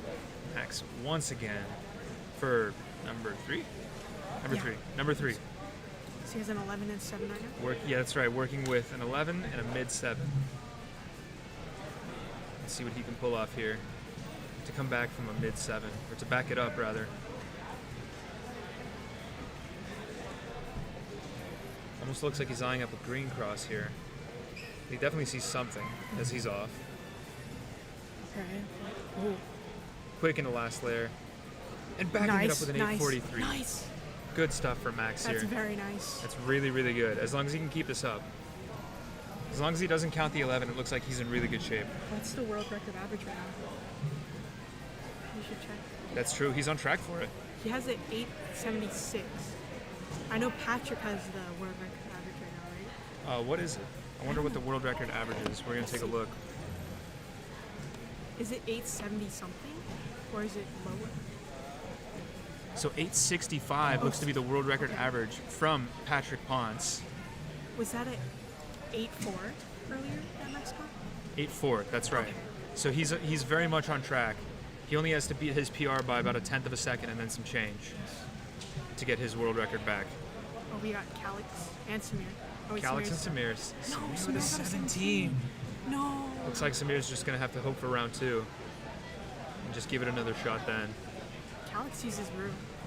A Rue solver. He switched a couple months back. Oh, wow. Let's see if this Rue solve is going to work out for him. Looking really nice. Clean. Ooh. And clean through the M slices, 11-21 with Rue. Nice. Very nice here. He seems happy with it too. And he should be. That's not easy. Yeah. That was smooth. That was clean. Okay, Max. We got an 11, a 7, and an 8. So Max right now, currently on track for world record, though there's no guarantee. It could go either way. As he sits down for the 4th solve of his average. And of course the crowd is drawn. I see iPads, I see laptops, I see a leapfrog. He got this. Immediately looks like he locked into something here.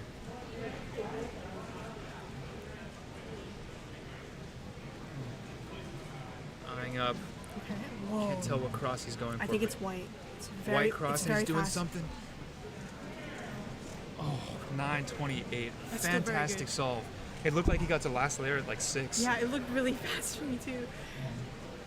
Wait, let's think about this.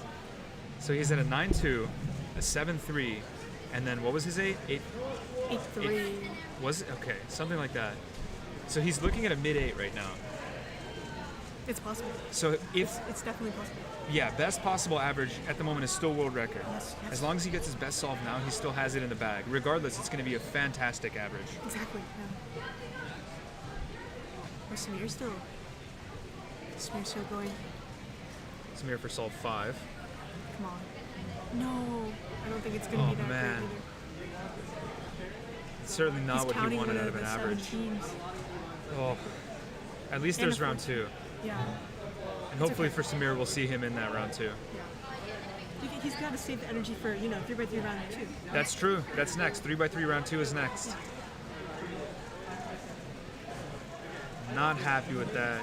19. It's okay. There's always next time. There's always next. I'm getting nervous. Very good. For Max? Yeah. Yeah, this will be interesting. He has 1 solve left. And I think we're about to see what's going to happen here. This Max He gears always up for has solve 2 more 5. rounds, but But we're seeing this. Yeah, he we are seeing has this in good person, solves right too. now. He has good counting times. But anything can happen right here. Let's go, Max.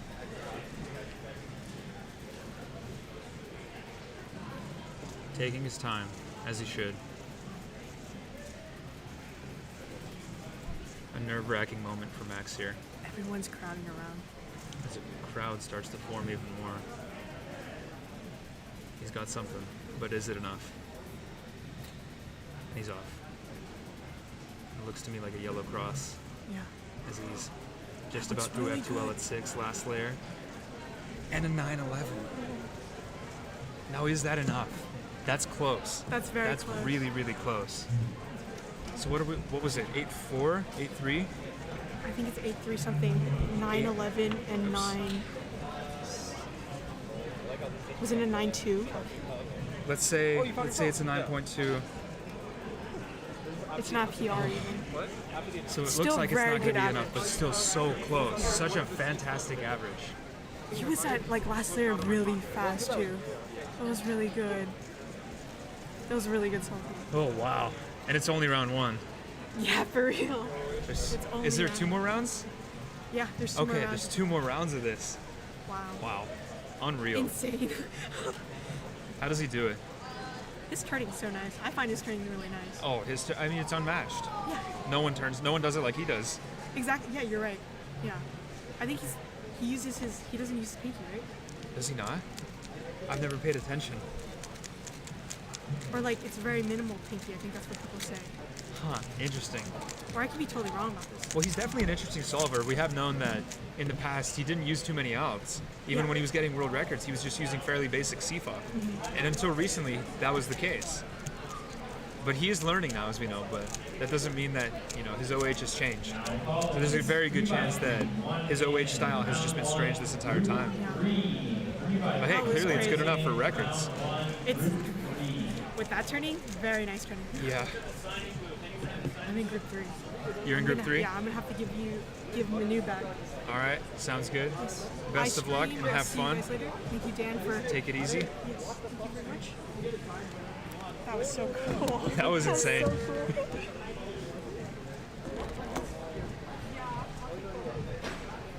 All right, and as we gear up for Group 3 of One-Handed, Round 1, we welcome Anu back to the stream. Hello, everyone. I'm back.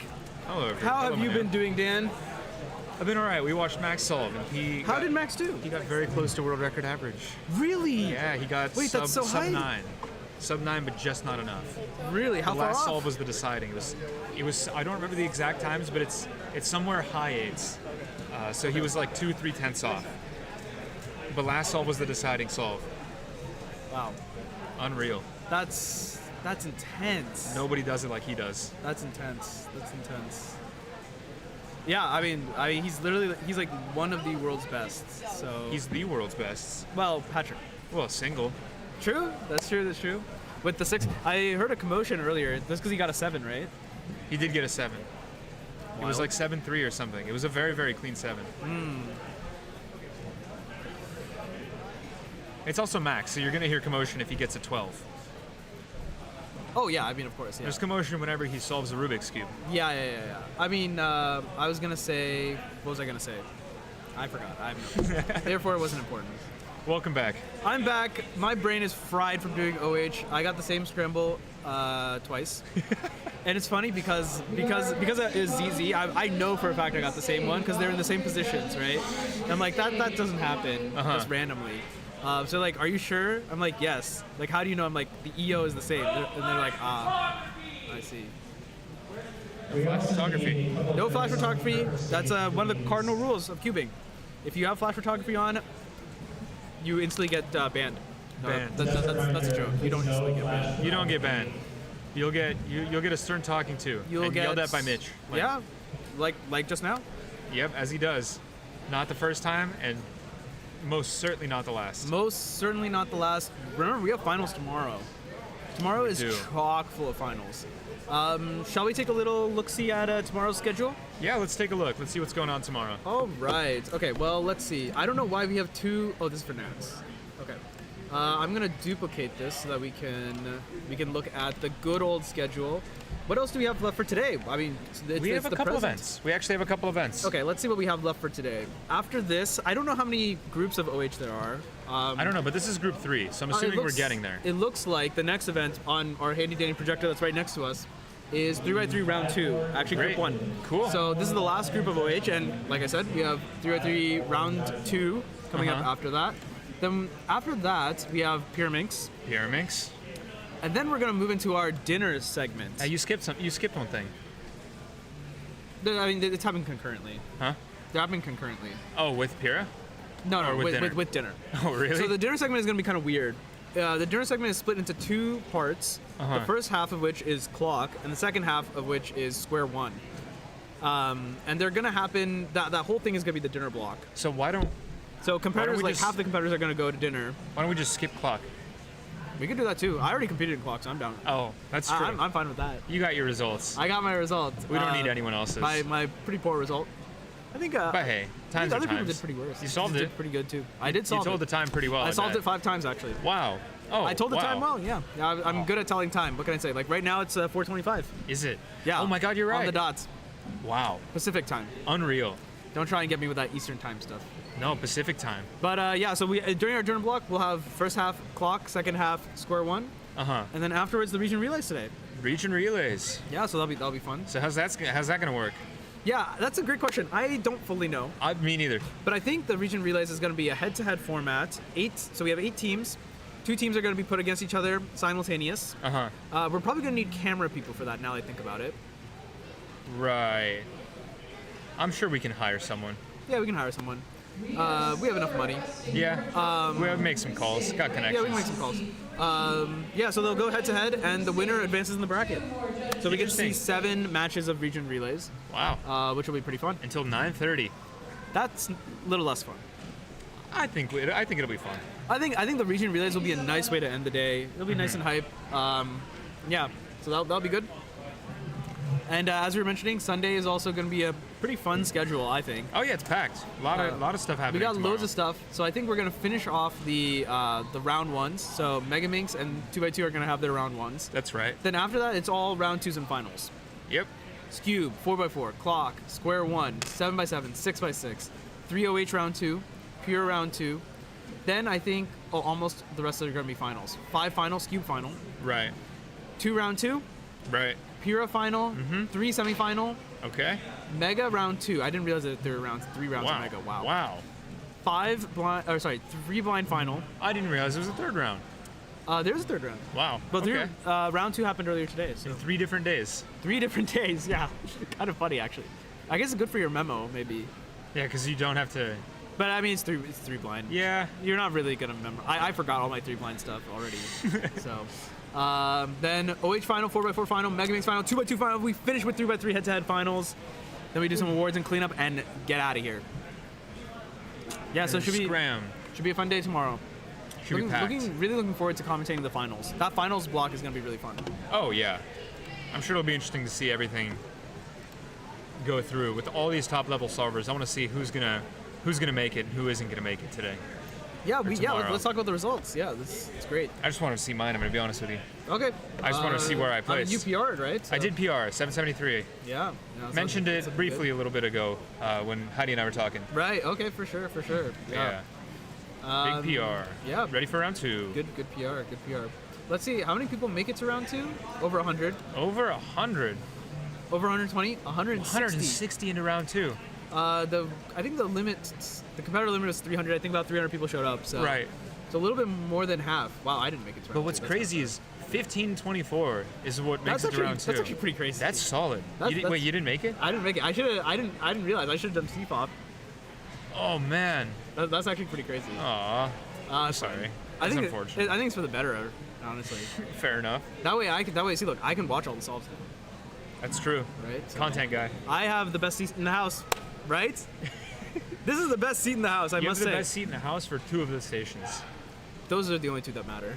This is actually the best seat in the house. We're right off in the corner. We can see all 3 stations. We got this nice little fan over here. We do have a fan right next to us, which is pretty good.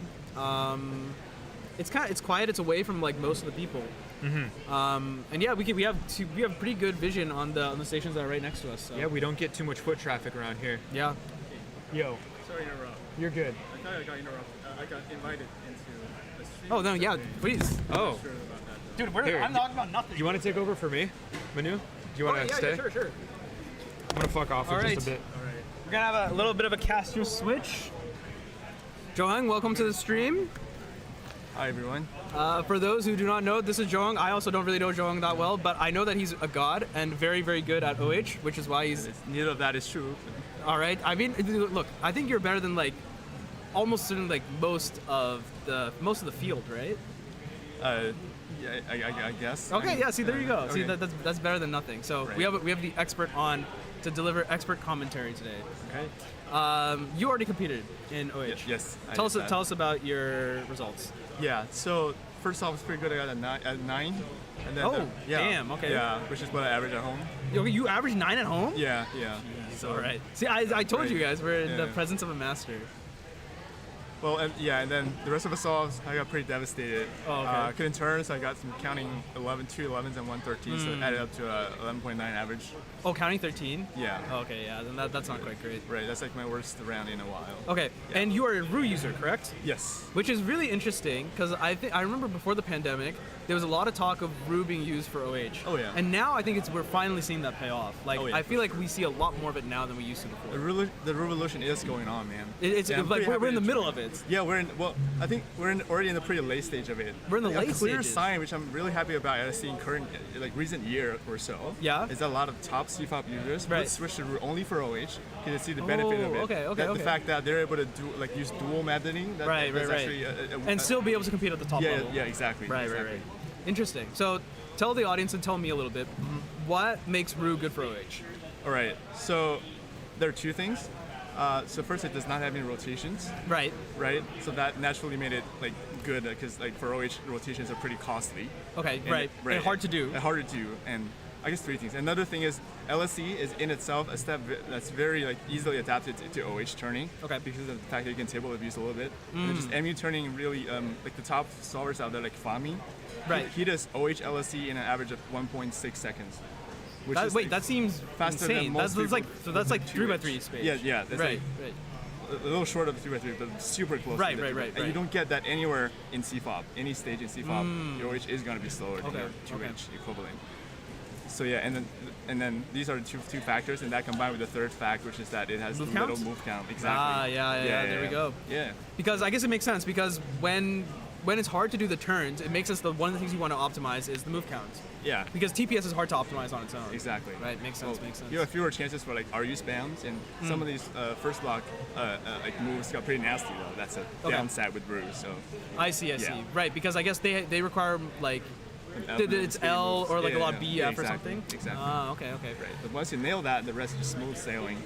Okay. It's super cool. Okay. Yeah. All right, so let's talk about Tommy. Tommy's gonna do a solve here.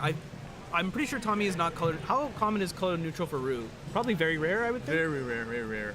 Fami does like 4 sides, which is like 2/3 color neutral. And Okay, that's the best wow. we've seen. Oh, on the top solvers. so top bottom is bottom neutral. Or so no, sorry. It's like a top bottom is the same. Dual X to Y neutral. I Right. would say. Yeah. Oh, it's pretty solid. So that's 13. That was CFOP, right? Right. Yeah. I saw that. Did you see what cross he started with? I wasn't sure with that. I think he's white yellow only, or he might only be one of white or yellow. Yeah. I think his turning looked pretty good to me there. Oh yeah, certainly. I think he nailed that PLL. A lot of times, CFOPers are not specialized in OH. When they get good rounds, it's because their PLLs are easy. I see. There's a lot of deviation in that. Yeah, I mean, I feel like for CFOP, if you get a skip, it's huge. Exactly. Yeah. Skip rolls like just it has to be RU gen. That's Right. super huge. Yeah. All right, Heidi is gonna come up here. I think Heidi is one of the people we want to look out for. Yeah, here we go. 13th on the psych sheet. She has a 12 official average. Pretty solid. Heidi is a color neutral solver.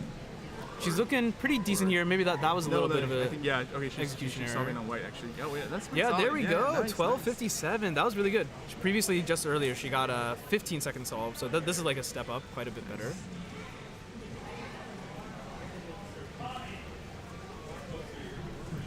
Real briefly, while we're in a bit of a lull, do you want to describe Ru to the folks at home? People who may not know? Oh yeah, Ru is a speed solving method that as an alternative to CFOP that's really good for OH, where you solve a first block on the left, like a 1x2x3 block, and you solve a similar block on the right hand side.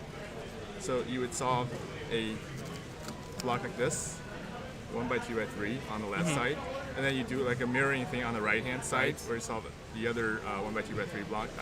It's very hard for me to show, but yeah, it's solved. And now you got the rest of the middle layer and top corners. So you use a step called CML, which is similar to CLL to solve the corners, and you're left with 6 edges.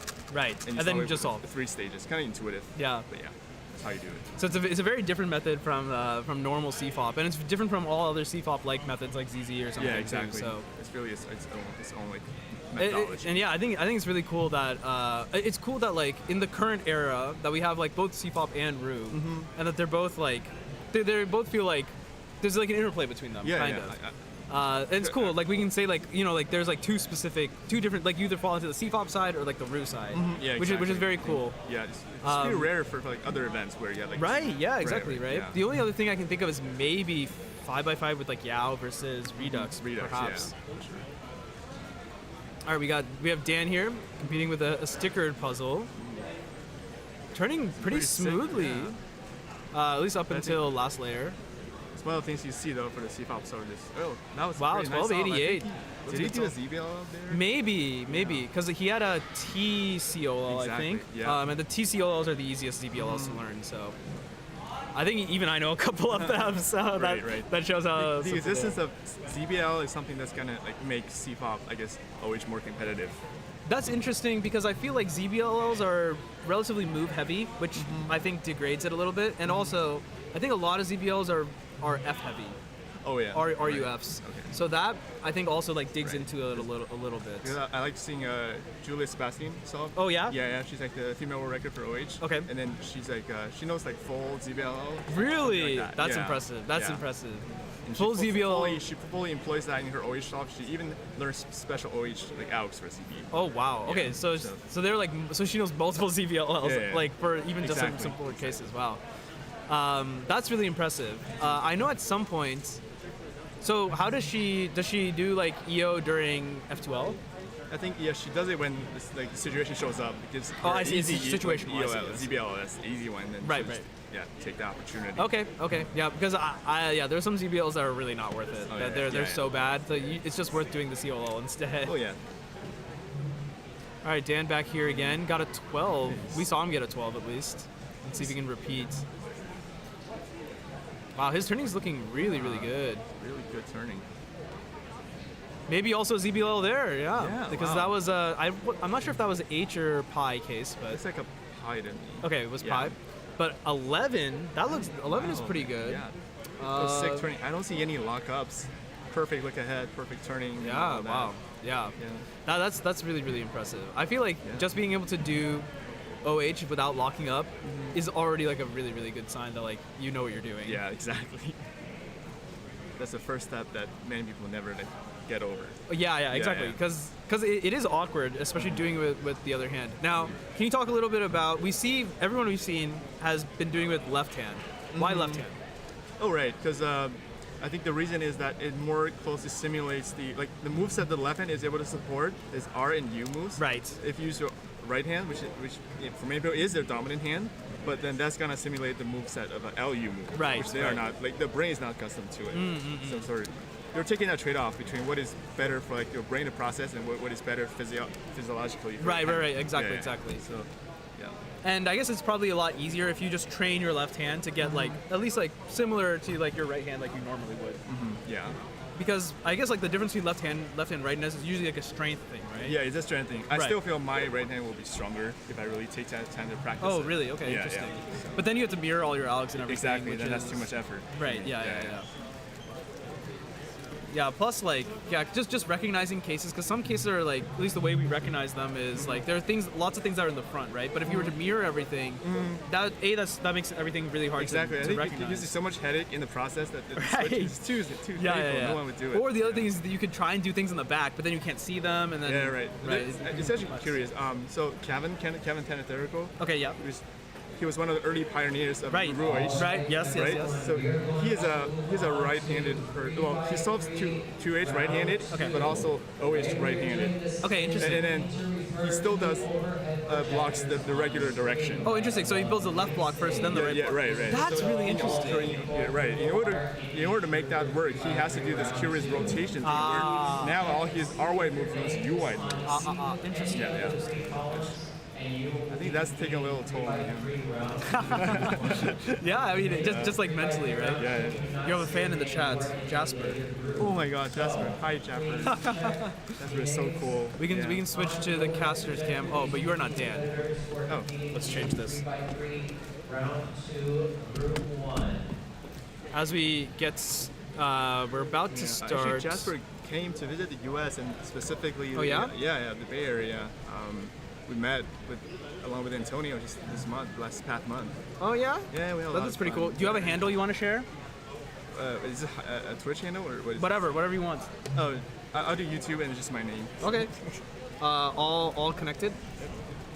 Yep. All right, easy. And I can be Heidi for now, I guess. Yeah. As we're commenting Western Championships, tell me about the competition so far. How have you felt it has gone? Oh yeah, it's been super well. I think at least on my stage, I'm a green stage. I've been popping out since. I think green stage has been doing the best so far. Right. You say that wearing that shirt. I mean, yeah, I guess that's true. No, unironically, I think green stage has been doing the best. I think blue stage is pretty close. I think purple has a little bit of ways to go. But you know, we'll get there. But there's a whole day of competition left. Right. So yeah.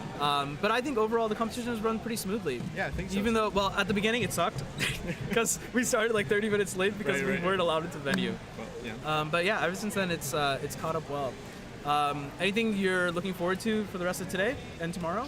Oh yeah, so for today, I'm actually super looking forward to the regional relay. Yeah, dude, everyone has been saying this. I'm looking forward to it too. It's so cool because we typically only have this for like nation cups, larger comps. Having this in a regional competition just spice things up. Because it's fun to watch. Because like the thing is, our region is so big is that we do have like specific groups. Like they're like SoCal people, they're NorCal people. We're good enough to support this many. Exactly.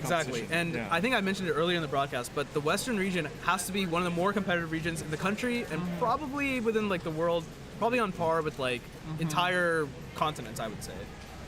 Right. So I think the competition level is also there. So it'll just be super fun to see. Yeah. I'm excited to see how it's gonna run. I hope people stick around for it because it is towards the end of the day. Sure. Yeah. So I think it'll be really, really fun to just to see and to commentate. Yeah, exactly. So. And I'll be on the international team. Oh, yeah. I heard the team name is DMZ. Did you guys pick this name? It was just they literally made this up on the spot. It was a concatenation of our first names. And I looked it up and said, oh, this actually means something else. I was gonna say because none of you guys are competing for Korea either. I guess that's good. It's good, yeah, right. Because otherwise maybe it'll be controversial. But then I really don't have the contact. I just feel like it's something cool to pronounce, like DMZ. DMZ. But then I look it up, right? Then. That's fine, I guess. I guess it works also, out. Like politically, you know, there's a metaphor on that level as well as you would imagine. I guess you're right. Yeah. Well, especially recently, but we don't have to go into that. Yeah, let's not go into that. That's a side topic. Yeah, that indeed is a side topic. Yeah. Okay. Right. I think we're gonna get ready to get started with this. Do you know which group you're in? What is this event? We are doing 3 round 2. I assume you're in. Okay, yeah, I am in. Actually, I am up. You're up. All right. Best of luck, Johan. Thanks, man. Yeah, thanks for commentating. Yeah, try my time here. Thanks for inviting me. All right, everyone. So, 3x3 OH round 1. This is wrong. Absolutely incorrect. So I'm going to change this. We are now doing 3x3 round 2 as Mr. Dan Pasushkov is back in the building. 3 cube. Yeah. Are you in this group? Next group? I am in the next group. In the next group. Are there only 2 groups? I don't know how many groups. There's a lot of people. I'm gonna guess so. Yeah. Well, 160 made it to round 2. Yeah, that is accurate. There's either 2 or 3 groups, I'm guessing. Yeah. There's a lot of people. So a lot of people in this group. All right, but that also means we got a lot of action. Let's see. We're on green stage right now. We are watching Kyungmin. He's about to do his solve as Dan warms up. What is this? The V2? This is a V3. V3. All right, solid. How do you like it? Tornado V3. I like it a lot. I like it enough to have bought a second one. Oh, nice. As a backup. So I the feel same version? Because there's the Pioneer, but also the other one, right? Yeah, so there's the standard flagship of the Pioneer. Flagship. The what is it? The flagship. I have 2 flagships. That's the non-maglev one. Okay. The maglev one is the Pioneer. Okay. I like the non-maglev one. Maglev I think is a bit too much. Oh, not happy. That with was that weird 987. because he started a PLL I think at 7.5 maybe. Hey, but sub 10's a sub 10. Sub 10 is sub 10. Kyungmin did that solve on Red Cross. Oh. Which is pretty interesting. I feel like you don't see it unless he's color neutral, of course. I think. Well, I think he's color neutral at least. But if non-color neutral Red Cross solvers, I feel like very rare. Most people either white, yellow, or blue-green. Blue-green is the other common one. Yeah, I wonder why that is. I wonder why no one else solves on. So the green, red, orange. When I started cubing, I used green first because Mephisto. No, Dan Brown. Dan Brown. You follow the same exact tutorial. Pogobat. Pogobat is his handle. Yeah. Ah, I see. He teaches on green. All right, as Samir's getting started, he's looking pretty good. Taking a little bit of pause there. A little stutter there, but a 744. 744, but that pause was pretty impressive. Definitely nothing to overlook here. Yeah, that was really cool. Well done from him. All right, so just nonsense as usual. Don't know why they're doing that. I suppose in between solves, having a little bit of fun there. Yeah. Hey, it's all good. Having a little fun here and there. It's 4:45 here. We've been live for a long time. We've been here for a long time. Oh, we got a long way to go. We got a long ways to go. But a lot of exciting stuff coming up, as we were mentioning earlier. Like Calix competing right now. Let's see what Calix is going to do here. Calix has gotten quite a bit faster since we last saw him in the Bay Area. Gonna do white cross. He might be white only. Raising his eyebrows at that one. A little sloppy execution, but still getting an 8. 802 is clean. His round 1 average being an 815. Unfortunately, DNFing Sol 5, but otherwise fairly consistent with a pair of high 7s and a pair of low 8s. All right, switching over to blue stage now. Not sure who this competitor is. Ganguru. Oh, this is Mulun. I see. Mulun Yin. Pretty long-time competitor. 2009 ID. Wow. Yeah. Round 1, he got a 795 average. Looking to beat that here. I think he has an official 6 average. 822. Good Not start. an amazing start, but a decent one. Decent start. You know, it doesn't like put him out of it. Not too bad by any means. Dan getting a little dust in his nose or something. Oh, something. Must have been. Little sun in your nose. You know how like some Must have been that 8. Oh no, that's not what I was expecting. Samir for solve 2. Samir going in for solve 2. Hopefully he's doesn't have an 8 in his nose that he's ready to cough up. No, I hope not. I'm hoping he's coughing up a 6, maybe a 5, 4. Does have an official 4, 447, a good one, a good 4 at that. Wow. Well, 27th in the world. I'd say that's pretty good. That's pretty good. 16th in the world for average, might add. Yes, he has a sub 6 average, which is right. wild. 682. So he did indeed have a 6 up his sleeve. 682. Honestly, I can't really tell what was bad about that solve. It looked really good to me. I mean, it's a 6. It's a hard to 6. judge a 6 unless you're talking about Max Park. That's a good point. I mean, there's only so much that you can do to improve from there. That's right. Yeah. There's not a lot wrong with a 6. You need to get a lot of stuff right in order to get a 6 in the first place. Oh yeah. Man, what a long day. Long day, but a good one. Good one. I'm looking forward to dinner.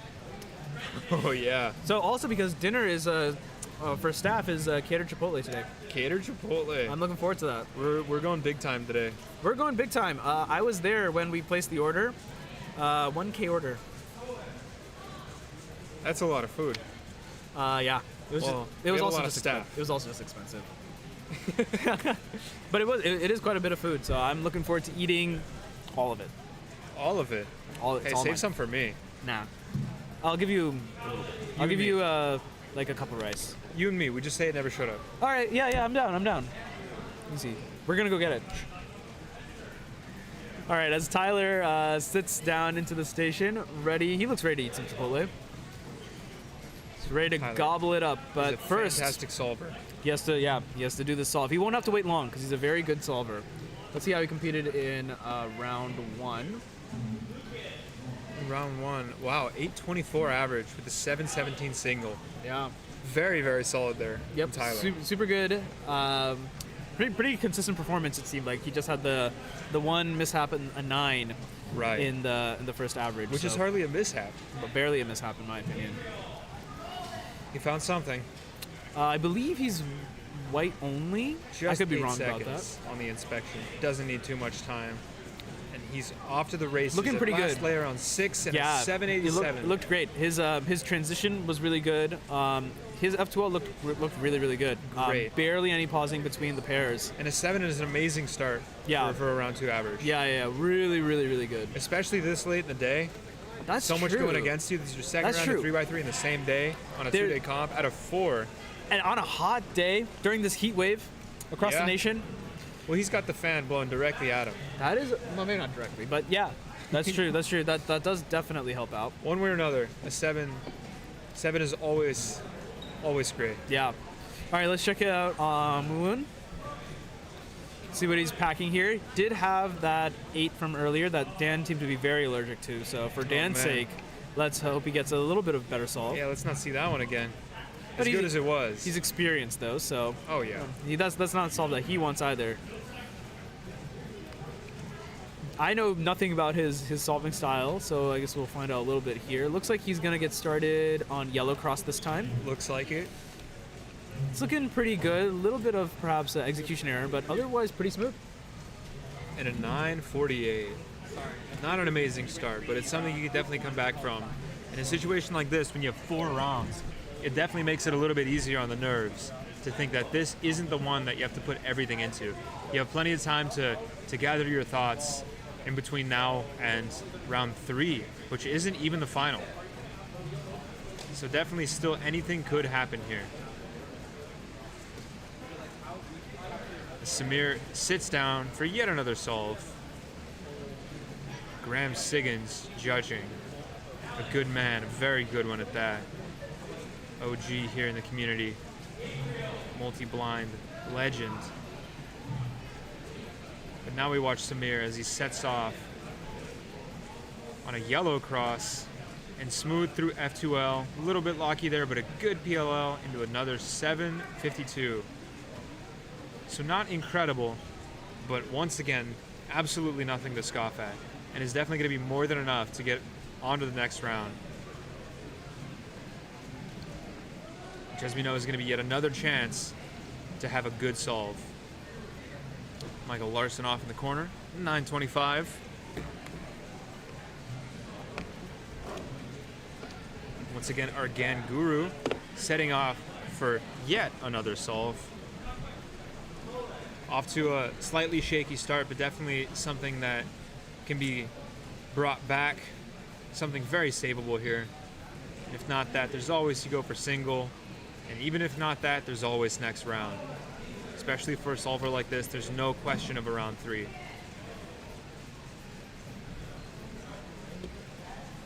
Looking around for a start. And it looks like he's eyeing up a yellow cross here. And a white cross it is, and he solves white cross on top and flips it down. Quick in the last layer, a little bit lucky, and an 8 flat. Wow, that's unfortunate. Last couple steps just getting a little bit rough on the turning. Forcing an 8 instead of what could have been a low to mid 7, unfortunately.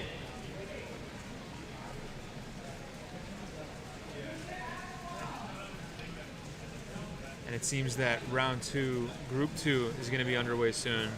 So I'm going to have to look for Manu or Chai, whoever comes first, to take over for me. We watch Samir on another solve. And let's see what he can pull off this time.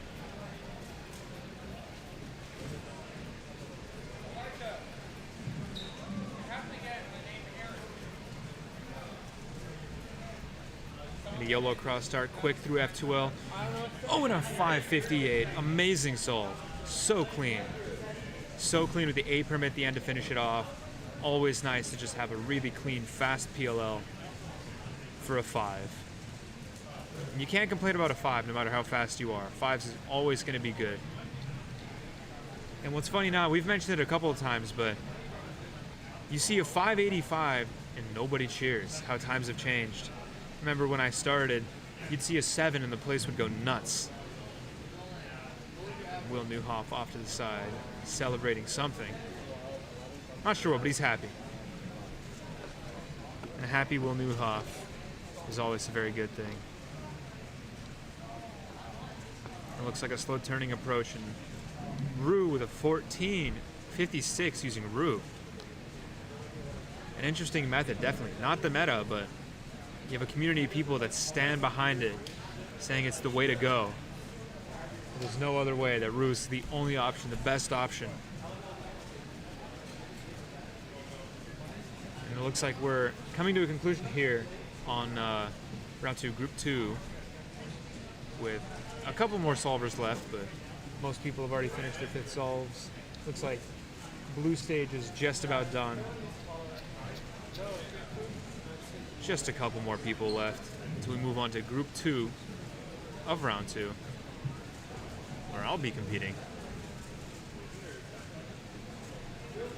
Names to watch out for. Looks like Tommy's also on green stage as well.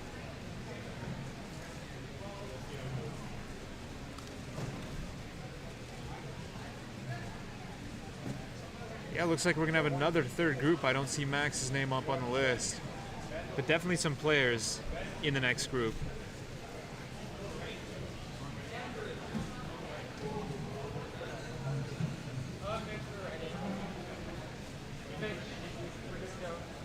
And on that note, I'm gonna ditch just for a second, see if I can find a replacement for me. Calling 3x3 round 2, group 2. Please check the overhead projector. Find your name, and based on the color, go to the right stage. Very clear.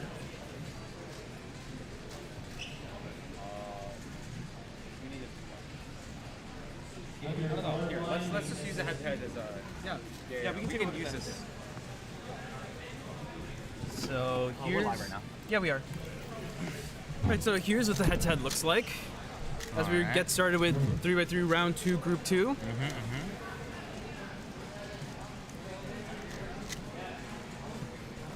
We can mitigate this problem where the timer doesn't show if we do it properly. Yeah. That I don't have an issue with.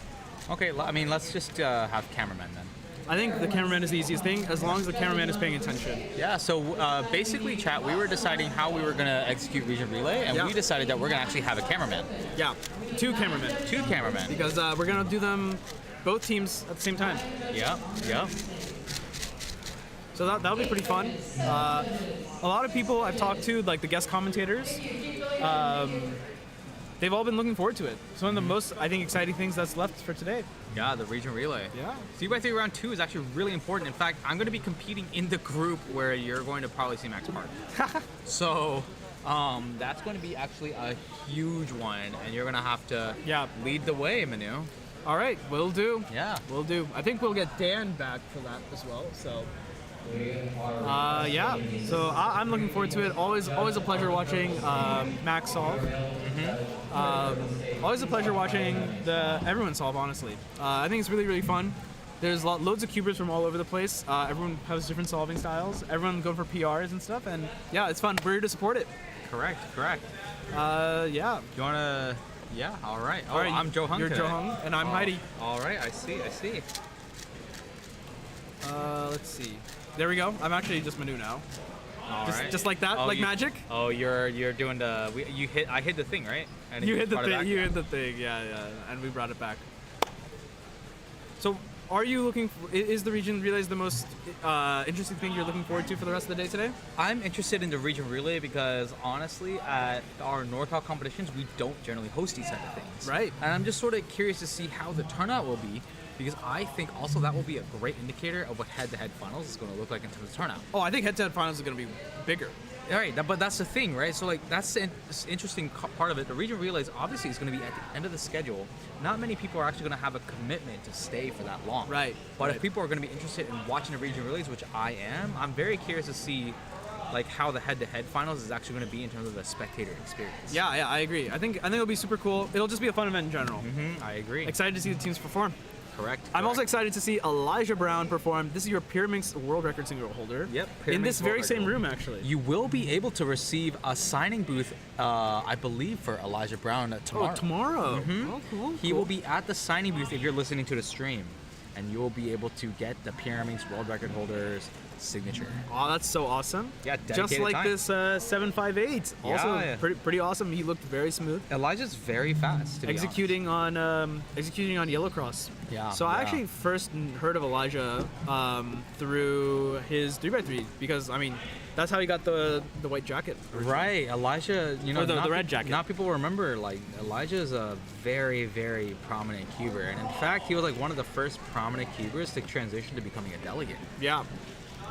So very much so respect to him. And Tommy, starting on green cross, color neutral, boys. Oh, he's my color neutral. God. Yeah, that looked really, really good. Oh my goodness, that looked 593. very simple. This is really, really zoomed in, so I'm gonna fix that. While I'm not Heidi gonna lie, is I did like how zoomed in it was. You liked that zoomed in? That was a little too zoomed in. In my I liked it because you could see in full detail the cube. Like to an extent. I think it's not balanced though. So Yeah, let me, it's not balanced, Let me it's not balance it a little bit. Meanwhile, All right, Heidi Heidi is competing. White cross solver. That looked pretty good. Not too Yeah. bad. Not bad, but she locked up on Pila. It would have been a 6 otherwise. Yeah. Would have been a 6 otherwise.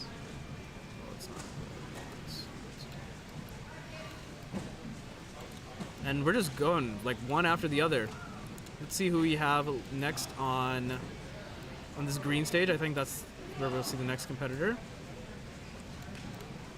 We got Elijah Brown on the blue stage. Yeah, Elijah on this blue stage and staff member. Not sure who they are though. Stage lead. Oh, staff member. Oh wait, this is Ryan. This is Ryan. Ryan. Ryan Lee, soon to be incoming Berkeley student. Really? Yeah. Pretty Berkeley's cool. getting everybody. Yeah, Berkeley is getting everyone. Yo, shout out to Keaton Ellis. True. He'll be at Coming Berkeley soon. Very soon. Elijah doing a little bit of lockup on that OLL. 783. 783. This That time was going for white great cross. execution. I believe it was a J-perm. Oh, it was one of the. okay. So that saved him. Yeah. I see. Okay, Yeah. okay. It was Yeah, a that saved him because J-perm. that OLO execution was not entirely there. Yeah. Ryan going in. So was that an F perm to finish? A little bit of an execution error is going to give him a 13 instead. Not great either way. Yeah, not really what he was looking for here. All right, we got Let's Heidi switch Chan. over to Heidi. Let's give you the full view. Mm-hmm. Heidi Chan, definitely one of the cubers to watch out for this year. She's been competing way more recently also. Yeah. So it's good. And the more solves that she can get, the more likely she is to break out. Correct. Solving on white cross as usual. And she is done. Yeah, that F2L was really good. Wait. ZBL? Did she do the wrong OLO? No, I don't. She might have done 2-look OLO into a ZBL. You think that's what she was doing? That was definitely a ZBL at the end. Oh yeah, she wasn't a skip. Yeah, definitely it was a ZBL. intentional. Yeah, 100%. It was the intentional. B OLO, if I'm not mistaken. And Tommy. It was. I think. Not having. Did he get a corner twist? I think so. Yeah, I think that was really weird. That cost Tommy him. not able to take advantage of the 5 that he got in the first solve. So it's not even, like the corner twist is one thing, like fixing it is one thing, but then it also messes with your head. I feel. Yeah. That's really where I think most of the time loss comes from. Not being able to do your recognition, yada yada. Yeah. All right, let's see what Elijah can do. 2 7s we've seen so far from him. This one I feel like he's turning a little bit more deliberately. Now he's speeding up. OLO and PLO another 7 on the way. A bit of a execution mistake / lockup, I think. Elijah not quite going for the PR right now, but very close. Yeah, very close. close. I think. How did he do in round 1?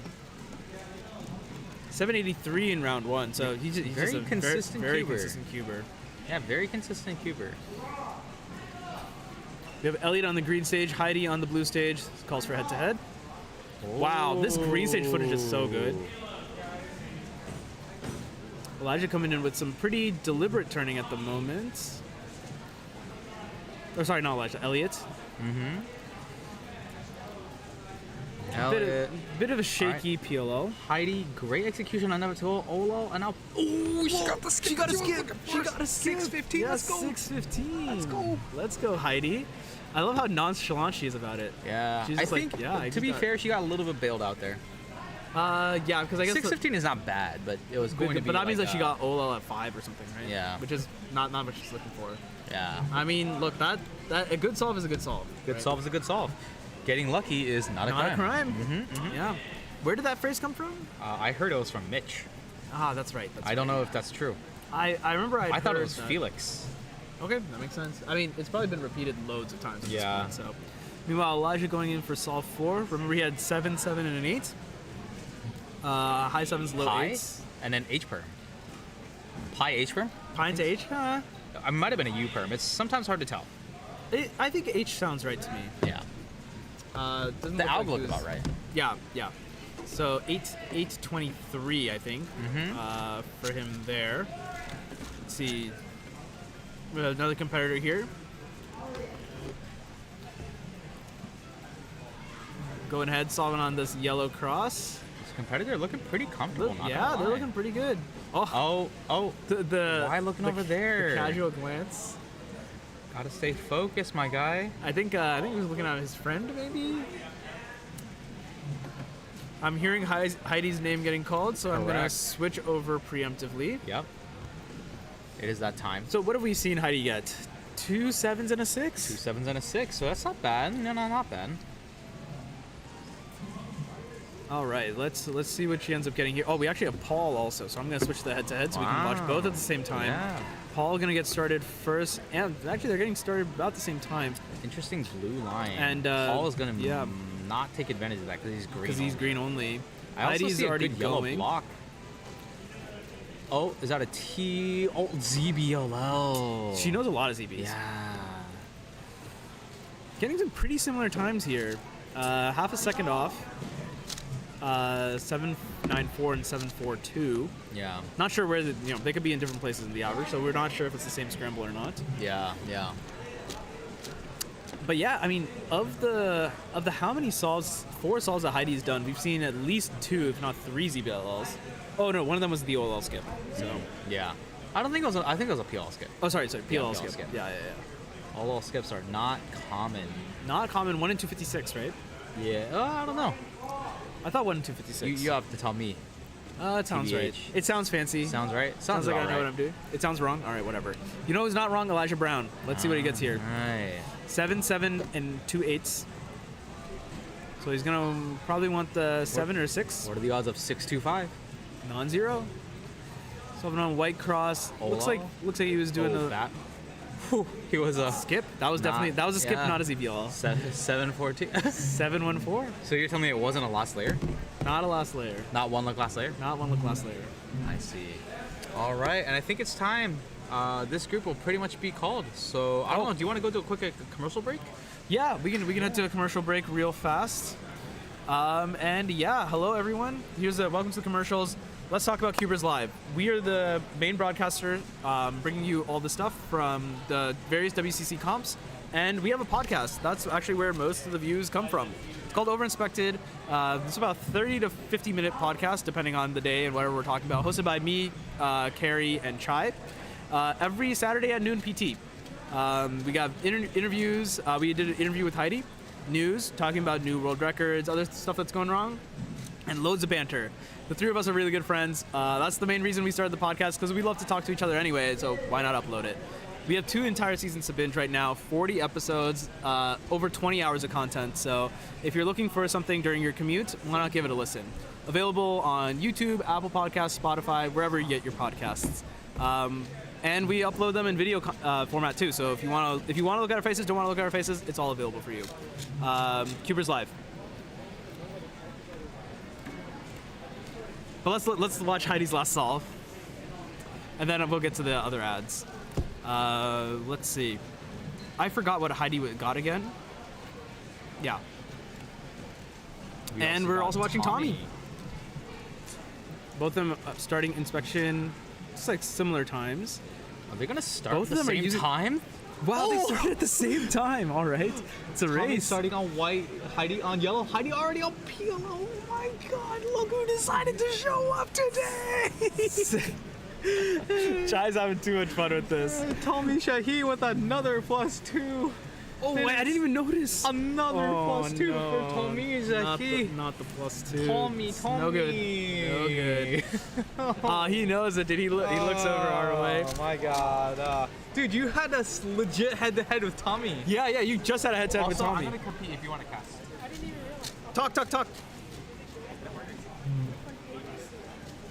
All right, forget the ads. We got better things to talk about than the ads. So, let's see. Let's hide this, and we have a caster 3 back.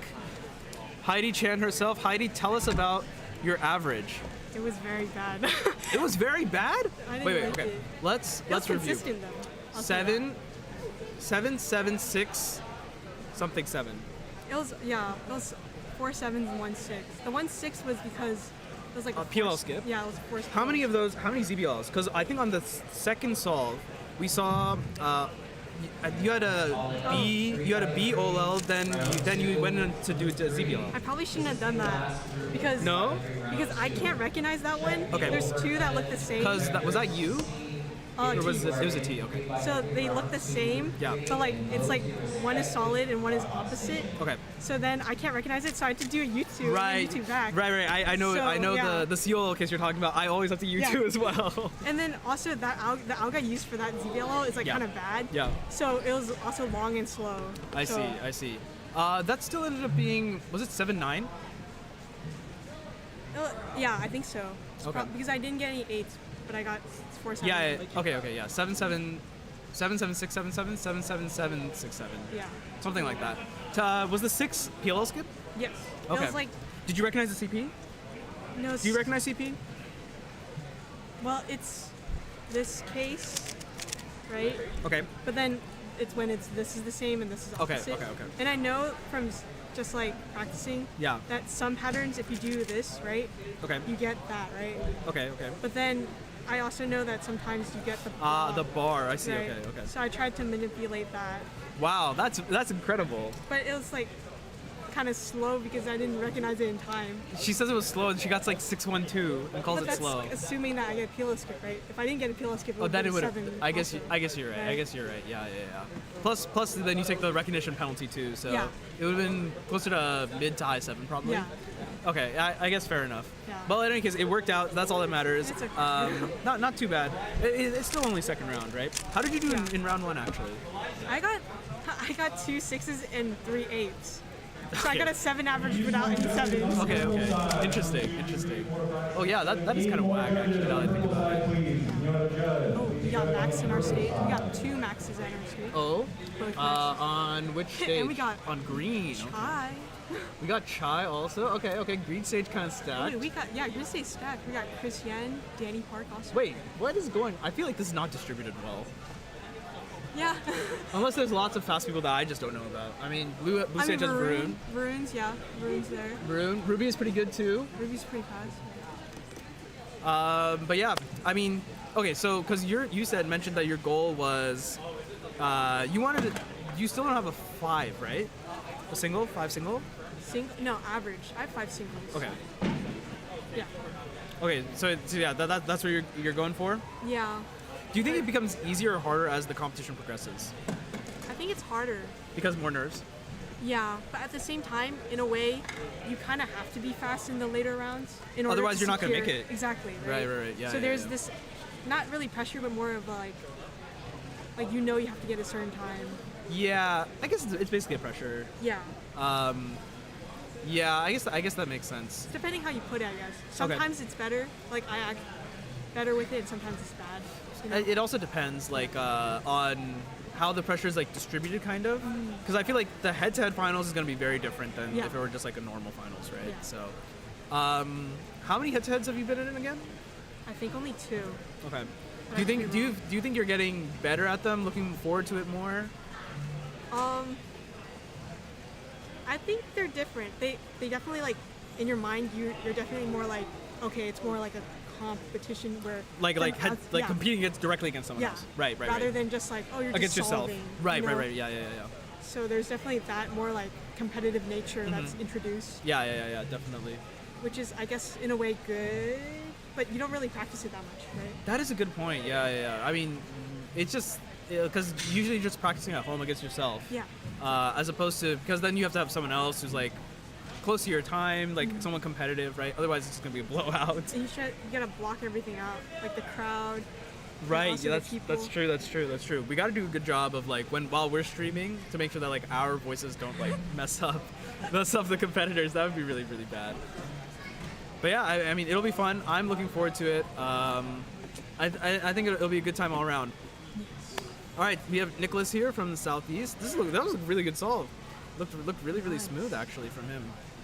Because I think earlier we saw a super consistent 6-6-6-6-6-6-6-6 just back to back in round 1.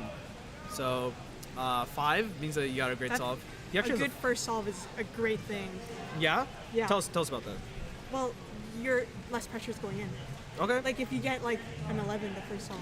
Then it's like okay, like this Yeah, one, you like have like pressure. everything else is like because you don't want everything else is gonna count from there on, and Yes. you can't like I guess what you're doing is trying to make sure the 11 does not count. Exactly. Okay, fair enough. Makes sense. Sometimes it's really hard. Okay, we got Varun. All right, Varun now famously used to stand up when he was competing. Now he kneels instead because he's gotten way bigger. And somewhat recently sponsored by Chi, which is super cool to see. He's all formal now. He can't show up in like the hoodies anymore. Well deserved. Yeah.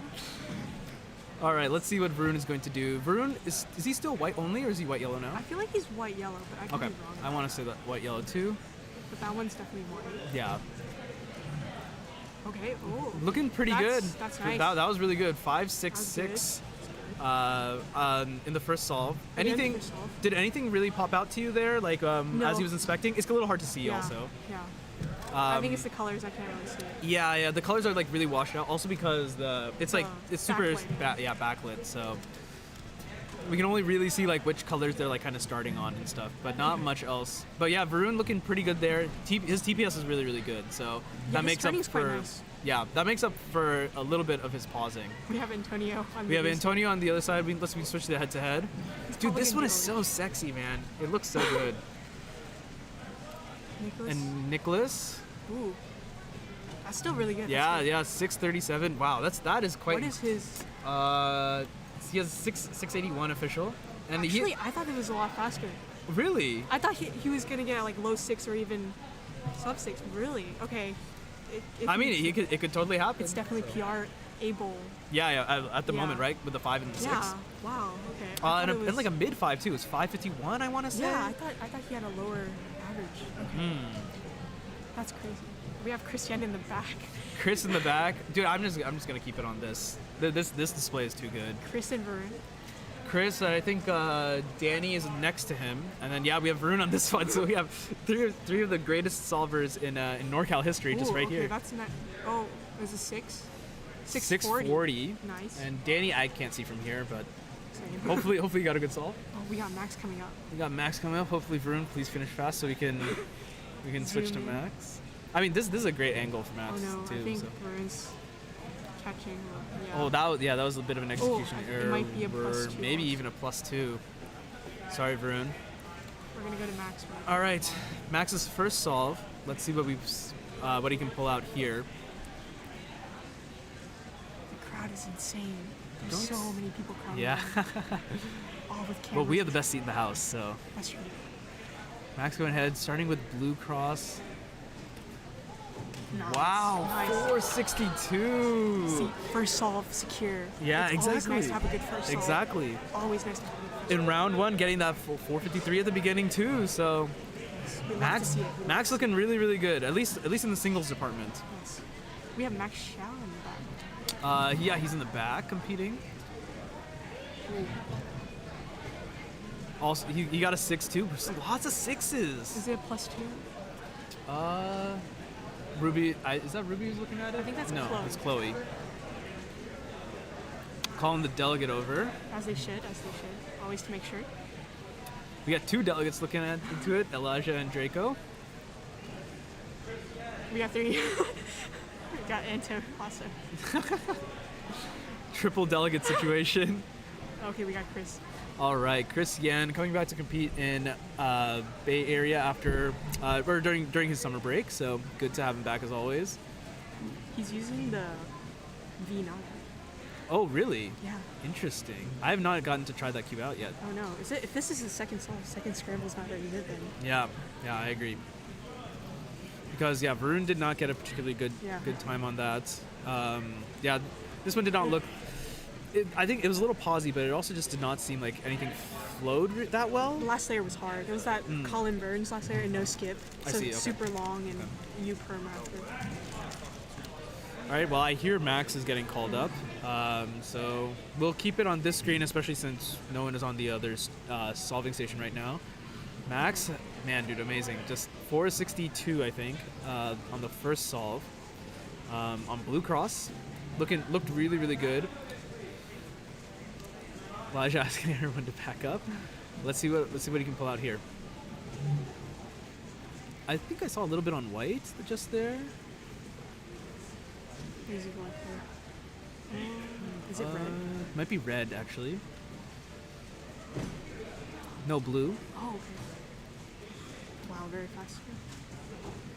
Okay, Pretty good. That's nice. Look pretty good. Could you see what Ciolo that was? It was either Pi or H. Can't really tell too much other than that. Me, I'm a white only solver, so I'm like the worst person to ask for this too. I mean, at least you can tell maybe like if it's Pi or H. Yeah. I feel like. I don't know. Does Max know COO? I think so, but I feel like he knows more ZBLO. Like. Oh, really?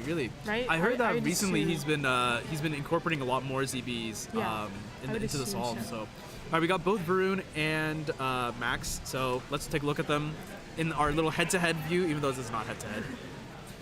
Maybe we can get them to race each other. Oh. I manifested it. You see anything on either of these? I think Max is going for yellow. Yeah, Max looks like he's going for yellow. What is Varun going for? Max is gonna start here. Varun going for white. Okay. A little bit of execution error there, but still gonna get a 743. Pretty solid. Oh. Varun 782. That's kind of sad. Yeah, it kind of looked just tough for both I think of them. both their turning was kind of shaky. Just because I know how that feels, you know? Dude, it's so hard. It's so hard. You can practice as much as you want at home, Yeah. but then you show up and your hands just are like It just does. just all over the place. Nicholas back and Anto. Yeah, Nicholas. Okay, let's just keep this on this. Anto, very famously during 3x3 Does OH. two-hand just does OH and still gets competitive times. So I think Nicholas is on his fourth solve. We didn't see his third one. I briefly caught it during Max's. I think he got a 7 actually. 714. He's still PR average for sure. And Antonio just random. Anto got it's a better 3x3 average OH than his actual OH. Yeah, exactly. That's the sad part. This is just absurd.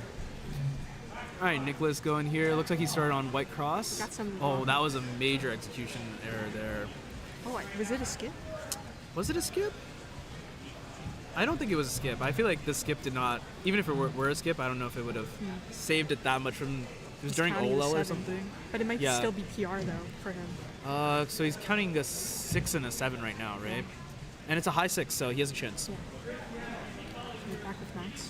Max with his third solve now.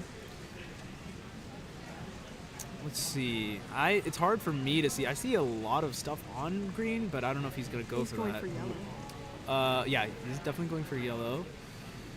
That was really smooth. His transition was smooth in terms of look ahead, but the execution I feel like was a little bit off.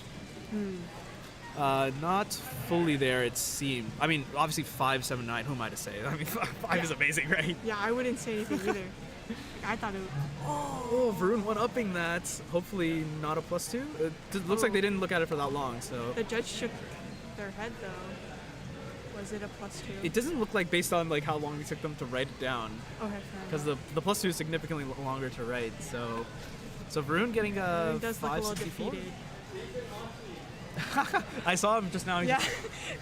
I think it's because it could have been probably sub 6. Like, you know, when you have that feeling, it's like, oh, it could have been better. Yeah. I know what you mean.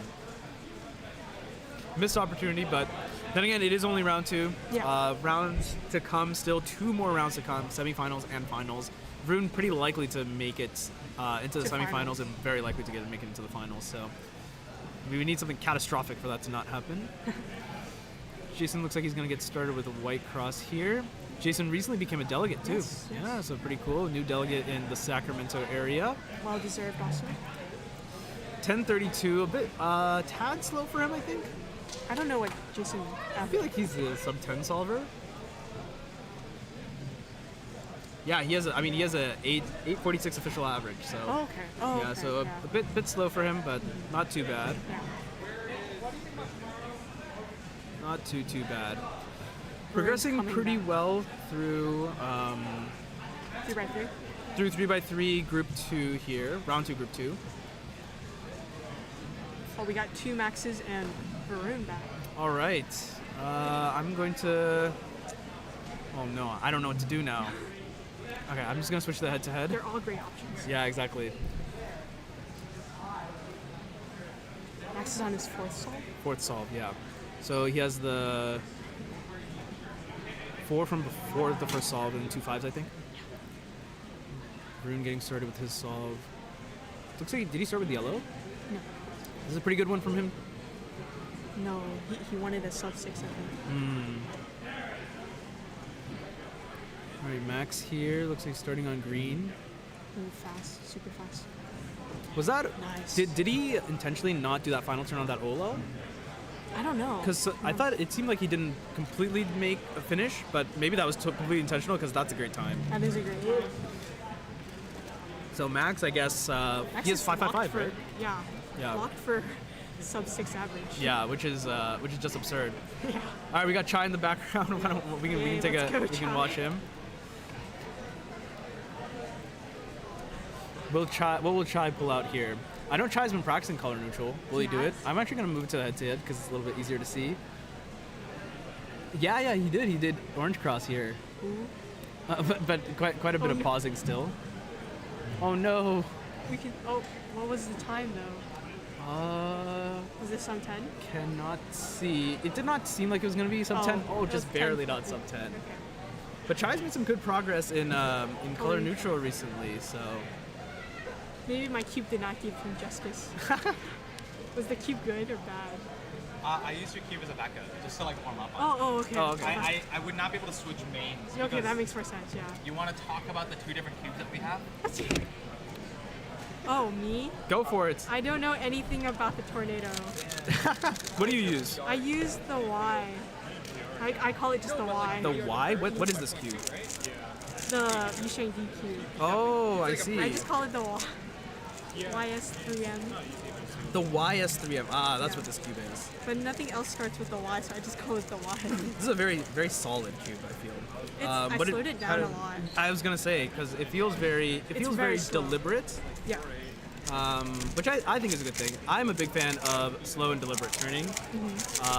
So I think it's a good thing. Whereas this is the tornado. Yeah. I don't know. I don't really like the feel of that cube. Really? When I first unboxed the tornado, I was like, this cube is good. It's a good cube, but I don't know. All right, let's take a look at Max. Max on his 5th solve now. 4.555 so far.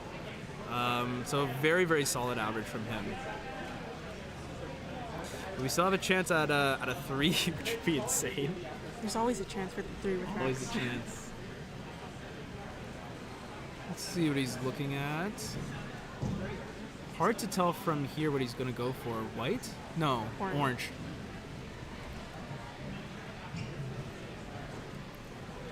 Still very, very solid. Now calling pyramids, round 1. Oh, I guess we're doing pyramids now, which is surprising. I did not realize. I thought there were 3 groups of. I'm in this group. Okay, well, best of luck, Heidi. Yes. Thanks for commentating. Always a pleasure. Oh, I don't know anything about this though. That's fine. It's time to just banter then. Yeah. I give it back to. No microphones. Yeah, we can. Let's go to an ad break. To thank our sponsors, aka us. We are our own sponsors. All right. Yeah. So let's talk about the ads. I already talked a little bit about. the podcast, Overinspected. Great podcast. Watch it every Saturday. Heidi was on the podcast. That was one of the best episodes ever. Yeah, that was really cool. All right, this one I did not talk about. West Coast Cubing has merch now, limited time editions for Western Champs 2023. Check out the Redbubble. We also have loads of designs for for the original West Coast cubing stuff. All of it is original, so check it out. We're gonna take a break and be back real soon. Have fun with the ads.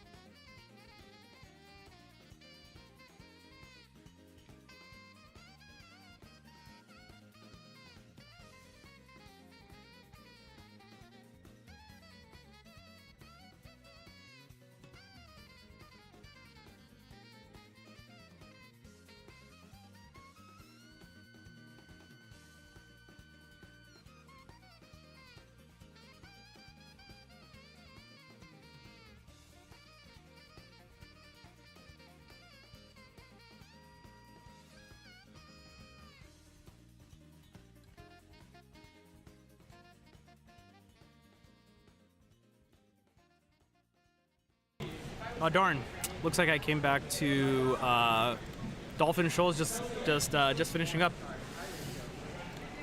Yes, Chai and I just discussing a little bit about how we're going to organize stuff for region relays, how to make everything look good. That's the goal.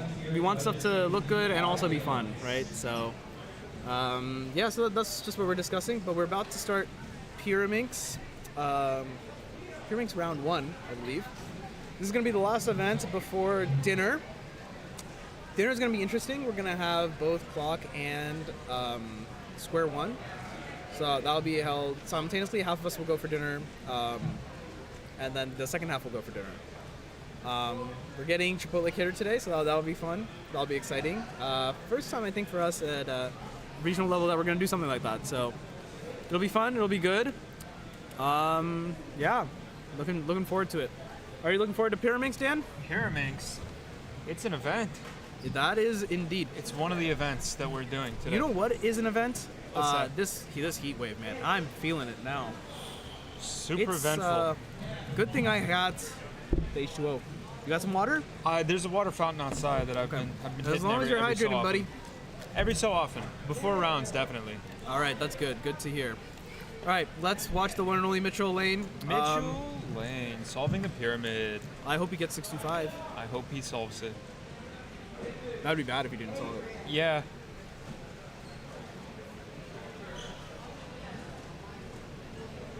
And he does it.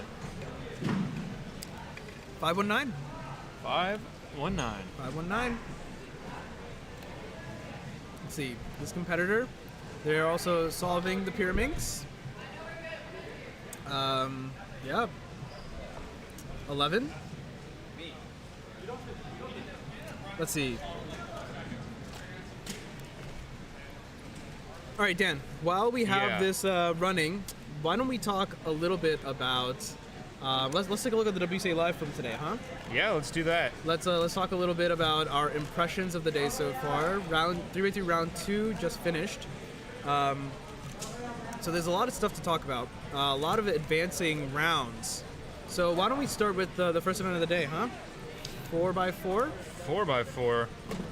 4x4. Let's go over a little bit about who advanced, how many people advanced, and some notable results. Let's. So, 55 competitors have advanced to 4x4 round 2 of 3. Of 3.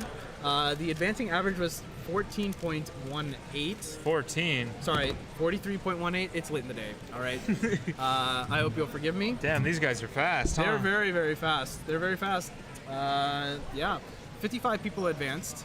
The top 3 in round 1: Max Park, Max Xiao, Paul Mavi. Who would have guessed? 21 average. Max Park blowing away the rest of the competition. Max Xiao 26, and Paul with a 28. So those two a bit closer, and Varun, last man out of the podium, 28.62. So just a hair slower. Just than shy of Paul. Varun did have the faster single at a 23.8. Paul's best being a 26.5. Right. Speaking of Paul, he's on the stream right now. If you'd like to watch him solve some pyramids. Paul doing a pyramid. Yeah, I mean, lots of other great competitors in the field. It seems like the third place is actually somewhat up for grabs. I mean, a lot of people within a 2-second time span. Oh yeah. I think 3rd through 10 are all within almost about 2 seconds of each other. Give or take. What's a couple tenths of seconds between friends? Yeah, exactly. Yeah, so that's 4x4. And as Dan mentioned, there are going to be 3 total rounds. How many people are going to advance to finals? Finals, I think, is 16. Top 16. That's going to be a big finals, but that'll be pretty fun. Be a good final, competitive final. As of right now, Zhou is the last man in for finals. If finals were to be decided by just round 1. That's right. With a 32.82 average, and just outside, first man out, is Timothy Castle from PNW with a 33 average. I just missed out on it too. Kind of bombed round 1, 33.94 average, but. What happened in the DNF? What did happen in the DNF? Oh, I got MGC'd. The cube shape shifted. So you got MGC'd? I did. Like the verb? Yeah. Oh. It shape shifted. Yeah. Always a pain when that happens to your 4x4. Yeah, it's not fun. It would have been a 27 too. Granted, I had a very weak start, but hey, there's always round 2. That's true. There's always round 2. You got to show up, but you're not that far off. It's, less than a second on the average. So definitely hoping to make finals. Yeah. So that'll be exciting. I'd love to see you in finals. I'd love to see myself in finals. That'd be pretty fun. All right, let's talk about 5x5 now, huh? Let's. All right, 5x5, only 2 rounds. So next up is just finals. Nicholas Sanchez, last man in finals, 101.58 average. And getting a PR, but unfortunately, it's less than 0.1 seconds away from making finals, 101.66. A little unfortunate, but sometimes that's just how the cookie crumbles. And at the top, I mean, you can already guess it. Max Park, much ahead of the field, 9 seconds ahead of the field with a 40.26 average. Max Xiao second, 49.42, and Varun Mohanraj, 51.39. Pretty bad average for Varun, actually. Is it? What does he typically average? I think his PR is 47, and I think when we talked to him last week, he said he was at Westerns, he was looking to get another sub 50 average. Wow. If not improve his, he's trying to consistently get 47. Uh-huh. So 51, not a good look for him in round 1, but let's hope that he can really show up in. That's in what round finals. 2 is for. Yeah, so he's on the podium at the moment, and Samir, first person off the podium at 5th place, 51.95. That's actually a PR for him. It is. Yeah, pretty exciting. I'm looking forward to commentating that. That will happen late in the day, middle of the day tomorrow, actually, around 2:15 if everything runs on time. All right, Dan, which event would you like to talk about next? Oh, what event is next? I mean, we can just go up in order, 6 and 7, right? 6 and 7. Let's knock them out at the same time. Max Park by and far are going to be the winner in this. No question. We already know. Let's see who's in contention for 2nd and 3rd place. I think 2nd place is pretty much locked between Varun and Paul. One of the two. I think one of them is probably going to get 2nd place, and then we have jostling for 3rd place at least. Right. 3rd place is in round 1. Sorry. 3rd place is going to be one of probably Paul or Varun. Right. Looks like there's about a 5-second difference between them and the next group, which looks like is going to be Samir and Max. So looks like California going to make up the podium for 6x6 at the moment. Varun did get a PR mean though. 134. 134.25. Yeah. And Heidi has also made is the last person in on 6x6 finals. With she got a 203. 203. The only person in 6 finals without a sub 2. Yeah. But everyone else looks like they did really well. Lots of PRs across the board. All right, the Mario Kart music has stopped. So what should we listen to next? Should we listen to? I'll leave it to you. I gotta come up with a Bobo order. That's all you. What are you feeling? Animal Crossing? Sure, run it. Animal Crossing. Let's go. Yeah, let's just do general Animal Crossing. I love Animal Crossing music. I think it's super awesome, super chill. As we're in the later half of the day for sure. So let me find a good playlist for us. Actually, I don't want to listen to this. Let's do. Let's do Cozy. I love Cozy. It's late enough in the day to where it works. Yeah, exactly. We're out here. We're just chilling, having a good time. Heidi's not having a chilling. good time on that solve. That's for sure. Happy about that. 7:36 for Heidi. She's smiling it off as Paul's getting started with his. But yeah, so that's 6x6. Let's quickly go over 7x7. Interestingly, 7x7 first round is not marked as done for some reason. Lots of people that need to be quitted, it seems. 7x7, pretty much the same story. Actually, Varun's not there. Oh, Varun is not here. Varun in 10th place, so actually a little bit further away. Max Xiao and Paul looking to be the contenders for that 2nd and 3rd place. Pretty close. And then to after 4th that, place. and then pretty the 4th far place behind. is quite far behind. Timothy Castle 240. But difference between 1st and 2nd now coming up to 34 seconds between Max it's big cubes. and Max. It's big cubes. Yes, good call out. I forgot to change this because it's Pira. All right, Pira round 1. That's there. So yeah, that was 7x7. Shall we move on to 3 blind? Shall do that. Let's do that. So after an incredible first round with a couple NRs, really good solves, it looks like not exactly more of the same in round 2. Scramble's just not quite as good, it seems. Well, Tommy with a 13. I mean, Tommy is Tommy. He's Tommy. The world record holder coming at it again. The number of 13s he's gotten so far is quite impressive. 1384 at the top. Stanley Chappell 1647 in 2nd, and Elliot Kobolensky at 18.08. So no California, no Western, actually, podium in round 1, which means the Western people got to pick it up. Antonio a few seconds behind with a 22.04 best. 22.04, but one thing to note is, 3 blind is somewhat scramble dependent. If you get it in your orientation, fewer or less outs. There's a lot that goes on.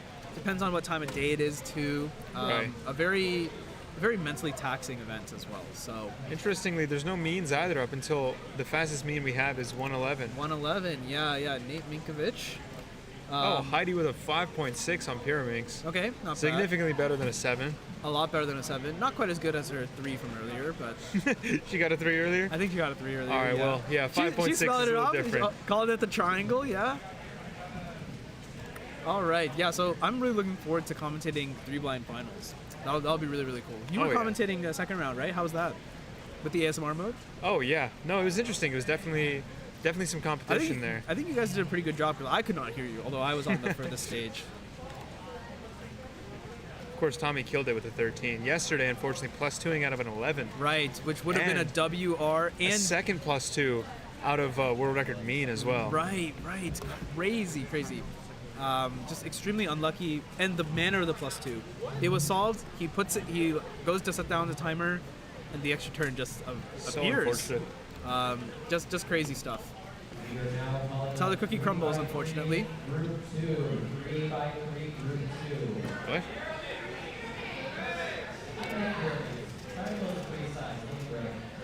A bit of mishap from our friendly local delegates, Chris Martin. One-handed. Let's talk about one-handed.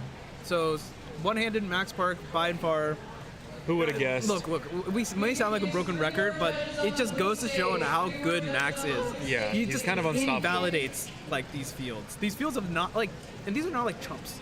These are some of the world's best. Yeah, solvers. the best of the best. And Max just completely. Max destroys shows them. up being a full 2.5 seconds ahead of second place. Another Max Xiao, 11.2 yeah. average. Max Park, of course, with an 8.94. Yep. As well as the best single of the round by just about a second and some change. Yep. Which I think was live on stream too. That's right. I heard a good bit of commotion for that. And right now, your Western champion as of the first round, Joang Sung, 11.92. Pretty decent average, although he says he's averaging 9 at home. So. Wow. So we'll see. Hopefully, you can pull that out in the second round in the final. That's right. Let's see. Last person in, Elliot Kobolensky with a 20 average. 55 people made it to round 2 for OH. Scroll down. How far? Up a little bit. Oh, hey. I fluked it. Let's go. All right, let's skip Cube because I don't care. Did we already talk about 4 blind winners? I think we went over big blinds and multi earlier in the day. Okay, well, that was a while ago. I think we might as well talk about it a little bit again. That's true. Remember, these all happened yesterday and they're complete. There's no more further rounds. Right. So your 4x4 Western champion Graham Siggins with a time of 1:45.77. Pretty good, pretty far ahead of the rest of the field. Unreal, by the way. Yeah, I mean, just so good, right? 5x5 blind final, only one person got a success in the final. No podium. No podium. So just 5 blind final. Tommy Cherry with 7:26.43. Not sure who the Western champion is going to be. That remains to be seen, to be figured out later. 5 more judges on the blue side. 5 more judges on the blue side. As we call up for more judges towards the end of the day. A little bit of commotion. And rounding out the big blinds, I guess it's multi-blind, not quite a big blind. It's a big blind in some way. Bigger, you could say, than 4 or 5 even. It's a large blind. 3x3 multi-blind final, Graham Siggins. Who would have guessed it? Is your Western champion and got first overall. 47 out of 55 in 59 minutes, 10 seconds with, so 47 out of 55, it's a score of 39 points. Mm-hmm. So very, very solid. Second place, Stanley Chappell, 43 out of 51, which is not far behind. That's 35 points. Mm-hmm. And Elliot Kobolensky getting third with 32 out of 35. Very good accuracy there. Only 3 mistakes. It's crazy. The smallest amount of cubes solved being 17. Yeah, I mean people. Oh, no, really, 13. 13 out of 13 by Jeremy Bennick. Yeah, well, he did have a 2 out of 2.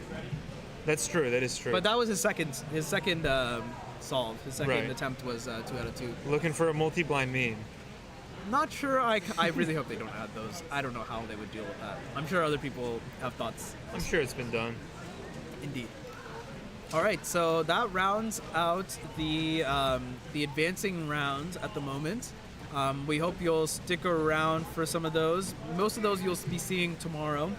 Today we have pure round 1, clock round 1, square one, and that will round out the main events for today. Those are all going to be round ones. Right. Tomorrow we'll dive into more of the second rounds and finals, where we'll see a lot more of the super good solvers, as well as 2x2 round 1 and Megamix round 1. That's right. But actually, I'd like to draw your attention to the screen right now. Pyramix is kind of a joke, but not when this guy is solving. The world record single holder Elijah Brown, yeah, he's right here. He's one of our delegates from SoCal, getting a 198.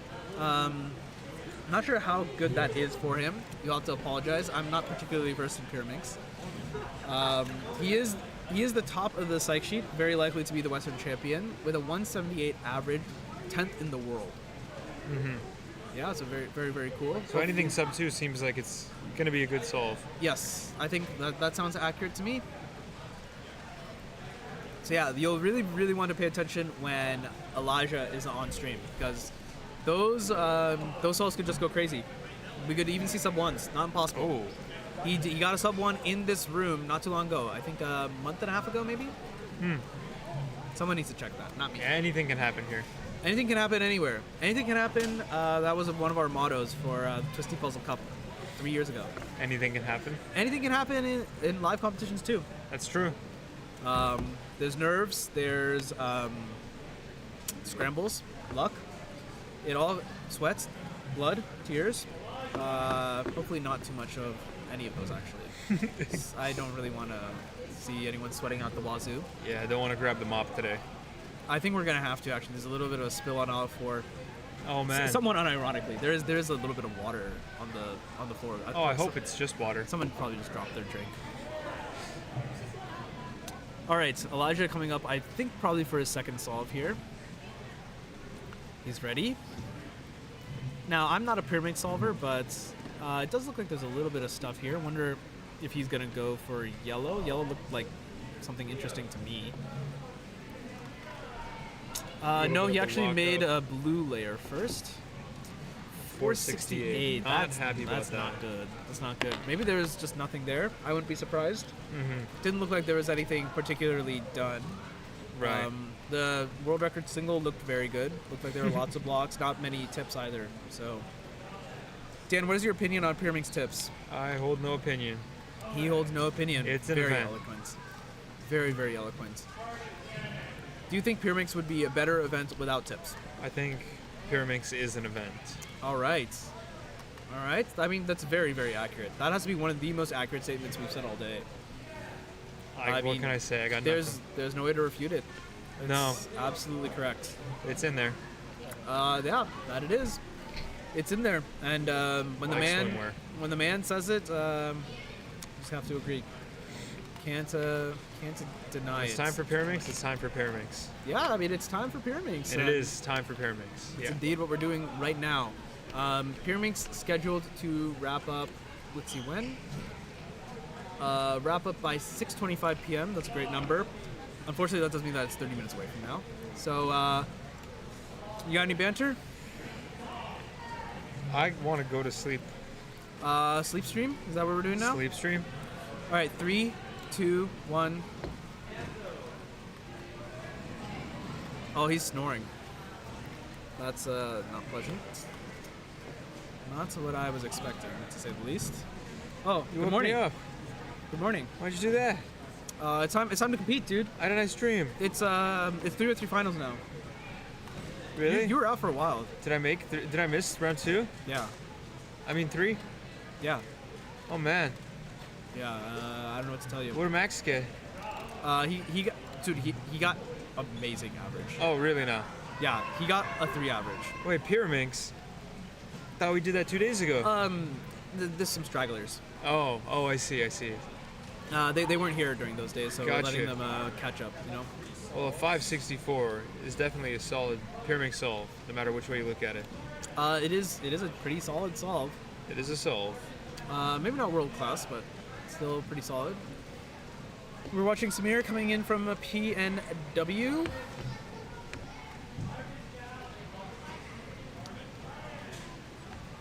And he seems serious about this Pyramix thing. Ooh, Oh, and a but U5. That weird execution error. U5 on Pyramix is Samir quite- seated 5th today.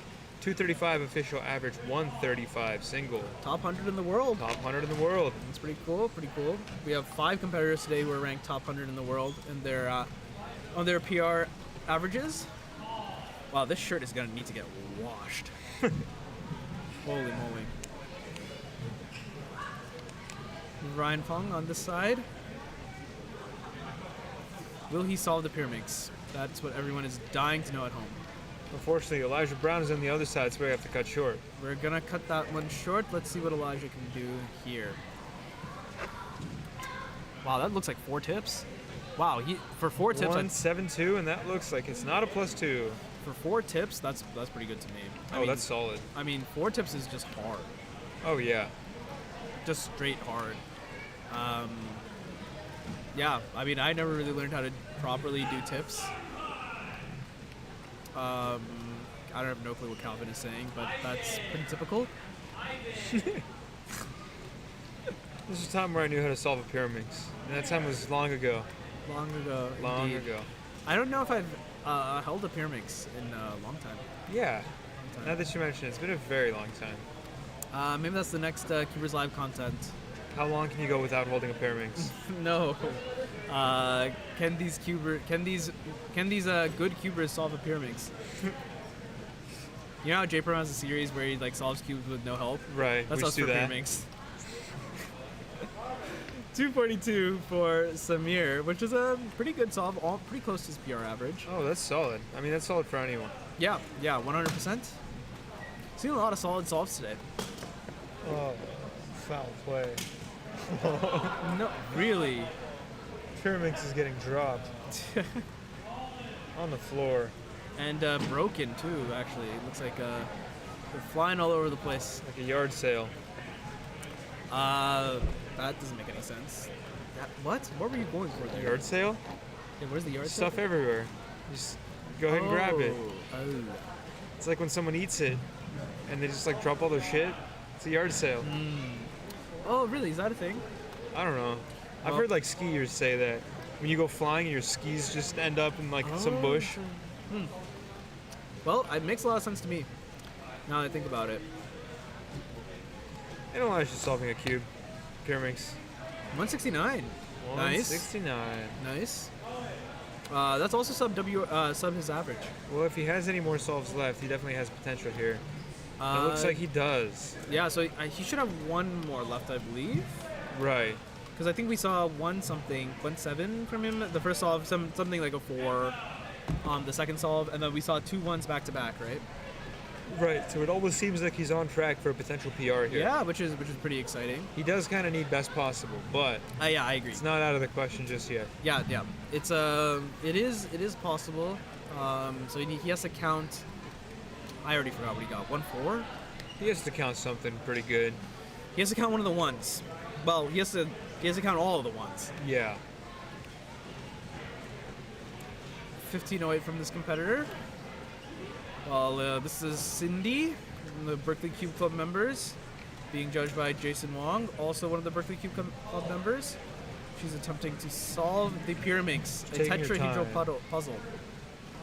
A 3-layer tetrahedral puzzle.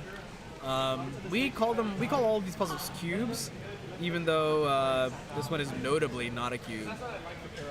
I think other than the end by ends, none of them are cubes. It looks like she's watching a walkthrough solve on the side there, trying to figure out how to do this thing.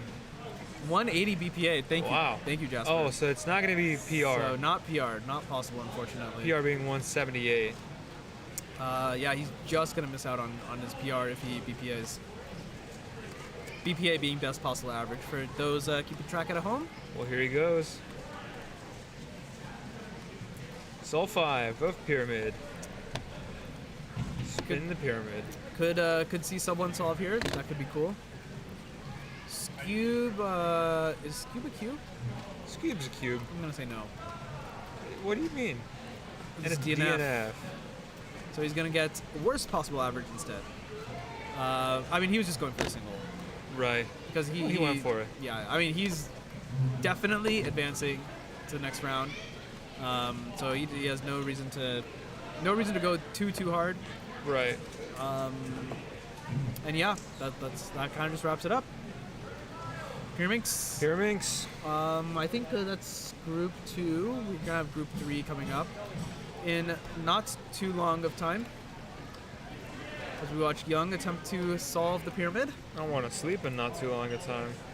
I can get behind that. For a long time. It's a pretty good solve, yeah. 2-5, and he's happy about that. Ecstatic.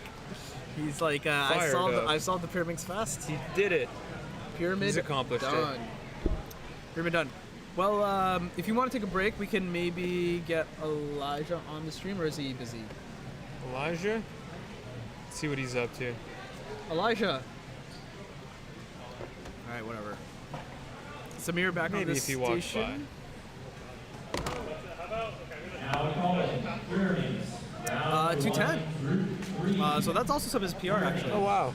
So he had 2 that were close to his PR, 1 that sub his PR, 1 terrible solve, like a 5 or something. So yeah, we'll see what he ends up getting. That's actually pretty solid, if I must say so. Yeah, it's a solid average, by all means. Elijah, are you doing anything in this group?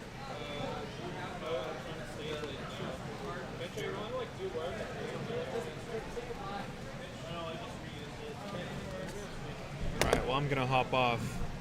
Dan's gonna... Alright. Dan's gonna hop off. We're gonna have a bit of a commentator change.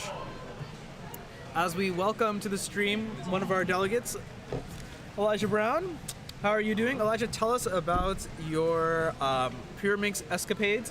It was looking pretty good. It was going ups and downs. It seems like it was not possible to get PR though. No, I was pretty sure I couldn't. So. I think it looks like someone had run the calculations. It looks like because your PR 178, but it looks like the screen has just gone off. The screen has just turned off because all the wires are stretched thin. Luckily, the computer is still on. Yeah. So the stream is still up. We're just on the other side here, I guess. Although the computer still thinks that there are 2 monitors. Interesting. Anyways. Wow, that is really stretched. I don't know how we managed to get it that far. I'm gonna move the monitor. Oh, we're back. So we're back. Yeah. So yeah, tell us about the solves. Oh, we're gone. So first solve, what was that? That was like 1.9. I think it was 1.9 sounds right. Decent. Nothing was like super crazy. Yeah. And there was one that was, I think actually it might have been a 2 move. I think it was like a 5 move body maybe. Yeah. So first one, yeah, went okay. Not super happy with it. Second one was just really not it was not a good scramble. Couldn't find anything. Just kind of did. That was something. the 4. Yeah, not good. Third, I believe, was the 5 move body. I think it was a 2 move V, 3 move insert. Yeah. I think I had 4 tips and I just didn't flow super well. I see. I think 4th and 5th were both just pretty solid, but I completely missed one look. The last one. The last one, yeah. Oh, that was you were just going me being for the stupid because it was a 2 move V, and I shouldn't miss one like that, but I did. Okay. Was that one where you were thinking of maybe going for the single? I mean, yeah, I'm thinking, I can get that single here. I'll get a pretty solid average. But right. With the solution I thought would work, it didn't, of course. I see. Right. Yeah. But yeah, I'm like, this will be like a solid sub 2 average. I'll be happy with that. So I just kind of went for it. Yeah. I mean, I don't know what your worst possible was. Well, I mean, you ended up getting worst possible. Yeah, I ended up getting worst possible. I don't know what my 4 was. I don't remember. The average was probably like high 2.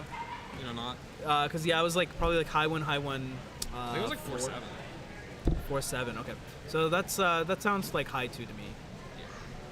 Yeah, I mean, it is what it is, but really the most important thing, you have advanced to round 2. I don't think that was really in question. The scrambles were decent, and other than like the really bad scramble, I did okay, and other than the DNF as well, that was just me being stupid. But I don't blame nerds. The DNF coming at the end is like, it was fine. It was not too big a deal, so not too bad in the grand scheme of things. For the folks at home, can you describe a little bit about what Pyraminx solving looks like at both the beginner level and the advanced level?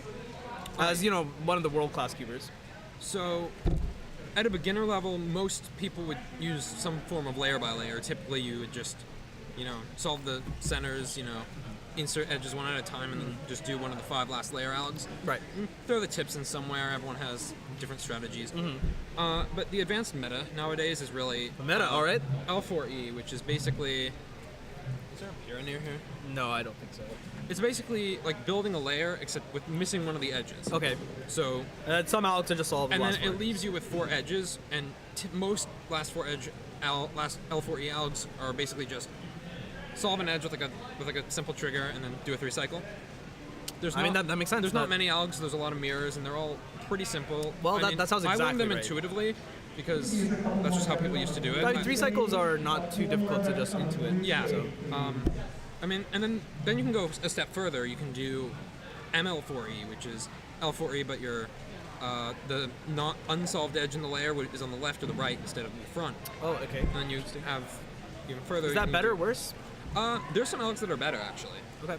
It is definitely useful because it comes up a lot because it prevents rotations. Really? I don't know much ML4E. That's just my bad. I should. Right, because I guess what definitely you can do is you can put the solved edge in the back then. Yeah, because typically you want to solve your V in the most efficient way possible. That also will lead into a good L4E, and being able to do an L4E from multiple angles really opens up. Makes the a lot of ability sense. to- Well, yeah, that makes perfect sense. Because one of the things I was going to ask is, like, how do you, if you're left with 4 edges, one of those edges is going to be the back, right? The back in the middle layer. So how do you deal with that? Like, how, like you just have to like kind of like look at it kind of skew and just like know what the edge is. I just know Look ahead.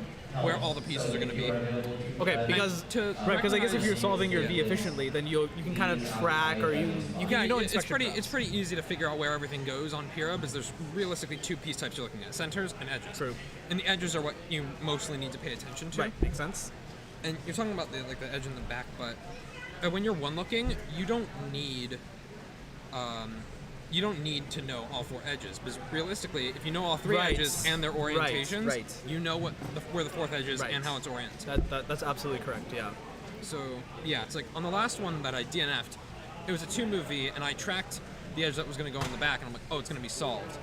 Okay. That was wrong, and of course, 2 moves I should have known that. I was just not thinking.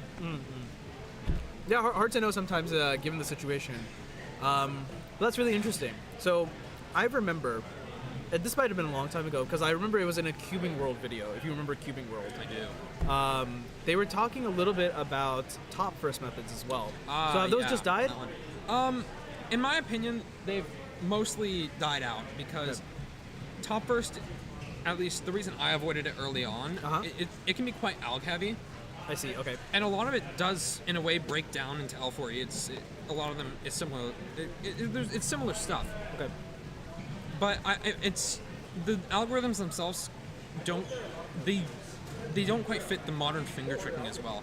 And that was why people didn't necessarily use L4E. It's because Pyrrha used to be a lot of wrist turning, but now it's a lot of flicks. Like That's most really other interesting. puzzles. That's actually that's my theory. That's actually like really interesting. People That's something learn that I to didn't turn. notice either. People learn to turn. Learn to turn, huh? That's what I think. So does that mean that like, so my intuition is if you go from wrist turning to flicking, it seems like the Pyrrhas have to be a lot faster then.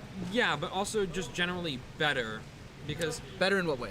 You want them to be able to corner cut, because with flicks, they're not, in a way, they're less accurate than wrist turns. Yes, of Like, course. you'll find doing wrist turns on older Pyrrhas is not just physically easier, but the turns flow better. Okay. But on modern Pyrrhas, flicking is just better. Okay. I don't know. It may have also been a mixture of people just were so used to wrist turning because all the tutorials would have been showing you how to turn like that. Okay. Because right. I the guess that original makes Pyrrha, like whatever they used in like 2009, it was bad. Oh, the hardware is couldn't terrible. Flick it if you wanted to. Oh, there's no way. There's absolutely no way. I mean, just those did not cut at all. And, I mean, the flooring mod they was were so incredibly popular. stiff. I mean, there's this old Oscar Roth Anderson tutorial about how he sets up his. What Pyrrha did they use back then? QJ? I remember the QJ Pyrrha makes. That's what they used. And in his setup tutorial, to tension it, you need to. He recommends breaking the core so that the screws got a little bit loose. That's really funny. The entire tutorial, it's a great watch. There's like a 2.5 minute section where the audio is muted. It's a real period piece, I guess. It's so fun to watch. That's really funny. All right. Well, that makes it, that actually was pretty interesting. I didn't even notice like this like flick thing going on. Yeah, I mean, you'll notice maybe like some slower cubers, they don't necessarily flick, they do a lot more wrist turns. Yeah. Like, and it's like more flicking from the back. Because that's another thing. A lot of people, they'll flick a Pyraminx like a 3x3 from the back. But I find on a Pyra, reaching around the back is like reaching to the left. So that'd be like reaching like this. That's true. That's so true. What I do is I would flick from the right. Right, because the more extreme angle. Yeah, some people still flick from the back, and a lot of them are really good. I think Michael Nielsen might. Oh, really? Okay. But I personally don't see a use in it. I find it's not great. I see. Everyone wants to know. What is your opinion on tips? They're useful for grip, but they don't add much usefulness to the solve. Right.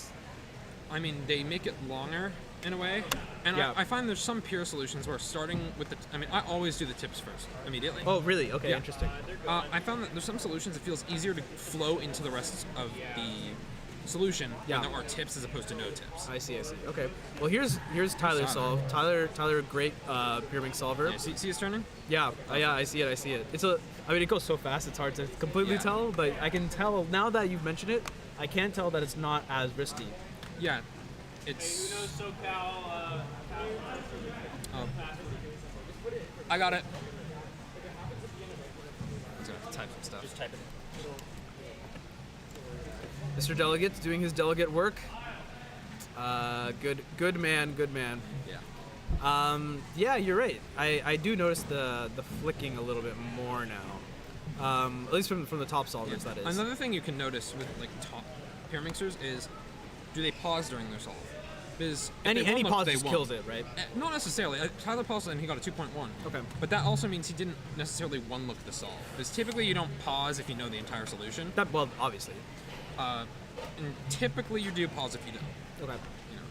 Well, I guess it makes sense because you have to do one more look, and that takes time. Your brain needs to process it. For some 2 looks, you can almost kind of watch as things go if you know enough and figure it out without pausing. Right, because you just look I do ahead. that fairly often. It's not a good habit. I like to one look. I try to one look. I mean, I always try to one look, but what percentage do you think end up being one looks? Definitely over 50, I'd like to say. Wow. Okay, that's really high. It can be very scramble dependent. There's some scrambles I can't even like see my V sometimes. Really? I can, but it's like it involves just like building centers, inserting 2 edges individually. Those are the worst. And there's some people who are they're incredibly good at just finding solutions, and that's even on like it's on any scramble. Like people like Simon Cullen, there's his solutions. It's like he'll look at a scramble and I'll be looking at it and I'm like, oh, this is good, and I'll be like, right, what do you see? And he'll show me some crazy like thing, and I look at him like, well, yeah, I would have never looked for that. I mean, this is just like a natural thing, and it happens for other events too. Like sometimes there are just people who can just see like way further than others, and those people have like a little bit of a natural advantage. The thing about Pura is that if you're one looking, you want to be one looking multiple solutions. Best case scenario, you can look at a scramble and be like, okay, here's a solution, and then you check for another, see if it's better. Oh, and you interesting. choose the best. Like you've seen Zane Kanani's like 2x2 walk. Yes. It is. It is solution after solution after solution, throwing them all out and then choosing one, or going back to one. So, top Pyraminxers do that as well. We look for multiple solutions, and often there can be like slight variations. Like, oh, if you do an extra move at the start that doesn't affect the V, it can give you a better L4E case. That's actually an L3E case. That's actually really interesting, and that sounds very similar to like FMC, where sometimes you just randomly insert a move. Yeah, that's it's not like, affecting whatever you're let's say working you on. have a 2-move V LR. That won't affect the B tip, right, or the B edge, but it will affect the left and right edges. Right.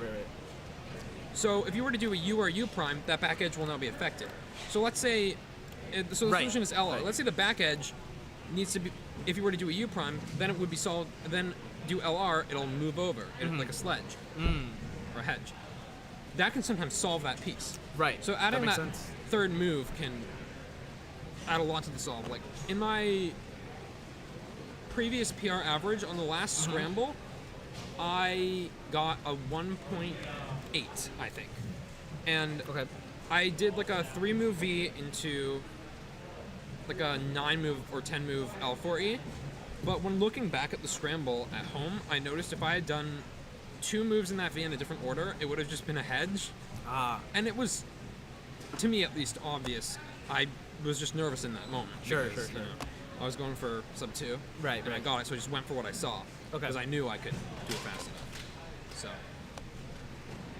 Yeah. Okay. I mean, that makes a lot of sense. Yeah, I hadn't thought about that, but I guess it makes sense because if you're at the point where you can one look, then you can also one look one move away. Yeah. Of course, it's harder. Yeah, I mean, in my opinion, everyone has a different opinion. When it comes to the one-lookable events, to me, but that's just me, I find Pyrrha much easier than 2x2. Just That's with 2x2, really interesting. every move affects every piece. Technically speaking. More or less, yeah. And in Pyrrha, it's not the same. But also, I do a lot more Pyrrha than 2x2. Sure. So maybe I'm wrong. Yeah, maybe I will it say just comes Cube to is the easier. hardest. That everyone can Yeah, I think that's true. I think just the way that like it's just harder to see what's going on. I think, and harder to track exactly there's- because everything moves in like a very One freaky looking on way. Cube is difficult, as far as I know, even for like the best.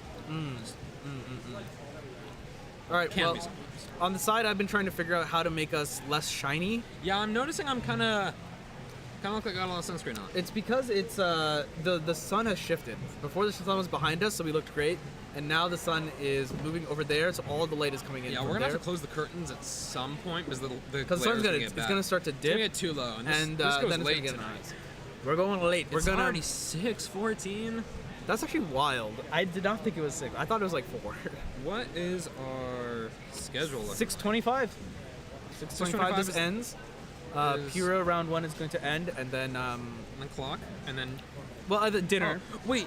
So there's a dinner block and then like clock and dinner are gonna happen at the same time. Oh. Which is why we did staff group yesterday. I thought that. Okay. So they aren't. half staff are going to compete. Half staff are going to eat, while the other half help. Okay. And then swap. I see. Yeah, I didn't look that closely at the schedule. I'm just Yeah, gonna yeah. hear. Oh, sorry. And so what I was saying about us trying to fix this, I can't fix it because the camera hub is broken, and that's where I would normally fix it.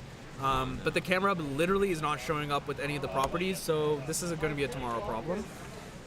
Hopefully we can fix that tomorrow, but until then we're just shiny. I mean, guess. I wonder if there's like, does this do anything? I guess leaning forward does something. It's weird because as you go forward, it wonder works a why. lot better. I don't know. That doesn't really make. There's also I think a decent amount of light coming from here because my face on this side is super shiny, right? Like Yeah. look, like this shirt is supposed to be highlighted green and it's just white here. So highlighted green. Some would say yellow. Some would say yellow. Yeah, actually you're right. Wait, you're What color right. do you guys think? I mean, it looks yellow on the stream for sure. It definitely looks yellow on the stream, but that's because of the lighting and everything. I don't think I get final say though. I think Anto does. Fair enough. I think it's supposed. I think it is in there as like electric green. That's I mean, one of the names. there's like a website where you can name colors. Colornames.com, I Yeah. think. And on that site, the #1 name for this color, CCFF00, is Antonio Cam. Yeah, I did that. Oh, that was you? That was me. I put Tell that me there. about it. I did that there, and it must have been like 2019, 2020. Posted it to CF or some other Facebook page, and people did their thing. CF, man. I'm glad I don't really browse CF. Do people still use it? It's still the most active group, yeah. Really? Okay. It's, yeah. Interesting. Well, I have the distinct honor of being one of the CF's real friends. Like, actually one of CF's friends. Yeah, but he was Northern California originally, right? So he was in Minnesota, I think. Maybe Minneapolis, I don't know. Originally from Minnesota, I think. Came to Berkeley to do his PhD. I see. I worked as an undergrad assistant to him, actually directly underneath him. So that was pretty fun. We played a lot of badminton. He was good. I think he still plays badminton from now and then. But I haven't talked to him in a while. Hope you're doing well, Albert. All right, I think we're about to get started with clock. Green has finished. Green's been ahead all day. I'm not saying not saying it's all me. So I must say, I think Green is doing the best. I agree. I think Green, then Blue, then Purple. So I think it's the other way. I think it's green, purple, blue, but oh really? That's off record. It's definitely on the record. All right, I guess you didn't hear it from Elijah. You heard it from Joe Schmo. I I feel like we have had a little bit of an issue with staffing as the day has progressed. Yeah, I mean that's all. That kind of always happens. I guess so. I guess with dedicated staff, I thought it would happen a little bit less.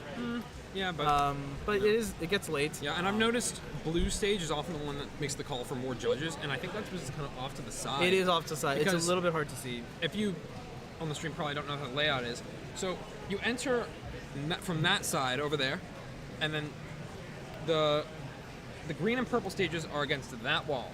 So you enter there, which is the widest and wall. Blue is on the wall behind us. Yeah. So it's not what you see when you enter, because you're also entering on the other side of the room. Right. So it's been kind of neglected by most volunteer judges. Yeah. Although I must say, I think Max has been solving on blue for the most part today. He has. So that's when you get the audience, which has been quite large today. Quite and large, they've yes. Been, we need to push sometime before tomorrow starts. We need to push the green stage back because that is not 1.5 meters. That's not 1.5 meters. No, because people see not. the tape and they're like, oh, I see. We're supposed to stand within the tape, but that tape is there for the tripod, not as a place to stand. Yeah. So let's get that fixed. Yeah, that'll need to be fixed. Should be easy. Just push everything back a little. Yeah, it should be not too bad. Just clock. I think I'm actually due to scramble for clock. Okay, well, Elijah, it was good talking to you. Thanks for telling us about Pyraminx. I think a decent number of viewers don't know. I didn't really know that much about it, so good to hear about it. I love to be educated, and yeah, thanks a ton. Thank you. Mr. Delegate Elijah Brown, one of the stage leads for the green stage. Hardest bit to try and get through for the rest of the day.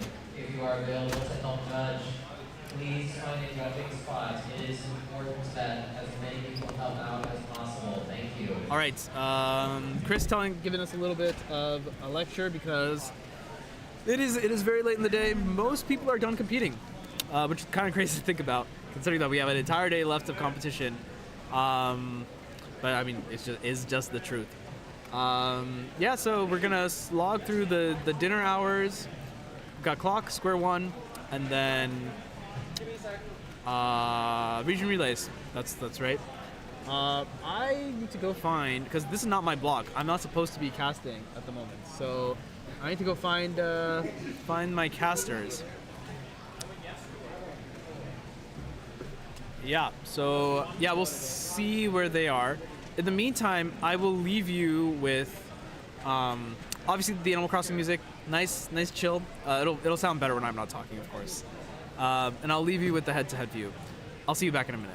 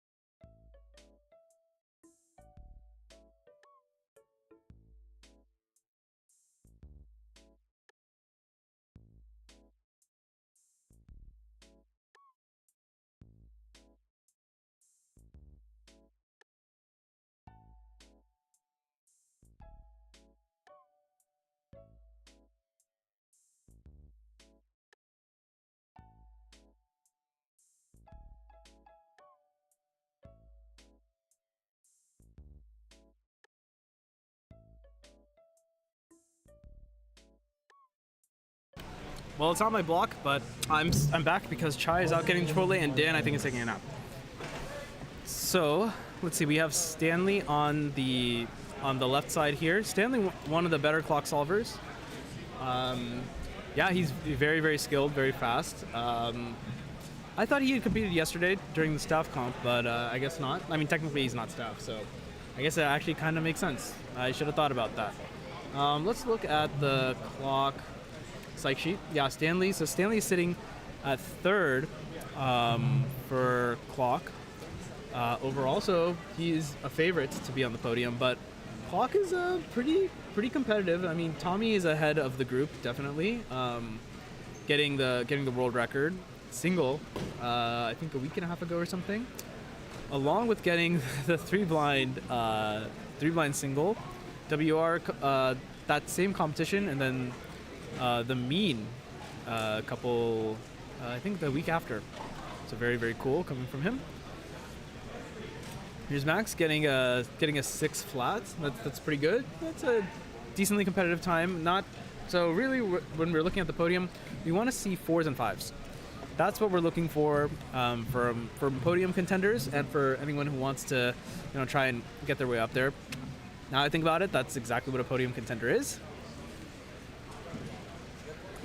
Nico Harper here, as we mentioned before, decent all-rounder in our area.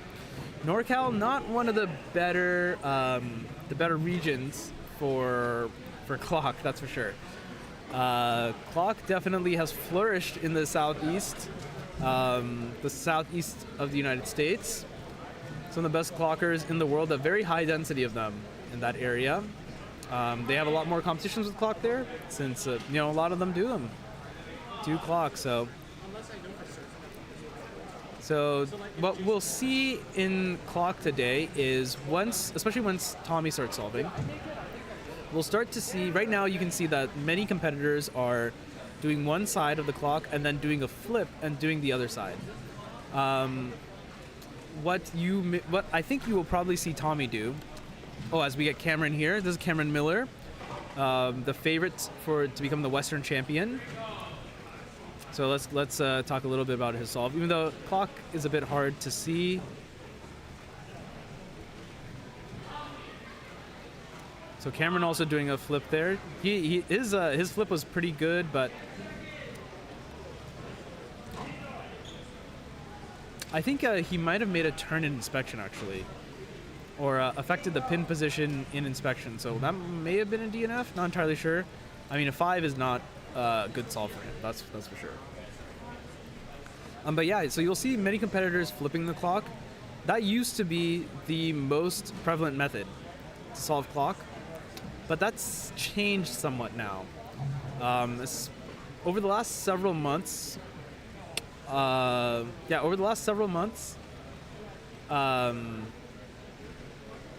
there's been quite the revolution in clock methods.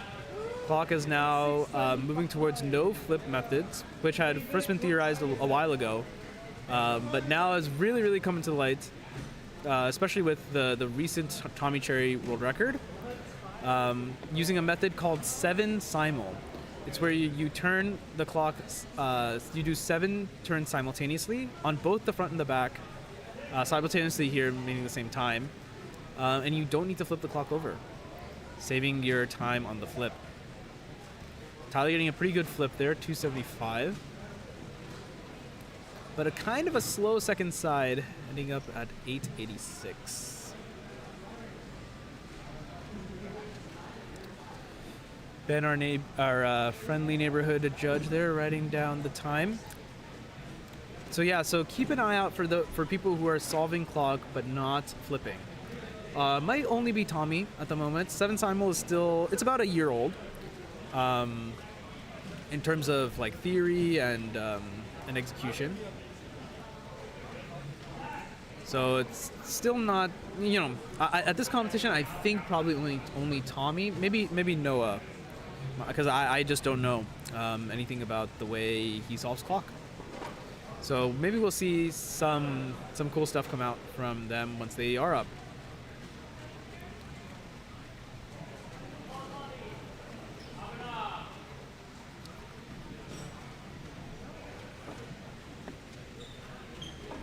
I think probably only gonna have 2 groups of clock here today, since a lot of people who did clock are staffers, and I think they probably competed yesterday. And here's Paul. Paul is also pretty fast, decently fast. He has a 744 official average. It's, 500th in the world, not too bad. Good amount of his inspection. A little bit hard to see exactly what he's doing here, but he had a 295-ish flip. which is, I think, okay for him. 295, that's going to translate to an 11 here, so that means the back was quite poor. Unfortunately, I'm going to switch over to Stanley. Stanley got a 5 and a 5. And then some solve off stream. Stanley had a pretty good flip. Look, was a sub 2 flip, I think. 497, that's the best solve we've seen so far. Stanley does have an official 3 single, and his official average is 498 actually. So he got sub PR by a hundredth of a second there. That's good for 50th of best in the world. And this is Cameron. Sorry, we're not doing PR round 1, we're now doing clock. I'm gonna commentate his solve though. Sub 2 flip, but I think kind of slow on the backside. Yeah, 567, that's not what he wants. He's looking for stuff that starts with a 4. He actually doesn't have a 3 yet, which is kind of surprising to me because he has a 481. He has 481 average, officially.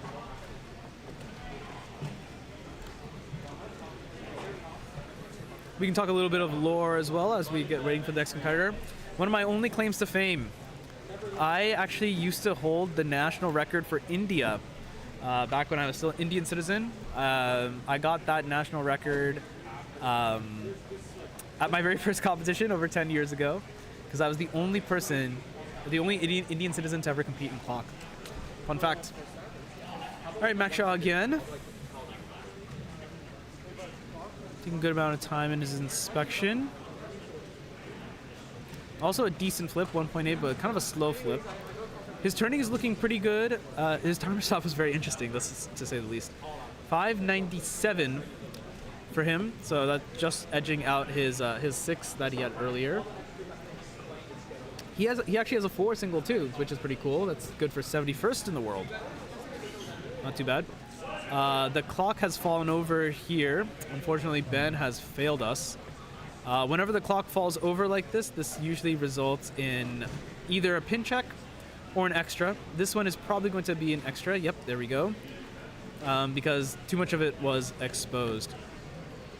You'll see that there are many different types of covers that are being used. There's some of these covers which are, the square typical covers, but then we also have these non-square covers. They're kind of like spiky. They're 3D printed. Those are made specifically for square, 1, and clock. Specifically so that they're easier to lift up. So that way when you lift them up, the clock is not like wiggling and doesn't fall over.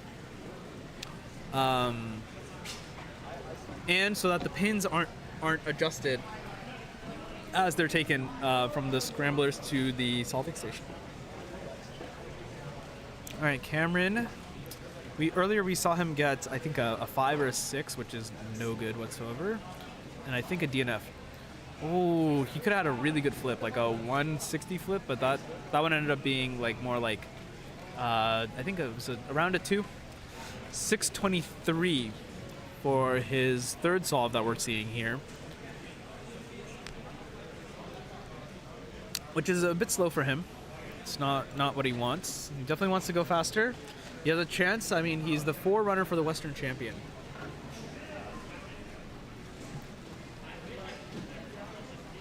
All right, Max Xiao here. Let's see what he does. Been a long day for him. He's been competing since 4x4 first thing in the morning. Execution error leading to 2.9 flips, so this is gonna be pretty slow. Wow, okay, he actually recovered quite well. I was gonna say this is gonna be like a high 8, but his second side must have been pretty good. Some people choose to do the clock is also very susceptible to lucky cases. So sometimes when you get a lucky case, some people prefer to do it first. Some people prefer to save it for the second side. I'm one of the people who prefer to save it for the second side. I think that's easier because I can kind of remember what to do, and then it helps my look ahead a little bit. But you shouldn't listen to me anymore.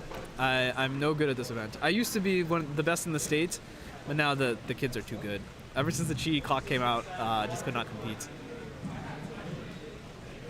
It's still fun, I think, to watch. A little bit hard to spectate because all of the turns are being done on the side closer to them, and we're just seeing the stuff in the back. So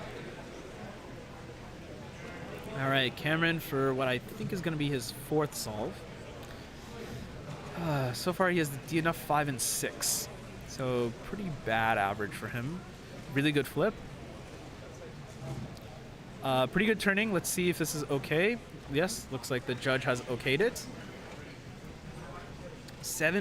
4, 7, 8. A lot better. Sub PR. That's what we like to see. Good solve coming from Cameron. Just smooth. Just smooth. That's the main appeal here. It's around here. Oh, there he is. Yeah, Max Shaw coming in for 4th or 5th solve. Not sure how many, since I'm not sure how many he had off the stream. Resetting the timer, although it was already reset. Decent flip. He's probably gonna get a 6 here. Oh, interesting. Did he notice that something was wrong? He had to go back. A little suspicious. It's not great. Jason Wong, one of the members of Berkeley Cube Club. It's taking a while to. He's staring down that side.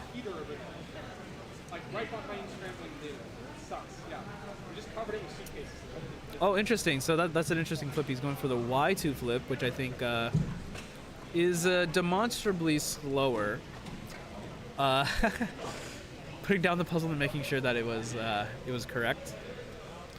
So there isn't a heater there. Is it not? No, no. It's the sun hits the curtains, and the curtains like absorb the heat, and then they release it back into the air. That's why it feels like a heater. Hello, Young. Young, you want to explain what happened with Kira? He's triggered the like warning on data because he had in his like solve he had an 11 and a 2. They caught it. It is what it is sometimes. Oh, really? Yeah. Oh, yeah. We did see the 2. Yeah.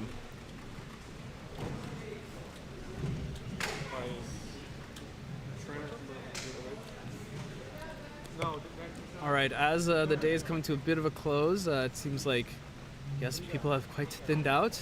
I don't blame them. This is the dinner segment, so for those not competing in clock, this is the optimal time to go get dinner. I would like to get some dinner too at some point, so hopefully we can swap off. Especially since I'm not the guy who should be commentating Square One, let's be honest. All right, Paul taking a good amount of his inspection here. You'll notice that he's not going to solve the clocks to 12. He's actually going to solve them to a different orientation. Second side, not looking too good for him. Yeah. Execution mistakes, I think, and probably just not no particularly good cases, which is unlucky. Lucky cases happen all the time in clock. And by lucky cases, we're talking about how sometimes the center is connected to an edge that's already matching, or 2 edges are already matching, so that's less work that you have to do.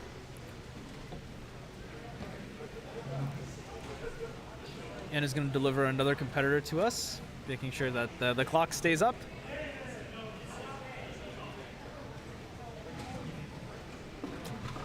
We have David Corrali coming up. David, pretty excitingly, during FMC Western Champs FMC last week, he got a 22 single in a very, very cool manner. Really good solution to short skeleton, lots of cancellations, I believe. Yeah, I mean 22 is really, really good. He's smiling, having a good time. Good to see. Let's see. I thought I saw something on that backside here. No, not quite. It's just okay. Couple pieces that one move off. A very, very slow front side though. I think he usually is a lot faster than this. See where he's going to round out with. 15. Actually a pretty decent back for how bad the front was. We are now calling up clock group 2. Clock group 2. If you completed clock group 1, we could really use your assistance with judging.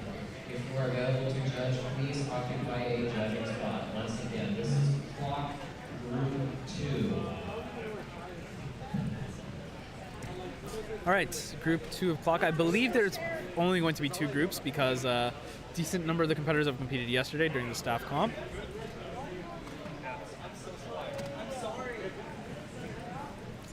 lots of apologies being thrown back and forth for some unknown reason. Unfortunately, our camera is getting brighter and brighter, but there is not really anything we can do about it because I can't change the white balance. I would love to change the white balance, but it's an issue with our Elgato camera hub, unfortunately. Still on the fritz from earlier today, so just unfortunately just not up and running. A bit of a shame. Otherwise, I would really like to fix that backlighting. It looks not very good, in my opinion. Perhaps we'll switch the head-to-head. It looks only slightly better. A little better than nothing, I presume. Although I am going to adjust the timers so that we can. Okay, well, I can't really adjust the timer too much. But we only need we only need up to the 100th place anyway. So 1000th place is somewhat famously thrown out during WCA results. That's in order to make sure it's backwards compatible with the Gen 2 timers. The Gen 2 timers being the speed stacks timers that we currently use. I think both of the ones that are in front of the stream stations, those are Gen 5 timers, which are 4-pad timers. So there's 2 for your palms, or your fingertips, and 1 at the bottom for your thumb. Invented by SpeedStacks because supposedly, from what I hear, there was a lot of controversy with people illegally timers starting and stopping. All right, let's see what Cindy is going to bring to the table. I think Cindy, a pretty new clock solver. This back is not super good, but it's decent. Interesting, doing the Z rotation in the middle of the solve. As she goes to the back and just working out the back pins. Looks solved from here. And yeah, we can confirm that that is a legitimate solve. 1484. She's emoting something or other.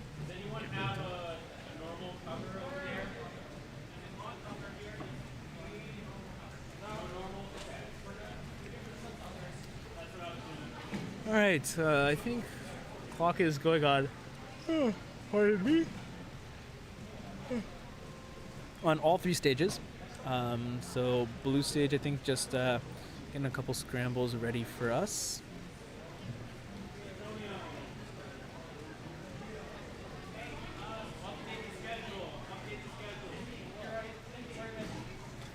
Antonio getting yelled at by Mitch. Kind of a classic. Happens all the time.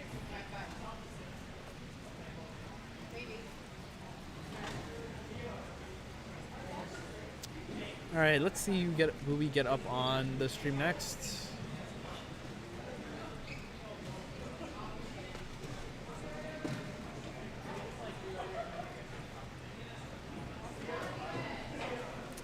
Yeah, as we're winding down, and as you can tell from my yawn earlier, it's a bit of a tiring day. So I hope you'll forgive a little bit of the lack of commentary towards the end of the day. But I think dinner will definitely do a little bit of revitalization. I actually think that when the sun goes down a little bit more, it'll actually be a little bit better. The lighting will be a lot better. I think just having just a little bit of rejuvenation because it'll be a little bit cooler also, hopefully. I think we are about to get, we're about to get a solve from Mr. Tommy Cherry himself, one of the world record holders, and WR2 for average. So let's see. He might pull out the 7 simul, which will be very fun. I don't think he will go back to a flipping method. He might use another no-flip method instead. All right, calming his nerves because 7 simul is a pretty intensive method. Requires the memorization of 6 numbers. He does 6 numbers. It can be done in 5 numbers as well. You'll see him go back and forth. That he's doing the memorization of the numbers. It requires a decent amount of math. And yeah, he's chosen his orientation. And yeah, here we go. So this is 7 simul. 404 coming out for his first solve. Not too bad. his average is 3.59, which is, as I mentioned earlier, the WR2, second best in the world, behind only Jacob Chambers from the United Kingdom with a 3.56. So very, very close. 0.03 of a second off on the average, which is less than 1/10 of a second off across 3 solves. Here we go. Our white balancing, our manual white balancing. Curtains are being drawn at the moment. You can see my face is getting significantly darker. So the light is balancing a little bit better. It's looking a lot better on the stream as well. So glad to see. Hopefully it should mitigate a little bit of the heat as well. Yeah, here we go. All right. Just increasing the gain so I can talk a little bit quieter. Since less people around means less ambient noise, more chance for the competitors to hear me. Wouldn't want to do that. Don't want to distract too much. And hey, if you still stuck around to this part of the stream, we genuinely thank you. It's been a very long day. We've been live for how long now? We've been live for over 8 hours at this point. 8 hours? Yeah. That's insane. 8 hours, longest live stream we've done to date. And there's more to come. So this will be pretty good. I'm joined by Mr. Elliot Hawkins. Elliot, do you have anything to say? What do I have to say? Sorry, actually your name is Elijah Brown. Oh, my name's Elijah Brown? Yeah. Okay. Well, actually, let's talk about Pyraminx. What? Why are we talking about Pyraminx? Because you said I'm Elijah Brown. Oh. Goose. Anyway, what shall we talk about? Let's talk about what's next. What do we got next? We got the relays. Yes. Actually, we have square one next. Well, square one next. No one really cares about that one. We don't. Whoa. I'm gonna be honest. TJ coming in he has a complaint for some reason. What? What did you do? What do you mean? What did I do? What did you do? He's actually just disappointed. Apparently, Elliot's solving's not very good. I messed up something. Yeah. I got a sub 10 average with a 19. That's more than double, like 3. Yeah. Okay, cool. So I saw a lot of cables cables move. So I'm gonna readjust a little bit. I saw a lot of cables move, so I got a little antsy. We should really not put stuff behind here. We should probably also move the stream table for tomorrow, but we'll figure that out. Why is Tommy over there? That's very, very annoying. Okay, that's very, very annoying. Tommy's on the wrong side. But another 7 simul. Can you see what this? Can you see what it was? I cannot. Okay, I need to know what it is. We are on world record alert, so we need to know what's timed. No, don't move the camera. I just want to know what the time was.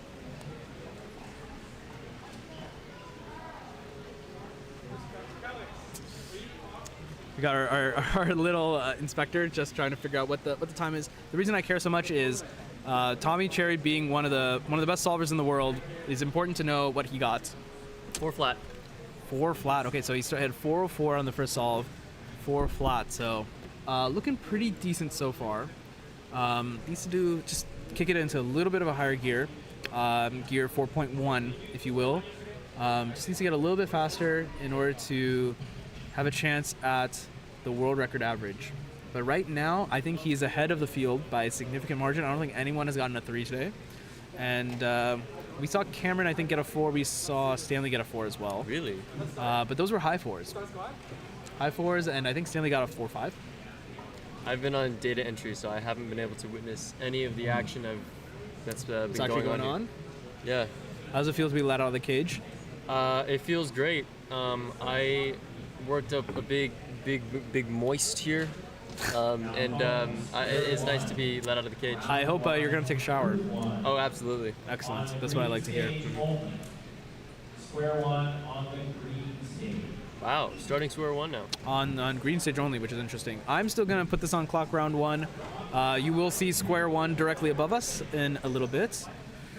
But I am very interested to see Tommy, mainly because I like clock. I think it's a fun event. It was the first and only event that I learned how to do by myself. Really? And yeah, Tommy's the only 7 simul user as well, so that's very, very interesting to see what he's going to do. I remember talking to him about it, and he tried to explain it to me in using matrices. Interesting. 7-7 heel. Nice. 299. Oh, but it was a DNF. 299 DNF. Wow. Unfortunate. Very, very unlucky there. Oh man, 299. That would have put him on track. That would have put him on track for the world record. Wonder what he saw there. I do wonder. Seems like he had a very smooth solve the whole time. Yeah. I mean, that's what 7 Simon will do for you, right? I mean, yeah. Like you can just go, especially if you get the memo done fast. Here We're watching Heidi. Heidi now, mainly because there's no one else on the other stage at the moment. Okay, And, slow flip at around 6. All right. 6 is a bit of a slow flip, I think. I don't know. Where if is she's Heidi? done clock before. Oh, no. I'm pretty far down the psych sheet now. We got 19 for her. I don't know if she's ever competed in clock before. Then she should be on the bottom. Oh, we missed a solve from Adrian, but he got a 4. Pretty good. Very nice. Yeah, our competitor from New Zealand. Wow. Yeah, he's all the way in New Zealand visiting family in the area. That's so a trip. That's super cool. I asked him if because for them it's winter, right? So I asked him like how he feels about not just coming into the summer, but also where he's in a heat wave. He said something really interesting actually. He likes the heat. He's like, and he's wearing a sweater. Oh yeah, I did realize that. And I'm like, yeah, well, what's the deal with this? He's like, yeah, I think when I'm sweaty, I like perform better. I'm like anxious, I just want to go. I'm like, I guess that makes sense. That's a tactic. Interesting. Tommy not even gonna film this one because I don't know. Which is interesting. Interesting. Wow, that back looks good. Yeah, he's looking really good. Interesting that he did a flip, I guess because he wants to ensure that it was actually solved. Yeah. What's interesting is even while doing the flip, that was faster than the other two non-DNF solves. So that's very, very interesting. So right now, he has... so this is not going to be the world record. That was 379, right? Yes. Yeah, Or so this is... 371 or 379, one of those. Okay. In any case, it is not going to be the world record. His best possible average is going to be counting both fours, 404 and the 4, and then the 379.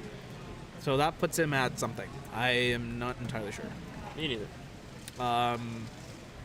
It's plus 0.4, plus 0.04, minus minus 2.1. So minus 1.8. Glowing here. Yeah, it's still sub 3, sub 4, which is very, very cool. One of the best solves ever performed on Rubik's Clock. We got Adrian again. As Adrian goes ahead. Wow, he's great nails. I know. I was about to say. Adrian also that's 7 simul. I just realized that. Yeah. That was a no flip. I think it's a 7 simul. You use 7 simul? I know 7 simul now. I'm working on. So I just started learning it last week. Gotcha. So I'm working on getting my memo down right now, and execution I cannot do at the moment. Gotcha. But yeah, I feel like I should. I think it's fun. Just learn it. Just learn it. It's not super hard. I know Tommy has a video on it. I watched Tommy's video. It's pretty informative. Oh, let's see. Back looks a little off here. Oh no. Yeah. I mean, he's just trying to not DNF. He needs to. He needs this average just to get to the next round. He needs it. And then we'll swap. Sounds good. Chuck, I have a question. As Tommy wraps up his average here, counting the 4, and 5.5. Cool. And that will wrap up the his solving, and I think that's probably going to wrap up clock for us. Is it like? So I think we're going to go ahead and switch to the square 1 solves, and square. Green has already started square 1, and so I think we're just going to go ahead and transition into square 1, which means that it is my time to go eat food, also because I am starving. Same. Time to eat. Elliot, will you be joining me for dinner? I will be joining you for dinner. All right, and with that, wow, look at you. I know. I'm staying still because of this. Wow, that is absurd. We got to go to the caster cam. I know. Someone clip it, dude. He's glowing. Oh my gosh. He's absolutely glowing. Your complexion is perfect. You got to tell us your skincare routine. Square 1, round 1, group 1 on the purple Water. stage. So if you want to square 1, round 1, group 1. All right, I'm out of here. Yeah, I'm out. That's That's my cue. Enjoy square one, everyone. Chai, you want to take over? You get your Chipotle dinner, you check with your team. What? You're a blue stage, right? Yeah. Check with your team. They're going to send people for dinner. Cool. You're going to dinner. Elliot, they're sending 2 people at a time in. Cool. Manu. Guys, so free this burrito if you want. I haven't really dinner with during the comp, so I just am not. I have like granola bars. You're 30 minutes for dinner, that's why. Like, for nothing other than... Exactly. So I realized I wouldn't be able to leave and go get something, so I'm just gonna like... It's okay. There's plenty of food.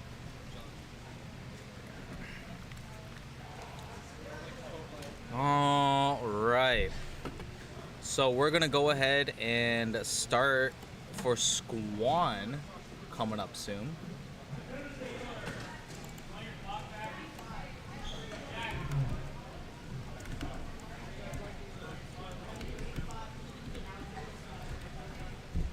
Yo, Jeremy, welcome to the stream. Dude, I just had so much Chipotle and I am feeling it. I'm feeling it heavy, y'all. This is wild.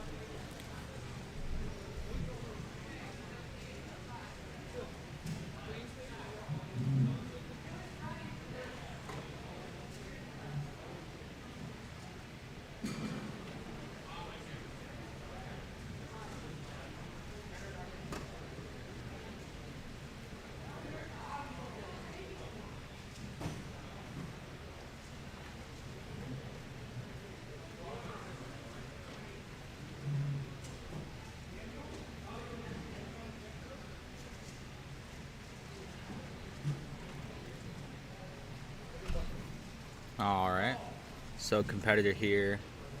Looks like he's pretty fluid with the Squan turning. 15 seconds maybe? Oh, got a... Squan is, man, it's always a wild event. Parity, oof. If you are here and you know how to judge and you are not busy, we are requesting that you come up to judge at any empty station on green, blue, or purple stage. And If you see any 32 empty station that seconds. you know how to judge and you are available, we are requesting that you come judge. Thank you.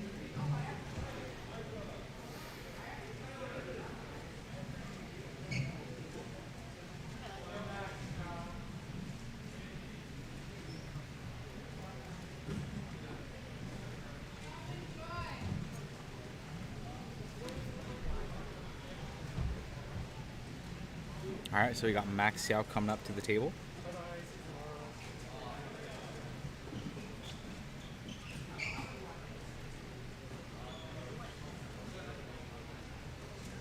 Max Xiao potentially going for anything world record related for Squan.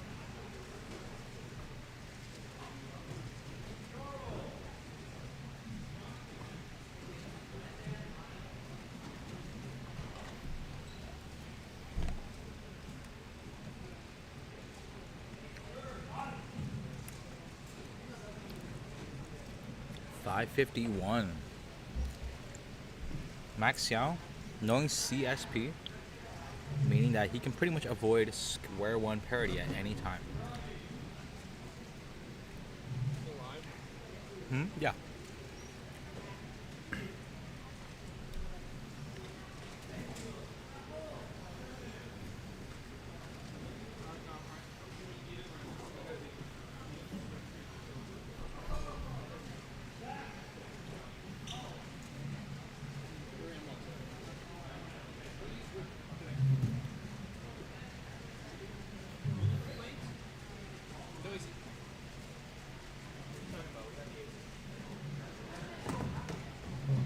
No AC is still better than UCLA. Full AC. That's the other way. No, it's working. Oh, I guess, yeah. It works better the other way though. I think it actually works better this way. I'll try both.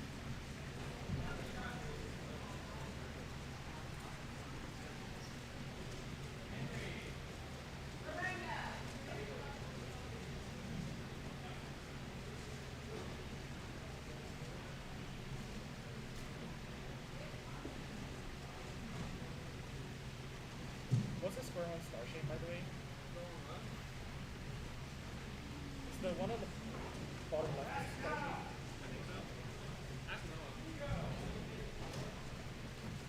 Is Star like? Yeah. Okay, cool.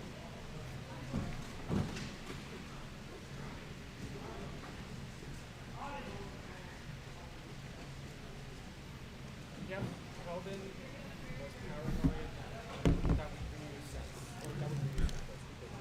Okay. It's just that, All right, Max going for his second solve for Squan. This one's a little bit slower, 6-10. Not the best solving from Max, but you know what? Job is gonna get done either way.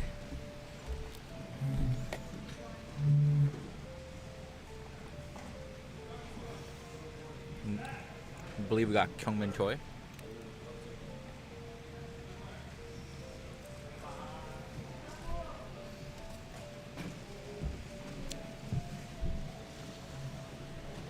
On the blue stage.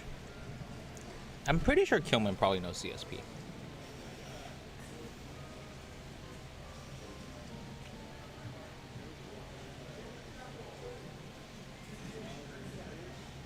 All right, Kyungmin, 934. Not bad. Well, no parity. Usually it's pretty easy to tell. So Squan parity is pretty tough. There's a lot of moves in there, 20-something moves.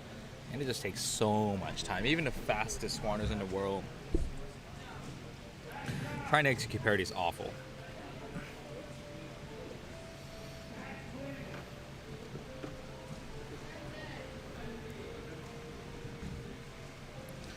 Max Xiao going for solve number 3. I'm loving this close-up view of Max right here.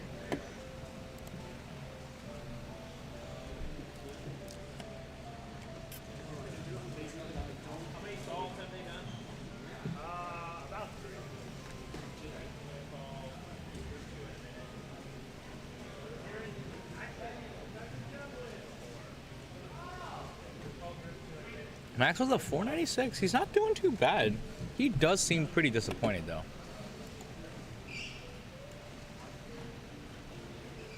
So let's take a look at Max. His average is a 502 average, which is obviously #1 in the world. So crazy. I think he has 2 4s. So that's actually... We're actually on some good pace here. I mean, I'm not even gonna lie with you guys. I wonder if Max is how he's thinking about the execution of the solves right now.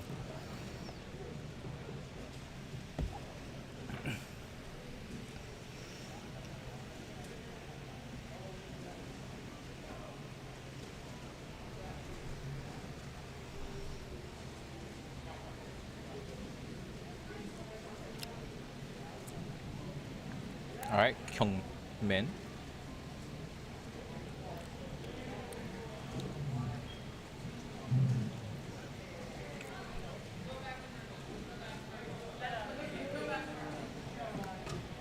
Kyungmin about to solve here. All right, he solves cube shape right now, going for the orientation, now permuting the solve, 697. Very quick permutation solve.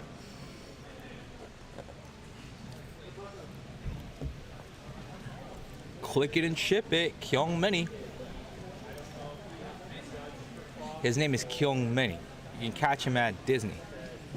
He sings better than Whitney. You should rap with me.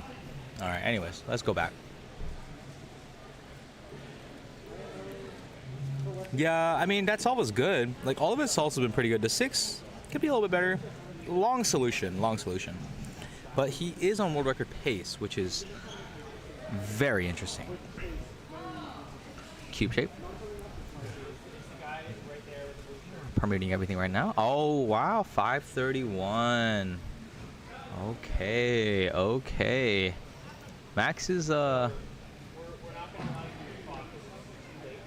pretty close. He might have just missed it, but he has got, I forgot what his first 4 was, if it was a 4.7 or a 4.9. Interesting. Max Xiao going ham right now.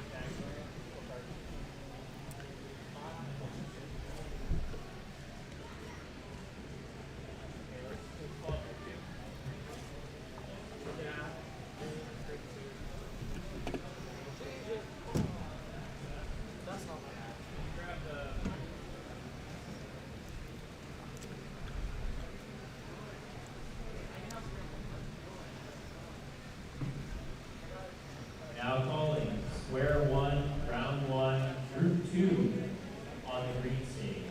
Square one, round one, group 2. This is the final group on the green stage. Final group. All right. Hopefully everyone's having a fantastic time here.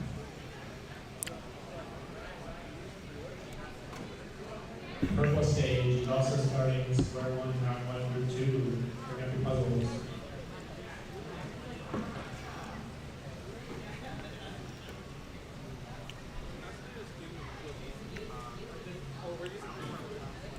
Kill many.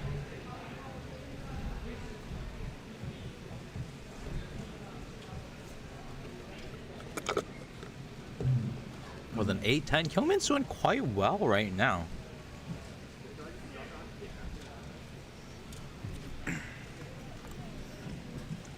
Oh man, this sun, guys, does not give the best look possible.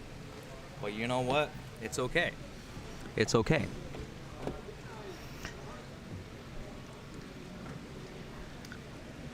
He just got a 625 Mitch Lane. He's about to elevate the Rubik's Cube game. Everything he does is insane. Because his name is Mitchell Lane. Yeah! Yo, I don't even know what I'm doing here. This is what we call the dog hours of stream. The dog hours of stream, y'all. I'm really glad all of you guys are here today, to be honest with you.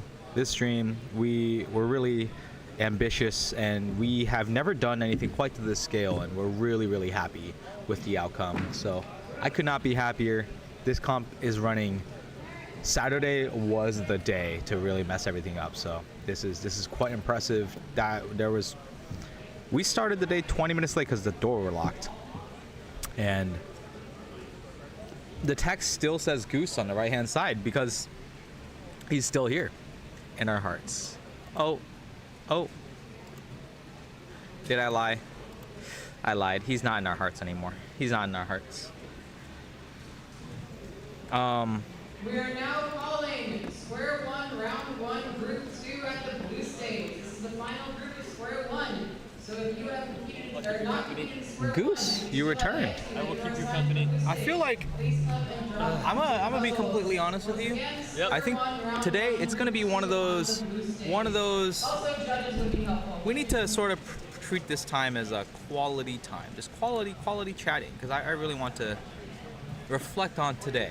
You know, yes. I think right now is a great time to reflect on life. Gotcha. Well, maybe life. You know, debatable, right? Okay. So, hear me out. I'm hearing. This competition, I thought so far has been a pretty good success. Okay. But I don't know. How is your impressions of this competition right now? So, in my opinion, let's see. I would say overall, obviously there's things to improve. Overall, right. I think it's been running just a tad behind schedule, but for the most part, I think everyone's having a good time. Are you sure we're behind schedule? I'm pretty sure we've been ahead. Really? We started behind. We did start behind. We made it. I thought dinner started at like. Dinner starts at technically right now. Oh wait, because it's overlapping. One overlaps. I forgot. So basically, all events end at 7:45, and then dinner 7:45 to 8:15. So we're actually we're actually ahead of schedule. We're ahead of schedule. Thank you for shining the light on me. Yeah, we actually did a little breakdown. We made up the entire 20 minutes we started late on 4x4. Yeah. Yeah, you guys. I heard you guys killed it. Yeah. Yeah. Anto called the second group 4x4 and just went, yeah, guys, we're 3 minutes behind now. And I was like, damn, that's crazy. Go Anto. Yeah. Who's in the chat? Yeah.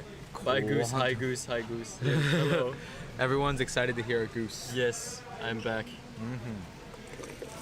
Let's see. I think for the most part, everyone's having a good time.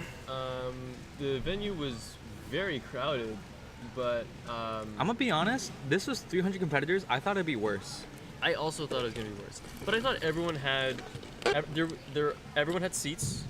No one had a complaint, and I didn't see like anyone like standing in the back. Yeah, I didn't see some like weird, some sort of like overpopulation situation. Yeah, so you know? I didn't see that either. So I thought everything went well, and even the little hiccups that we would have had or did have just were handled pretty smoothly. So there's nothing outstanding that would happen. Yeah, nothing necessarily. Yeah, it was pretty good. Let's see. What do you think, Goose? Is our problem is this lighting right here? As we're like shining bright like a diamond. Hold on. I gotta scoot this a little bit more. Wait, hold on. What do you think we should do?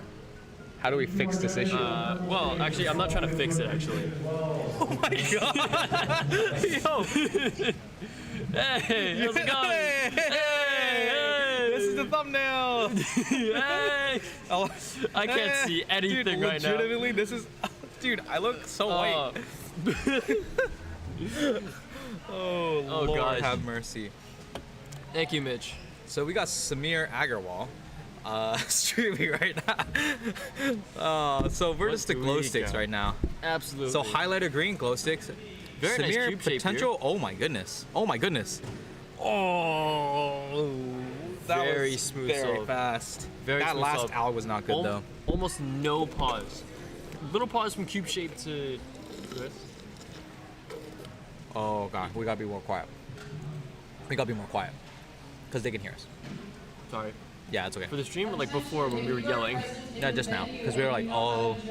Okay. Because we were I actually. thought it was us when we were like, eh. Yeah. Oh, probably. I mean, that's also probably true. So our competition can run smoothly. We've done so good today. And We have 13 viewers currently. We have 13 viewers currently. 13 groups? Viewers. Oh yeah. I mean, honestly, the you guys have been dedicated to watching this stream today. I know. I always try to tune in whenever you guys are at a competition streaming, and then I'm just chilling at home. Something. I don't know. We're looking at some projects. We kind of did it scuffed version, but we're trying to get mic'd up to actually work. So imagine if Samir had a mic'd up, and we have a cameraman following Samir. Imagine all the inside conversations we could have. We could get the inside deets. We could. We could. However, how could you do that without maybe spoiling scrambles? Nah. Well, those competitors will get outed even easier. Oh, Because like they have evidence. Oh yeah, because they'd be on the phone watching the stream. Yeah. But like that's the thing. That's definitely one part of the and this is something that CubersLive acknowledges. There's a portion to a live stream where this shirt is not helping. Yeah, theoretically, there's a portion to this live stream where theoretically, it's not heavily regulated. So like the regulations right now, like what if people decide to watch the live stream on their phone and try to retain scramble information?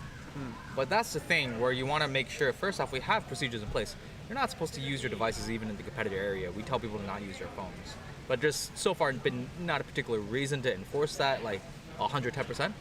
But like those are like little things and little precautions that you would have to consider down the road. Yeah. Goose, are you gonna upload anytime soon? Actually, that's actually really interesting. I'm in the middle of editing a video right now. I love your videos, Goose. Yeah. I feel like cubing content is going in the right direction. Really? Right now. I feel like for the last like 2-3 years it's been a little bit But you know, aside from J-Perm, there hasn't been something super consistent. There's like skits, right? There's like reviews. JF Cubing has pretty good videos, I would say. I heard JF Cubing's good, yeah. Yeah. Dude, did you see someone had a J-Perm shirt today? J-Perm? I did, yeah. That's gotta be the funniest shirt of my life. Someone had a Cube Head sweater as well. Really? Yeah. Like the same one? No, it just had like the Cube Head logo. Why don't we just do that but for Chris Martin? So Chris Martin happy, Chris Martin sad, Chris Martin angry. Chris Martin stressed. If I ever made merch, it's 100% just gonna be like a black or white hoodie, and it's going to be the goose with the suit. Absolutely. That's all I need. Dude, we really are the human glow sticks. Yeah. With the highlighted green colorway. I'm like trying not to put my eyes in it because if I go here, I get blinded. Yep. This is like legit. Like I think this is kind of like comical, to be honest. It is. Yeah. Because if I go here. Yeah. If I go here. Oh yeah. Wow, I can't see. Yeah, I know. All right, Samir. All right, Samir, what we got? What do we got here? I'm gonna be like off camera. It's like right in my eye. Yeah, this is like. Oh, hold on, give me 1 second. I wonder if Samir is struggling with lighting, but I don't think the lighting, if I look at his table from over here, I don't think it's an issue so far. Because it's just not shading through, like where I the think his cube would head's be. covering it. Yeah, so that's ironic enough. But this is a godforsaken live stream booth setup. Bit of a lock up on the cube shape there. It's not gonna cut Long it. pause for the. I believe. Oh, he two looked at last. Yeah, Samir has number 2, right? I believe so. For single number 12 now. He was number 1 for a while.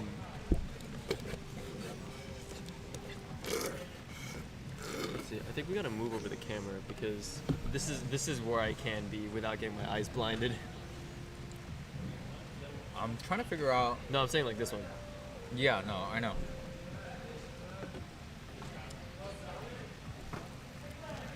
Talk to the guys.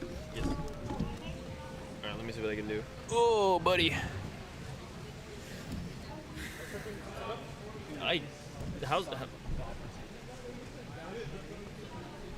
How's it going, guys? Do you think we can slightly alter Anyway, the orientation? Western Champs doing What pretty if the well. table's facing that way? Let's see here.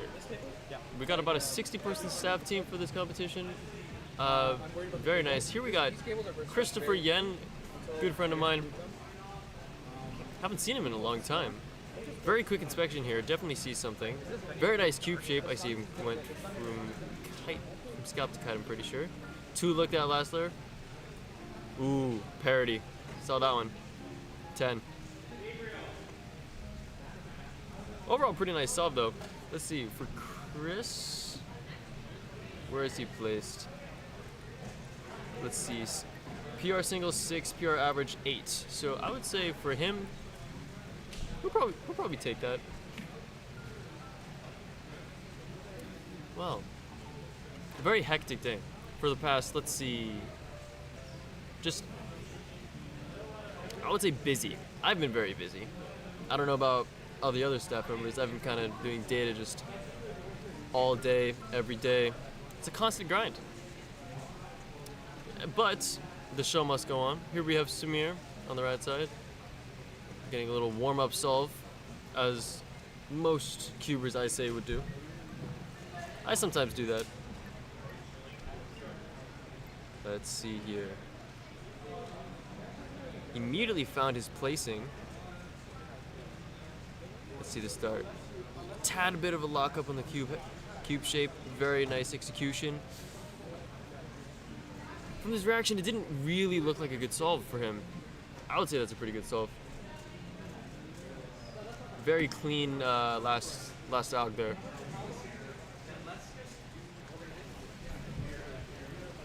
God, the lighting. Everything is just getting blown. Everyone is highlighted here. Here's the competition uniform. It is a very, very neon shirt with the very, very well designed Western Champs 2023 on it. I like it, but this color, maybe not. In my own opinion, it's a very weird color. I don't exactly like it. However, it does point out the staff very well for this competition, especially if there's 300, maybe 400 people in the venue. It is a very large venue. It's very easy to spot a staff member. So I'd say for effectiveness, very, very well done. However, for wear and look, I don't know about that. Not the best. For the Western Champs 2022 in October, we had very nice blue, like dark blue kind of shirts. And Was very effective. Taj, would you like to be on the stream? Yes.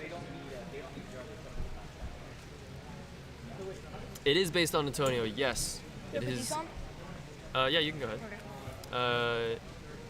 Taj here. Hello. I'm Taj. and You there's someone cannot on my see face. her. The lighting is very, very bad. Michael Chai is working on fixing that. Okay, All right, so I think Samir. this is Samir Agrawal, and I think it's a good scramble. I don't know, I think I'll score one. Okay, nice cube shape. Small lock up on that cube shape there. Very nice Nice. execution for the edges. Ooh, Oh, very 524. fast. One look for that last. Oh my God, this Out sounds there. good. That's really good.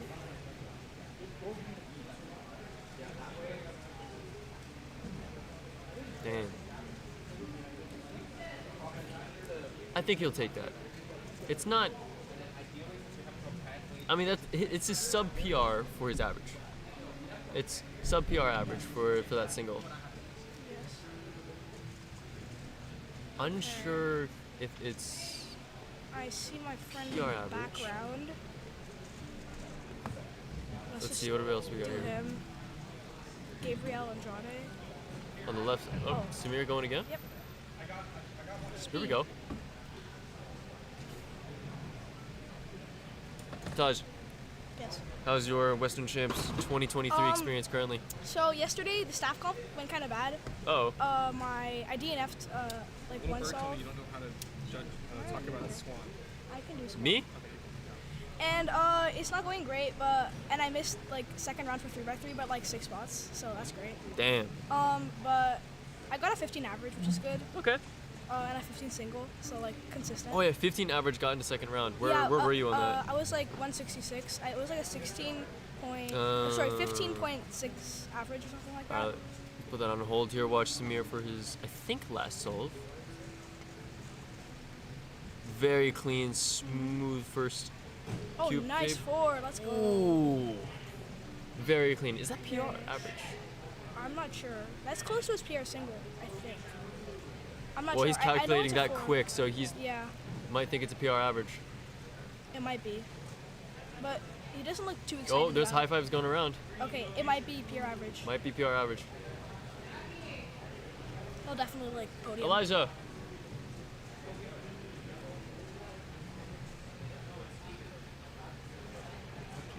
Did he get PR average? Samir. You got sunglasses? Yes, actually. Oh, where? In my bag, but they were kind of hidden. Okay. Antonio, did Samir get PR average? Did he get PR average? Samir? Ooh, Oh, let's go. Very nice. That's nice. Let's talk about yesterday and how. Talk about yesterday? Go on. Okay, so Talk to me. Tommy plus 2'd out of the world record single and average for blind. Yes, he did. And then Stanley also plus 2'd out of second in the world. But Mhm. Elliot did not mess up, and not Me? just Elliot, not you. He's not good at blind. No, the other Elliot. The other Elliot, and he got second in the world NR for Canada, so that was really cool. And Stanley actually didn't podium in 5 or 4 blind. Tommy got first because he was the only one with a success, so that was interesting. Very And interesting. I reserved the I suck at blind, so I didn't have to resolve.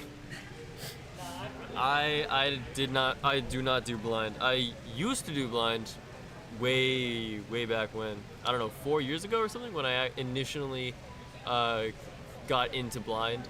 Yeah, I I got just- about 2 successes, and then decided maybe this is too time consuming, and decided not to do it. Okay, yeah, I just traded for GTS 3M. I like traded like 5 cubes for it. Why would you trade well- 5? What did you trade? Well, 2 cubes, but whatever. It was like Dion Titanium V2. Wait, not Titanium, just Dion V2 Megaminx. Wait, you traded the Dian V2 Megaminx? Yeah, and the RSM Super Standard for the GTS 3M because Huh. yeah, Why would you trade the Dian V2 Megaminx? because I have 2 of them. Of course. And that one fell in like beach water, so Oh, right, you told me about that. yeah. So I don't care about it. It turns like really fast, and I don't like it. Yes, I remember you saying this. I think Regions is gonna start in like 20 minutes. All right, here we got Adrian on the left side. I do not know who he is, but Pretty sure that's his name, Adrian. was I Ooh, on the lock up stream, on that first like, solve. grading my solves? I don't think so, because I was like only on the I'm previous unsure. stage. Not a great reaction from Adrian here. It's still good. Damn. Yeah. Yeah, I might not doesn't be seem here like he's too happy about that one. I might not be here for relays because I want to like get good sleep for tomorrow for Cube, so I can get a sub for average. Unfortunately, I'm probably gonna be here for relays. Okay. I'm okay now. Yo, let's go. I'm Yeah, not the dead. sun's moving. Yeah. So. You can really tell. All right. Well, I believe that brings a wrap on square one, at least on this green and purple stage this year. Well, that's blue. Blue stage. Oh, purple. I can't see. I'm too small. No, we're not done with the purple. Nah, we're not done with blue. Oh, blue's still going. Yeah, I competed for OH. It was like such a consistent average. I got a 35, and I averaged like 1 minute, and then I got a 59, and then I got a 47, and then I got a 37, and then I got like a 40. No, 54. So, 46 average. Damn. It's like PR, but like a second. I hate OH. I don't like OH either. Cube. So round group 1 was amazing. I tried my scrambles and I got like a 2 point something average after like 2 tries or something. But initially I got like a 3.5. And then second round I was in, there was an 8 mover, but I got an E1 for that. And all the other scrambles sucked. So I got a high 4 average. And then I think group 3 was also good. I was scrambling group 3 and 1, so I was like, I want to have these scrambles. Gotcha. So I'm thinking for second round, I'm just gonna change my group. Really? Yeah, because I keep getting bad groups. Okay, you're asking when the regional relays start? They start in approximately 1 hour from now. I want to be asleep in 1 hour. No, I'm kidding. So, well, that's good. Anyway, Adrian on the solve here again. Left side, very quick edges here. Bit of a lockup. Up. Doesn't seem like you like that one either. Square one is one of those events where it's just, you have to grind and learn just so much. So many alks. Isn't it like 180 or something? Yeah, it's crazy. I don't like want to be good. I kind of failed yesterday, but I think my PR average is a 35. I got like a counting 50. Catch you later, gamer. So, yeah, square one I'm not great at. But I think it's fun. I'm just bad at cube shape. Everybody kind of is. What I did, so I learned square one on my own, and then I relearned it after TJ basically convinced me to learn it with him. Yeah, I kind of like learned it from the Tingman video, and then I went to Cube Master's channel and just learned some extra algs. That's pretty much what I did. Yeah. So this was about a year ago now, I think, where TJ kind of convinced me to get the MGC square one, and then we took, I think, a month or 2 to learn it. I got the, it took me 2 days. Well, we took a month or 2 to like learn and get as fast as possible. Oh, yeah. And after that, we then competed in a competition, and I forget exactly what we got, but I'm pretty sure I got like a 30-something average. I DNF'd my first 2 solves because I didn't like practice squan. Like the only time I practiced it was like never. I got the max first, but it was okay. And now I'm maining the Angstrom with I think black top, white bottom, and I used to have yellow top or something and black bottom. It's really strange. Gotcha. That was for my max, but it kept breaking because I was not a square one person. Oof. And yeah, I don't like practice it. Yes, well, I believe we have to head off to dinner now, and when we come back, we'll be having, I believe it's the regional relays as soon as we come back at 8:15 our time, which is PST, and we will catch you guys later. Well, I'll see you guys tomorrow. Yeah. Bye.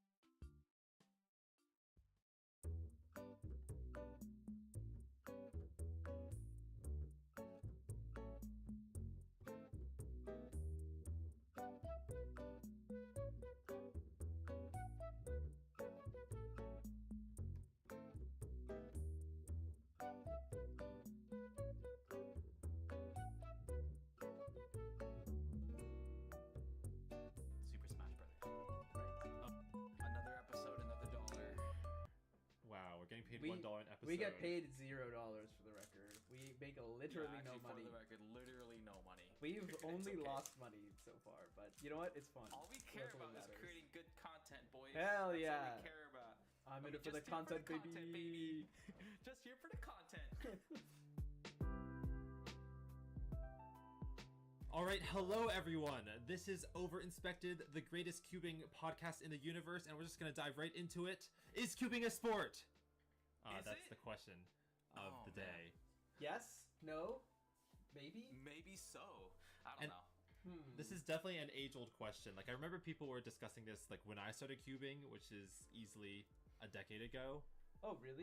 You think it's that old? Because I feel like when I first started cubing, like, I feel like everyone viewed it as a hobby. Also, shout out, by the way, to my WCA profile. It is now 10 years old as of like 3 days ago, which is insane. Oh, nice. Yeah, which is crazy. Like, yeah, last week you said it was coming up like 2 or 3 days Yeah, away. yeah, and it happened.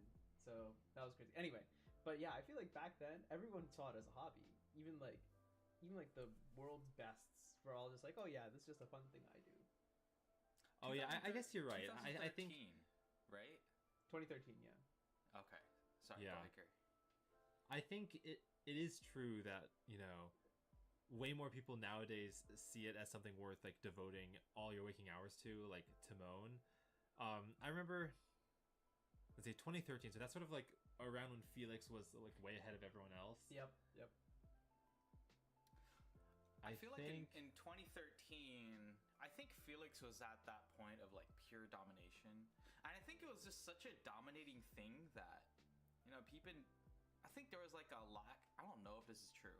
Just, you know how sports, part of the thing that makes a sport is the competitive aspect.